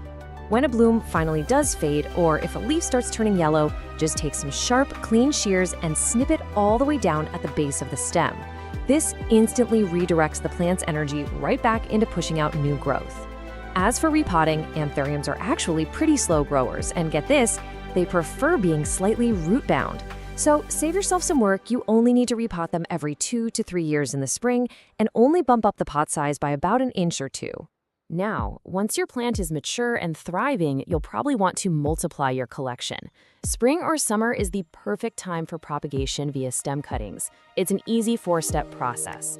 First, find a section near the top of the main stem that has at least 2 leaves and a couple of those knobby little aerial roots poking out. Second, make a nice clean cut right below those aerial roots. Third, plant that cutting directly into your chunky soil mix, bearing the aerial roots to anchor it. And finally, keep that brand new cutting warm, lightly moist, and super humid. Pro tip, tossing a clear plastic bag over it acts like a mini greenhouse while it roots. Bringing it home with Section 5, troubleshooting and pro tips. Let's get you thinking like an expert diagnostician. Memorize this quick diagnostic table because the vast majority of issues are totally solvable if you catch them early. Seeing yellowing leaves? You're probably overwatering, so let that soil dry out. Got brown, crispy edges? Your humidity is definitely too low. If the base feels mushy and the whole plant is wilting, that's root rot, meaning your soil is way too dense or waterlogged. And, as we talked about, if you're getting 0 flowers, it almost always means you need more bright, indirect light. While anthuriums are generally fairly pest resistant, you still need to keep an eye out for common houseplant bugs, especially if your plant is stressed out. Look for aphids clustered on new growth, gross white, cottony masses hiding in the crevices, those are mealybugs. Watch out for spider mites, which thrive in dry air and leave fine webbing, or hard brown bumps on the stems, which are scale insects. Spot any of these? Isolate the plant immediately and hit it with some insecticidal soap. Let's summarize with some definitive pro tips for ultimate success. I'll say it again. Chunky soil is absolutely non-negotiable. It's half the battle right there. Always drench the soil completely when watering, but then you've got to let those epiphytic roots breathe and partially dry out. Also, keep those large, glossy leaves dust-free by wiping them down with a damp cloth every now and then. It really helps them photosynthesize efficiently. And for a quick design tip, try styling your anthurium in a minimalist, neutral-colored pot, like a matte white or black. It makes the bold colors of this fave pop like crazy. So, there you have it. You now possess the complete expert blueprint for anthurium care. You know exactly how to make them thrive. But I want to leave you with one final thought. While the classic red flamingo flower is undeniably stunning, growers have been breeding these plants into some truly incredible varieties. We're talking dramatic dark purples, near blacks, pure crisp whites, and even varieties like the livium that feature these striking white veins stretching across a red spathe. So with all these amazing options out there, which stunning anthurium variety are you going to bring home next? Welcome to This Explainer. Today we're launching a tactical counteroffensive against one of the absolute most frustrating indoor invaders you can ever encounter, the mealybug.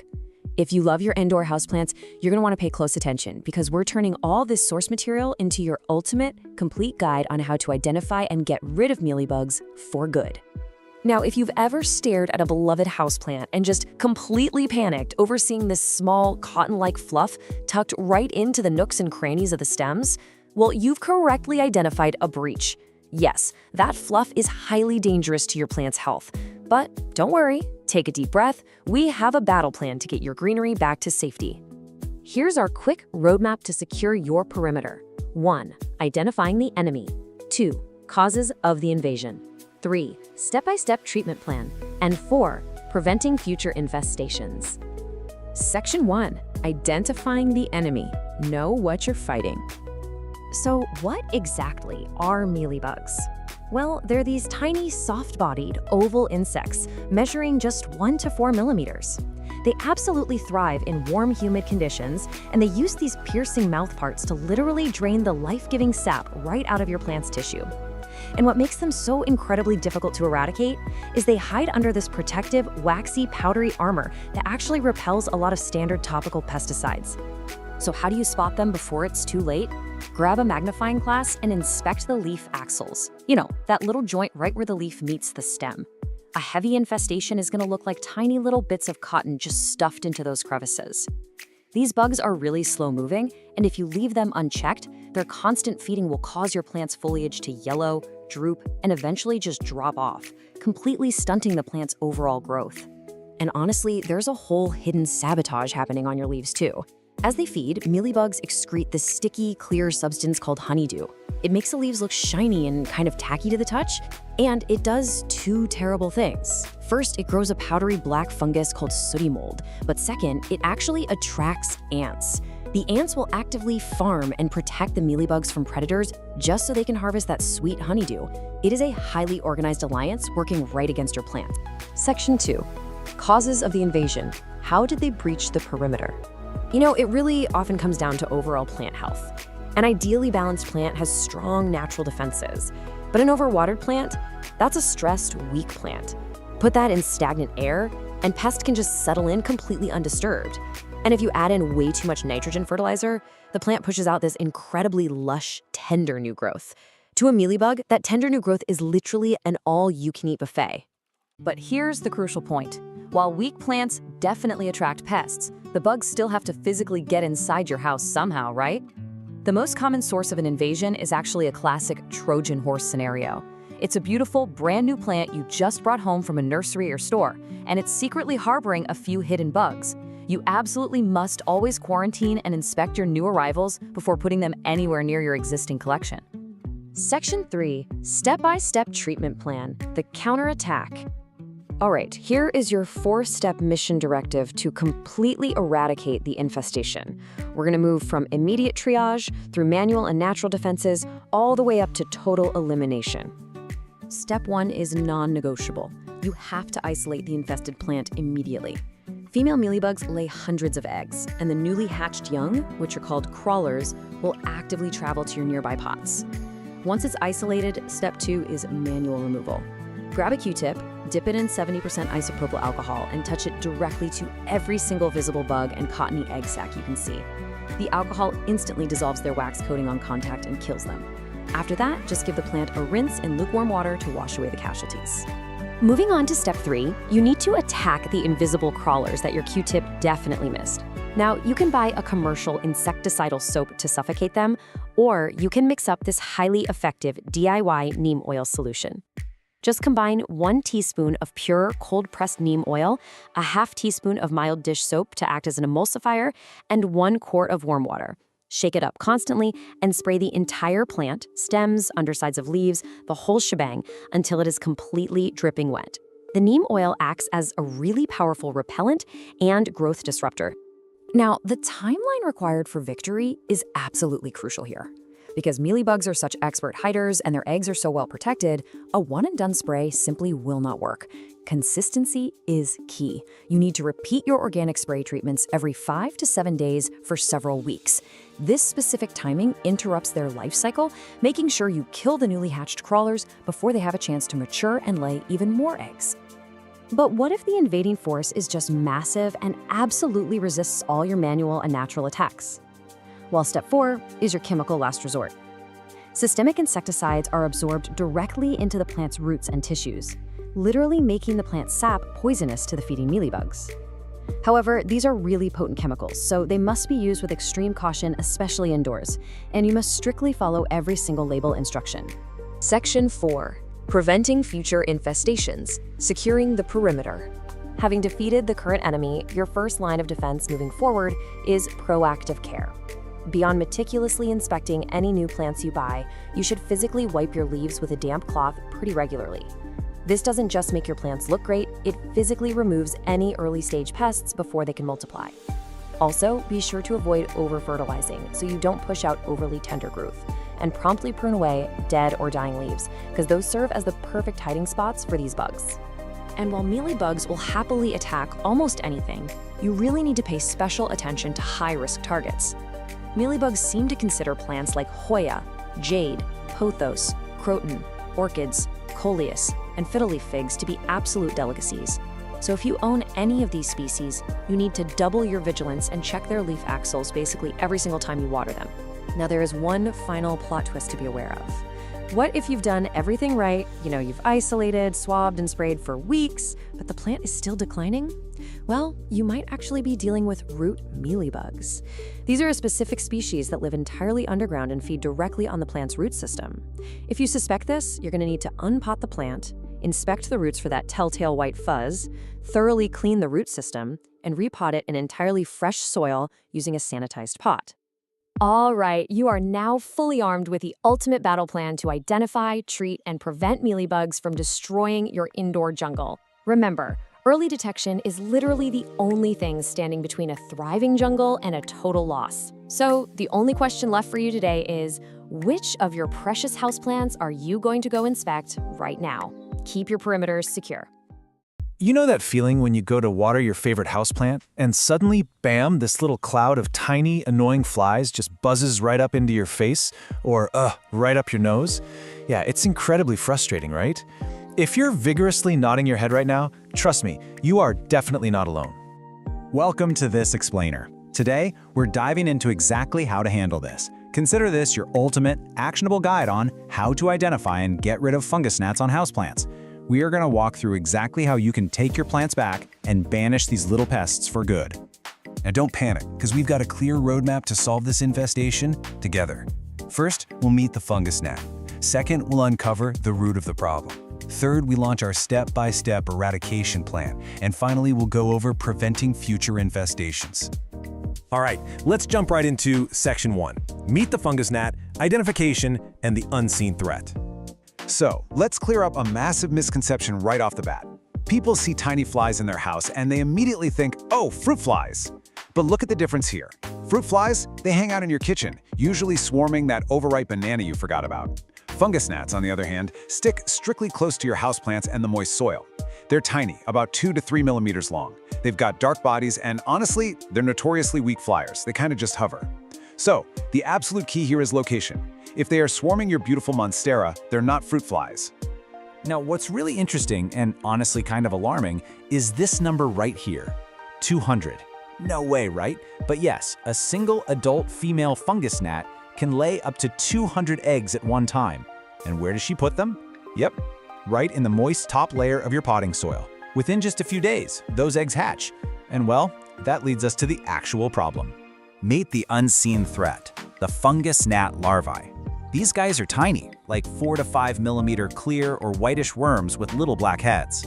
Now, the adult flies you see buzzing around, actually, they're completely harmless to your plants. They're really just a major nuisance to you. But these larvae living hidden down in the dirt, they are actively feeding on fungi, organic matter, and most devastatingly, your plant's delicate root system. It's literally like they're eating your plant from the inside out. If your houseplant suddenly has yellowing leaves, unexpected wilting, or just stunted growth, well, these hungry little worms are very likely the culprit. Which brings us to Section 2, the root of the problem. Why did they choose my plant? So how do they even get there in the first place? Well, the number one culprit, absolutely, is overwatering. These pests are a direct symptom of soil that just stays way too damp for way too long. consistently damp soil creates the literal perfect breeding ground for soil fungi, which, as we just learned, the larvae absolutely rely on to survive. Other major causes include poor drainage, like using a pot without drainage holes, or a really heavy, dense soil mix, or sometimes it's just infested soil. Yeah, sometimes these pests actually hitchhike their way inside via a brand new plant or a fresh bag of potting mix right from the store. Okay, so now that we know exactly who the enemy is, let's look at Section 3, Step-by-Step Eradication Plan, the two-front war. I call this a two-front war because, think about it, if you only swat at the flying adults, those 200 eggs in the soil are just going to hatch tomorrow anyway. You absolutely have to battle the adults in the air and the larvae in the soil at the exact same time. So here is our highly effective 4-step action plan. Step 1, let the soil dry out. Step 2, set sticky traps. Step 3, kill the larvae in the soil. And Step 4, start bottom watering. Let's break these down a bit. Step 1, let the soil dry out. This is brilliantly simple, but I cannot stress enough how absolutely critical it is. Fungus gnat larvae simply cannot survive in dry soil, period. By letting the top 1 to 2 inches of your potting mix dry out completely between waterings, you are actively starving the larvae of the moisture they desperately need to live. It is your single most powerful weapon, and the best part? It costs exactly $0. All right, Step 2, target the adults with yellow sticky traps. Remember how we said the adults are the ones laying up to 200 eggs? We have got to capture them before they ever get the chance. And it turns out fungus gnats are irresistibly drawn to the color yellow. It's like a magnet for them. Just place these sticky cards on little stakes in the soil, or you can even just lay them flat right on the soil surface. Because they are such weak flyers, they literally just clumsily bumble right into the trap and get permanently stuck. Now for Step 3, killing the larvae that are already in the soil. You've got 2 highly effective options here. First is kind of the gold standard, mosquito bits, also known as BT. It's actually a naturally occurring bacterium that is highly toxic to gnat larvae, but totally harmless to your plants, your pets, and you. You just steep 4 tablespoons in a gallon of water for about 30 minutes, strain out the bits, and then water your plants thoroughly with this tea. Your second option is a hydrogen peroxide drench. For this one, you just mix 1 part 3% hydrogen peroxide with 4 parts water and pour it right onto the dry soil. You'll actually hear it fizzing. That's it killing the larva on contact while also aerating your soil. Just use this for 1 to 2 waterings. Honestly, both are fantastic methods. Finally, Step 4 brings us to bottom watering. This is a really excellent technique where you place your plant pot in a saucer of water and basically just let the roots absorb the moisture from the bottom up. Now, why is this so crucial for defeating gnats? Because it leaves that entire top layer of soil completely dry. By mastering this step, you protect the topsoil barrier, effectively cutting off the gnats' access to their favorite breeding grounds. It's a real game changer. Okay, moving on to Section 4, preventing future infestations, proactive plant care. Let's build a long-term defense so you never have to deal with this again. Here are your rapid-fire proactive habits. First up, master your watering routine. Always physically check, like actually test it, to make sure that topsoil is dry before you reach for the watering can. Second, use a well-draining potting mix so water doesn't just sit and stagnate. Third, and this is a brilliant hack, add a top dressing. Just putting a half-inch layer of horticultural sand or some decorative pebbles on top creates a physical barrier that makes it nearly impossible for gnats to even reach the soil. And finally, always inspect your new plants and soil bags for hitchhikers before you bring them indoors. As we wrap up this explainer, I really want to give you one final piece of reassurance. These pests, they do not bite, they don't carry diseases, and they are completely harmless to humans and your pets. They are absolutely defeatable. But consistency is key here. You really must stick to this two-front eradication plan for 2 to 3 weeks. That is exactly how long it takes to completely break their life cycle, ensuring every last egg, larva, and adult is totally wiped out. Just stick with it. Which leaves us with one final thought. What changes will you make to your watering routine today to ensure your houseplants stay healthy, dry, and gnat-free forever? Take this knowledge, apply it right now, and go reclaim your indoor jungle. Thanks for hanging out with me for this explainer, and happy growing. All right, let's dive right in. Picture this. You know the feeling. It's July, your bags are packed, that out-of-office email is officially on, and you are so ready to hit the road. But you look around your living room, and bam, that familiar wave of anxiety hits. What on earth is going to happen to all your houseplants? Look, summer heat combined with the travel season, it's literally the #1 source of stress for plant owners. You've spent all year nurturing these green beauties, and the thought of coming back to a crispy, wilted jungle? Yeah, it's terrifying. But hey, I've got some great news. Plant survival during your summer vacation is actually incredibly easy when you just have a proactive plan. In this explainer, we're going to break down exactly how to adapt your watering routine for the heat and how to set your entire collection up to totally thrive while you're away. To get you totally prepared, here is our survival guide. First up, summer watering basics. Second, pre-vacation plant prep. Third, surviving short trips. Fourth, systems for longer trips. And finally, plant sitter success secrets. Let's get to it. Starting with Section 1, Summer Watering Basics. This is all about adjusting for the heat. Okay, so before we even think about packing your bags, we really have to look at what you're doing right now.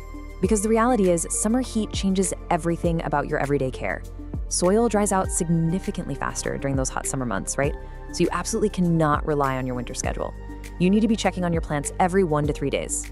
But here's the golden rule you need to remember. Wait until the top 2 inches of the topsoil are completely dry before you even reach for that watering can. Honestly, if you have a huge collection, grabbing a moisture meter is a total game changer to make this check super fast. And when you do finally water, timing is everything. You want to aim for early in the morning or later in the evening, and always use room temperature water. This gives the roots an actual chance to absorb the moisture before the midday heat just evaporates the whole shebang. Now this right here illustrates a concept that will literally make or break your plant's survival: how you pour. We have deep watering, which means pouring thoroughly until it completely drains out the bottom. And conversely, we have light watering, which is basically just giving your plant little sips here and there. So why does this matter so much? Well, deep watering actually forces the plant's roots to grow downward, deep into the soil, chasing that moisture. This builds a highly resilient plant. Light watering, on the other hand, it encourages shallow roots that just hang out near the surface. That leaves the plant incredibly vulnerable to quick drying when that summer heat kicks in. Building that deep root resilience is exactly what your plant needs to survive when you do eventually travel. Moving on to Section 2, pre-vacation plant prep. The stuff to do right before you leave. So you've got your everyday summer watering dialed in. Awesome. Now it's the day before your trip. There are 3 non-negotiable, completely gadget-free steps you absolutely must take before you lock that front door. Step 1, group your plants together. Just move them all into one spot. Clustered plants actually create their own little microclimate. They share humidity and they lose their soil moisture much more slowly. Step 2, move them completely out of direct sun and into bright and direct light. A hot, sunny windowsill, that will drain a pot of its moisture in a single day, but a slightly shadier interior spot holds onto that life-saving moisture far longer. And finally, Step 3, give them a deep, heavy drink right before you leave. Remember that deep watering technique we just talked about? Yep, do exactly that right before you walk out the door. For a lot of scenarios, just these 3 simple steps alone are all the protection you need. All right, Section 3, surviving short trips. We're talking trips of 1 to 5 days. Let's say you're heading out for a long weekend. Your plants will be perfectly fine with just our basic prep, but you can also use some really simple aids to stretch their moisture based on your specific timeline. If you're going to be gone for just 1 or 2 days, you can actually leave a deep saucer of water under the pots of your really thirsty plants, allowing them to sort of sip from the bottom. But quick warning here, don't do this for longer than a couple of days, or you're risking some seriously soggy, rotting roots. Now, if you're gone for 3 to 5 days, try sliding a pebble tray with water underneath them. It adds ambient humidity as the water evaporates. Or honestly, even easier, just move your plants into the kitchen or the bathroom, since those rooms naturally stay a whole lot more humid anyway. And don't worry, we'll talk about the 1 to 2 week solutions in just a second. But first, we need a quick reality check, because this is a huge plant care myth. We all panic about every single plant we own. But the truth is, your drought-tolerant plants literally won't even notice you're gone. Seriously, hardy species like snake plants, ZZ plants, and cacti, they are built for this. If you give them a deep water before you leave and pull them out of the blazing sun, they can easily survive up to 2 weeks without a single drop of extra water. No special setups required. You can just cross them off your worry list completely. Section 4, systems for longer trips. This is for those longer 1 to 2 week absences. So what about the plants that aren't so tough? Well, this is where passive watering systems transition from just being a fun little trick to an absolute necessity. One of the absolute best, most reliable methods is wick watering. It relies on a pretty cool scientific process called capillary action. As defined here, capillary action is just the physical process where moisture is slowly and steadily drawn upward into dry soil through a wick. You can literally just run a simple cotton or nylon string from a jug of water directly into the soil of your plant. That dry soil naturally pulls up the exact amount of water it needs right up the string. It's a completely passive, absolutely brilliant system. But, and I cannot stress this enough, this is a massive but. Always test your wick watering setup a few days before you actually leave. You really have to know how fast the plant is drinking. Is that jug going to be bone dry in 3 days, or is it going to last the full 2 weeks? Testing it in advance allows you to accurately judge the rate, and if you need to swap in a bigger water container, you can do it before you're halfway across the world. And for your absolute most dramatic, humidity-hungry tropical plants, you can try the plastic bag hack. By placing a loose, clear plastic bag over the plant, just making sure it isn't, tightly touching the leaves, you effectively trap all that moisture inside and create a little mini greenhouse. This drastically slows down the drying process. However, this is incredibly important. You must keep a bagged plant completely out of direct sunlight. If the sun hits that plastic bag, it literally turns into an oven, and you will essentially steam your prized monstera like a side of broccoli. Nobody wants that. Keep them grouped in the shade for sure. Bringing us to our final section, Section 5, Plant Sitter Success Secrets. This is all about setting your sitters up to win. Okay, so you're going away for a long time and the passive systems just aren't going to cut it. You have to rely on a real human plant sitter. Having a friend or neighbor help out is fantastic, but you really have to set them up for success. This foolproof checklist eliminates all the dangerous guesswork. First, leave short, written notes grouped by the plant's actual needs. We're talking super simple instructions like water these 2, leave the rest alone. Second, physically group your thirsty plants together and then go put your dry, drought-tolerant plants in a totally different spot just to prevent any mix-ups. Third, leave them a moisture meter. Tell them to water based on what the meter actually reads, not based on what they guess the plant needs. And that brings us to the ultimate warning you must give your sitter. You need to kindly, but very firmly, tell them this. Overwatering is the usual mistake, not under. Listen, well-meaning neighbors and sitters have this natural instinct to just shower your plants with love, which usually translates to drowning them in water. An underwatered plant, it can almost always bounce back with a good drink. But an overwatered plant develops root rot, and it dies. If your sitter just checks once mid-trip, combined with that deep watering you did before leaving, your collection is going to be perfectly fine. So, what does this all mean? The big takeaway here is this. Your bags are packed, but are your plants prepared? Because as we've seen in this explainer today, just a tiny bit of preparation completely guarantees their survival. By adjusting your summer watering technique early on, grouping your plants, utilizing those simple passive systems, and effectively communicating with your plant sitters, you take literally all the anxiety out of leaving. You're totally empowered to walk out that door and just enjoy your summer vacation. But it leaves you with a final challenge to think about. Are you merely keeping your plants alive on life support, or are you ready to build the kind of deep-rooted resilience that allows them to thrive completely independent of you? Try testing out one of these passive systems this weekend, even if you aren't leaving town, and see just how self-sufficient your indoor jungle can really be. Thanks for joining me on this explainer, and hey, happy travels! All right, welcome to this explainer on the red-edged Dracena, which you probably know better as the Madagascar dragon tree. If you're looking for a stunning, architectural houseplant that practically begs you to ignore it, well, you're in exactly the right place. Today, we're completely mastering this incredibly resilient plant and establishing a core theme that's going to guide literally everything we do. With the dragon tree, less is absolutely more. Okay, let's dive into this. Here's our complete roadmap for today's hierarchy of plant needs. 1. Meet the dragon tree. 2. The essentials. 3. Ideal environment. 4. Pruning and propagation. 5. Troubleshooting and pests. And 6. Expert pro tips. Let's get right to it. Section 1. Meet the dragon tree, the ultimate low-maintenance architectural stunner. So, scientifically, we're talking about Dracena marginata. This evergreen tree is native to the warm climates of Madagascar, and it's famous for those slender, arching leaves bordered by really dramatic reddish-purple edges. It's a slow-growing perennial, meaning it can easily live for over 10 years indoors and shoot up to heights of 6 to 8 feet. But beyond being just a beautiful, drought-tolerant piece of living interior design, this thing is an absolute workhorse. It was actually studied in the NASA Clean Air Study and scientifically proven to aggressively purify your indoor air by pulling out nasty toxins like formaldehyde, benzene, and xylene. Quick heads up though, we do need to issue a vital warning here. While the dragon tree is fantastic for us and our air quality, it is highly toxic to both cats and dogs if ingested. If your curious pets decide to take a bite, it can cause vomiting, drooling, and a serious loss of appetite. So you absolutely must make sure to keep this leafy companion well out of their reach. Section 2. The Essentials. Mastering water and light. So, the crucial point here is the number 50. The golden rule of watering a dragon tree is that you must wait for the top 50% of the soil to dry out completely before you even think about picking up that watering can. Seriously, because they're highly susceptible to fatal root rot, this usually means you're only watering every 2 to 3 weeks. And in the fall and winter, when the plant's growth naturally slows down, you're going to reduce that even further to maybe once every 3 or 4 weeks. You really have to let that soil dry out significantly.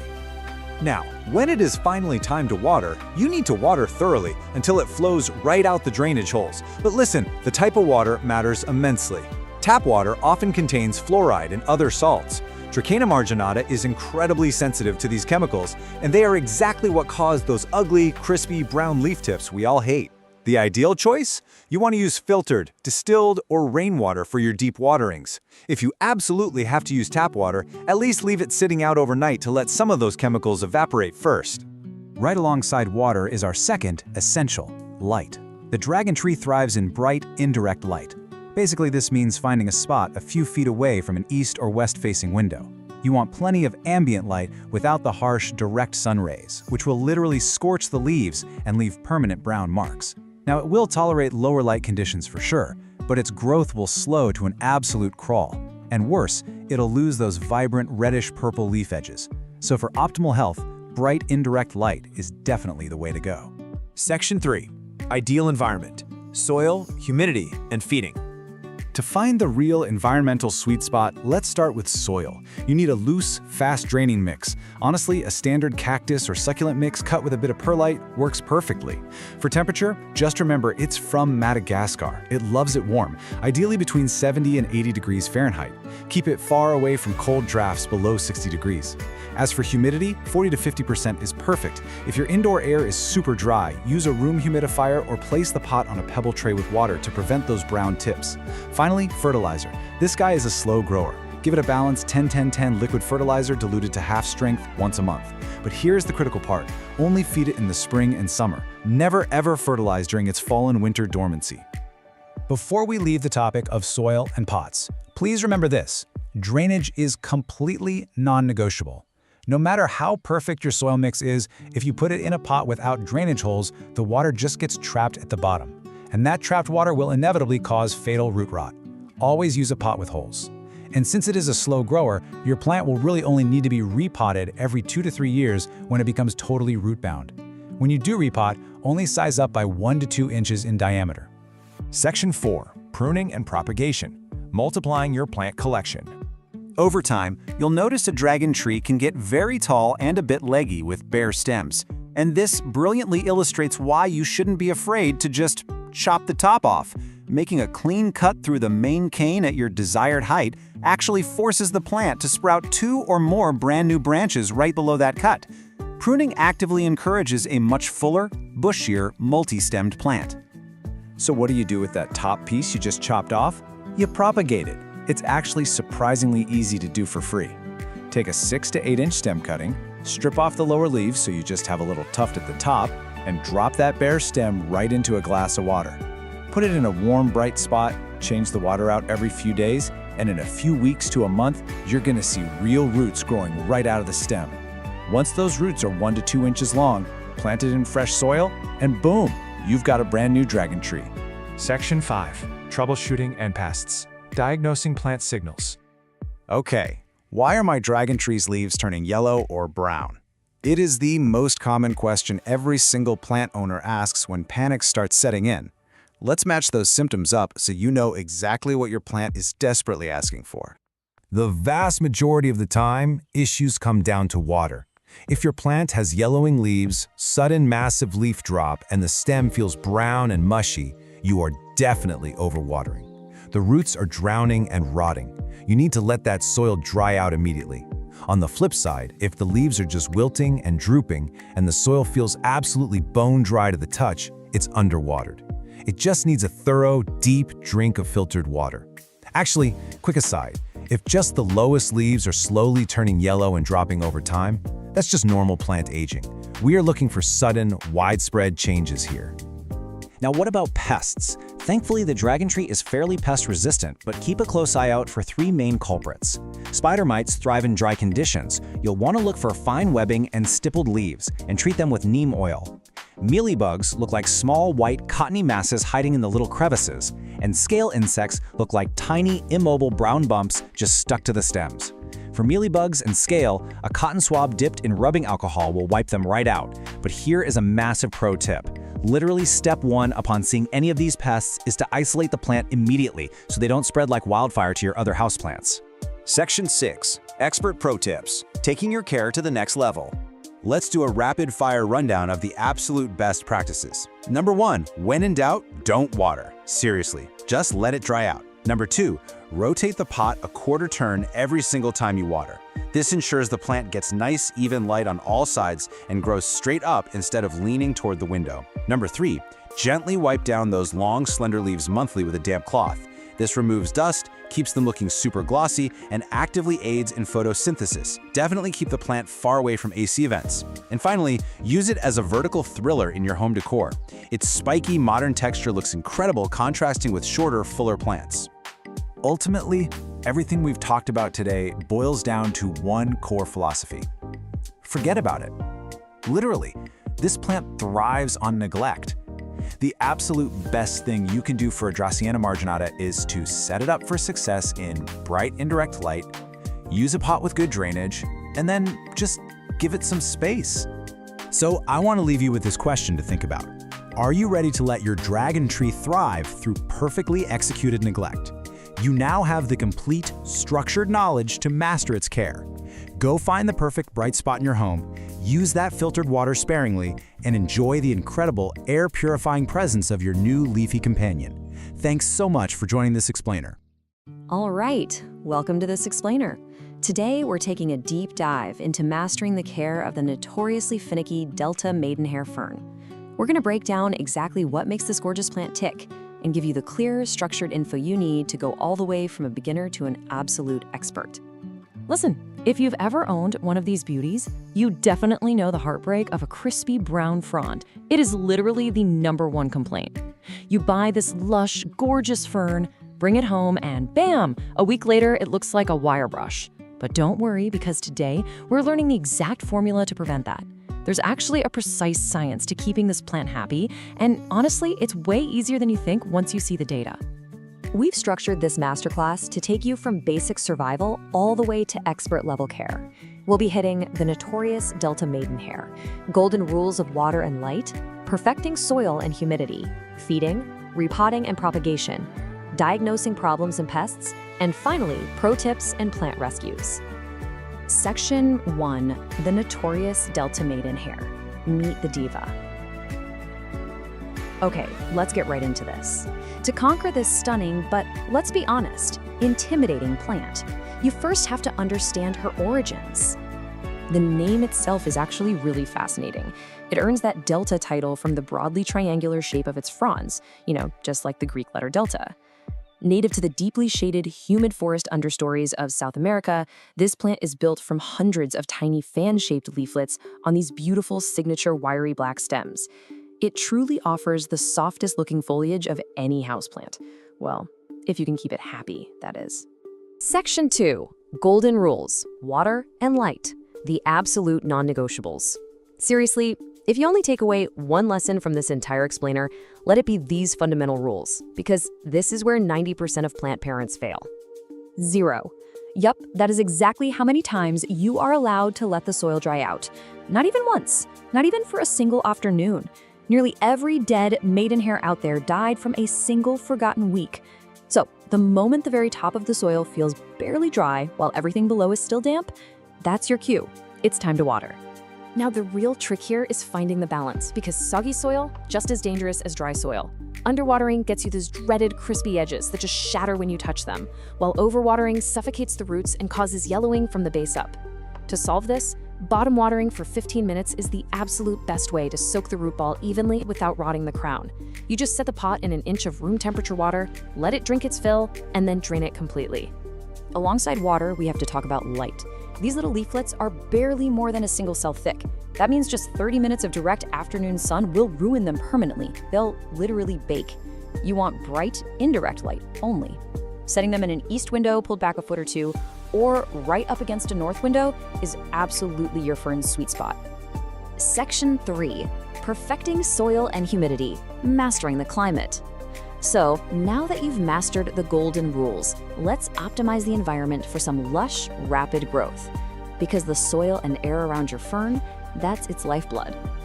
If you're looking to repot, this DIY soil mix is a total game changer. Why? Well, the cocoa coir retains that essential moisture we now know we desperately need, while the perlite and fine bark provide the vital aeration those fine, thread-like roots need so they don't suffocate. And pro tip, coir is way better than peat moss here. If it ever does accidentally dry out, it re-wets easily, whereas peat actually repels water once it gets dry. And then there's the air. Your fern is going to thrive in an ideal humidity range of 50 to 70%. The problem is most of our heated homes in the winter sit at a desert-like 20 to 30%, which practically guarantees crispy tips. This is exactly why a bathroom with a window is pretty much the perfect habitat, giving it that steamy, humid air it constantly craves. Okay, get ready for a truth bomb that shatters a major houseplant myth. Misting raises humidity for roughly 10 minutes, then the water evaporates and you are right back where you started. Everyone reaches for the spray bottle to fix dry air, but guys, misting doesn't work.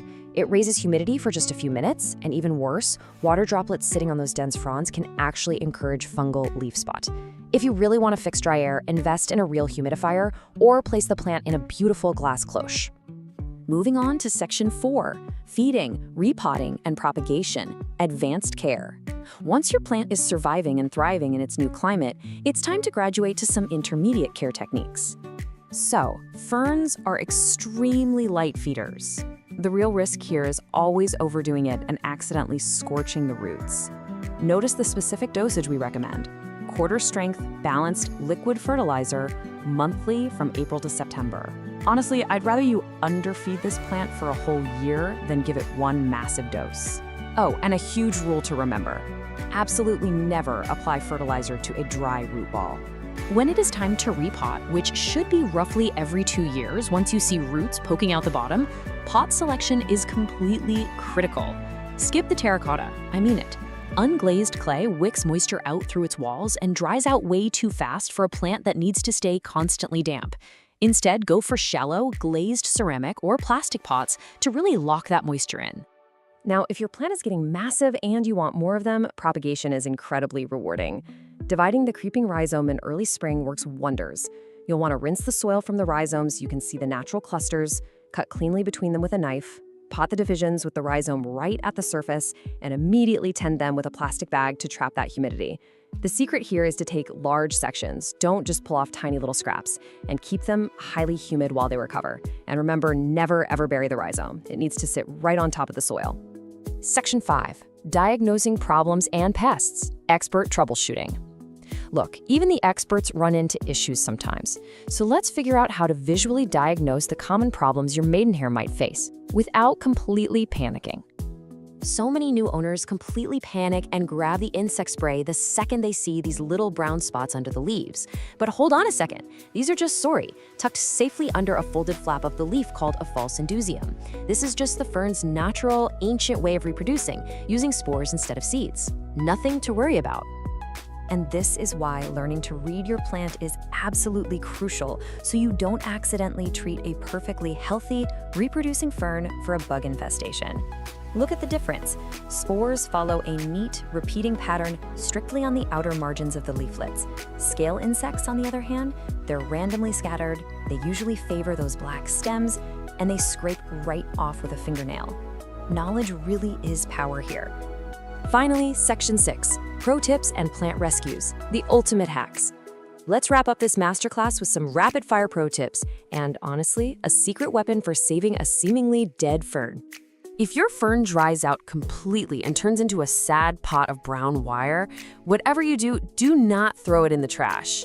This dramatic full cutback rescue relies entirely on the surviving rhizome hiding under the soil.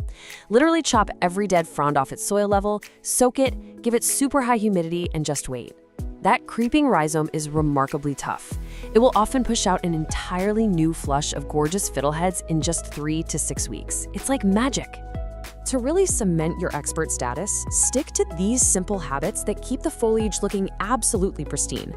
Bottom watering on a fixed schedule, like every 3 to 4 days, totally removes the guesswork. Collecting rainwater prevents those awful brown burn tips caused by the fluoride and chlorine in tap water. And seriously, keep your hands off. The leaflets are so delicate they bruise instantly. If they get dusty, just rinse them off gently in the shower. Oh, and definitely move them away from radiators before heating season kicks in.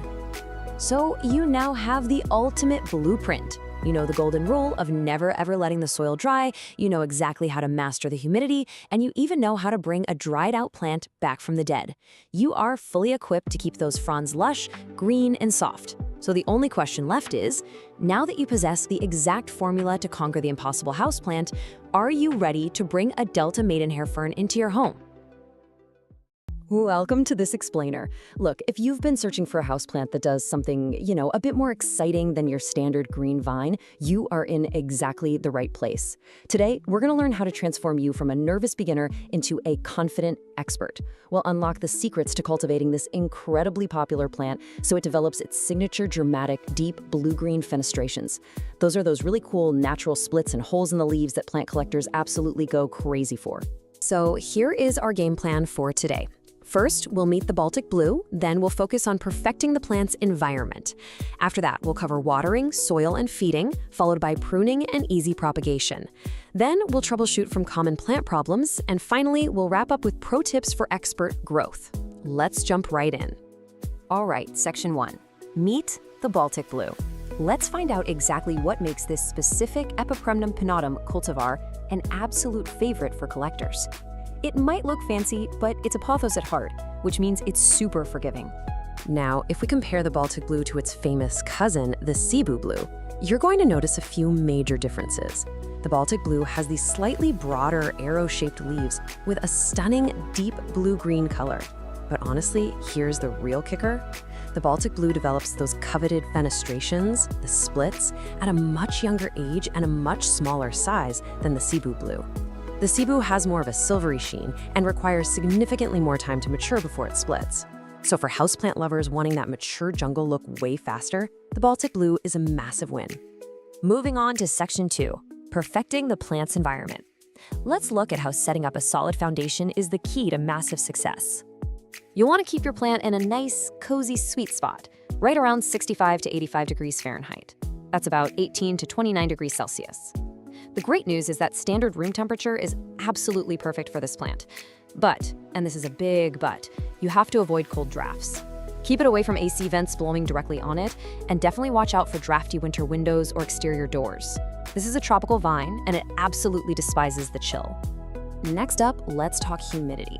While it totally tolerates average household air, which usually sits around 40%, hitting that ideal 50 to 70% sweet spot is going to encourage much larger, healthier leaves and way faster growth. You can easily boost this by grouping your tropical plants together, using a pebble tray filled with water beneath the pot, or just running a humidifier. You can actually skip the misting though. It really only provides a temporary boost, and having wet leaves all the time can invite fungal issues. Now, here's the deal. You absolutely cannot shove this plant in a dim, dark corner. Bright, indirect light is literally the secret ingredient here. Without it, like, say, placing it just a few feet back from a bright south or west-facing window, the leaves will just fade to an ordinary green, and they will never ever develop those amazing splits and holes. The plant literally needs that light energy to produce its mature leaf forms. It won't die in medium light, but if you want this plant at its absolute best, lighting is a top priority. All right, Section 3, watering, soil, and feeding. Nailing these daily care essentials is exactly what separates struggling plants from spectacular ones. So when it comes to watering, these guys actually store water in their thick stems and leaves. That means they handle a little drought way better than being waterlogged.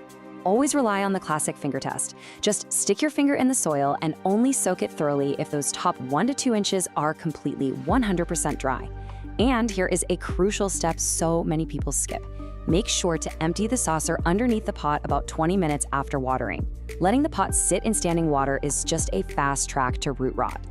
And speaking of healthy roots, To avoid that dreaded root rot, you really have to skip standard, dense potting soil straight out of the bag. It just holds way too much moisture. Instead, use a chunky, well-draining recipe like this DIY aeroid mix. When you combine standard potting soil with perlite and orchid bark, you're creating a soil structure filled with vital air pockets that literally let those roots breathe. Toss in a handful of horticultural charcoal if you have it, or if you don't feel like mixing it yourself, just grab a pre-made chunky aeroid mix from your local plant shop. Think of fertilizing like a little vitamin boost during the active growing season.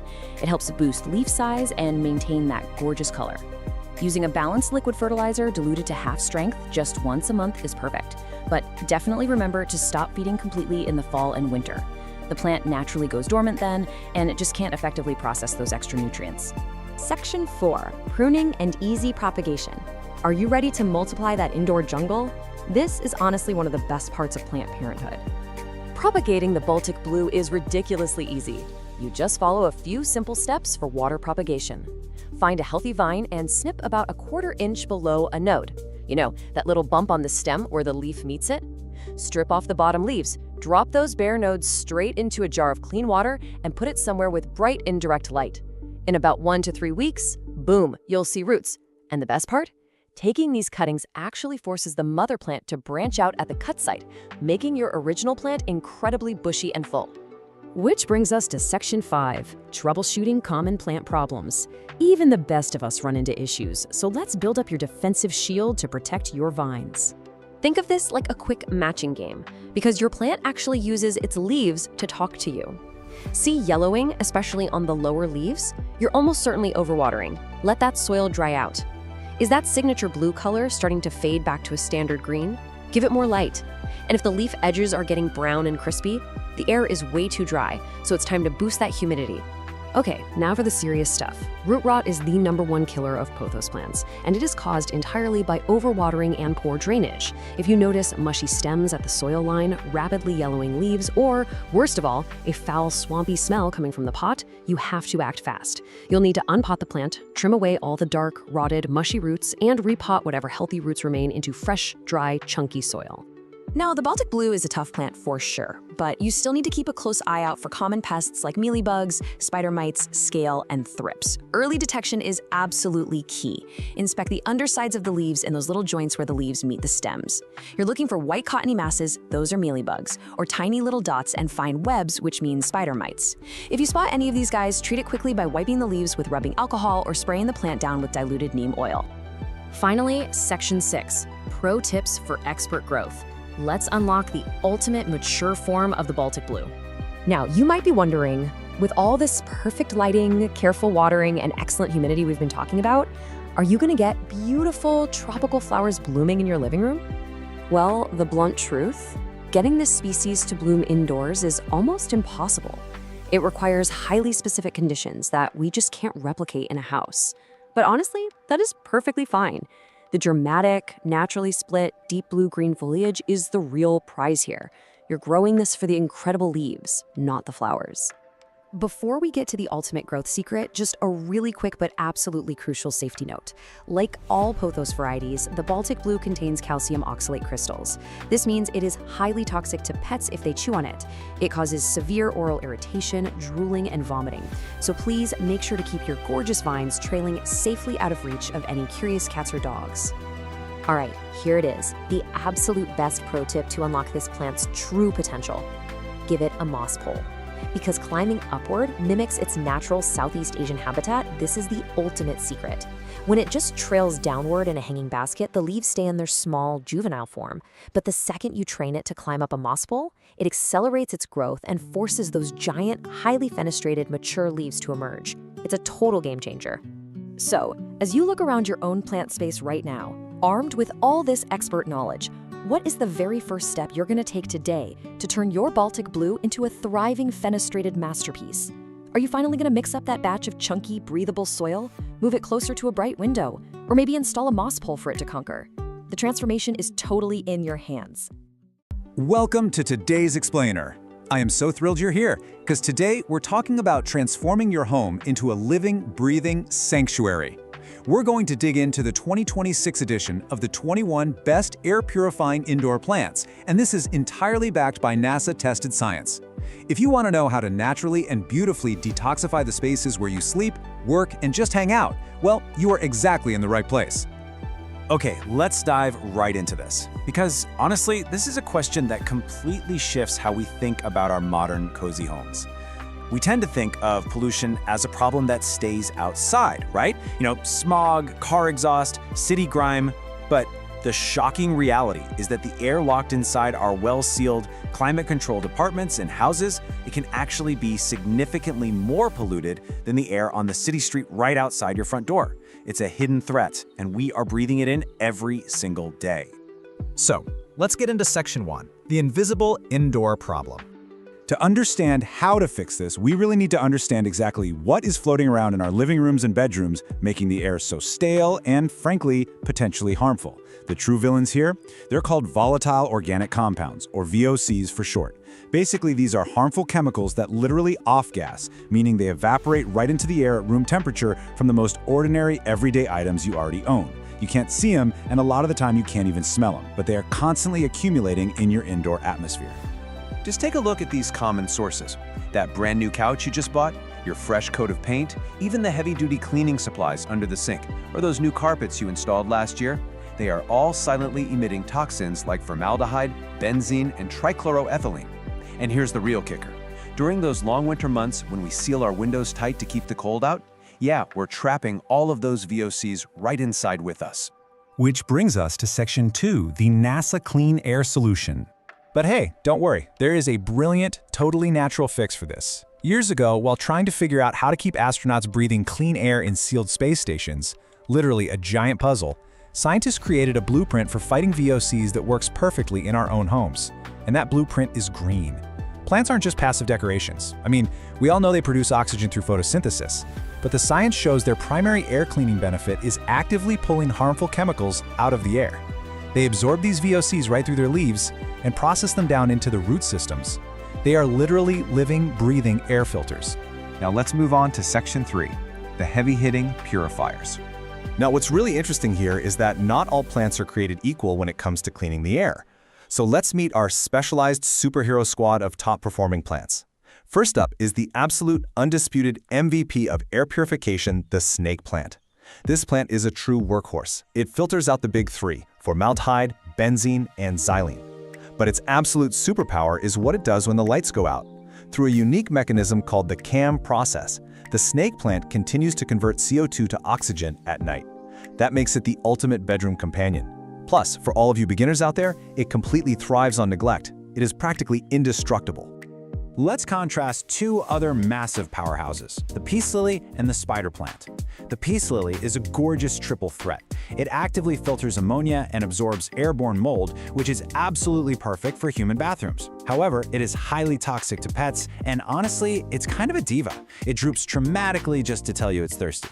On the other hand, the spider plant tackles formaldehyde and xylene, is super easy to propagate by just snipping off its little babies, and best of all, it's completely pet safe.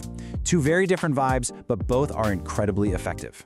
Let's quickly run through this matrix of other heavy hitters. We've got the red-edged Dracena, which is fantastic for fighting off-gassing from lacquers and varnishes, just pulling xylene right out of the air.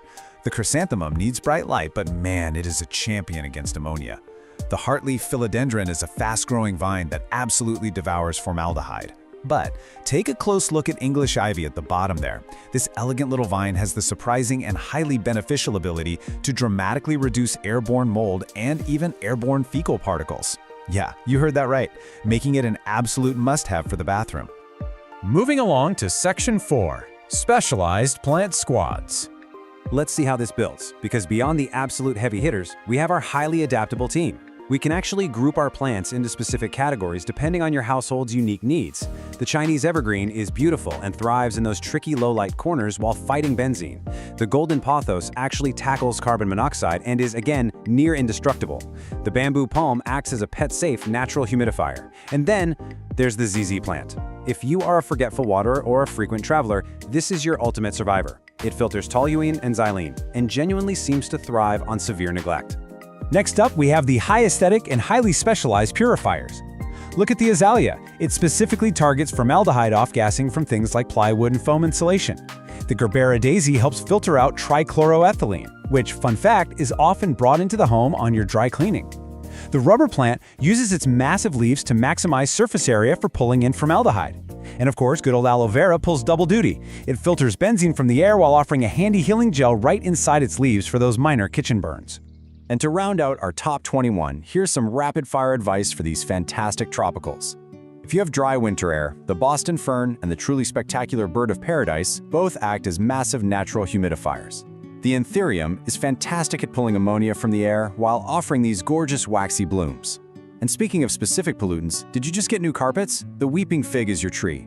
Looking for elegance in the bedroom? The orchid, much like the snake plant, provides nighttime oxygen while absorbing xylene. And finally, the money plant acts as a great general filter for synthetic chemicals while standing as a wonderful symbol of good luck. All right, Section 5, maximizing your green filters. So the crucial point is, simply buying a plant and sticking it in a corner won't magically transform your air overnight. We have to transition from just owning plants to strategically deploying them to get maximum effect. Which brings us to the most practical question of all. To actually notice a difference in your air quality, how many plants do you really need to scale this solution? Well, the golden ratio is 2. You need at least 2 medium to large-sized plants for every 100 square feet of living space. That is the baseline you need to start effectively scrubbing those VOCs right out of your indoor environment. To really maximize their power, you'll want to follow these 3 steps. First, strategic placement. Put your plants right next to the sources of pollution, near that new couch, the electronics, or wherever you store your cleaning supplies. Second, create a jungle effect. Grouping plants together literally multiplies their filtering power and raises the localized humidity, which the plants absolutely love. And third, keep those leaves clean. And this brilliantly illustrates why wiping the dust off your plant's leaves isn't just to make them look shiny and pretty, it is a mandatory functional care step. See, plants absorb these harmful toxins through microscopic pores on their leaves called stomata. If those pores are blocked by regular old household dust, the plants simply cannot filter the air. A quick wipe with a damp cloth just once a month keeps your living filters operating at peak efficiency. We're going to wrap up our explainer today with this powerful thought. The oldest technology on Earth, nature, is still our best defense against modern synthetic problems. We surround ourselves with all these synthetic conveniences, but it's pretty remarkable that a few well-placed ferns, palms, and ivy plants can do what machines often struggle to achieve. Take a look around your space right now. Which corner of your room is begging for a little bit of nature's oldest technology to turn your home into a purified, breathing sanctuary? Think about it. Thanks so much for joining me on this explainer, and hey, happy planting! Okay, have you ever wanted a houseplant that's like practically immortal? One that actually thrives when you completely forget about it and then out of nowhere rewards you with these stunning chocolate-scented flowers? Well, welcome to this explainer. Today, we're diving into the complete care guide for the Hoya carnosa, better known as the wax plant. We are going to walk through the ultimate survival and reward guide for a true heirloom plant. If you can just master the simple art of neglecting this plant the right way, you'll have a botanical companion for decades. So here's our roadmap for today. First, we'll meet the immortal wax plant. Second, we're going over the essential Hoya care rules. Third, we'll learn the taco test for watering. Fourth, defeating common Hoya pests. Fifth, unlocking those porcelain blooms. And finally, propagating your heirloom plant. Let's get right into it. Section 1. Meet the immortal wax plant, a lifelong heirloom companion. Imagine a plant that's basically the perfect hybrid. It gives you the lush, trailing vibe of a pothos, but with the extreme drought tolerance of a jade plant. It's wild. To really grasp what we're dealing with here, look at this quote from plant expert Anastasia Bermeslow. She talks about having a Hoya propagated from a cutting taken all the way back in 1985. She calls them heirloom plants. So we're not talking about some trendy, delicate little thing that you buy and throw away when it dies a year later. This is a multi-decade investment. Honestly, it routinely outlives its owners. All right, Section 2, Essential Hoya Care Rules, Building the Foundation. To really succeed with a Hoya and build that foundation, we actually have to completely untrain ourselves from standard houseplant care. Seriously, standard potting soil and your normal watering schedule, that'll quickly kill this plant. Instead, we've got to look at how the Hoya carnosa lives in the wild. It's an epicite. What does that mean? Well, in the wild subtropical forests of East Asia and Australia, it doesn't even grow in the dirt. It actually grows clinging to tree trunks and branches, with its roots just exposed to the breeze. Because of this, Hoyas absolutely hate having wet feet. Their roots literally need to breathe, or they're gonna rot fast. And this brilliantly shows exactly how we mimic that wild tree bark environment right in a pot. Remember, standard soil is way too dense and it'll suffocate the plant. Check out this DIY chunky soil recipe instead. You're gonna want 1 part potting soil for base moisture and nutrients, 1 part perlite or pumice for drainage, and 1 part orchid bark to create these large air gaps. Mixing these in equal parts creates massive air pockets, and that means even right after you water it, oxygen can still reach those super sensitive epiphytic roots. It's a real game changer. Moving on to section 3, the taco test for watering. Stop guessing, start testing. The golden rule for our complete care guide is this: water deeply but infrequently. Honestly, you should only water when the soil is 100% dry. But how do you actually know for sure? Our source gave us this absolutely brilliant tactile trick called the taco test, so you never have to guess again. Here's exactly how it works. Step 1, find a mature leaf near the base of the plant. Make sure you don't use those tiny new baby leaves. And step 2, just using your fingers, gently try to fold that leaf in half lengthwise. Yep, exactly like a taco shell. Now you just evaluate how it feels. If that leaf is stiff and hard, do not water it. The leaf is what we call turgid, meaning it's still packed full of water. If you give it a drink now, you are risking root rot. But if the leaf feels pliable, a bit wrinkly, and bends easily with almost no resistance, kind of feeling like leather, then it is time to water. For all you chronic overwaterers watching, and you know who you are, relying on this simple touch test will absolutely save your plant's life. Before we move on from the basics, we've got to talk about a super common mistake. Do not cut the tentacles. Your Hoya is going to periodically shoot out these long, completely bare, alien-looking vines. A lot of people think, oh, that's dead growth, and they just chop it off. But actually, scratch that, it's not dead at all. These are tendrils actively searching for a tree to climb. So just have some patience, gently wrap that vine around a trellis, and eventually the plant is going to fill that bare vine with gorgeous, lush leaves. Section 4. Defeating common Hoya pests. Protecting your investment. Look, with any plant, things can sometimes go wrong, but the source material gives us this incredible rapid-fire troubleshooting guide to protect your heirloom plant. You really want to pay attention to the top of the list here. Mealybugs. These guys look like little bits of white, cottony fluff just hiding out in the leaf joints. Honestly, they are the Hoya's absolute arch nemesis, especially for crinkly varieties like the Hindu rope. To defeat them, just dip a Q-tip in 70% rubbing alcohol and dab them. It dissolves their waxy armor instantly. Bam, gone. Now, if you see fine webbing and dusty leaves, you're dealing with spider mites, which really love dry air. Just shower the plant off and raise the room's humidity right away. For aphids, which usually show up on new growth, a strong stream of water works best. And if you ever spot hard brown bumps on the stems, that's scale. Just scrape them off and treat the stems with neem oil. All right, section 5, unlocking the porcelain blooms, the ultimate reward. Okay, this right here is why we go through all the trouble. The flowers. The Hoya carnosa produces these incredible ball-shaped clusters of star-like flowers that literally look like they're carved out of wax or porcelain. Plus, they release this potent fragrance that smells like chocolate, vanilla, or honey. It is amazing. But to actually get there, we need to talk about a concept called sun stress. Now, you might hear plant collectors talk about this and think it sounds bad, but it's actually highly desirable. When a Hoya is placed in really bright light, it produces red or purple pigments called anthocyanins to protect its cells from UV rays. It's essentially a botanical suntan. So if your leaves have this beautiful red or bronze flush, it means your plant is absorbing maximum energy, and that's exactly what it needs to crank out those gorgeous flowers. So what's the secret? How do we actually guarantee flowers? Well, here is the exact bloom-boosting recipe for your complete care guide. First, you need bright, indirect light. An east-facing window is pretty much unbeatable for this. Second, keep the plant tight in its pot. Hoyas really prefer to be root-bound. If the pot is way too big, it's just going to spend years growing roots instead of flowers, so keep it snug in a breathable terracotta pot. Third, you want to let it experience a natural winter temperature drop, down to about 60 degrees Fahrenheit at night. This actually signals the plant to form reproductive buds. And finally, when spring rolls around, feed it a high phosphorus bloom booster fertilizer. And that brings us to what is arguably the single most important rule of flowering Hoyas. Are you ready? Never, ever cut the peduncle. The peduncle is the little flower stalk. It kind of looks like a tiny woody microphone stand just sticking out of the vine. When the flowers fade and drop off, the plant leaves this little nub behind. Why? Because it's going to bloom from that exact same spot again and again, year after year. Seriously, some peduncles are over a decade old and produce dozens of blooms every single summer. If you cut it off, you lose that blooming site forever, so leave the mic stand alone. Now, right before we wrap up our care section, let's settle a massive debate in the houseplant community about the two most popular variegated varieties of this plant. How do you actually tell a crimson queen apart from a crimson princess? Well, here's a super fun insider memory trick for you. A crimson queen has white or pink variegation on the leaf margins, the outer edges. Just remember, a queen wears her crown on her head, right on the outer edges. On the flip side, a crimson princess has the variegation right in the center of the leaf. Remember, a princess wears her gown in the middle.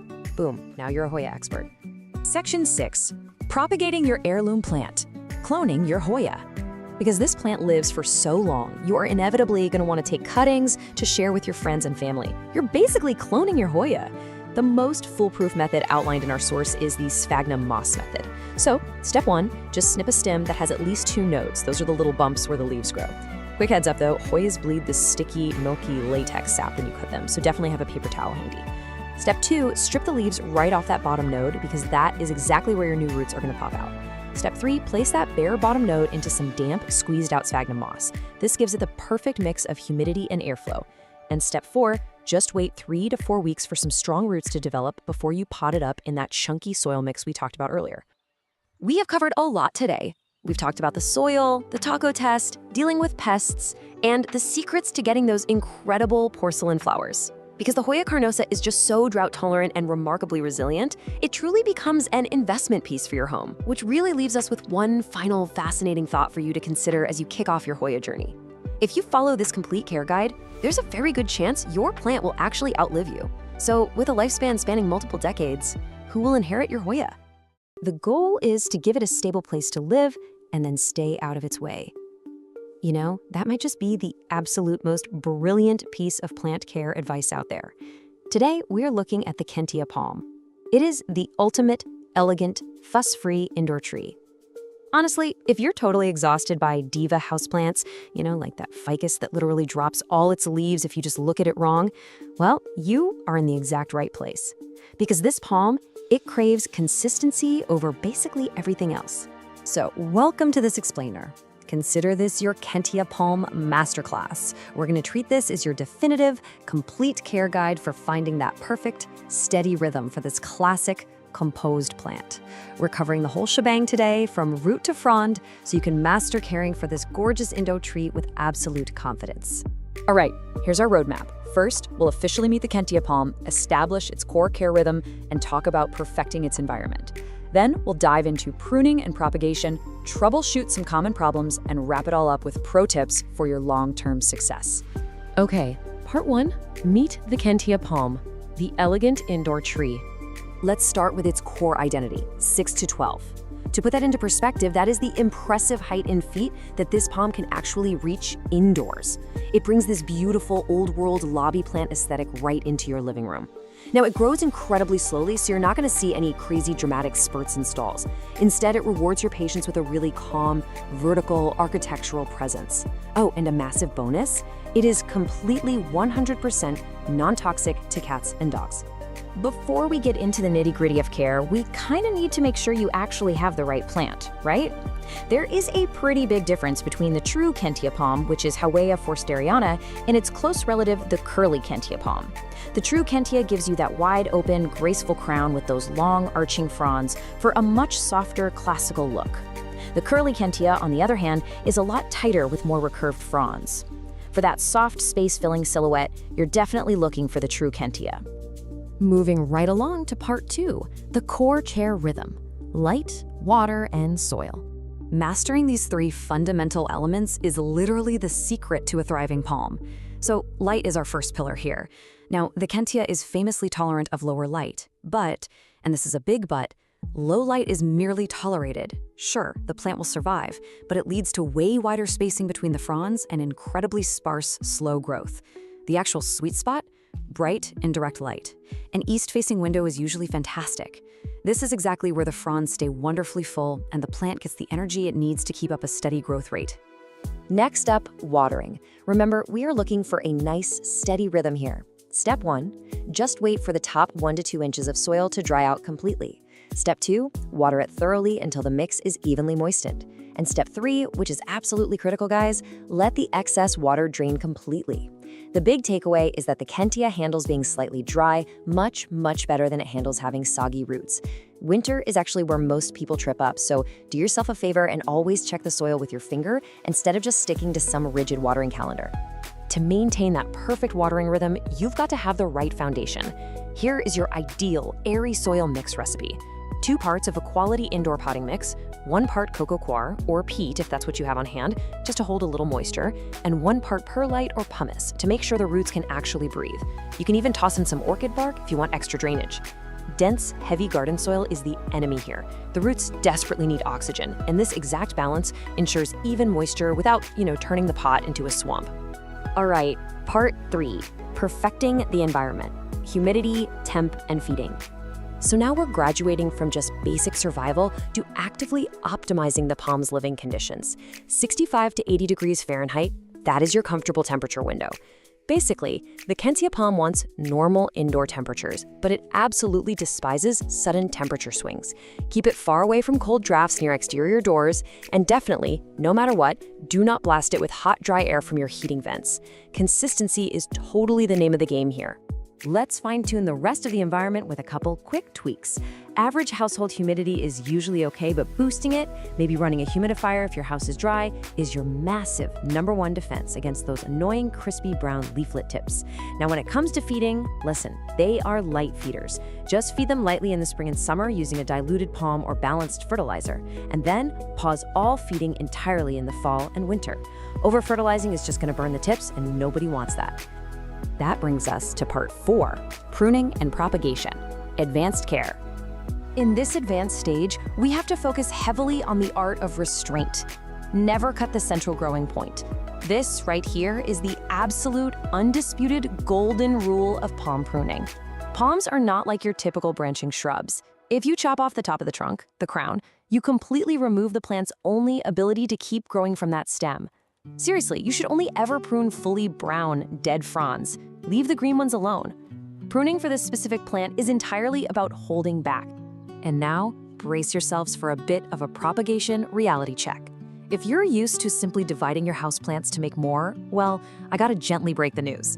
Kentias cannot be propagated by division. You actually have to start them from seed. You soak the seed, plant it in a warm, sterile mix, and then, well, you wait. It requires immense patience because the germination is incredibly slow.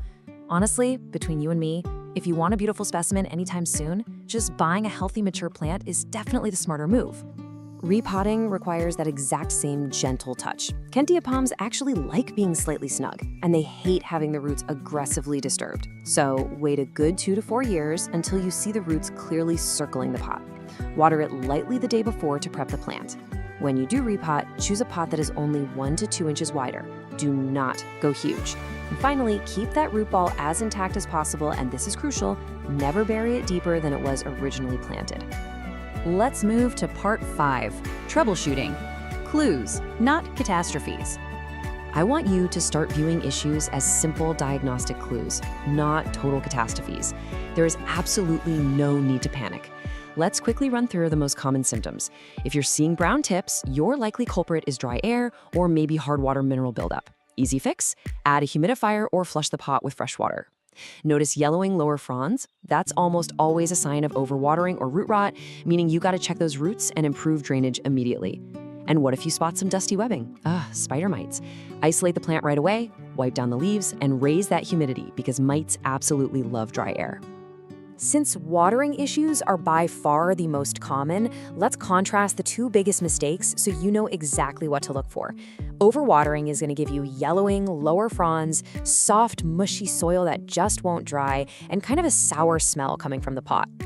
Underwatering, on the flip side, gives you crispy leaflet tips, really dull-looking fronds, and soil that literally pulls away from the edges of the pot. By checking for these exact signs, you can immediately diagnose if you're throwing off the plant's natural rhythm and just adjust accordingly. All right, final stretch, part 6, pro tips for success. Mastering the long game.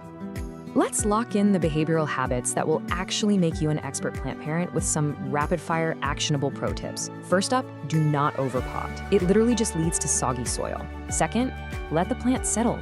Stop moving it around your house. Third, rotate the pot just a little bit every few weeks to keep the crown from leaning heavily toward the light. Fourth, wipe the dust off those fronds so the plant can actually photosynthesize efficiently. And above all else, think in years, not weeks. Patience and minimal interference will give you a stunning display that lasts for decades. Which brings us perfectly to our final core takeaway. Care for the Kentia palm is a rhythm guide, not a rescue guide. Honestly, mastering the steady basics, just providing the right light, a consistent watering pattern, and letting those roots breathe is truly all this elegant indoor tree ever requires from you. So that leaves us with one final question for you. Are you ready to find your Kentia palm's rhythm? Armed with everything we've covered in this explainer, you now have the exact blueprint to bring this calm, architectural presence right into your home and just watch it thrive beautifully for years to come. Thanks so much for joining me on this deep dive today, and hey, happy growing! Welcome to this explainer. You know, summer brings us those beautiful, long days and just an absolute ton of bright light. We love it, right? But for our indoor gardens, man, the scorching summer months can feel like an absolute battlefield. If you want to make sure your indoor jungle doesn't just survive, but actively thrives during the absolute hottest parts of the year, well, you are in exactly the right place. Let's get our plants ready for the heat. Okay, let's dive into this. It's kind of a harsh reality, but those exact same gorgeous, long summer days that give us so much energy, yeah, they can actually cause sudden, fatal stress to your vulnerable indoor plants. And I mean, sometimes the damage happens literally overnight. A plant that looked perfectly healthy on a Tuesday can look completely devastated by Wednesday afternoon, just because the temperature spiked in your living room. To prevent that kind of heartbreak, here's our action playbook for today. We're gonna cover 1. Spotting summer heat stress, 2. Adjusting your watering routine, 3. Boosting humidity and airflow, 4. Managing intense summer sunlight, and 5. Protecting your highly sensitive plants. Step 1. Spotting summer heat stress. When temperatures rise indoors, plants react, and they react fast. You've got to be able to read the early warning symptoms.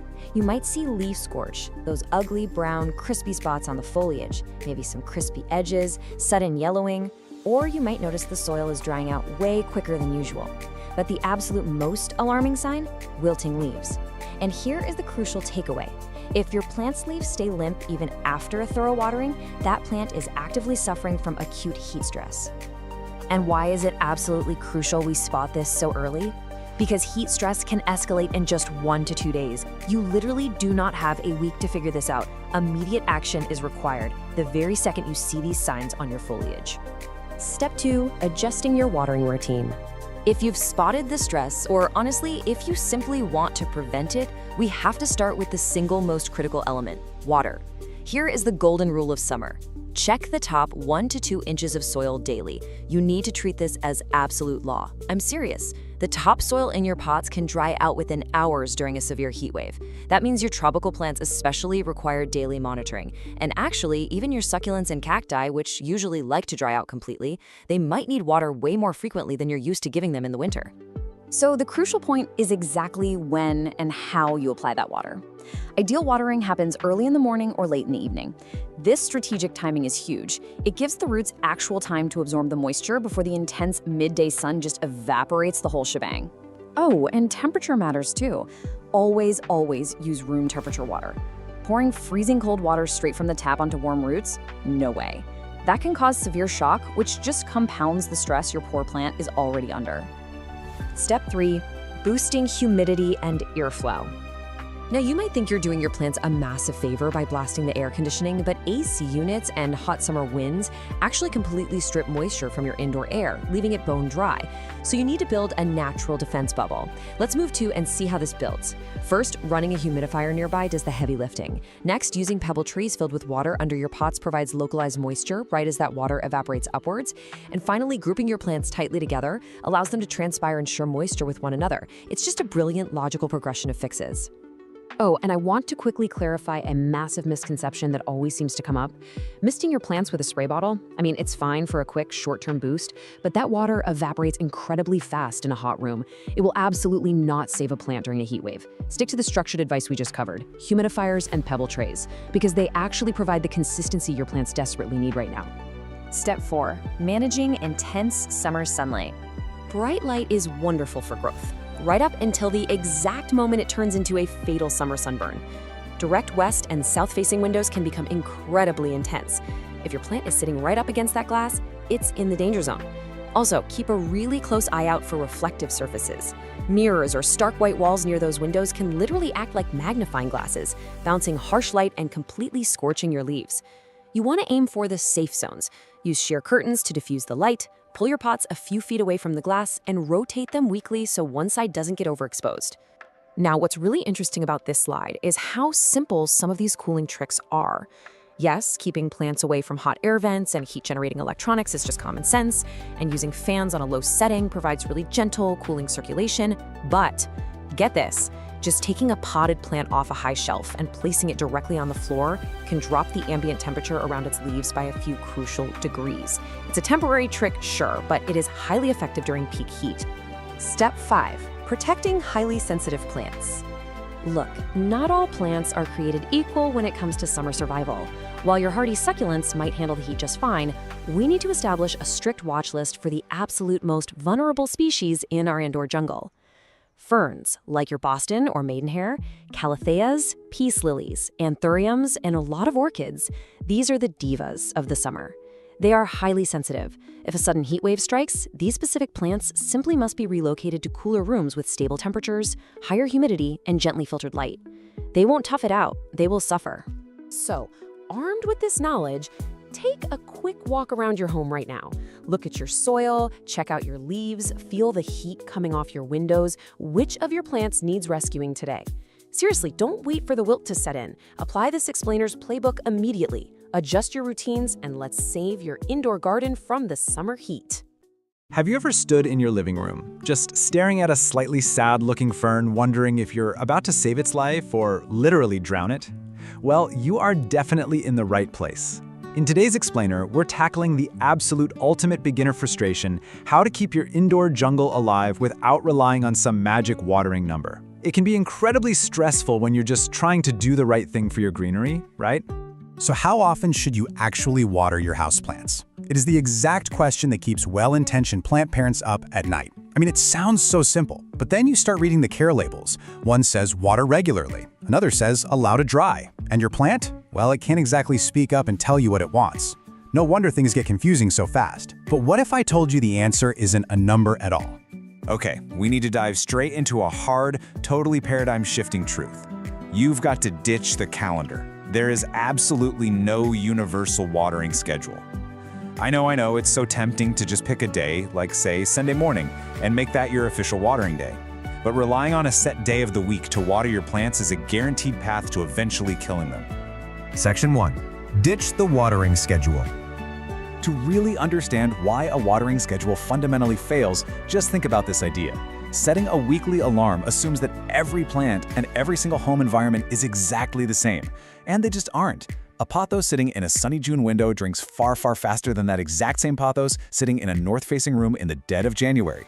If you water by the calendar, sooner or later you're going to pour water into a pot that is still totally wet from last week, or you're going to leave one bone dry for days when it desperately needed a drink. Using a set day should only ever be a reminder to check your plants, never a command to automatically water them. Section 2. Testing for plant thirst. So, if we throw out the calendar, what do we actually do? We pivot to the golden rule of houseplant care, reading the soil. You have to water the plant that's sitting right in front of you based on what its soil is doing in that exact moment.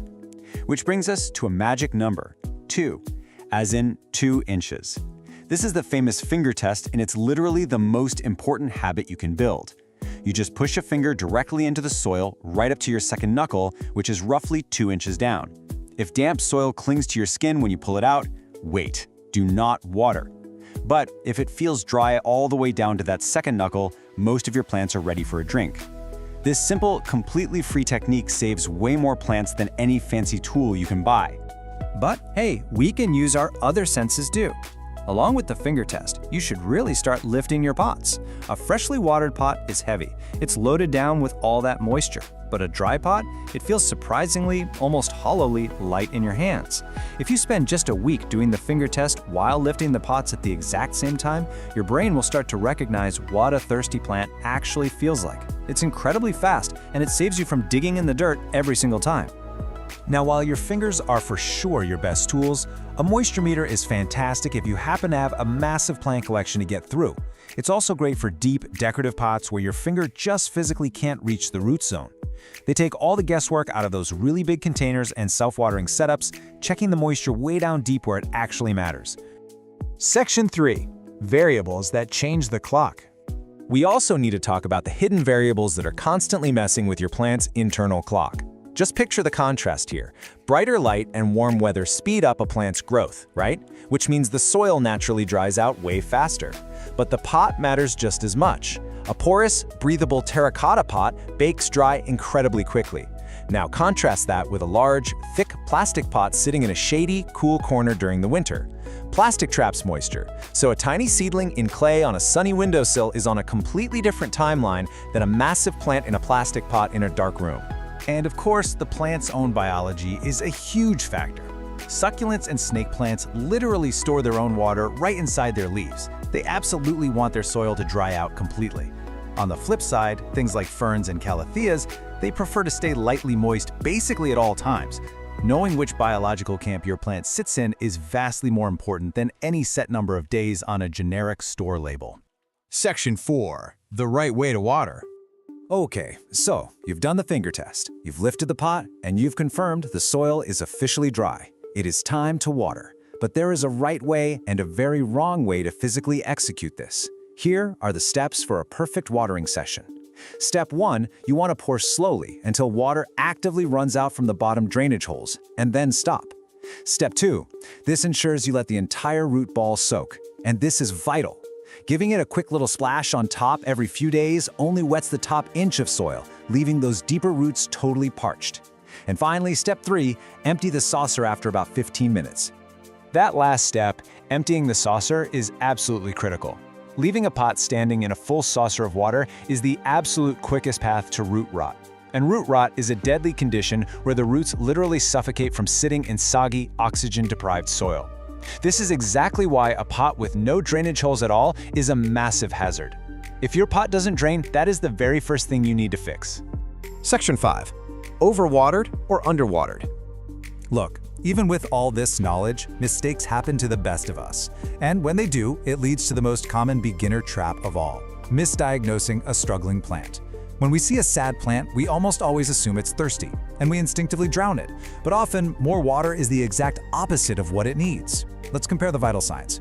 If you've overwatered, you're going to see yellowing lower leaves, a soft or even mushy stem base, and the soil is going to stay wet for days. The leaves might just feel limp. But if it's underwatered, you're looking for dry, crispy edges. The soil might literally be shrinking away from the sides of the pot. And crucially, an underwatered plant will perk right back up an hour after a good drink. Always, always feel for a mushy stem versus a crispy leaf before reaching for the watering can. But here's where it gets really tricky. Both overwatering and underwatering cause a plant's leaves to droop. I know, it's incredibly confusing. That's why the soil itself is your ultimate diagnostic tiebreaker. It settles the argument. If the plant is drooping and the soil is wet, stop immediately and check those roots. If the plant is drooping and the soil is totally dry, go ahead and give it a drink. Section 6. A quick plant cheat sheet. To help bring all of this together, let's run through a quick cheat sheet. I want you to think of these as useful training wheels. They aren't rigid rules meant to replace checking the soil, but they give you a really fantastic baseline to start from. For instance, your snake plants, ZZs, and succulents need to dry out completely. That means they usually only need water every 2 to 3 weeks in the summer.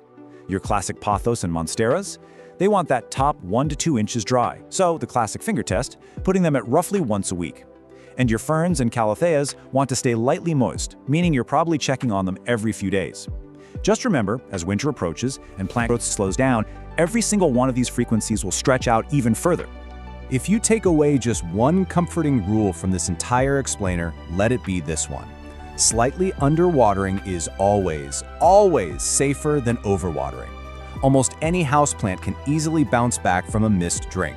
Sure, they might get a little crispy, but they will survive. Reversing root rot from soggy, suffocating soil, on the other hand, that's incredibly difficult and unfortunately often fatal.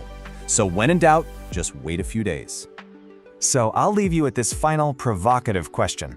What is your plant's soil telling you right now?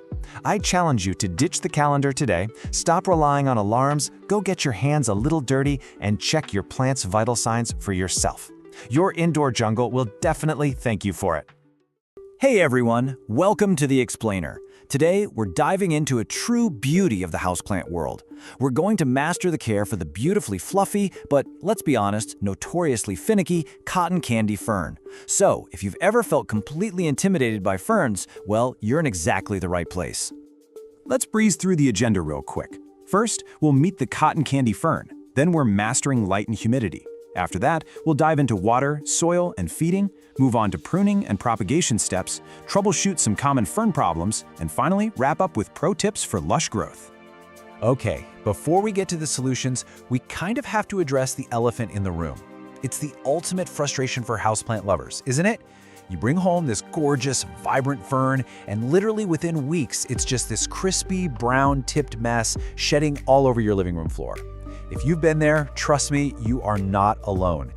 It all really comes down to misunderstanding what these specific plants are actually built for. Section 1. Meet the cotton candy fern, a cloud of spun sugar. The biology behind this beauty is honestly fascinating. So the cotton candy fern is a compact cultivar of the classic Boston fern, but here is the absolute crucial difference. Its leaflets are split into even smaller segments. Because it's so extra divided, this fern has massive surface area.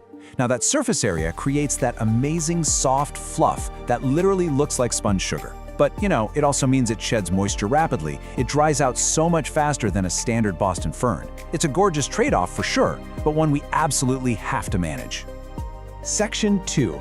Mastering light and humidity, the foundation of fern survival.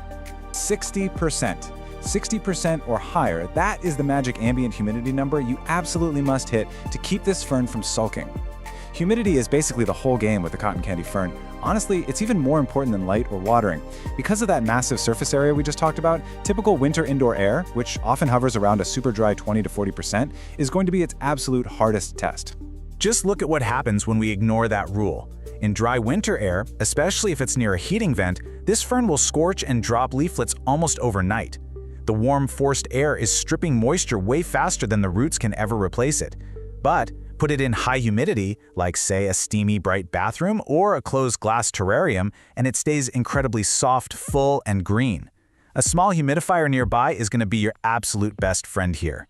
Alongside humidity, we definitely need the right light. The golden rule here is bright, indirect light only. Absolutely no direct sun. Direct sun is the fastest way to ruin those delicate, frilly fronds. They will bleach and scorch within hours on a hot windowsill. Instead, just place it about 3 to 5 feet back from an east-facing window. You want it bright enough that you could comfortably sit there and read a book without a lamp, but totally out of any harsh, direct beams. Section 3. Water, soil, and feeding, the daily grind. Okay, watering. This is where a lot of really well-meaning plant parents go wrong. A classic beginner mistake is watering straight down, right over the top of the plant. Seriously, never do this. It traps water deep in that dense fluff and just completely invites crown rot. Instead, for true pro mastery, water gently around the outer edge of the pot, directly at the soil line. You want to do this as soon as the top half-inch of the soil feels dry to the touch. Don't rely on a strict schedule, just, check it with your finger. And because we're checking with our fingers, the soil needs to be just right. Plain, bagged potting soil is a really bad idea for these guys. It just packs into dense mud. You need a springy, airy soil mix. So aim for roughly 2 parts, or about 66%, peat moss or sustainable cocoa coir for that acidic moisture retention. Then add 1 part, or 34%, perlite for drainage. This precise balance is a game changer. It prevents the roots from suffocating in mud, ensuring water flows right through while still keeping the whole environment evenly moist. So let's move on to feeding and see how this builds on our watering routine. Ferns are notoriously light feeders with very, very sensitive roots. Feed them every 3 to 4 weeks from spring through early fall and use a balanced liquid fertilizer diluted to half strength. Oh, and here's an absolutely critical pro tip. Only apply fertilizer to soil that is already moist. Fertilizing a bone-dry plant will concentrate the salts and cause nasty chemical burns on those delicate roots. Remember, underfeeding a fern is always safer than overfeeding. Section 4. Pruning and propagation steps. Graduating to expert. Pruning a fern is really mostly about housekeeping. When you see dead, browned, or yellowed fronds, don't just snip off the brown tips and leave a weird little stub. You want to cleanly cut those spent fronds right down at the very base, down near the soil line. This clears out dead material that traps moisture and breeds pests deep in the crown, and it actually prompts fresh, healthy growth straight from the center. Now, as your plant grows, you're eventually going to need to repot it, usually every 2 to 3 years when the roots completely fill the pot. And guess what? This is the perfect time to propagate. You can easily multiply your collection by dividing the root clump. In the spring, simply unpot the fern, gently split the fibrous clump into sections with your hands or a clean knife, and pot the new sections into that fresh mix we talked about. Keep them loosely covered in a clear plastic bag for a week or two. That just boosts the humidity while they recover from the shock. Actually, before we move to troubleshooting, I want to share a quick pro tip that saves beginners a ton of anxiety.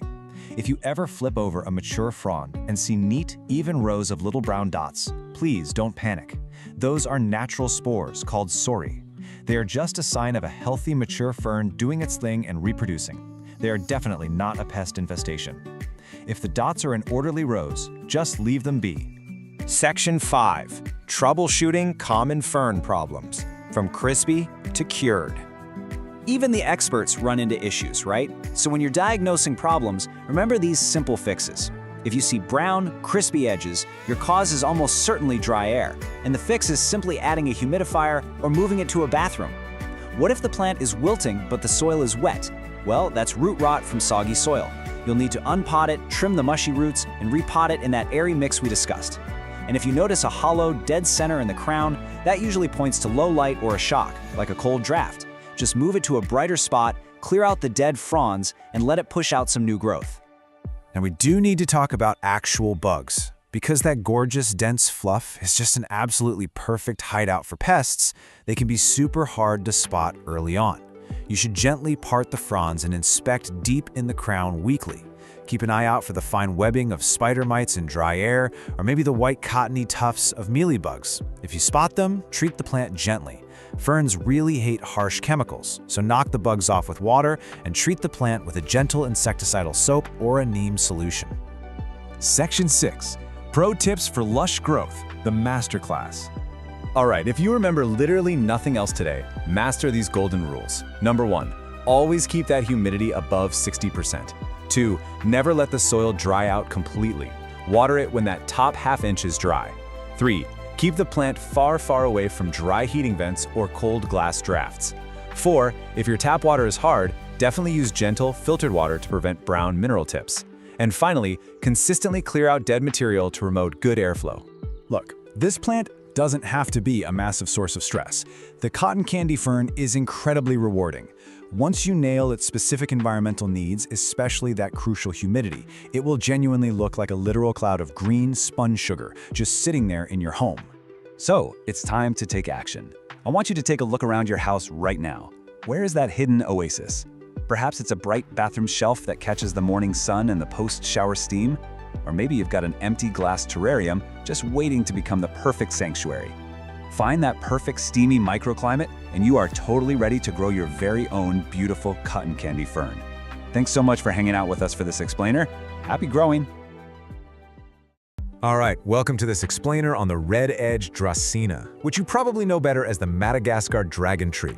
If you're looking for a stunning architectural houseplant that practically begs you to ignore it, well, you're in exactly the right place. Today, we're completely mastering this incredibly resilient plant and establishing a core theme that's going to guide literally everything we do. With the dragon tree, less is absolutely more. Okay, let's dive into this.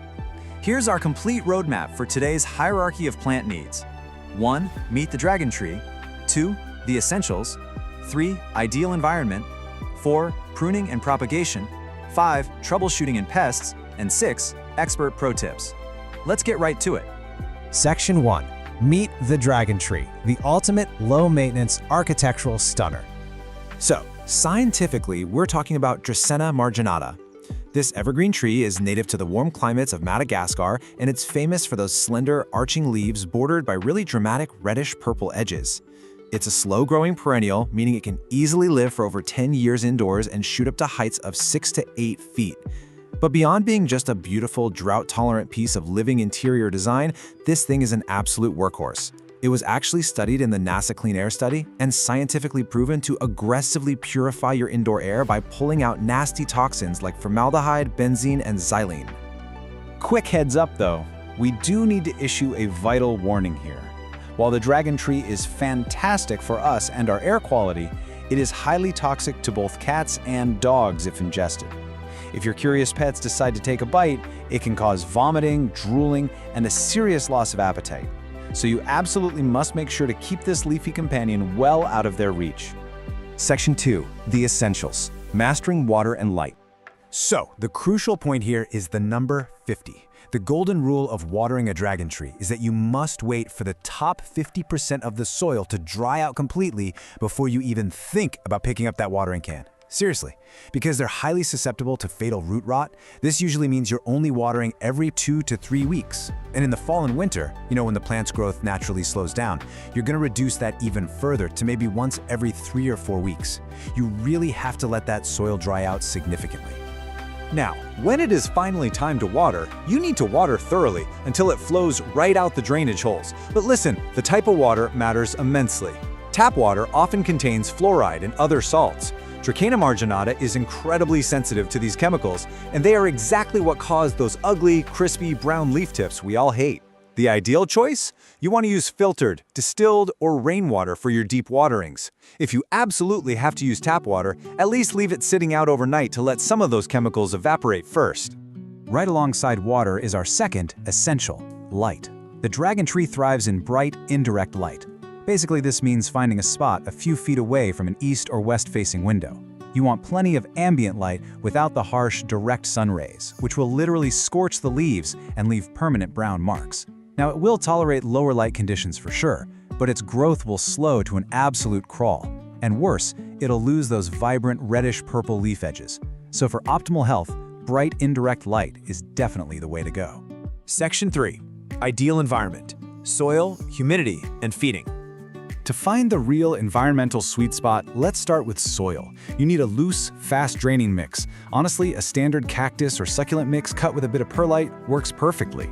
For temperature, just remember it's from Madagascar. It loves it warm, ideally between 70 and 80 degrees Fahrenheit. Keep it far away from cold drafts below 60 degrees. As for humidity, 40 to 50% is perfect. If your indoor air is super dry, use a room humidifier or place the pot on a pebble tray with water to prevent those brown tips. Finally, fertilizer. This guy is a slow grower. Give it a balanced 10-10-10 liquid fertilizer diluted to half strength once a month. But here's the critical part. Only feed it in the spring and summer. Never ever fertilize during its fall and winter dormancy. Before we leave the topic of soil and pots, please remember this. Drainage is completely non-negotiable. No matter how perfect your soil mix is, if you put it in a pot without drainage holes, the water just gets trapped at the bottom. And that trapped water will inevitably cause fatal root rot. Always use a pot with holes. And since it is a slow grower, your plant will really only need to be repotted every 2 to 3 years when it becomes totally root bound. When you do repot, only size up by 1 to 2 inches in diameter. Section 4. Pruning and Propagation. Multiplying your plant collection. Over time, you'll notice a dragon tree can get very tall and a bit leggy with bare stems. And this brilliantly illustrates why you shouldn't be afraid to just chop the top off.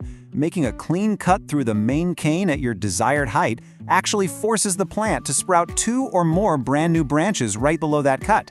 Pruning actively encourages a much fuller, bushier, multi-stemmed plant. So what do you do with that top piece you just chopped off? You propagate it. It's actually surprisingly easy to do for free.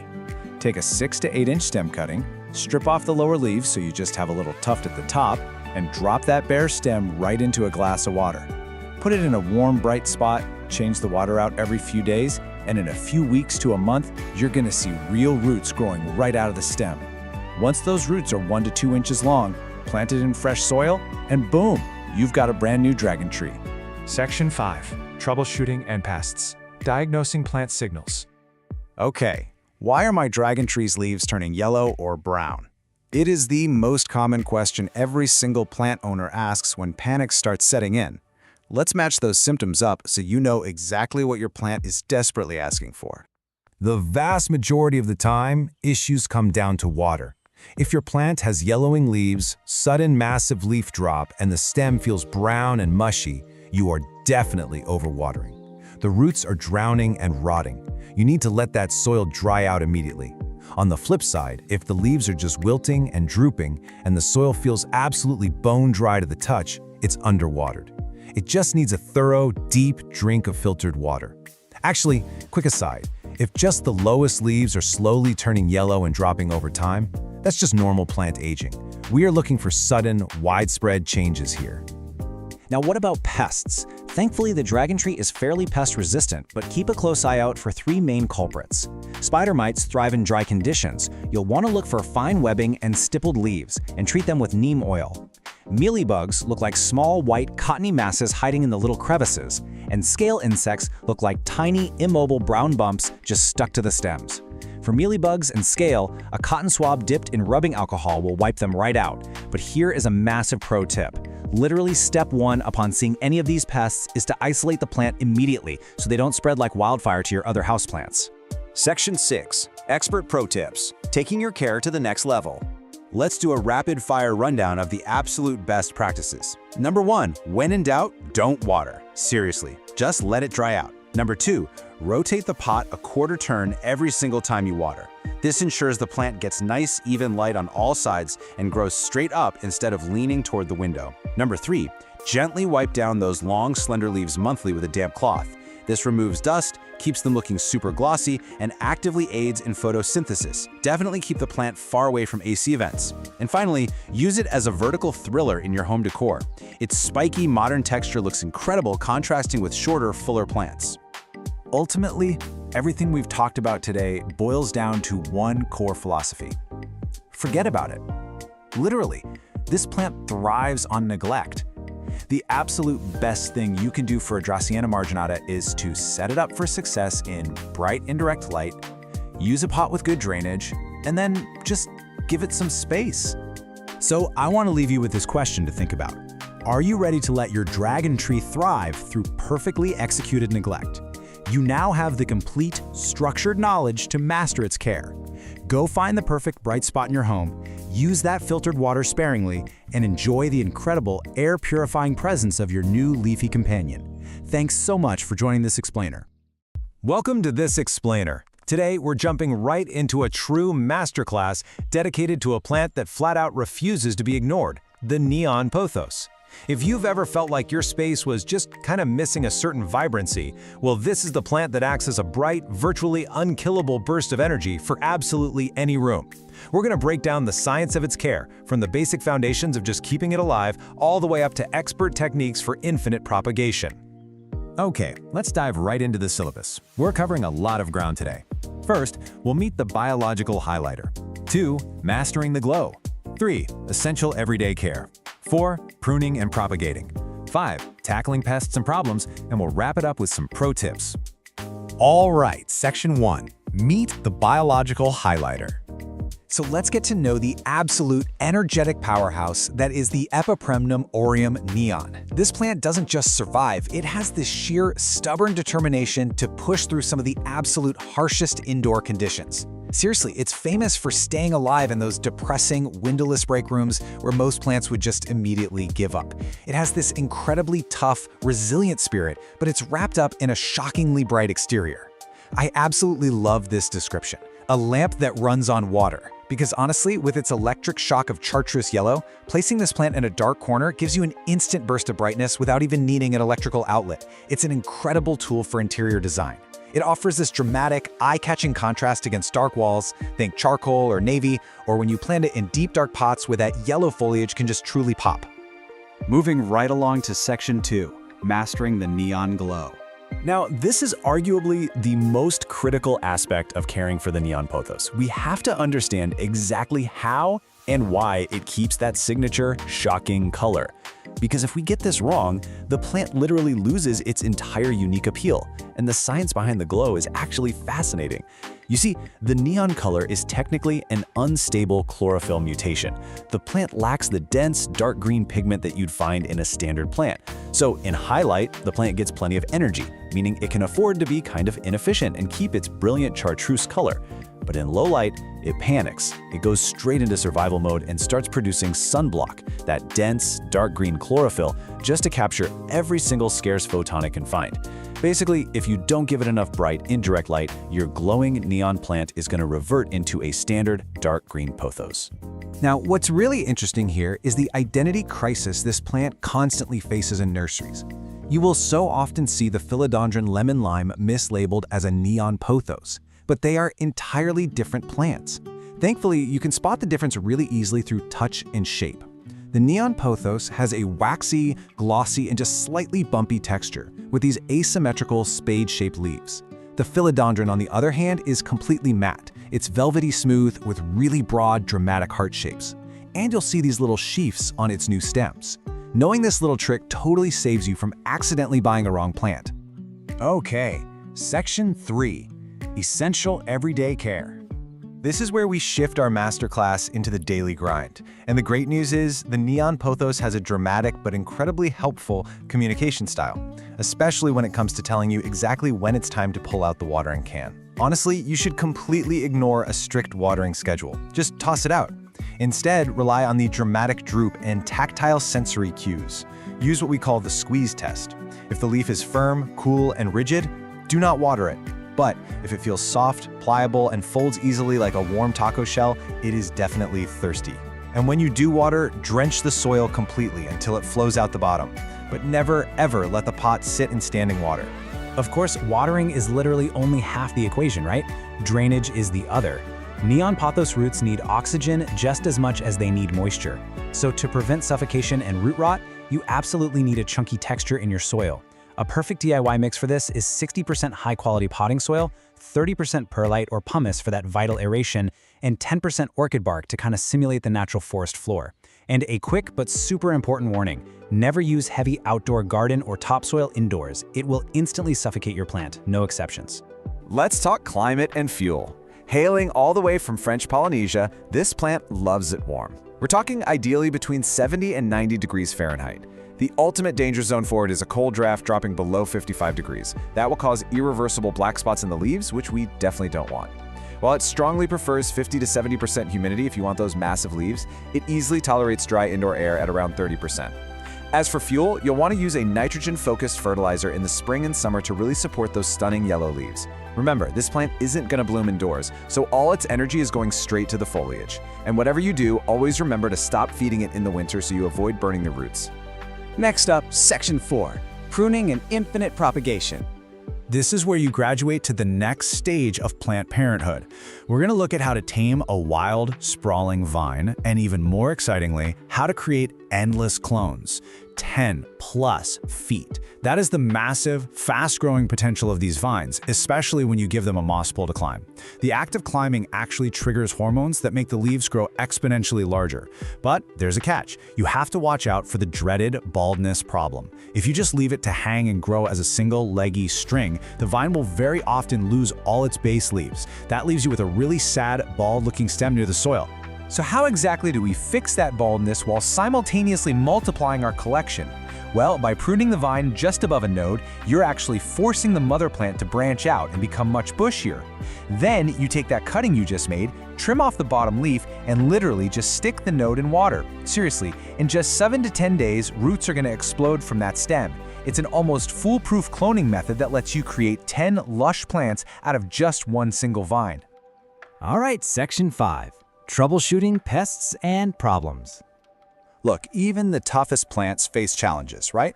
And the bright, electric leaves of the neon pothos unfortunately act as a bit of a beacon for certain unwanted guests. But don't worry, we're your definitive plant coach here to help diagnose and treat these issues. Let's break down the sap-sucking enemies drawn to your plant. First, if you see white, fluffy cotton spots tucked right where the leaf meets the stem, you've got mealybugs. Treat those with a strong shower blast or insecticidal soap. Scale, on the other hand, looks like hard brown bumps on the stems. For those, granular systemic insecticides mixed right into the soil are your best bet. Finally, spider mites. They leave this really fine webbing and tiny specks on the undersides of leaves, especially when the air is dry. A routine spray of neem oil every 5 to 7 days will clear them right out. Beyond the creepy crawlies, the leaves themselves are actually communicating with you when your care routine is a bit off. If you start seeing crispy brown edges, it usually means your watering is too erratic, like you're letting it dry to the bone and then completely drowning it. Or your air is just way too dry. But you really need to beware of mushy yellow leaves. Now, a single old leaf turning yellow near the soil, that's just natural aging. But sudden, widespread, mushy yellowing all across the vine, that is a dire, flashing warning sign of overwatering and root rot. Finally, we've made it to Section 6, Pro Tips for Thriving. Okay, we've covered survival, we've covered maintenance, and we've covered problem solving. Now we enter the final expert level of this masterclass to truly elevate your routine and push your neon pathos to its absolute peak. Here are your rapid-fire expert tips. First up, if you happen to have a freshwater aquarium, use that dirty water during your tank changes to water your plant. It is packed with a massive biological nitrogen boost. Second, rotate your pot a quarter turn every single week. This prevents the vine from growing entirely lopsided toward the nearest light source. Third, dust your leaves monthly. Dust literally blocks light, and remember, this plant needs every single photon it can get. Finally, my favorite trick, if you have a bare vine, just loop it back onto the soil and pin the node down with a bobby pin. It will root directly into the soil, perfectly mimicking how the plant naturally spreads across the forest floor. So, this brings us to the end of our explainer, and I have to leave you with one final thought. Are you ready to let this biological highlighter transform your darkest corners into a thriving neon jungle? You now have the complete blueprint, from mixing the perfect chunky soil to reading that dramatic droop, forcing brilliant color through proper light management, and cloning your way to an endless indoor garden. Take these steps, apply the science, and just watch your space completely light up. Thanks so much for joining this explainer, and hey, happy growing! Welcome to today's explainer. We're diving deep into the ultimate care manual for the truly beautiful architectural button fern. If you've ever wanted to bring that lush woodland feel indoors, but, without committing to a massive hanging basket, you are in exactly the right place. We're going to walk through everything you need to know to keep this stunning plant thriving. All right, let's just address the elephant in the room right off the bat. Ferns can be incredibly fussy, right? And so easy to kill. We've all been there. You bring home this gorgeous, lacy fern, and literally within weeks, it's shedding crispy brown leaves all over your floor. But the button fern offers a much more forgiving alternative. Because its small, round leaflets are thicker, kind of leathery actually, it has a much wider margin for error than its paper-thin cousins, so it gives you that gorgeous fern texture, but with a whole lot more resilience. To get there, we're going to build your knowledge using a pyramid of care. We'll meet your fern, cover the core care of light and water, and perfect your environment. Then we'll hit routine maintenance like feeding and pruning, troubleshoot common problems, and wrap up with expert tips and propagation. Step 1, meet your button fern. Let's get to know exactly what plant we're actually dealing with here. So if you walk into a plant shop, you might actually see 2 totally different plants labeled as button fern. Let's clear up this massive misconception right away. The true button fern, Pelea rotundifolia, which hails all the way from New Zealand, has these dark, wiry stems and firm, dark green, round leaflets that just arch so gently. On the flip side, the lemon button fern is a completely different, much fluffier plant with softer, lighter fronds and, believe it or not, a faint citrus scent. If you're going for that tidy, architectural, slightly darker woodland look, the true button fern is the one you want. Moving right along to step 2, core care, light and water. Let's establish the absolute non-negotiables for your fern's survival. Now, the crucial takeaway here is that this is absolutely not a deep shade plant. Because ferns grow on the forest floor in the wild, people just kind of assume they want to be shoved in a dark corner. But indoors, it needs bright, indirect light to maintain that dense, glossy look we all love. An east-facing window is literally ideal. I really want to stress that. That gentle morning sun is absolutely perfect. If you blast it with direct, harsh afternoon sun, those leathery leaves are going to bleach and crisp up. But on the other hand, too little light leaves you with sparse, slow growth and these really unattractive wide gaps between the leaflets. Oh, and don't forget to rotate the pot every week or 2 so your fern doesn't start aggressively leaning toward the window. When it comes to watering, your absolute golden rule, the easiest mental model you can use, is a wrung-out sponge. The soil needs to be evenly moist, never a bone-dry desert, and never a swampy puddle. Because the button fern is a bit tougher, sometimes growers make the mistake of treating it like a semi-drought plant. and that just causes the clump to thin right out from the inside. But if you keep it constantly saturated, you cut off the oxygen to the roots and you're practically inviting root rot. So remember, wrung out sponge. To achieve that perfect balance, just check the surface of the soil with your finger. When the top half-inch feels barely dry, you're good to water. Pour room temperature water over the top, nice and slow, until the excess drains right out of the bottom. And this is key. Never, ever leave the pot sitting in a saucer full of runoff water. Okay, step 3, environment. Specifically, soil and humidity. Let's figure out how to perfect the physical space for those roots and fronds. Because listen, water and light are totally useless if the soil and air are actively working against your plant. This specific soil recipe ensures the roots stay evenly damp but open enough to get vital oxygen. Dense, regular potting soil is just going to suffocate those roots, while a super chunky aeroid mix will dry out way too fast. By mixing moisture-retaining peat or coir with fine bark for structure and perlite for drainage, you're giving this fern exactly what it naturally craves. When you mix it up, it should feel really springy and light in your hands. Now, let's talk about the number 50. That represents the absolute minimum percentage of humidity your button fern needs to thrive. It definitely prefers the 55 to 70% range, but dipping below 50 is where you're going to start seeing trouble. When the air gets too dry, it actually sheds its older fronds from the inside out just to conserve moisture, and those leaf edges turn a really dull brown. To fix this, you can use a humidifier, group it with other plants, or even put it in a bright bathroom. And hey, little industry secret just between us, misting is really just a temporary cosmetic boost. It doesn't actually fix chronically dry air, so don't rely on it. Temperature stability is also absolutely vital. You want to keep the indoor temps comfortably between 60 and 75 degrees Fahrenheit. Keep it away from cold drafts below 50 degrees, and definitely keep it away from heating vents or hot summer glass, which will unravel its health so quickly. A bright room that stays fresh and evenly temperate usually suits it beautifully. It actually appreciates the slightly cooler side of normal household conditions a lot more than many other tropical plants. Moving on to step 4, maintenance, focusing on feeding and pruning. Your fern is surviving, so let's keep it pristine. Now, button ferns are very light feeders. Honestly, in this case, overfeeding is so much more dangerous than underfeeding. Too much fertilizer will result in scorched leaf tips and this nasty salt crust building up on the soil. So feed it lightly, just once a month when it's actively growing in the spring and summer. Use a balanced liquid fertilizer, but dilute it down to half or even quarter strength. And a quick pro tip, always water the plant first, then apply the fertilizer to the moist soil. That stops you from accidentally burning that delicate root system. When it comes to pruning, you don't need to shape button ferns like a hedge. Pruning here is purely about removing spent foliage. You always want to cut the fully yellow, brown, or damaged fronds cleanly right at the base. That's what actually encourages fresh replacement growth from the crown. Whatever you do, never just shear or trim random healthy tips off the ends of the fronds.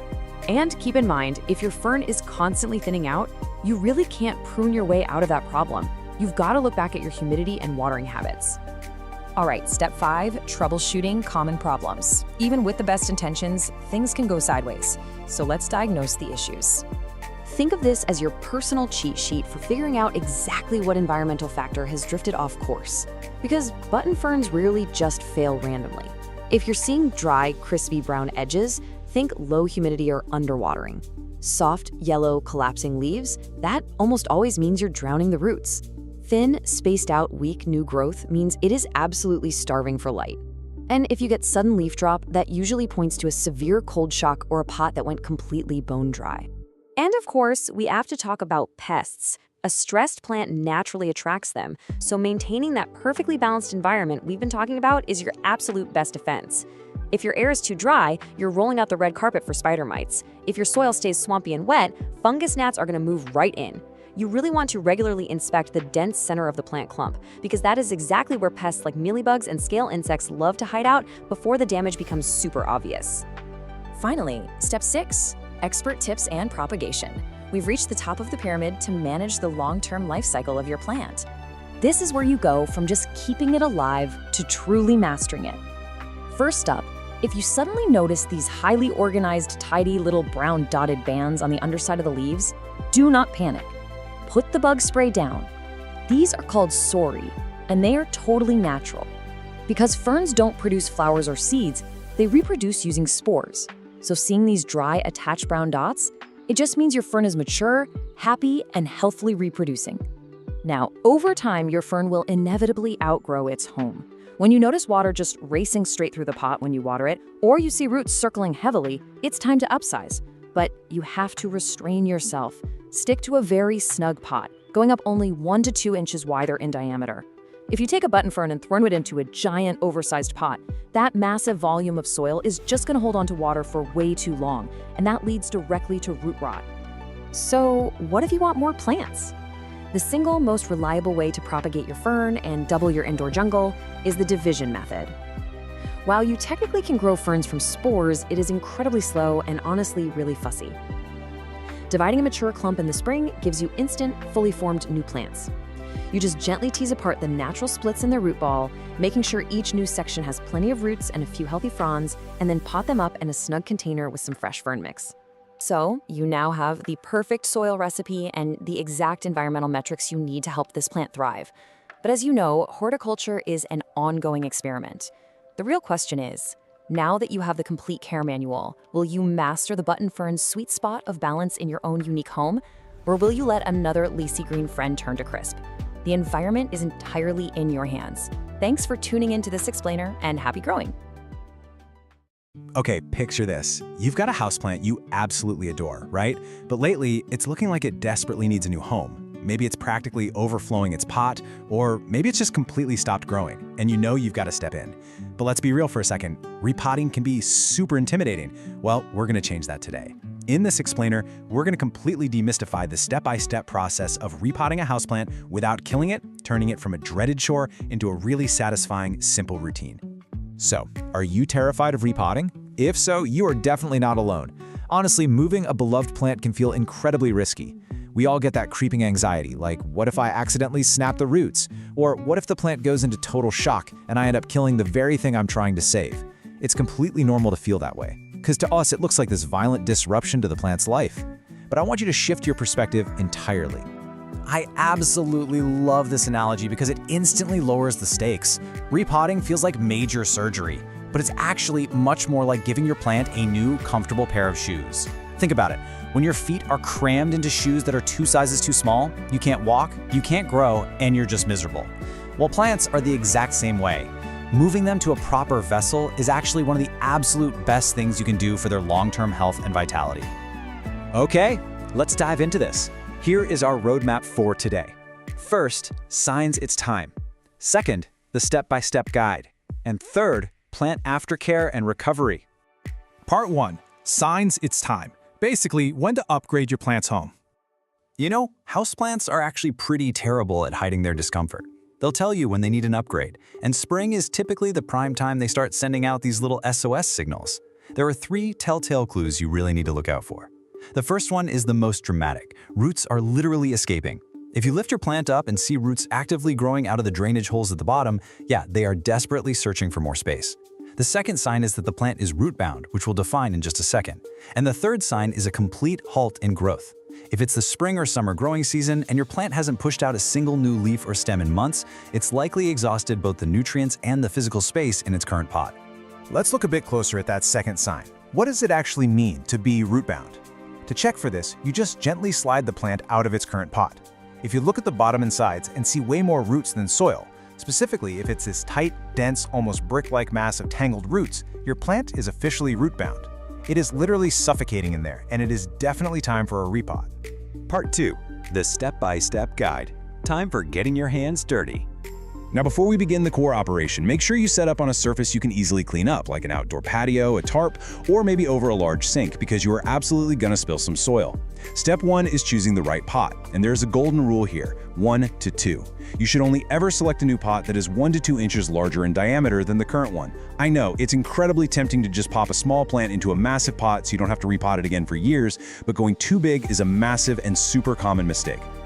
So the crucial point here is understanding exactly why a massive pot is so dangerous. A pot that's too large for the plant's root system holds way too much soil. And that excess soil acts like a giant sponge, staying wet for far too long, which quickly leads to root rot, and that's basically a death sentence for most houseplants. Stick to the 1 to 2 inch rule. And please, firmly remind yourself, the new pot absolutely must have drainage holes, literally no exceptions. All right, here's a high-level look at our simple 4-step process. We just covered step 1, choose the right pot. Next, we remove the plant. Then, we loosen the roots. And finally, we repot and water. When you break the whole shebang down into these 4 actionable steps, you can see just how easy and straightforward this operation really is. Let's focus on step 2, removing the plant. The key word here is gentle. Turn the plant sideways, support the stems gently with your hand, and tap the bottom of the pot until the plant slides out. If your plant is being stubborn and refusing to budge, whatever you do, don't yank it by the stems. Instead, simply squeeze the sides of the plastic nursery pot, or carefully run a blunt butter knife around the inside edge just to loosen up the soil. Now for step 3, loosening the roots. If your plant was root-bound, this step is absolutely vital. You need to encourage those roots to stop growing in a circle and start growing outward into their fresh new soil. To do this, gently massage the root ball with your fingers to loosen the tangled roots. If they're heavily coiled and fused together at the bottom, don't panic. Seriously, it's completely okay to physically untangle them, or even make a few vertical, shallow cuts with a clean knife to break the tension. Finally, step 4 is our assembly, and here's your quick checklist. First, add a base layer of fresh potting mix to the new pot. Second, set your loosened root ball inside, making sure the top of the root ball sits about 1 inch below the rim of the pot so water doesn't overflow later on. Third, fill in the empty space around the sides with fresh mix, gently patting it down. And fourth, water thoroughly. You want to water until it actively runs out those drainage holes. And this isn't just to give the plant a drink, it's absolutely crucial for helping the new soil settle snugly around the roots, eliminating any large, dangerous air pockets. Part 3, plant aftercare and recovery, helping your plant settle in. All right, we've successfully repotted. But even though we were gentle, the plant just went through a really big structural change. It needs some specific TLC to settle into its new environment without, throwing a fit. Let's walk through the 4 critical aftercare rules. First, put it back in the exact same light conditions it enjoyed before. Don't add the stress of a new location on top of a new pot.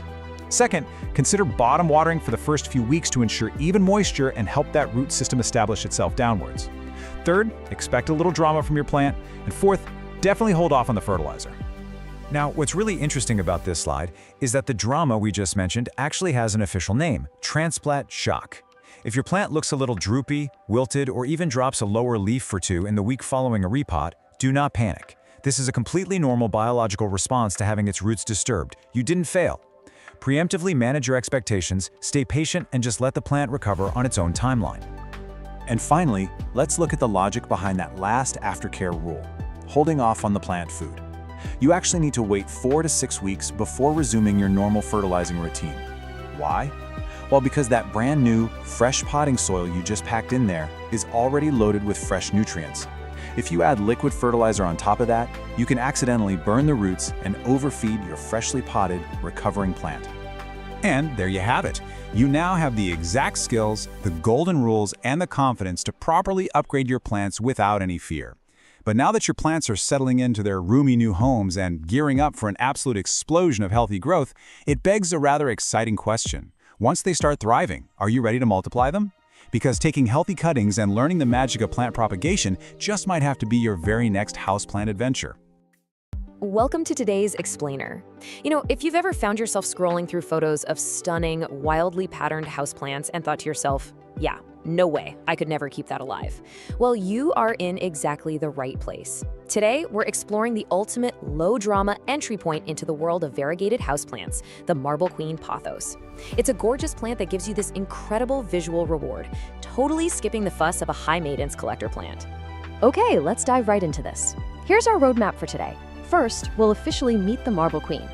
Then we'll cover the survival foundation, followed by routine maintenance. After that, we'll graduate to pruning and propagation, and finally wrap things up with troubleshooting. All right, section 1, meet the Marble Queen. So this classic heart-shaped vine is famous for its striking cream and white splashes. It acts incredibly easygoing while looking, frankly, highly dressed up. But to really anchor our understanding here, let's compare it to a plant you've probably seen literally everywhere, the golden pothos.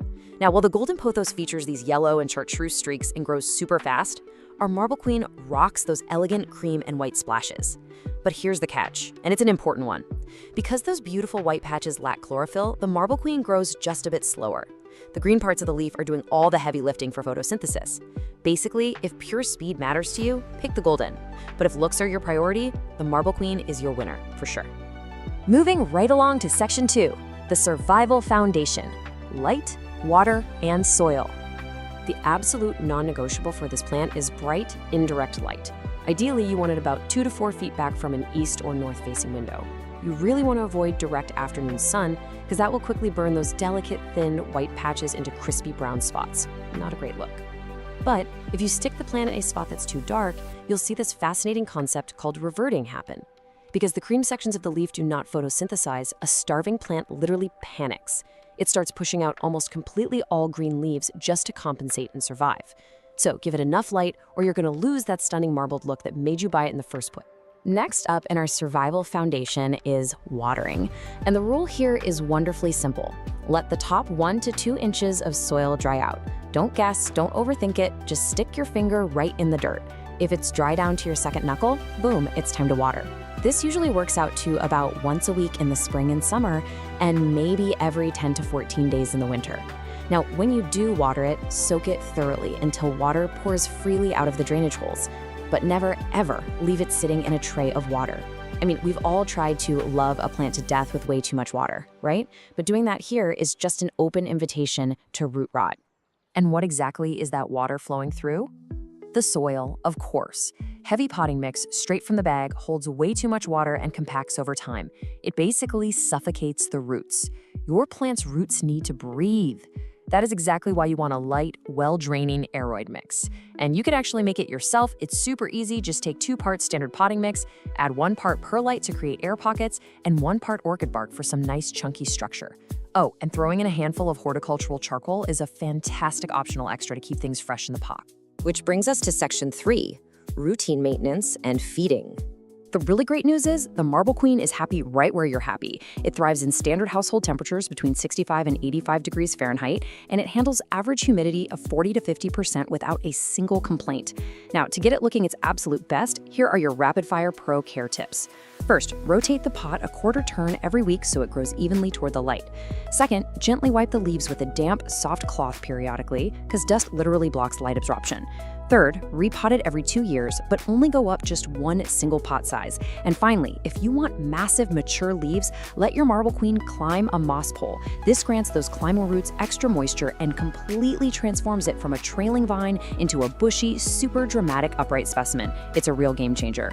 When it comes to feeding, the Marble Queen is a pretty light eater. A balanced liquid fertilizer, something like a 10-10-10, mixed at just half strength, once a month during the spring and summer is plenty. But here is the absolutely crucial point. Stop fertilizing completely in late fall and winter. The plant isn't actively growing then, and feeding it can cause unused fertilizer salts to build up in the soil. That's going to burn the roots and leave you with crispy brown leaf tips. Oh, and a quick aside, always water the plant before you add liquid fertilizer just to prevent shocking those roots. All right, time to level up. Section 4, expert level, pruning and propagation. This is where you learn to actually multiply your plants and control how it looks by trimming back those leggy or reverted vines. But before we reach for the scissors, we need to know exactly where to make our cuts. You are looking for a node. A node is that small little bump on the stem directly opposite a leaf. It is basically the magical spot where new roots and new foliage emerge. When you prune, you want to cut just above a node on the main plant. And if you're aiming for a bushier plant instead of long, stringy vines, simply pinch off the growing tips. That forces the node right below it to push out side branches, which fills the plant out beautifully. Now let's take those cuttings you just made and multiply your collection. Water propagation is incredibly simple. Just find a healthy vine and cut just below a node, so your cutting has a node right at the bottom. Remove the lowest leaf to fully expose that node. Drop it into a jar of room temperature water, making sure any remaining leaves stay completely dry above the water, and just wait. Roots are going to appear in 2 to 3 weeks. And here's a brilliant little pro tip for you. Cuttings with stronger green tones actually root faster than mostly white cuttings. Why? Because they have way more chlorophyll energy to fuel that root production. Almost there. Section 5, troubleshooting common problems. Look, even the experts run into issues sometimes.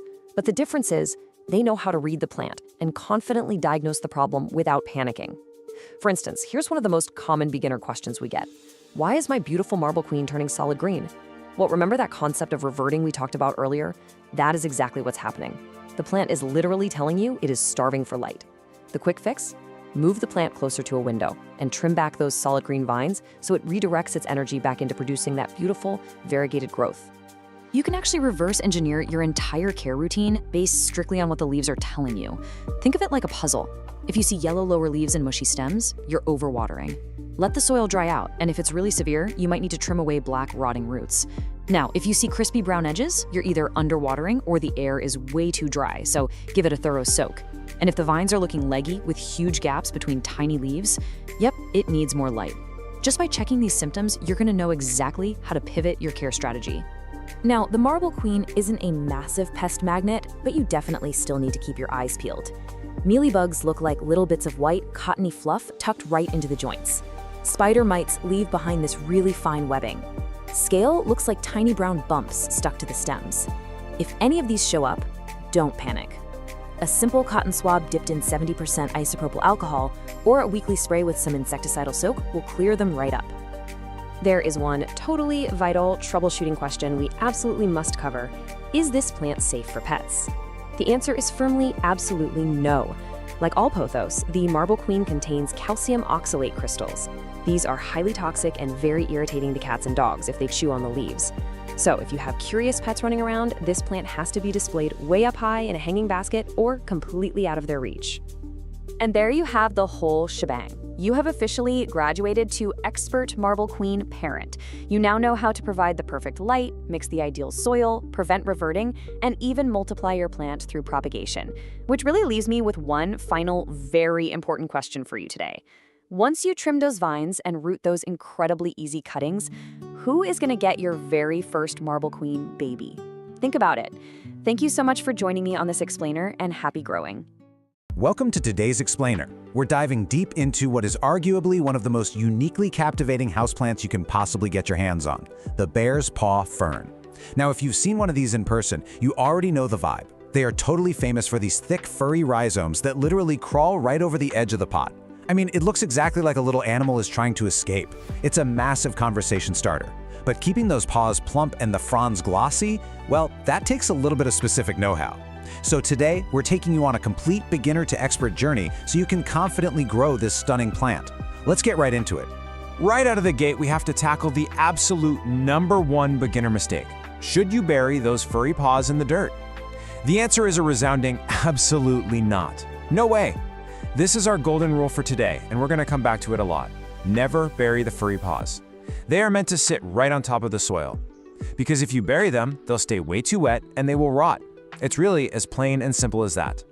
So, with that golden rule established, here's our game plan. We'll properly meet the bear's paw fern, master its light and water needs, and then cover soil, humidity, and feeding. After that, we'll walk through a super simple pruning and propagation guide, troubleshoot some common problems, and finally wrap up with pro tips for ultimate growth. All right, section 1, let's officially meet the bear's paw fern. Getting to know its unique anatomy is actually the real secret to keeping it thriving in your living room. Okay, so the terminology here is pretty crucial because it tells us exactly how this plant behaves in the wild. The bear's paw fern, or Aglamorpha meianiana, if we're being scientific, is an epiphyte. What does that mean? Well, in its natural tropical habitat, it doesn't actually grow in deep dirt on the forest floor. Nope, it grows clinging to trees or mossy rocks. And those famous paws we keep talking about, those are rhizomes. They're basically thick, creeping stems that store and absorb moisture and nutrients. Because it's an epiphyte with these creeping surface rhizomes, it naturally wants plenty of air circulating around its fuzzy feet. You know, you'll actually see this guy confused a lot with its cousin, the rabbit's foot fern. But they really have totally different vibes. The bear's paw is bold. It has incredibly chunky, thick paws and these large, leathery, deeply cut fronds. The rabbit's foot fern, on the other hand, is a bit more delicate. It has thinner, lighter rhizomes and really lacy foliage. So if you're looking for that dramatic, sculptural, heavy paw look crawling out of your pot, the bear's paw is exactly what you want. Moving right along to section 2, mastering light and water. Getting this balance right is literally the key to avoiding that dreaded root rot. First up is lighting. The sweet spot here is bright, indirect light. Picture a nice, cheerful room where the plant isn't getting blasted by a hard, direct beam of sun. An east-facing window or even a north window with an open sky view is absolutely ideal. You really want to avoid harsh midday or afternoon sun, mainly because it'll quickly bleach out those gorgeous, leathery fronds and aggressively dry out the rhizomes. A little bit of gentle morning sun, totally fine. But overall, keep it bright and filtered. Now, watering is where it gets interesting because this plant actually has conflicting needs. It's kind of like a puzzle. The roots, which are tucked down into the soil, want steady, light moisture. But the furry rhizomes sitting on top of the soil, those absolutely must be kept dry and aired out. If you just grab a watering can and dump it over the top of the whole plant, those fuzzy paws are going to stay soaked, and that just invites rot. So how often should you water? Well, in a bright room during spring and summer, every 5 to 7 days is pretty typical. But look, your golden rule here is to use the finger test. Only water when the top inch of soil feels slightly dry. And when you do water, pour it really carefully around the edges of the pot to avoid the paws entirely. Actually, an even better trick, bottom watering. Just set the pot in a bowl of water for 15 to 20 minutes, let it drink from below, and then let it drain completely. It's a total game changer. The roots get their drink, and the paws stay perfectly dry. Let's jump into Section 3, soil, humidity, and feeding. Replicating this fern's native tropical habitat is actually a lot easier than it sounds. Remember how we said it's an epiphyte? Because of that, standard, dense, peat-heavy potting mud is essentially a death sentence. It just holds way too much water and smothers the roots. What you need instead is a really chunky, airy mix. A great DIY recipe you can whip up is 2 parts of a quality houseplant mix, 1 part fine orchid bark, and 1 part perlite or pumice. This combo is fantastic because it retains just enough moisture for the roots but provides massive airflow so the water drains fast. Plus, it gives the rhizomes a really nice textured surface to crawl on. As for humidity, 50 to 70% is the ideal range. The great news here is that those thick, leathery fronds make the bear's paw way tougher than those super dramatic, flimsy ferns like the maidenhair. It'll survive just fine in average household humidity, but it truly thrives and looks its glossy best when the air is a bit more humid. Also, keep your temps comfortable, right around 60 to 80 degrees Fahrenheit, and definitely keep it away from drafty windows or heating vents that'll just bake it dry. When we talk about feeding, less is definitely more. You want to feed it lightly with a half-strength, balanced liquid fertilizer, just once every 4 to 6 weeks, and only during the active spring and summer growing seasons. And here is a super important tip. Keep that fertilizer water completely off the paws.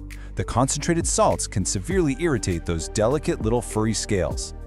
All right, Section 4. Let's talk pruning and propagation. I promise you, pruning this fern is incredibly simple. It's mostly just basic cleanup. I absolutely love this quote, "Leave the fuzz alone." It is so important. Do not scrub, brush, or trim the furry paws, even if they're wandering completely wildly over the edge of your pot. That wandering is the whole charm of the plant. The fuzz actually acts as a set of protective skills for the rhizome, so rough handling will definitely damage them. When you do need to prune, just look for fully yellow, torn, or totally brown fronds, and snip them cleanly right at the base. Okay, I really want to save you from the classic beginner fern panic right now. Eventually, you're gonna flip a frond over and see rows of these little brown dots. Do not panic. Seriously, put down the neem oil. These are called sori. Since the bear's paw is a true fern, it doesn't grow flowers or seeds. Instead, it reproduces by creating spores in these finely organized little brown dot structures on the undersides of mature fronds. It just means you have a perfectly healthy, mature plant. It is definitely not a pest infestation. Now, if you do want to reproduce your plant, share with friends, spring is the perfect time for rhizome division, and it's so easy. Just gently lift the plant and find a branching rhizome that already has its own roots and 2 or 3 healthy fronds on it. Snip that section free with some sharp pruners. After that, just pot it in a wide, shallow container. Remember, this plant crawls outward, it doesn't dig deep. And of course, just rest that new rhizome right on top of the soil. Section 5, troubleshooting common fern problems. Look, even with the absolute best care, stuff happens. But the bear's paw fern is a great communicator. It'll give you plenty of warning signs when it's unhappy. If you start noticing soft, dark paws, that is an urgent sign of root rot, which usually means it's been overwatered or the rhizomes got buried. The fix? Back way off the watering and make sure those paws are exposed to the air. Now, if you see brown, crispy frond edges, you're probably dealing with dry air or fertilizer salt buildup. So boost the humidity and flush the soil with plain water. And if those beautiful green leaves start looking faded and pale, it's getting blasted by too much direct sun. So just pull it back into softer, indirect light. Quick side note on pests. If you ever spot spider mites or mealybugs, treat them really gently with a cotton swab of rubbing alcohol or insecticidal soap, but be super careful not to scrub or bruise the furry rhizomes while you're at it. Okay, final section. Section 6, Pro Tips for Ultimate Growth. We have covered a ton of ground today, so let's wrap up with a quick, rapid-fire summary of the absolute best practices. Here are your ultimate takeaways to guarantee success. Number 1, our golden rule. Keep those furry paws resting on top of the soil. Never ever bury them. Use wide, shallow pots filled with that chunky, airy epiphytic mix we talked about. When it's thirsty, water the roots around the edges, but keep the rhizomes completely dry. Give it bright, filtered, indirect light to keep the fronds glossy, and try to keep that humidity between 50 and 70%. And finally, this plant actually likes being a little snug, so you only really need to repot it every 2 to 3 years when the soil breaks down or the paws have totally overrun the edges. Which brings us to our final thought. Now that you've got all this beginner to expert knowledge, take a look around your space. Which empty, bright corner of your home is just waiting for the unique, dramatic character of a crawling bear's paw fern? It is just such a rewarding plant to grow once you understand its rules, and I highly encourage you to give it a try. Thanks so much for joining me on this explainer, and happy growing. Welcome to the Explainer. So, summer is officially here, and today we're tackling something every single plant parent needs right now. We're going to talk about helping your indoor jungle not just survive, but absolutely thrive during the hottest months of the year. Consider this your direct, actionable guide to summer houseplant care. Now you might be wondering, why do houseplants actually struggle the most during their peak growing season? It's a great question, right? Well, there's a huge irony here. While summer brings the absolute fastest growth for our plants, the heat also speeds everything else up in some pretty dangerous ways. Water disappears rapidly from the soil, the light blasting through your windows turns incredibly harsh, and those pesky sap-sucking pests, yep, they can multiply faster than you can even blink. Okay, let's dive right into the core pillars of summer care. We're going to cover the summer shift, mastering watering, light, heat, and air, feeding and growth, summer pests, and finally, an ultimate checklist you absolutely won't want to miss. All right, Section 1, the summer shift, rethinking your routine. So, higher temperatures and longer daylight basically put all your plant's processes into overdrive, which means you need an immediate shift in your mindset. We literally have to drop that spring habit of watering on a predictable weekly schedule. Actually, scratch that. Ditch the schedule entirely. Instead, you need to be checking your soil every 1 to 3 days. Because here's the thing, a pot that stayed perfectly moist for a whole week in spring, that same pot can go completely bone dry in just 2 days during a summer heat wave. Moving on to Section 2, Mastering Watering, Timing and Technique. Since evaporation is completely in overdrive right now, taking the guesswork out of your routine is absolutely key. So how do we actually check the soil properly? You want to adopt a hands-on, tactile approach. Step 1, get in there and physically feel the top 1 to 2 inches of soil with your finger. Or, if you have a massive collection, just grab a moisture meter to speed things up. Step 2, water only when it's dry to the touch. And step 3, prioritize checking your plants in small pots and those sitting right in bright windows, because those guys are going to dry out the absolute fastest. Now, timing and temperature actually matter just as much as frequency. The absolute best time to water is early in the morning or later in the evening. This gives the roots time to deeply absorb that moisture before the midday heat just evaporates it straight out of the pot. Also, pro tip, always use room temperature water. If you hit warm summer roots with freezing cold tap water, you can actually send the plant right into shock. I mean, nobody likes an unexpected ice bath, right? Section 3, Light, Heat, and Air, Environmental Control. Managing your indoor environment is incredibly crucial as the days get hotter.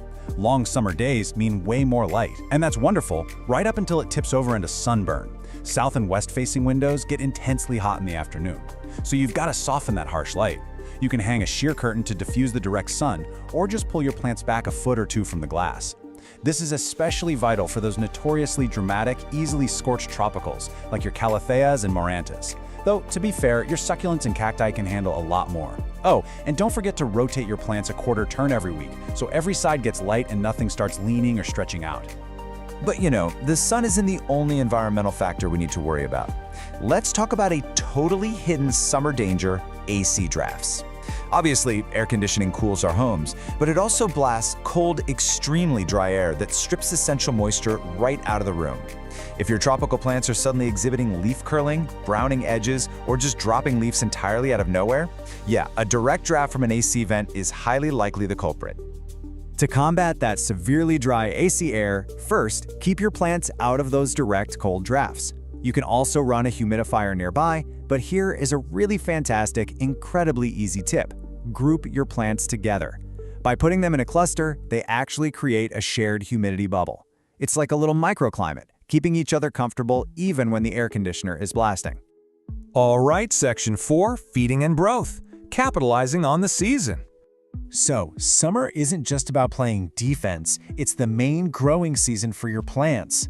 But before you reach for that fertilizer, you must remember the golden rule: never fertilize a stressed plant. I'll say it again, never fertilize a stressed plant.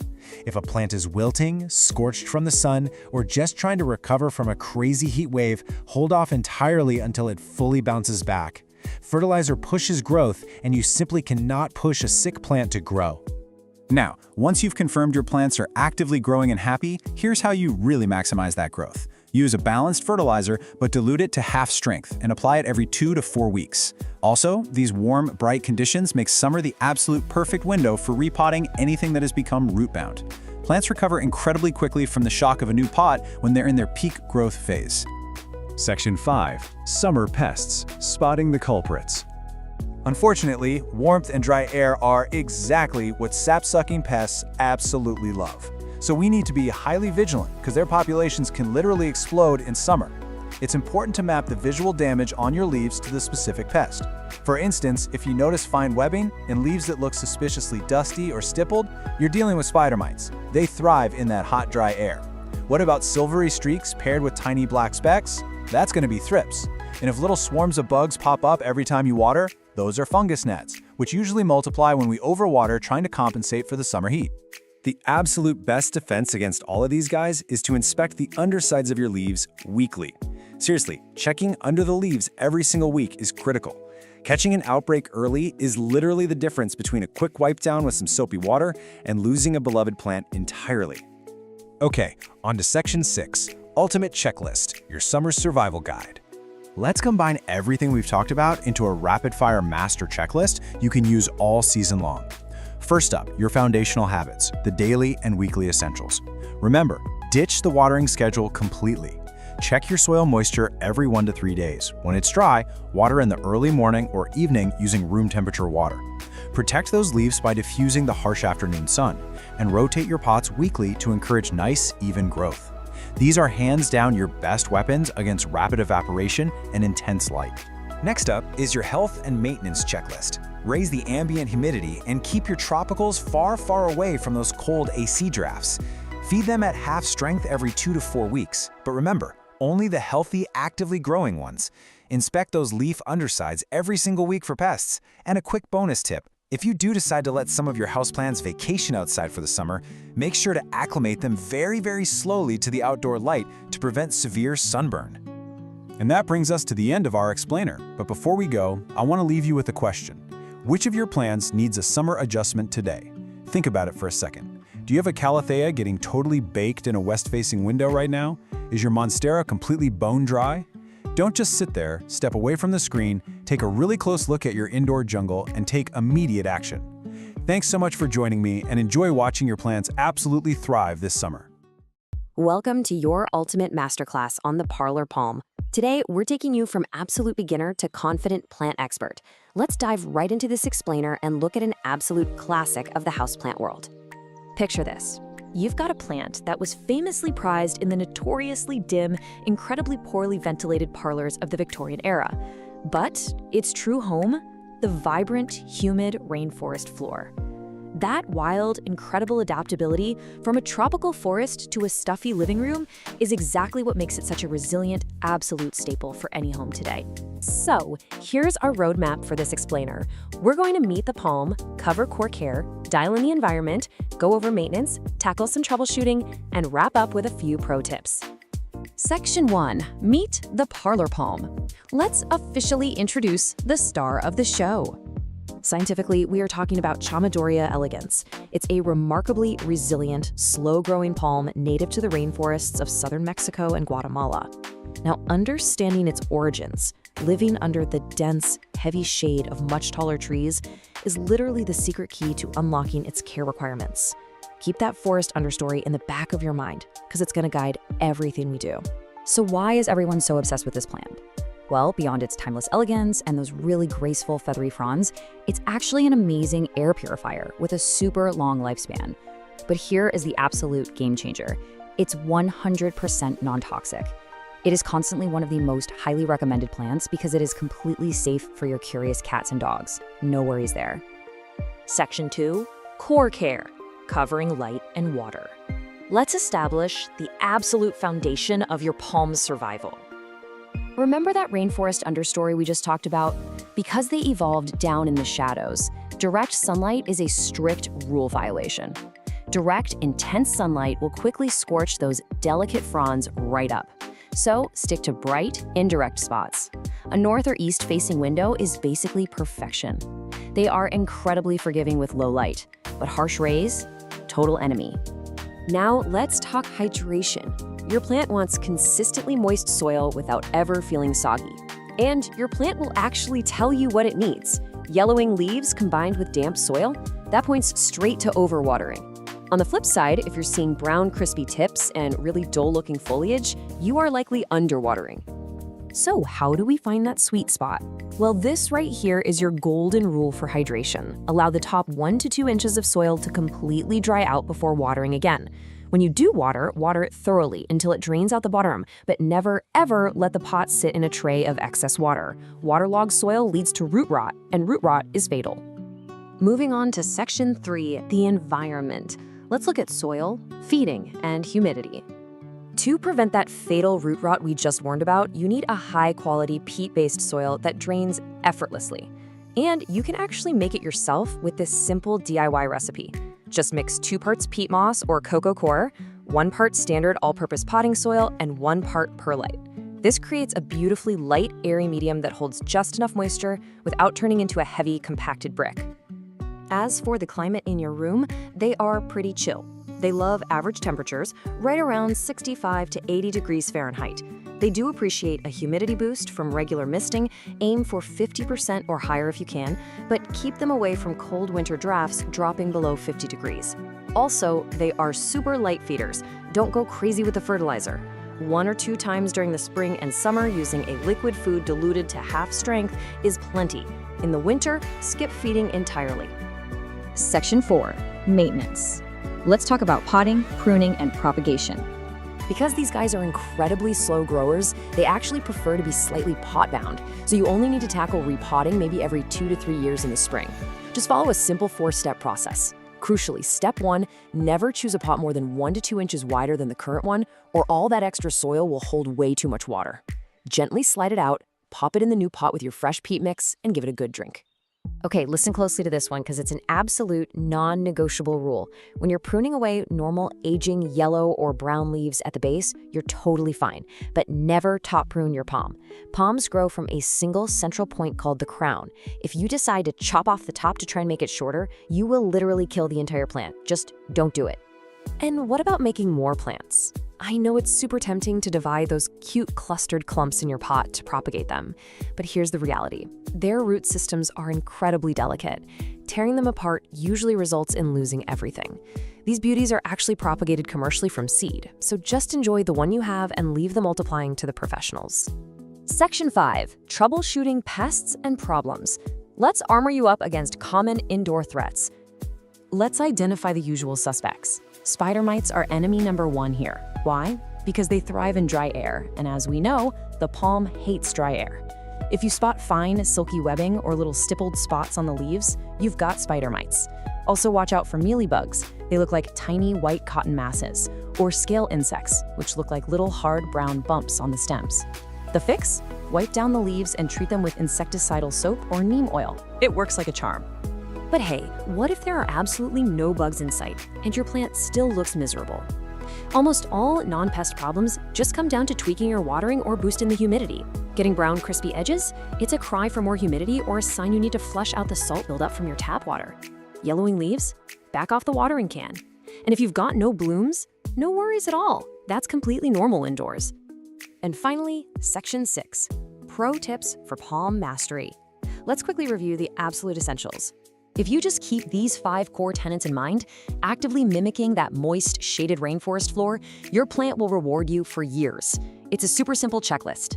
Give those fronds a mist every few days, maintain consistent soil moisture without waterlogging it, keep it strictly out of harsh, direct sun, occasionally wipe the leaves down so the plant can actually breathe and photosynthesize, and don't rush to repot. Let those roots stay snug. Fun fact for you, there are actually over 100 species in the Chamaedorea genus, including things like the bamboo and cat palms. But you now know exactly why the elegans remains the undisputed champion of the indoor parlor. It is perfectly adapted to thrive right alongside us, bringing a literal piece of the tropical understory indoors. You're no longer a beginner, you're a confident expert. You know the exact light it needs, the perfect airy soil mix, and the secret to a properly moist environment. So take a look around your home right now. Where is that perfect, gently lit corner just waiting for a piece of the rainforest? Thanks so much for joining me for this explainer, and happy growing!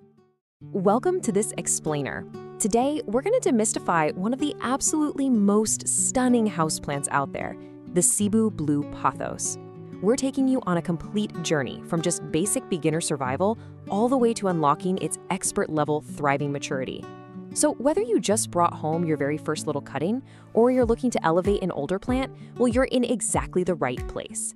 Now, what's literally wild about the Cebu Blue is that it essentially gives you 2 totally different looks, and it depends entirely on how you care for it.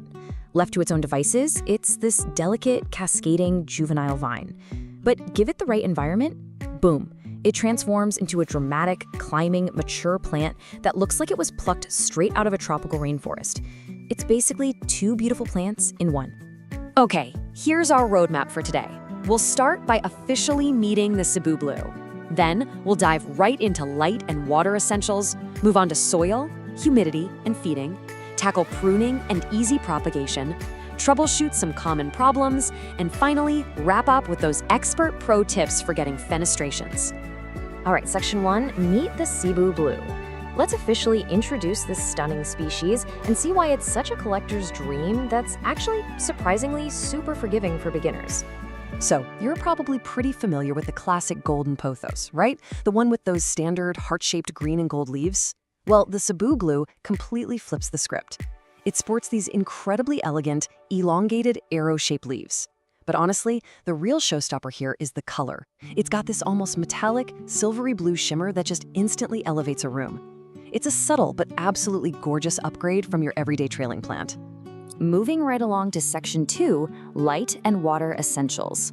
Let's cover exactly what kind of lighting and hydration this plant actually needs to keep that spectacular color popping. Okay, the absolutely crucial thing to remember here is that light dictates color. That incredible silvery blue sheen, it's directly tied to the plant getting bright, indirect light. Think, a cozy spot near an east-facing window.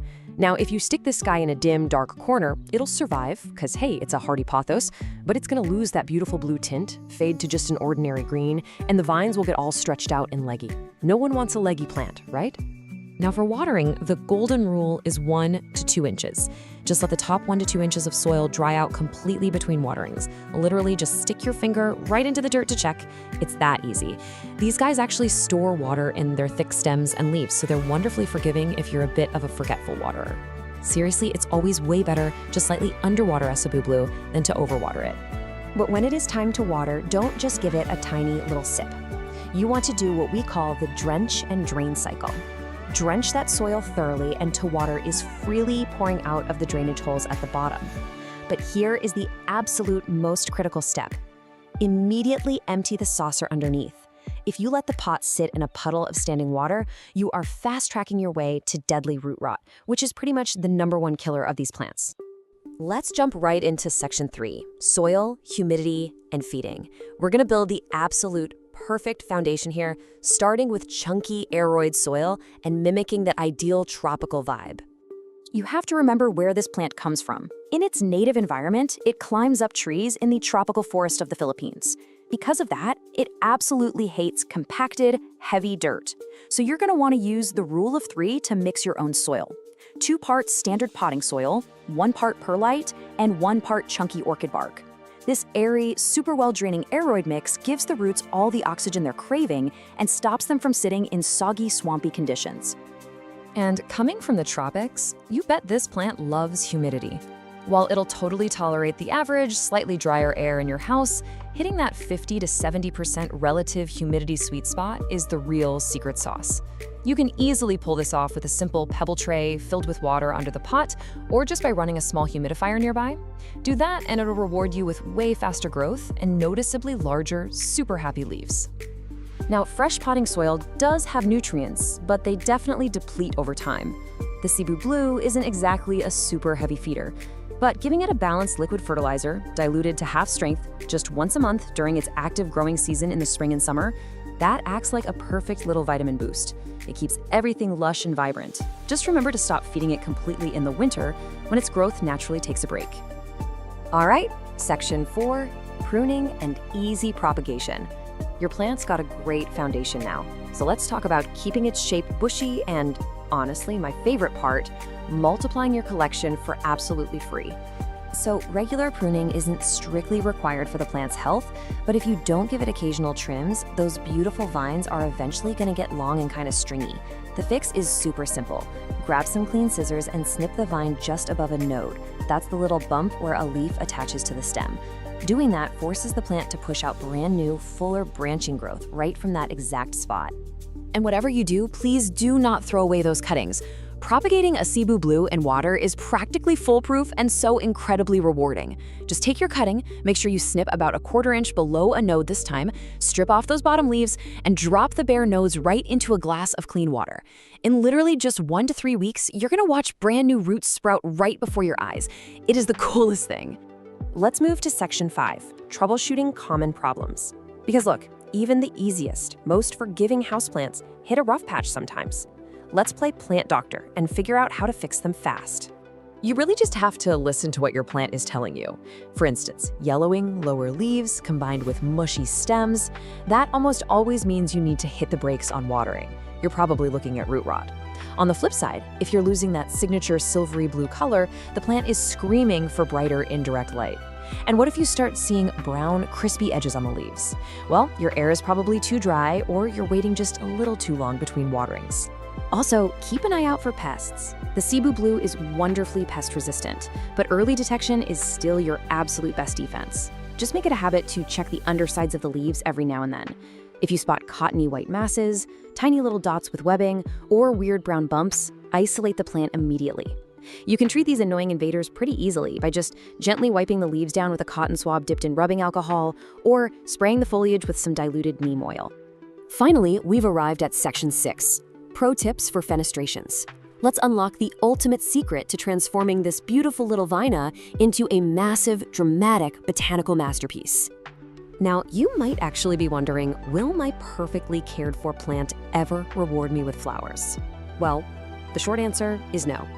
Getting a Cebu Blue to flower indoors is incredibly rare, but honestly, don't even worry about it because indoor plant collectors are chasing a completely different, highly structural goal with this specific plant anyway. And that goal is fenestration. This is the absolute holy grail for Cebu Blue owners. It's this dramatic, crazy physical transformation where the mature leaves develop deep, natural splits and holes in them. When this happens, the leaves also get massively larger. It essentially gives you a completely different, wild, monstera-like plant that just looks insanely exotic. So how on earth do you trigger these legendary fenestrations? Well, the expert unlock takes 2 things working together. First, you've got to give the plant a physical structure to climb, like a moss pole or a quail pole. This lets those aerial roots grab on and climb vertically, perfectly mimicking how it climbs trees in the rainforest. Second, you have to combine that climbing pole with consistently bright indirect light. That upward, vertical growth plus great light, that is the exact signal the plant needs to know it's time to mature. So armed with the knowledge of perfect bright lighting, the recipe for that chunky aeroid soil, the correct drench and drain watering cadence, and of course the expert secret of the climbing moss pole, you are totally ready. Apply these visual frameworks and watch your Cebu Blue completely thrive into a majestic jungle giant. Which really makes you wonder, right? What other totally ordinary houseplants sitting in your living room right now are secretly hiding a rainforest giant just waiting to be unleashed? Welcome to This Explainer. Okay, let's jump straight into it. If you're here, you probably have a houseplant that's gone weeks or honestly, maybe even months without pushing out a single new leaf. And look, I totally want to validate that frustration right out of the gate. You water it, you stare at it, maybe you even sing to it, hoping for a tiny new sprout, and just nothing happens. It is incredibly annoying. But here's the really good news. A lack of growth isn't some unsolvable mystery. It's actually just a puzzle. See, when a plant is completely stuck in neutral like this, it's actually actively communicating with you. A lack of growth literally means your plant is missing a crucial ingredient that it absolutely needs to thrive. It's hit the pause button. So our job today is to put on our botanical detective hats and diagnose exactly what's holding it back based on the very clear signs it's giving us. So here's our roadmap for the explainer today. We're going to start by stepping inside the plant factory. Then we'll cover fixing light and water, troubleshoot nutrients and root space, look at normal pauses in growth, and wrap things up with some best practices for thriving plants. Okay, Section 1, Inside the Plant Factory. To really diagnose what's going wrong, I want you to completely change how you look at your potted friend. Think of your houseplant as a biological factory. And to run this factory and pump out new leaves and stems, it needs 3 absolutely non-negotiable inputs. Number 1, energy, which primarily comes from light via photosynthesis. Number 2, raw materials. We're talking water and soil nutrients like nitrogen and phosphorus. And number 3, space. Specifically, the room for its roots to actually expand and gather those materials. If your factory is shut down, I guarantee you, one of these 3 things is missing. Let's do a really quick diagnostic check to map out your symptoms. If your plant has leggy, stretched out stems and it's sitting in a dark corner, well, the cause is likely a lack of light. If you're seeing pale or yellowing leaves and it's been in the exact same pot for over a year, you should probably think nutrient deficiency. If the soil dries out incredibly fast after watering, it might be root-bound. Now, wilting or spots combined with either bone-dry or completely soggy soil, that points straight to improper watering. And hey, if it's fall or winter and the plant looks totally healthy otherwise, it might just be going through a natural dormancy. Moving on to Section 2, Fixing Light and Water. Let's tackle the energy and operational functions of our factory. Right, so cause number 1, not enough light. I cannot stress this enough, this is the absolute most common reason for stunted growth. Light is literally the fuel for your plant's engine. Without enough of it, the plant just can't photosynthesize properly to create the energy required for new leaves. It doesn't drop dead immediately, it just kind of freezes in time. It maintains its current state, usually looking a bit washed out and leggy. The fix here is super straightforward. Give that engine more fuel. Move the plant to a brighter spot. The vast majority of houseplants thrive in bright, indirect light. An east-facing window is usually the absolute gold standard for this. Or pulling the plant just a few feet back from a really harsh south or west-facing window works wonders too. And listen, if your home just doesn't get good natural sunlight, don't sweat it. You can easily supplement your setup with a basic LED grow light. Next up is improper watering, which actually halts growth from 2 totally different directions. Underwatering creates a constantly thirsty, highly stressed plant. It reroutes every ounce of its energy into mere survival, so obviously there's nothing left for growth. Overwatering, on the flip side, is actually way more dangerous. It literally suffocates the roots and leads to root rot. That destroys the plant's physical ability to absorb the water and nutrients that are sitting right there in the soil. To fix this, you've got to find that Goldilocks zone. Adopt a consistent schedule, but, and this is key, don't just water on a Tuesday simply because it's Tuesday. You should water thoroughly only when the top 1 to 2 inches of the soil actually feel dry to the touch. And critically, you have to make sure your pot has good drainage holes. Excess water needs an escape route to prevent that dreaded root rot. Section 3, Nutrients and Root Space. So what happens when the factory pantry is empty, or the building itself is just too cramped? This brings us to cause number 2, nutrient deficiency. It is so incredibly easy to forget that potting soil is finite. After a plant has been sitting in the exact same soil for about a year, it has essentially eaten everything available. The pantry is bare. Those essential minerals are just gone. Without those raw materials, the plant cannot build new cellular structures. And that's exactly why you end up with those pale, sad-looking leaves and absolutely zero upward growth. So how do we restock the pantry? Well, during the active growing seasons, spring and summer, you need to feed your plant. Grab a balanced liquid fertilizer, but here is a massive pro tip. Dilute it to half strength. That prevents chemical burns on the roots. Apply that every 2 to 4 weeks. Now, while that's a great short-term boost, the best long-term fix to replenish those materials is a full repotting into fresh, nutrient-rich soil. Speaking of repotting, we have to talk about physical space, which leads to cause number 3, being root-bound. When a plant's roots have completely filled its pot, they form this incredibly dense, tangled web. There is zero physical space left for them to expand. And worse, because the roots have taken over basically the whole pot, there is hardly any soil left to actually hold on to water and nutrients. The plant is quite literally choking itself. A huge giveaway? If you water your plant and the water immediately rushes straight out the bottom, your plant is likely root-bound. If you check the roots and see that crazy webbing, it's definitely time for a new home. But caution here. Do not put it in a massive pot. Choose a new container that is only 1 to 2 inches wider in diameter than the current one. Slide the plant out and gently, very gently, loosen the bottom of that tangled root ball with your fingers. This lets the roots know they are finally allowed to spread out. Then just place it in the new pot with some fresh soil. Section 4. Normal pauses in growth. Okay, everyone, take a deep breath. We're moving into the scenarios where your plant isn't growing and it is absolutely 100% not your fault. Let's look at a completely natural phenomenon, dormancy. Just like bears hibernate, most houseplants naturally slow down or just completely stop growing altogether during the shorter, darker, and cooler days of fall and winter. We're talking generally October through February. This is a biological factory reset. They are simply resting and conserving their energy so they can explode with new growth the second spring arrives. So what's the fix for a dormant plant? Doing absolutely nothing. Seriously, put the watering can down and back away slowly. You just need to let your plant rest. You'll want to reduce your watering frequency pretty significantly because the plant just isn't using as much fuel. And you should completely stop fertilizing until you see the days getting longer and those fresh signs of life emerging in the spring. The final, totally normal pause in our top 6 causes is the acclimation period. Look, moving is highly stressful for humans, right? Well, it is incredibly stressful for plants too. When you bring a new plant home from a perfectly climate-controlled nursery, it is suddenly thrust into a totally alien environment. New light levels, different temperatures, completely different humidity. For the first several weeks, or sometimes even up to 2 months, the plant is focusing all of its energy strictly below the soil. It's just trying to adjust its root system to survive this new place. It simply does not have the bandwidth to push out new leaves yet. The fix here really just requires a bit of restraint. Be patient. Provide the plant with really good, bright, indirect light, but whatever you do, avoid throwing extra stressors at it. Don't repot it right away, don't dump fertilizer on it. Just let the poor thing settle in and get used to its new home. Section 5. Best practices for thriving plants. Let's wrap up this explainer by condensing everything down into some core rules. Here are your major takeaways to keep that factory running smoothly year-round.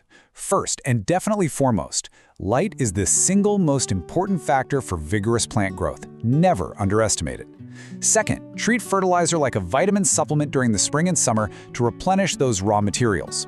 Third, aim to repot your plants every 1 to 2 years to provide essential space and fresh soil.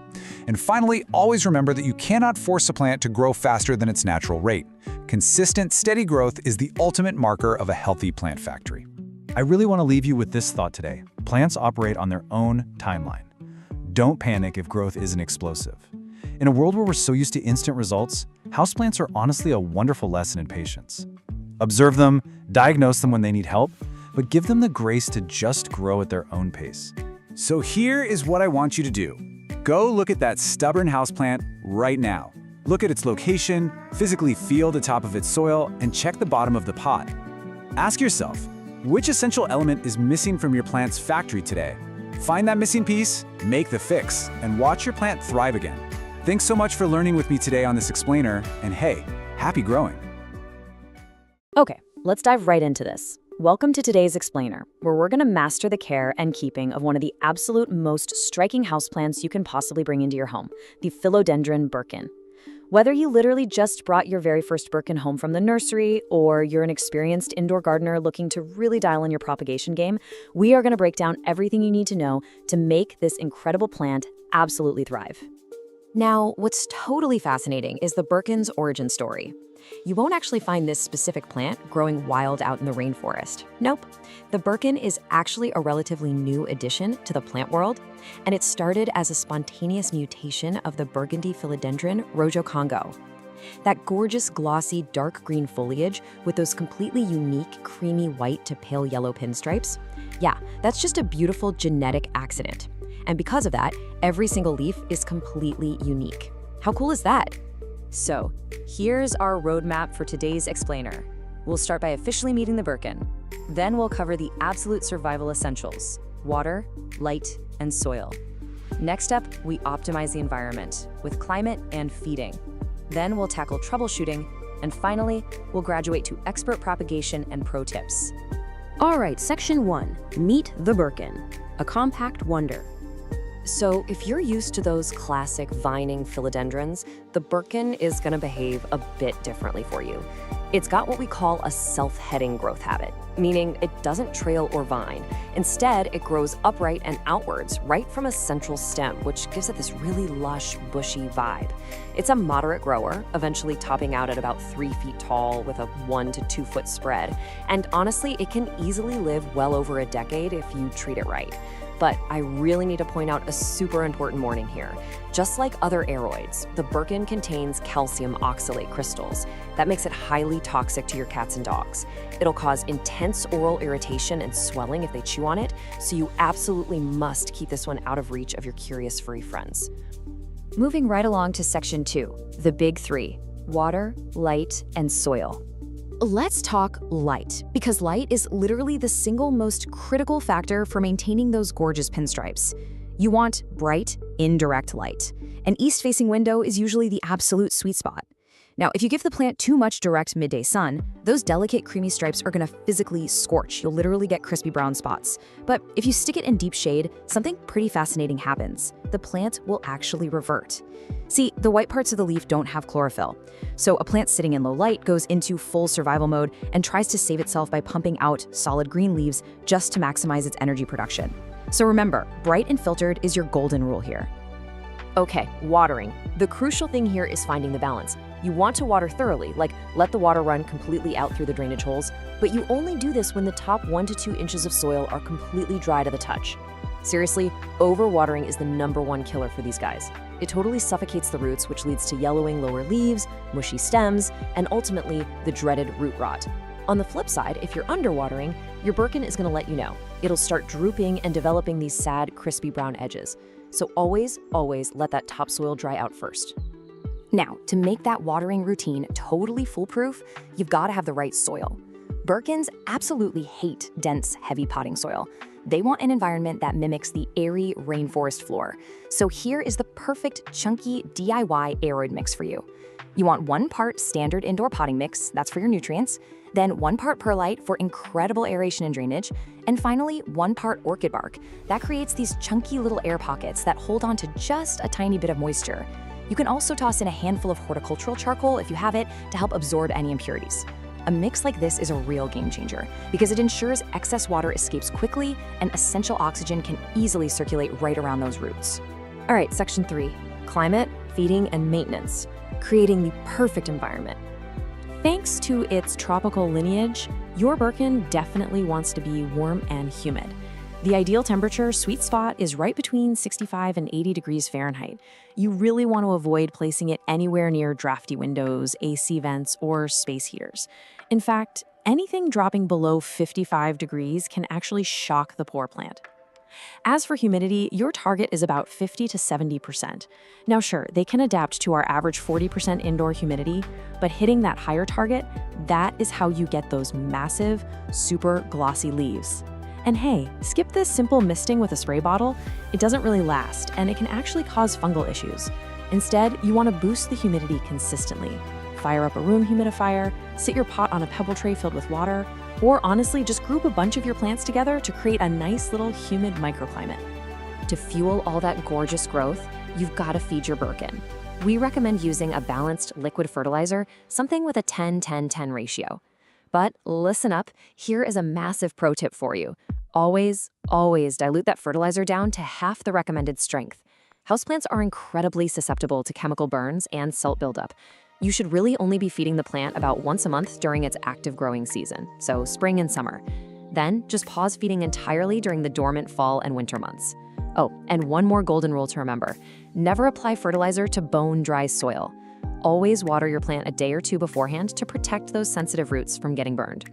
Section 4. Troubleshooting. Pests and problems. You know, our plants are pretty good at communicating their issues to us if we just know what to look for. If you start seeing those leaves reverting back to solid green, your plant is practically begging for more light.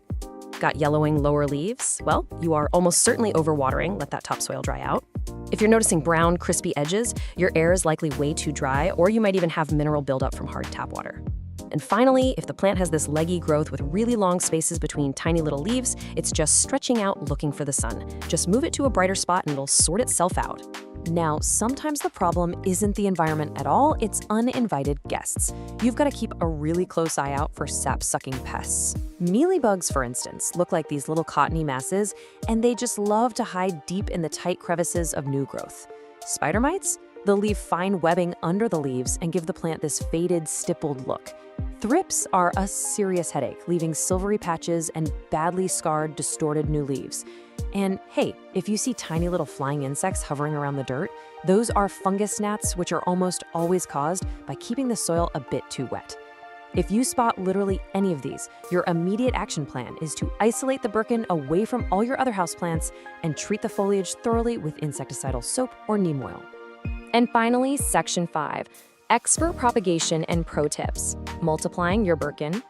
I'll tell you, propagating a Birkin is incredibly rewarding, and water propagation is for sure the easiest method to start with. But the absolutely crucial point here is step 1. You must identify a healthy stem that has at least one node. A node is just that slight, swollen little bump on the stem where the leaves emerge. Without a node, roots will simply never grow. Period. Once you've got your node, take some sterile shears and make your cut about an inch below it.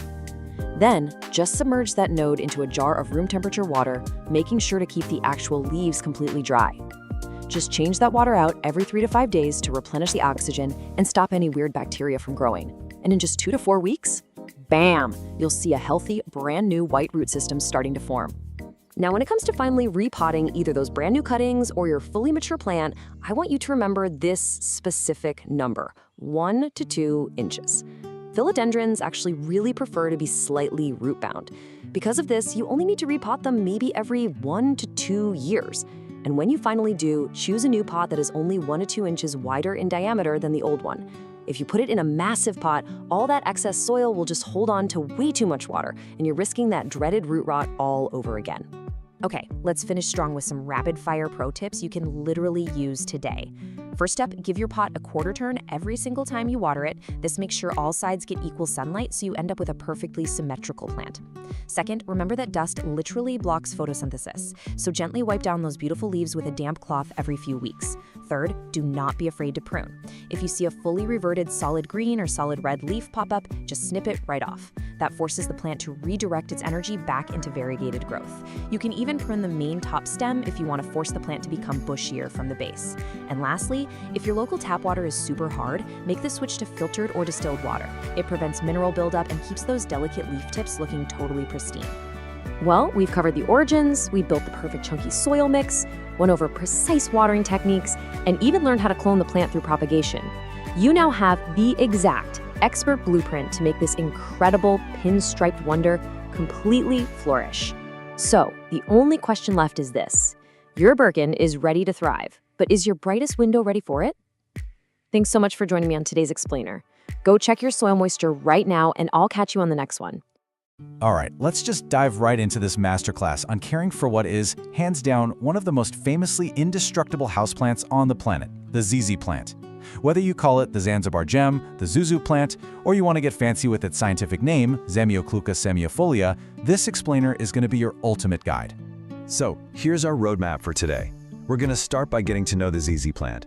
Then, tackle the big ones, light and water and soil and environment. After that, we'll hit troubleshooting, pruning and propagation, and wrap it all up with some pro tips. Okay, part 1. Let's officially meet the ZZ plant and discover why it's so incredibly tough. Now, because this plant is native to the dry grasslands of Eastern Africa, it has a brilliant survival mechanism. The absolute secret to unlocking perfect care for this guy comes down to understanding its anatomy, specifically the rhizome.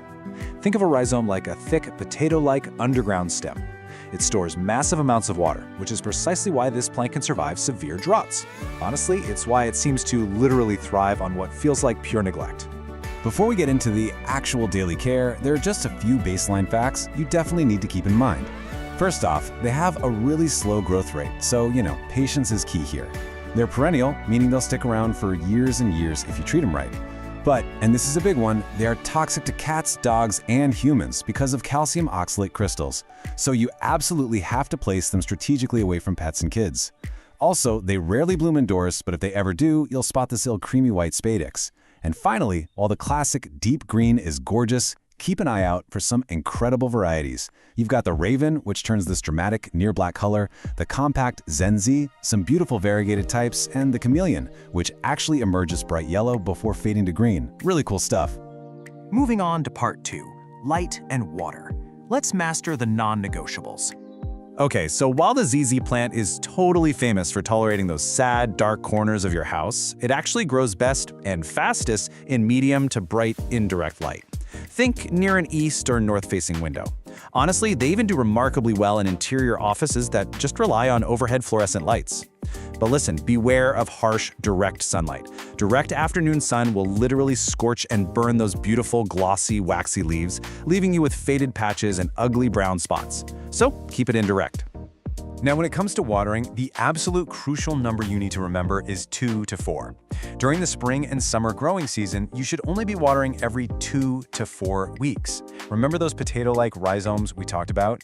Right, they are doing all the heavy lifting for you. You must wait until the soil is 100% dry from top to bottom before you even think about watering again. And in the dormant fall and winter months, you can probably stretch that to once a month, maybe even less. When you do water, give it a really thorough soak until water runs out the bottom, but never, ever let the pot sit in a saucer of water. All right, let's slide into part 3, soil and environment. Let's get that potting setup perfected.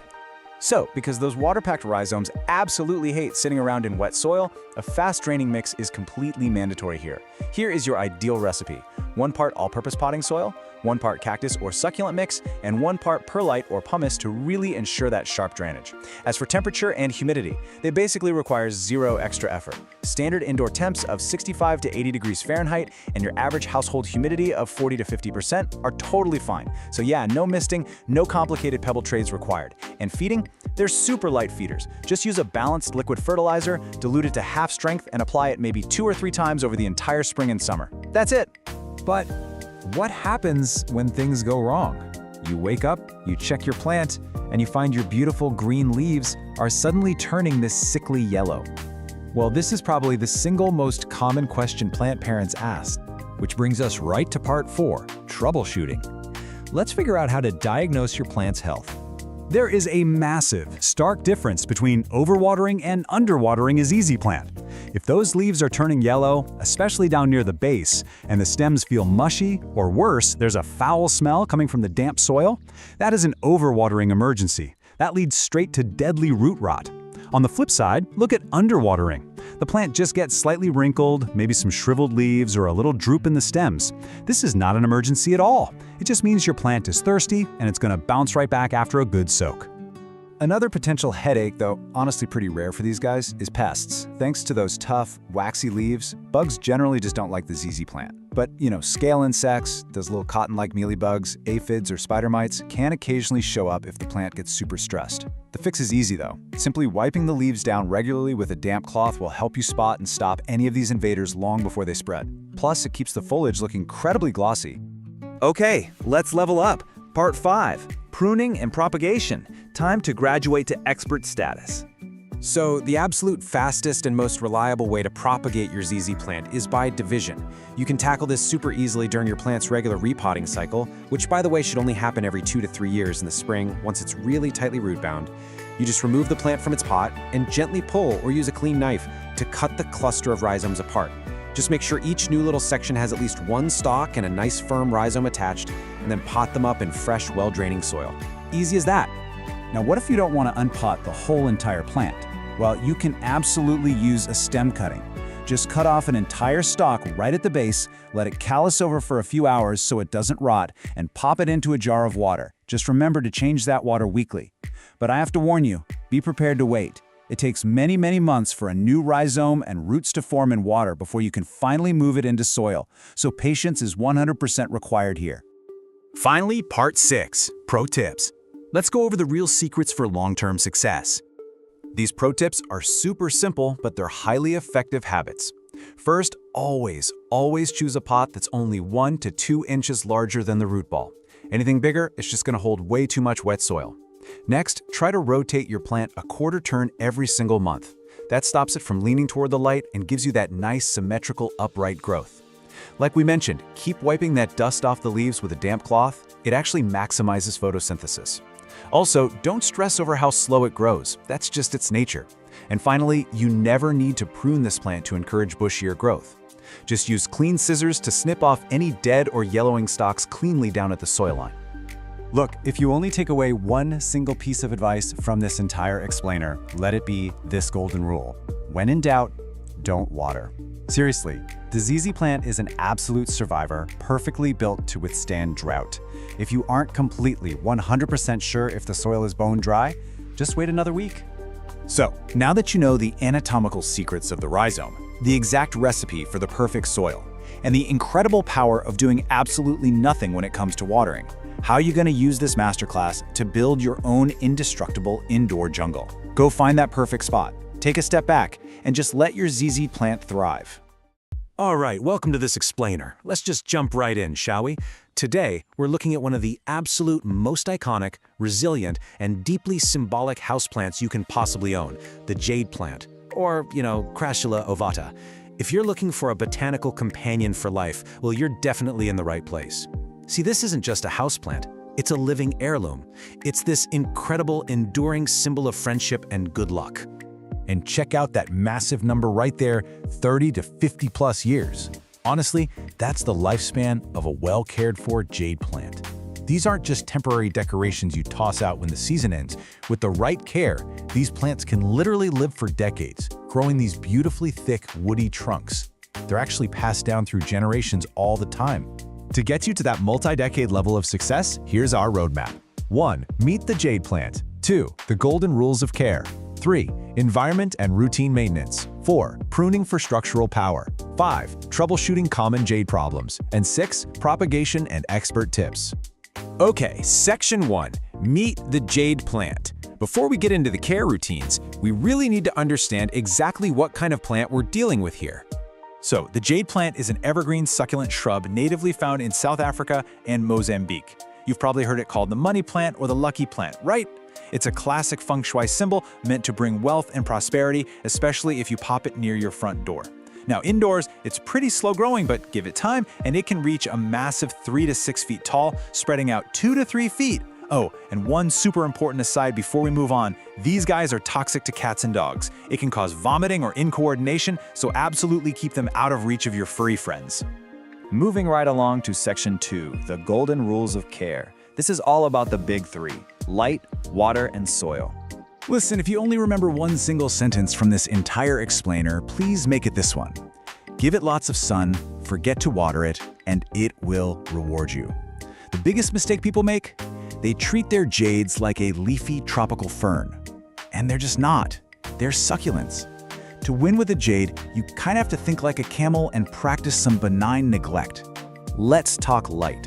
Jades absolutely love the sun. We're talking 4 to 6 hours of direct sunlight every single day to stay strong. A south-facing window? Absolute perfection. Though, an unobstructed west or east-facing one works great too. Just avoid north-facing windows or shady little corners. If they don't get enough bright light, they'll literally stretch out looking for the sun, and you end up with this sparse, weak, leggy growth. Bright light is the signal that tells the plant, hey, build a thick, woody trunk. Now, watering. This is crucial because overwatering is public enemy number 1. You have got to let the soil dry out completely, like bone dry, between waterings. When it is finally time for a drink, you use the soak and dry method.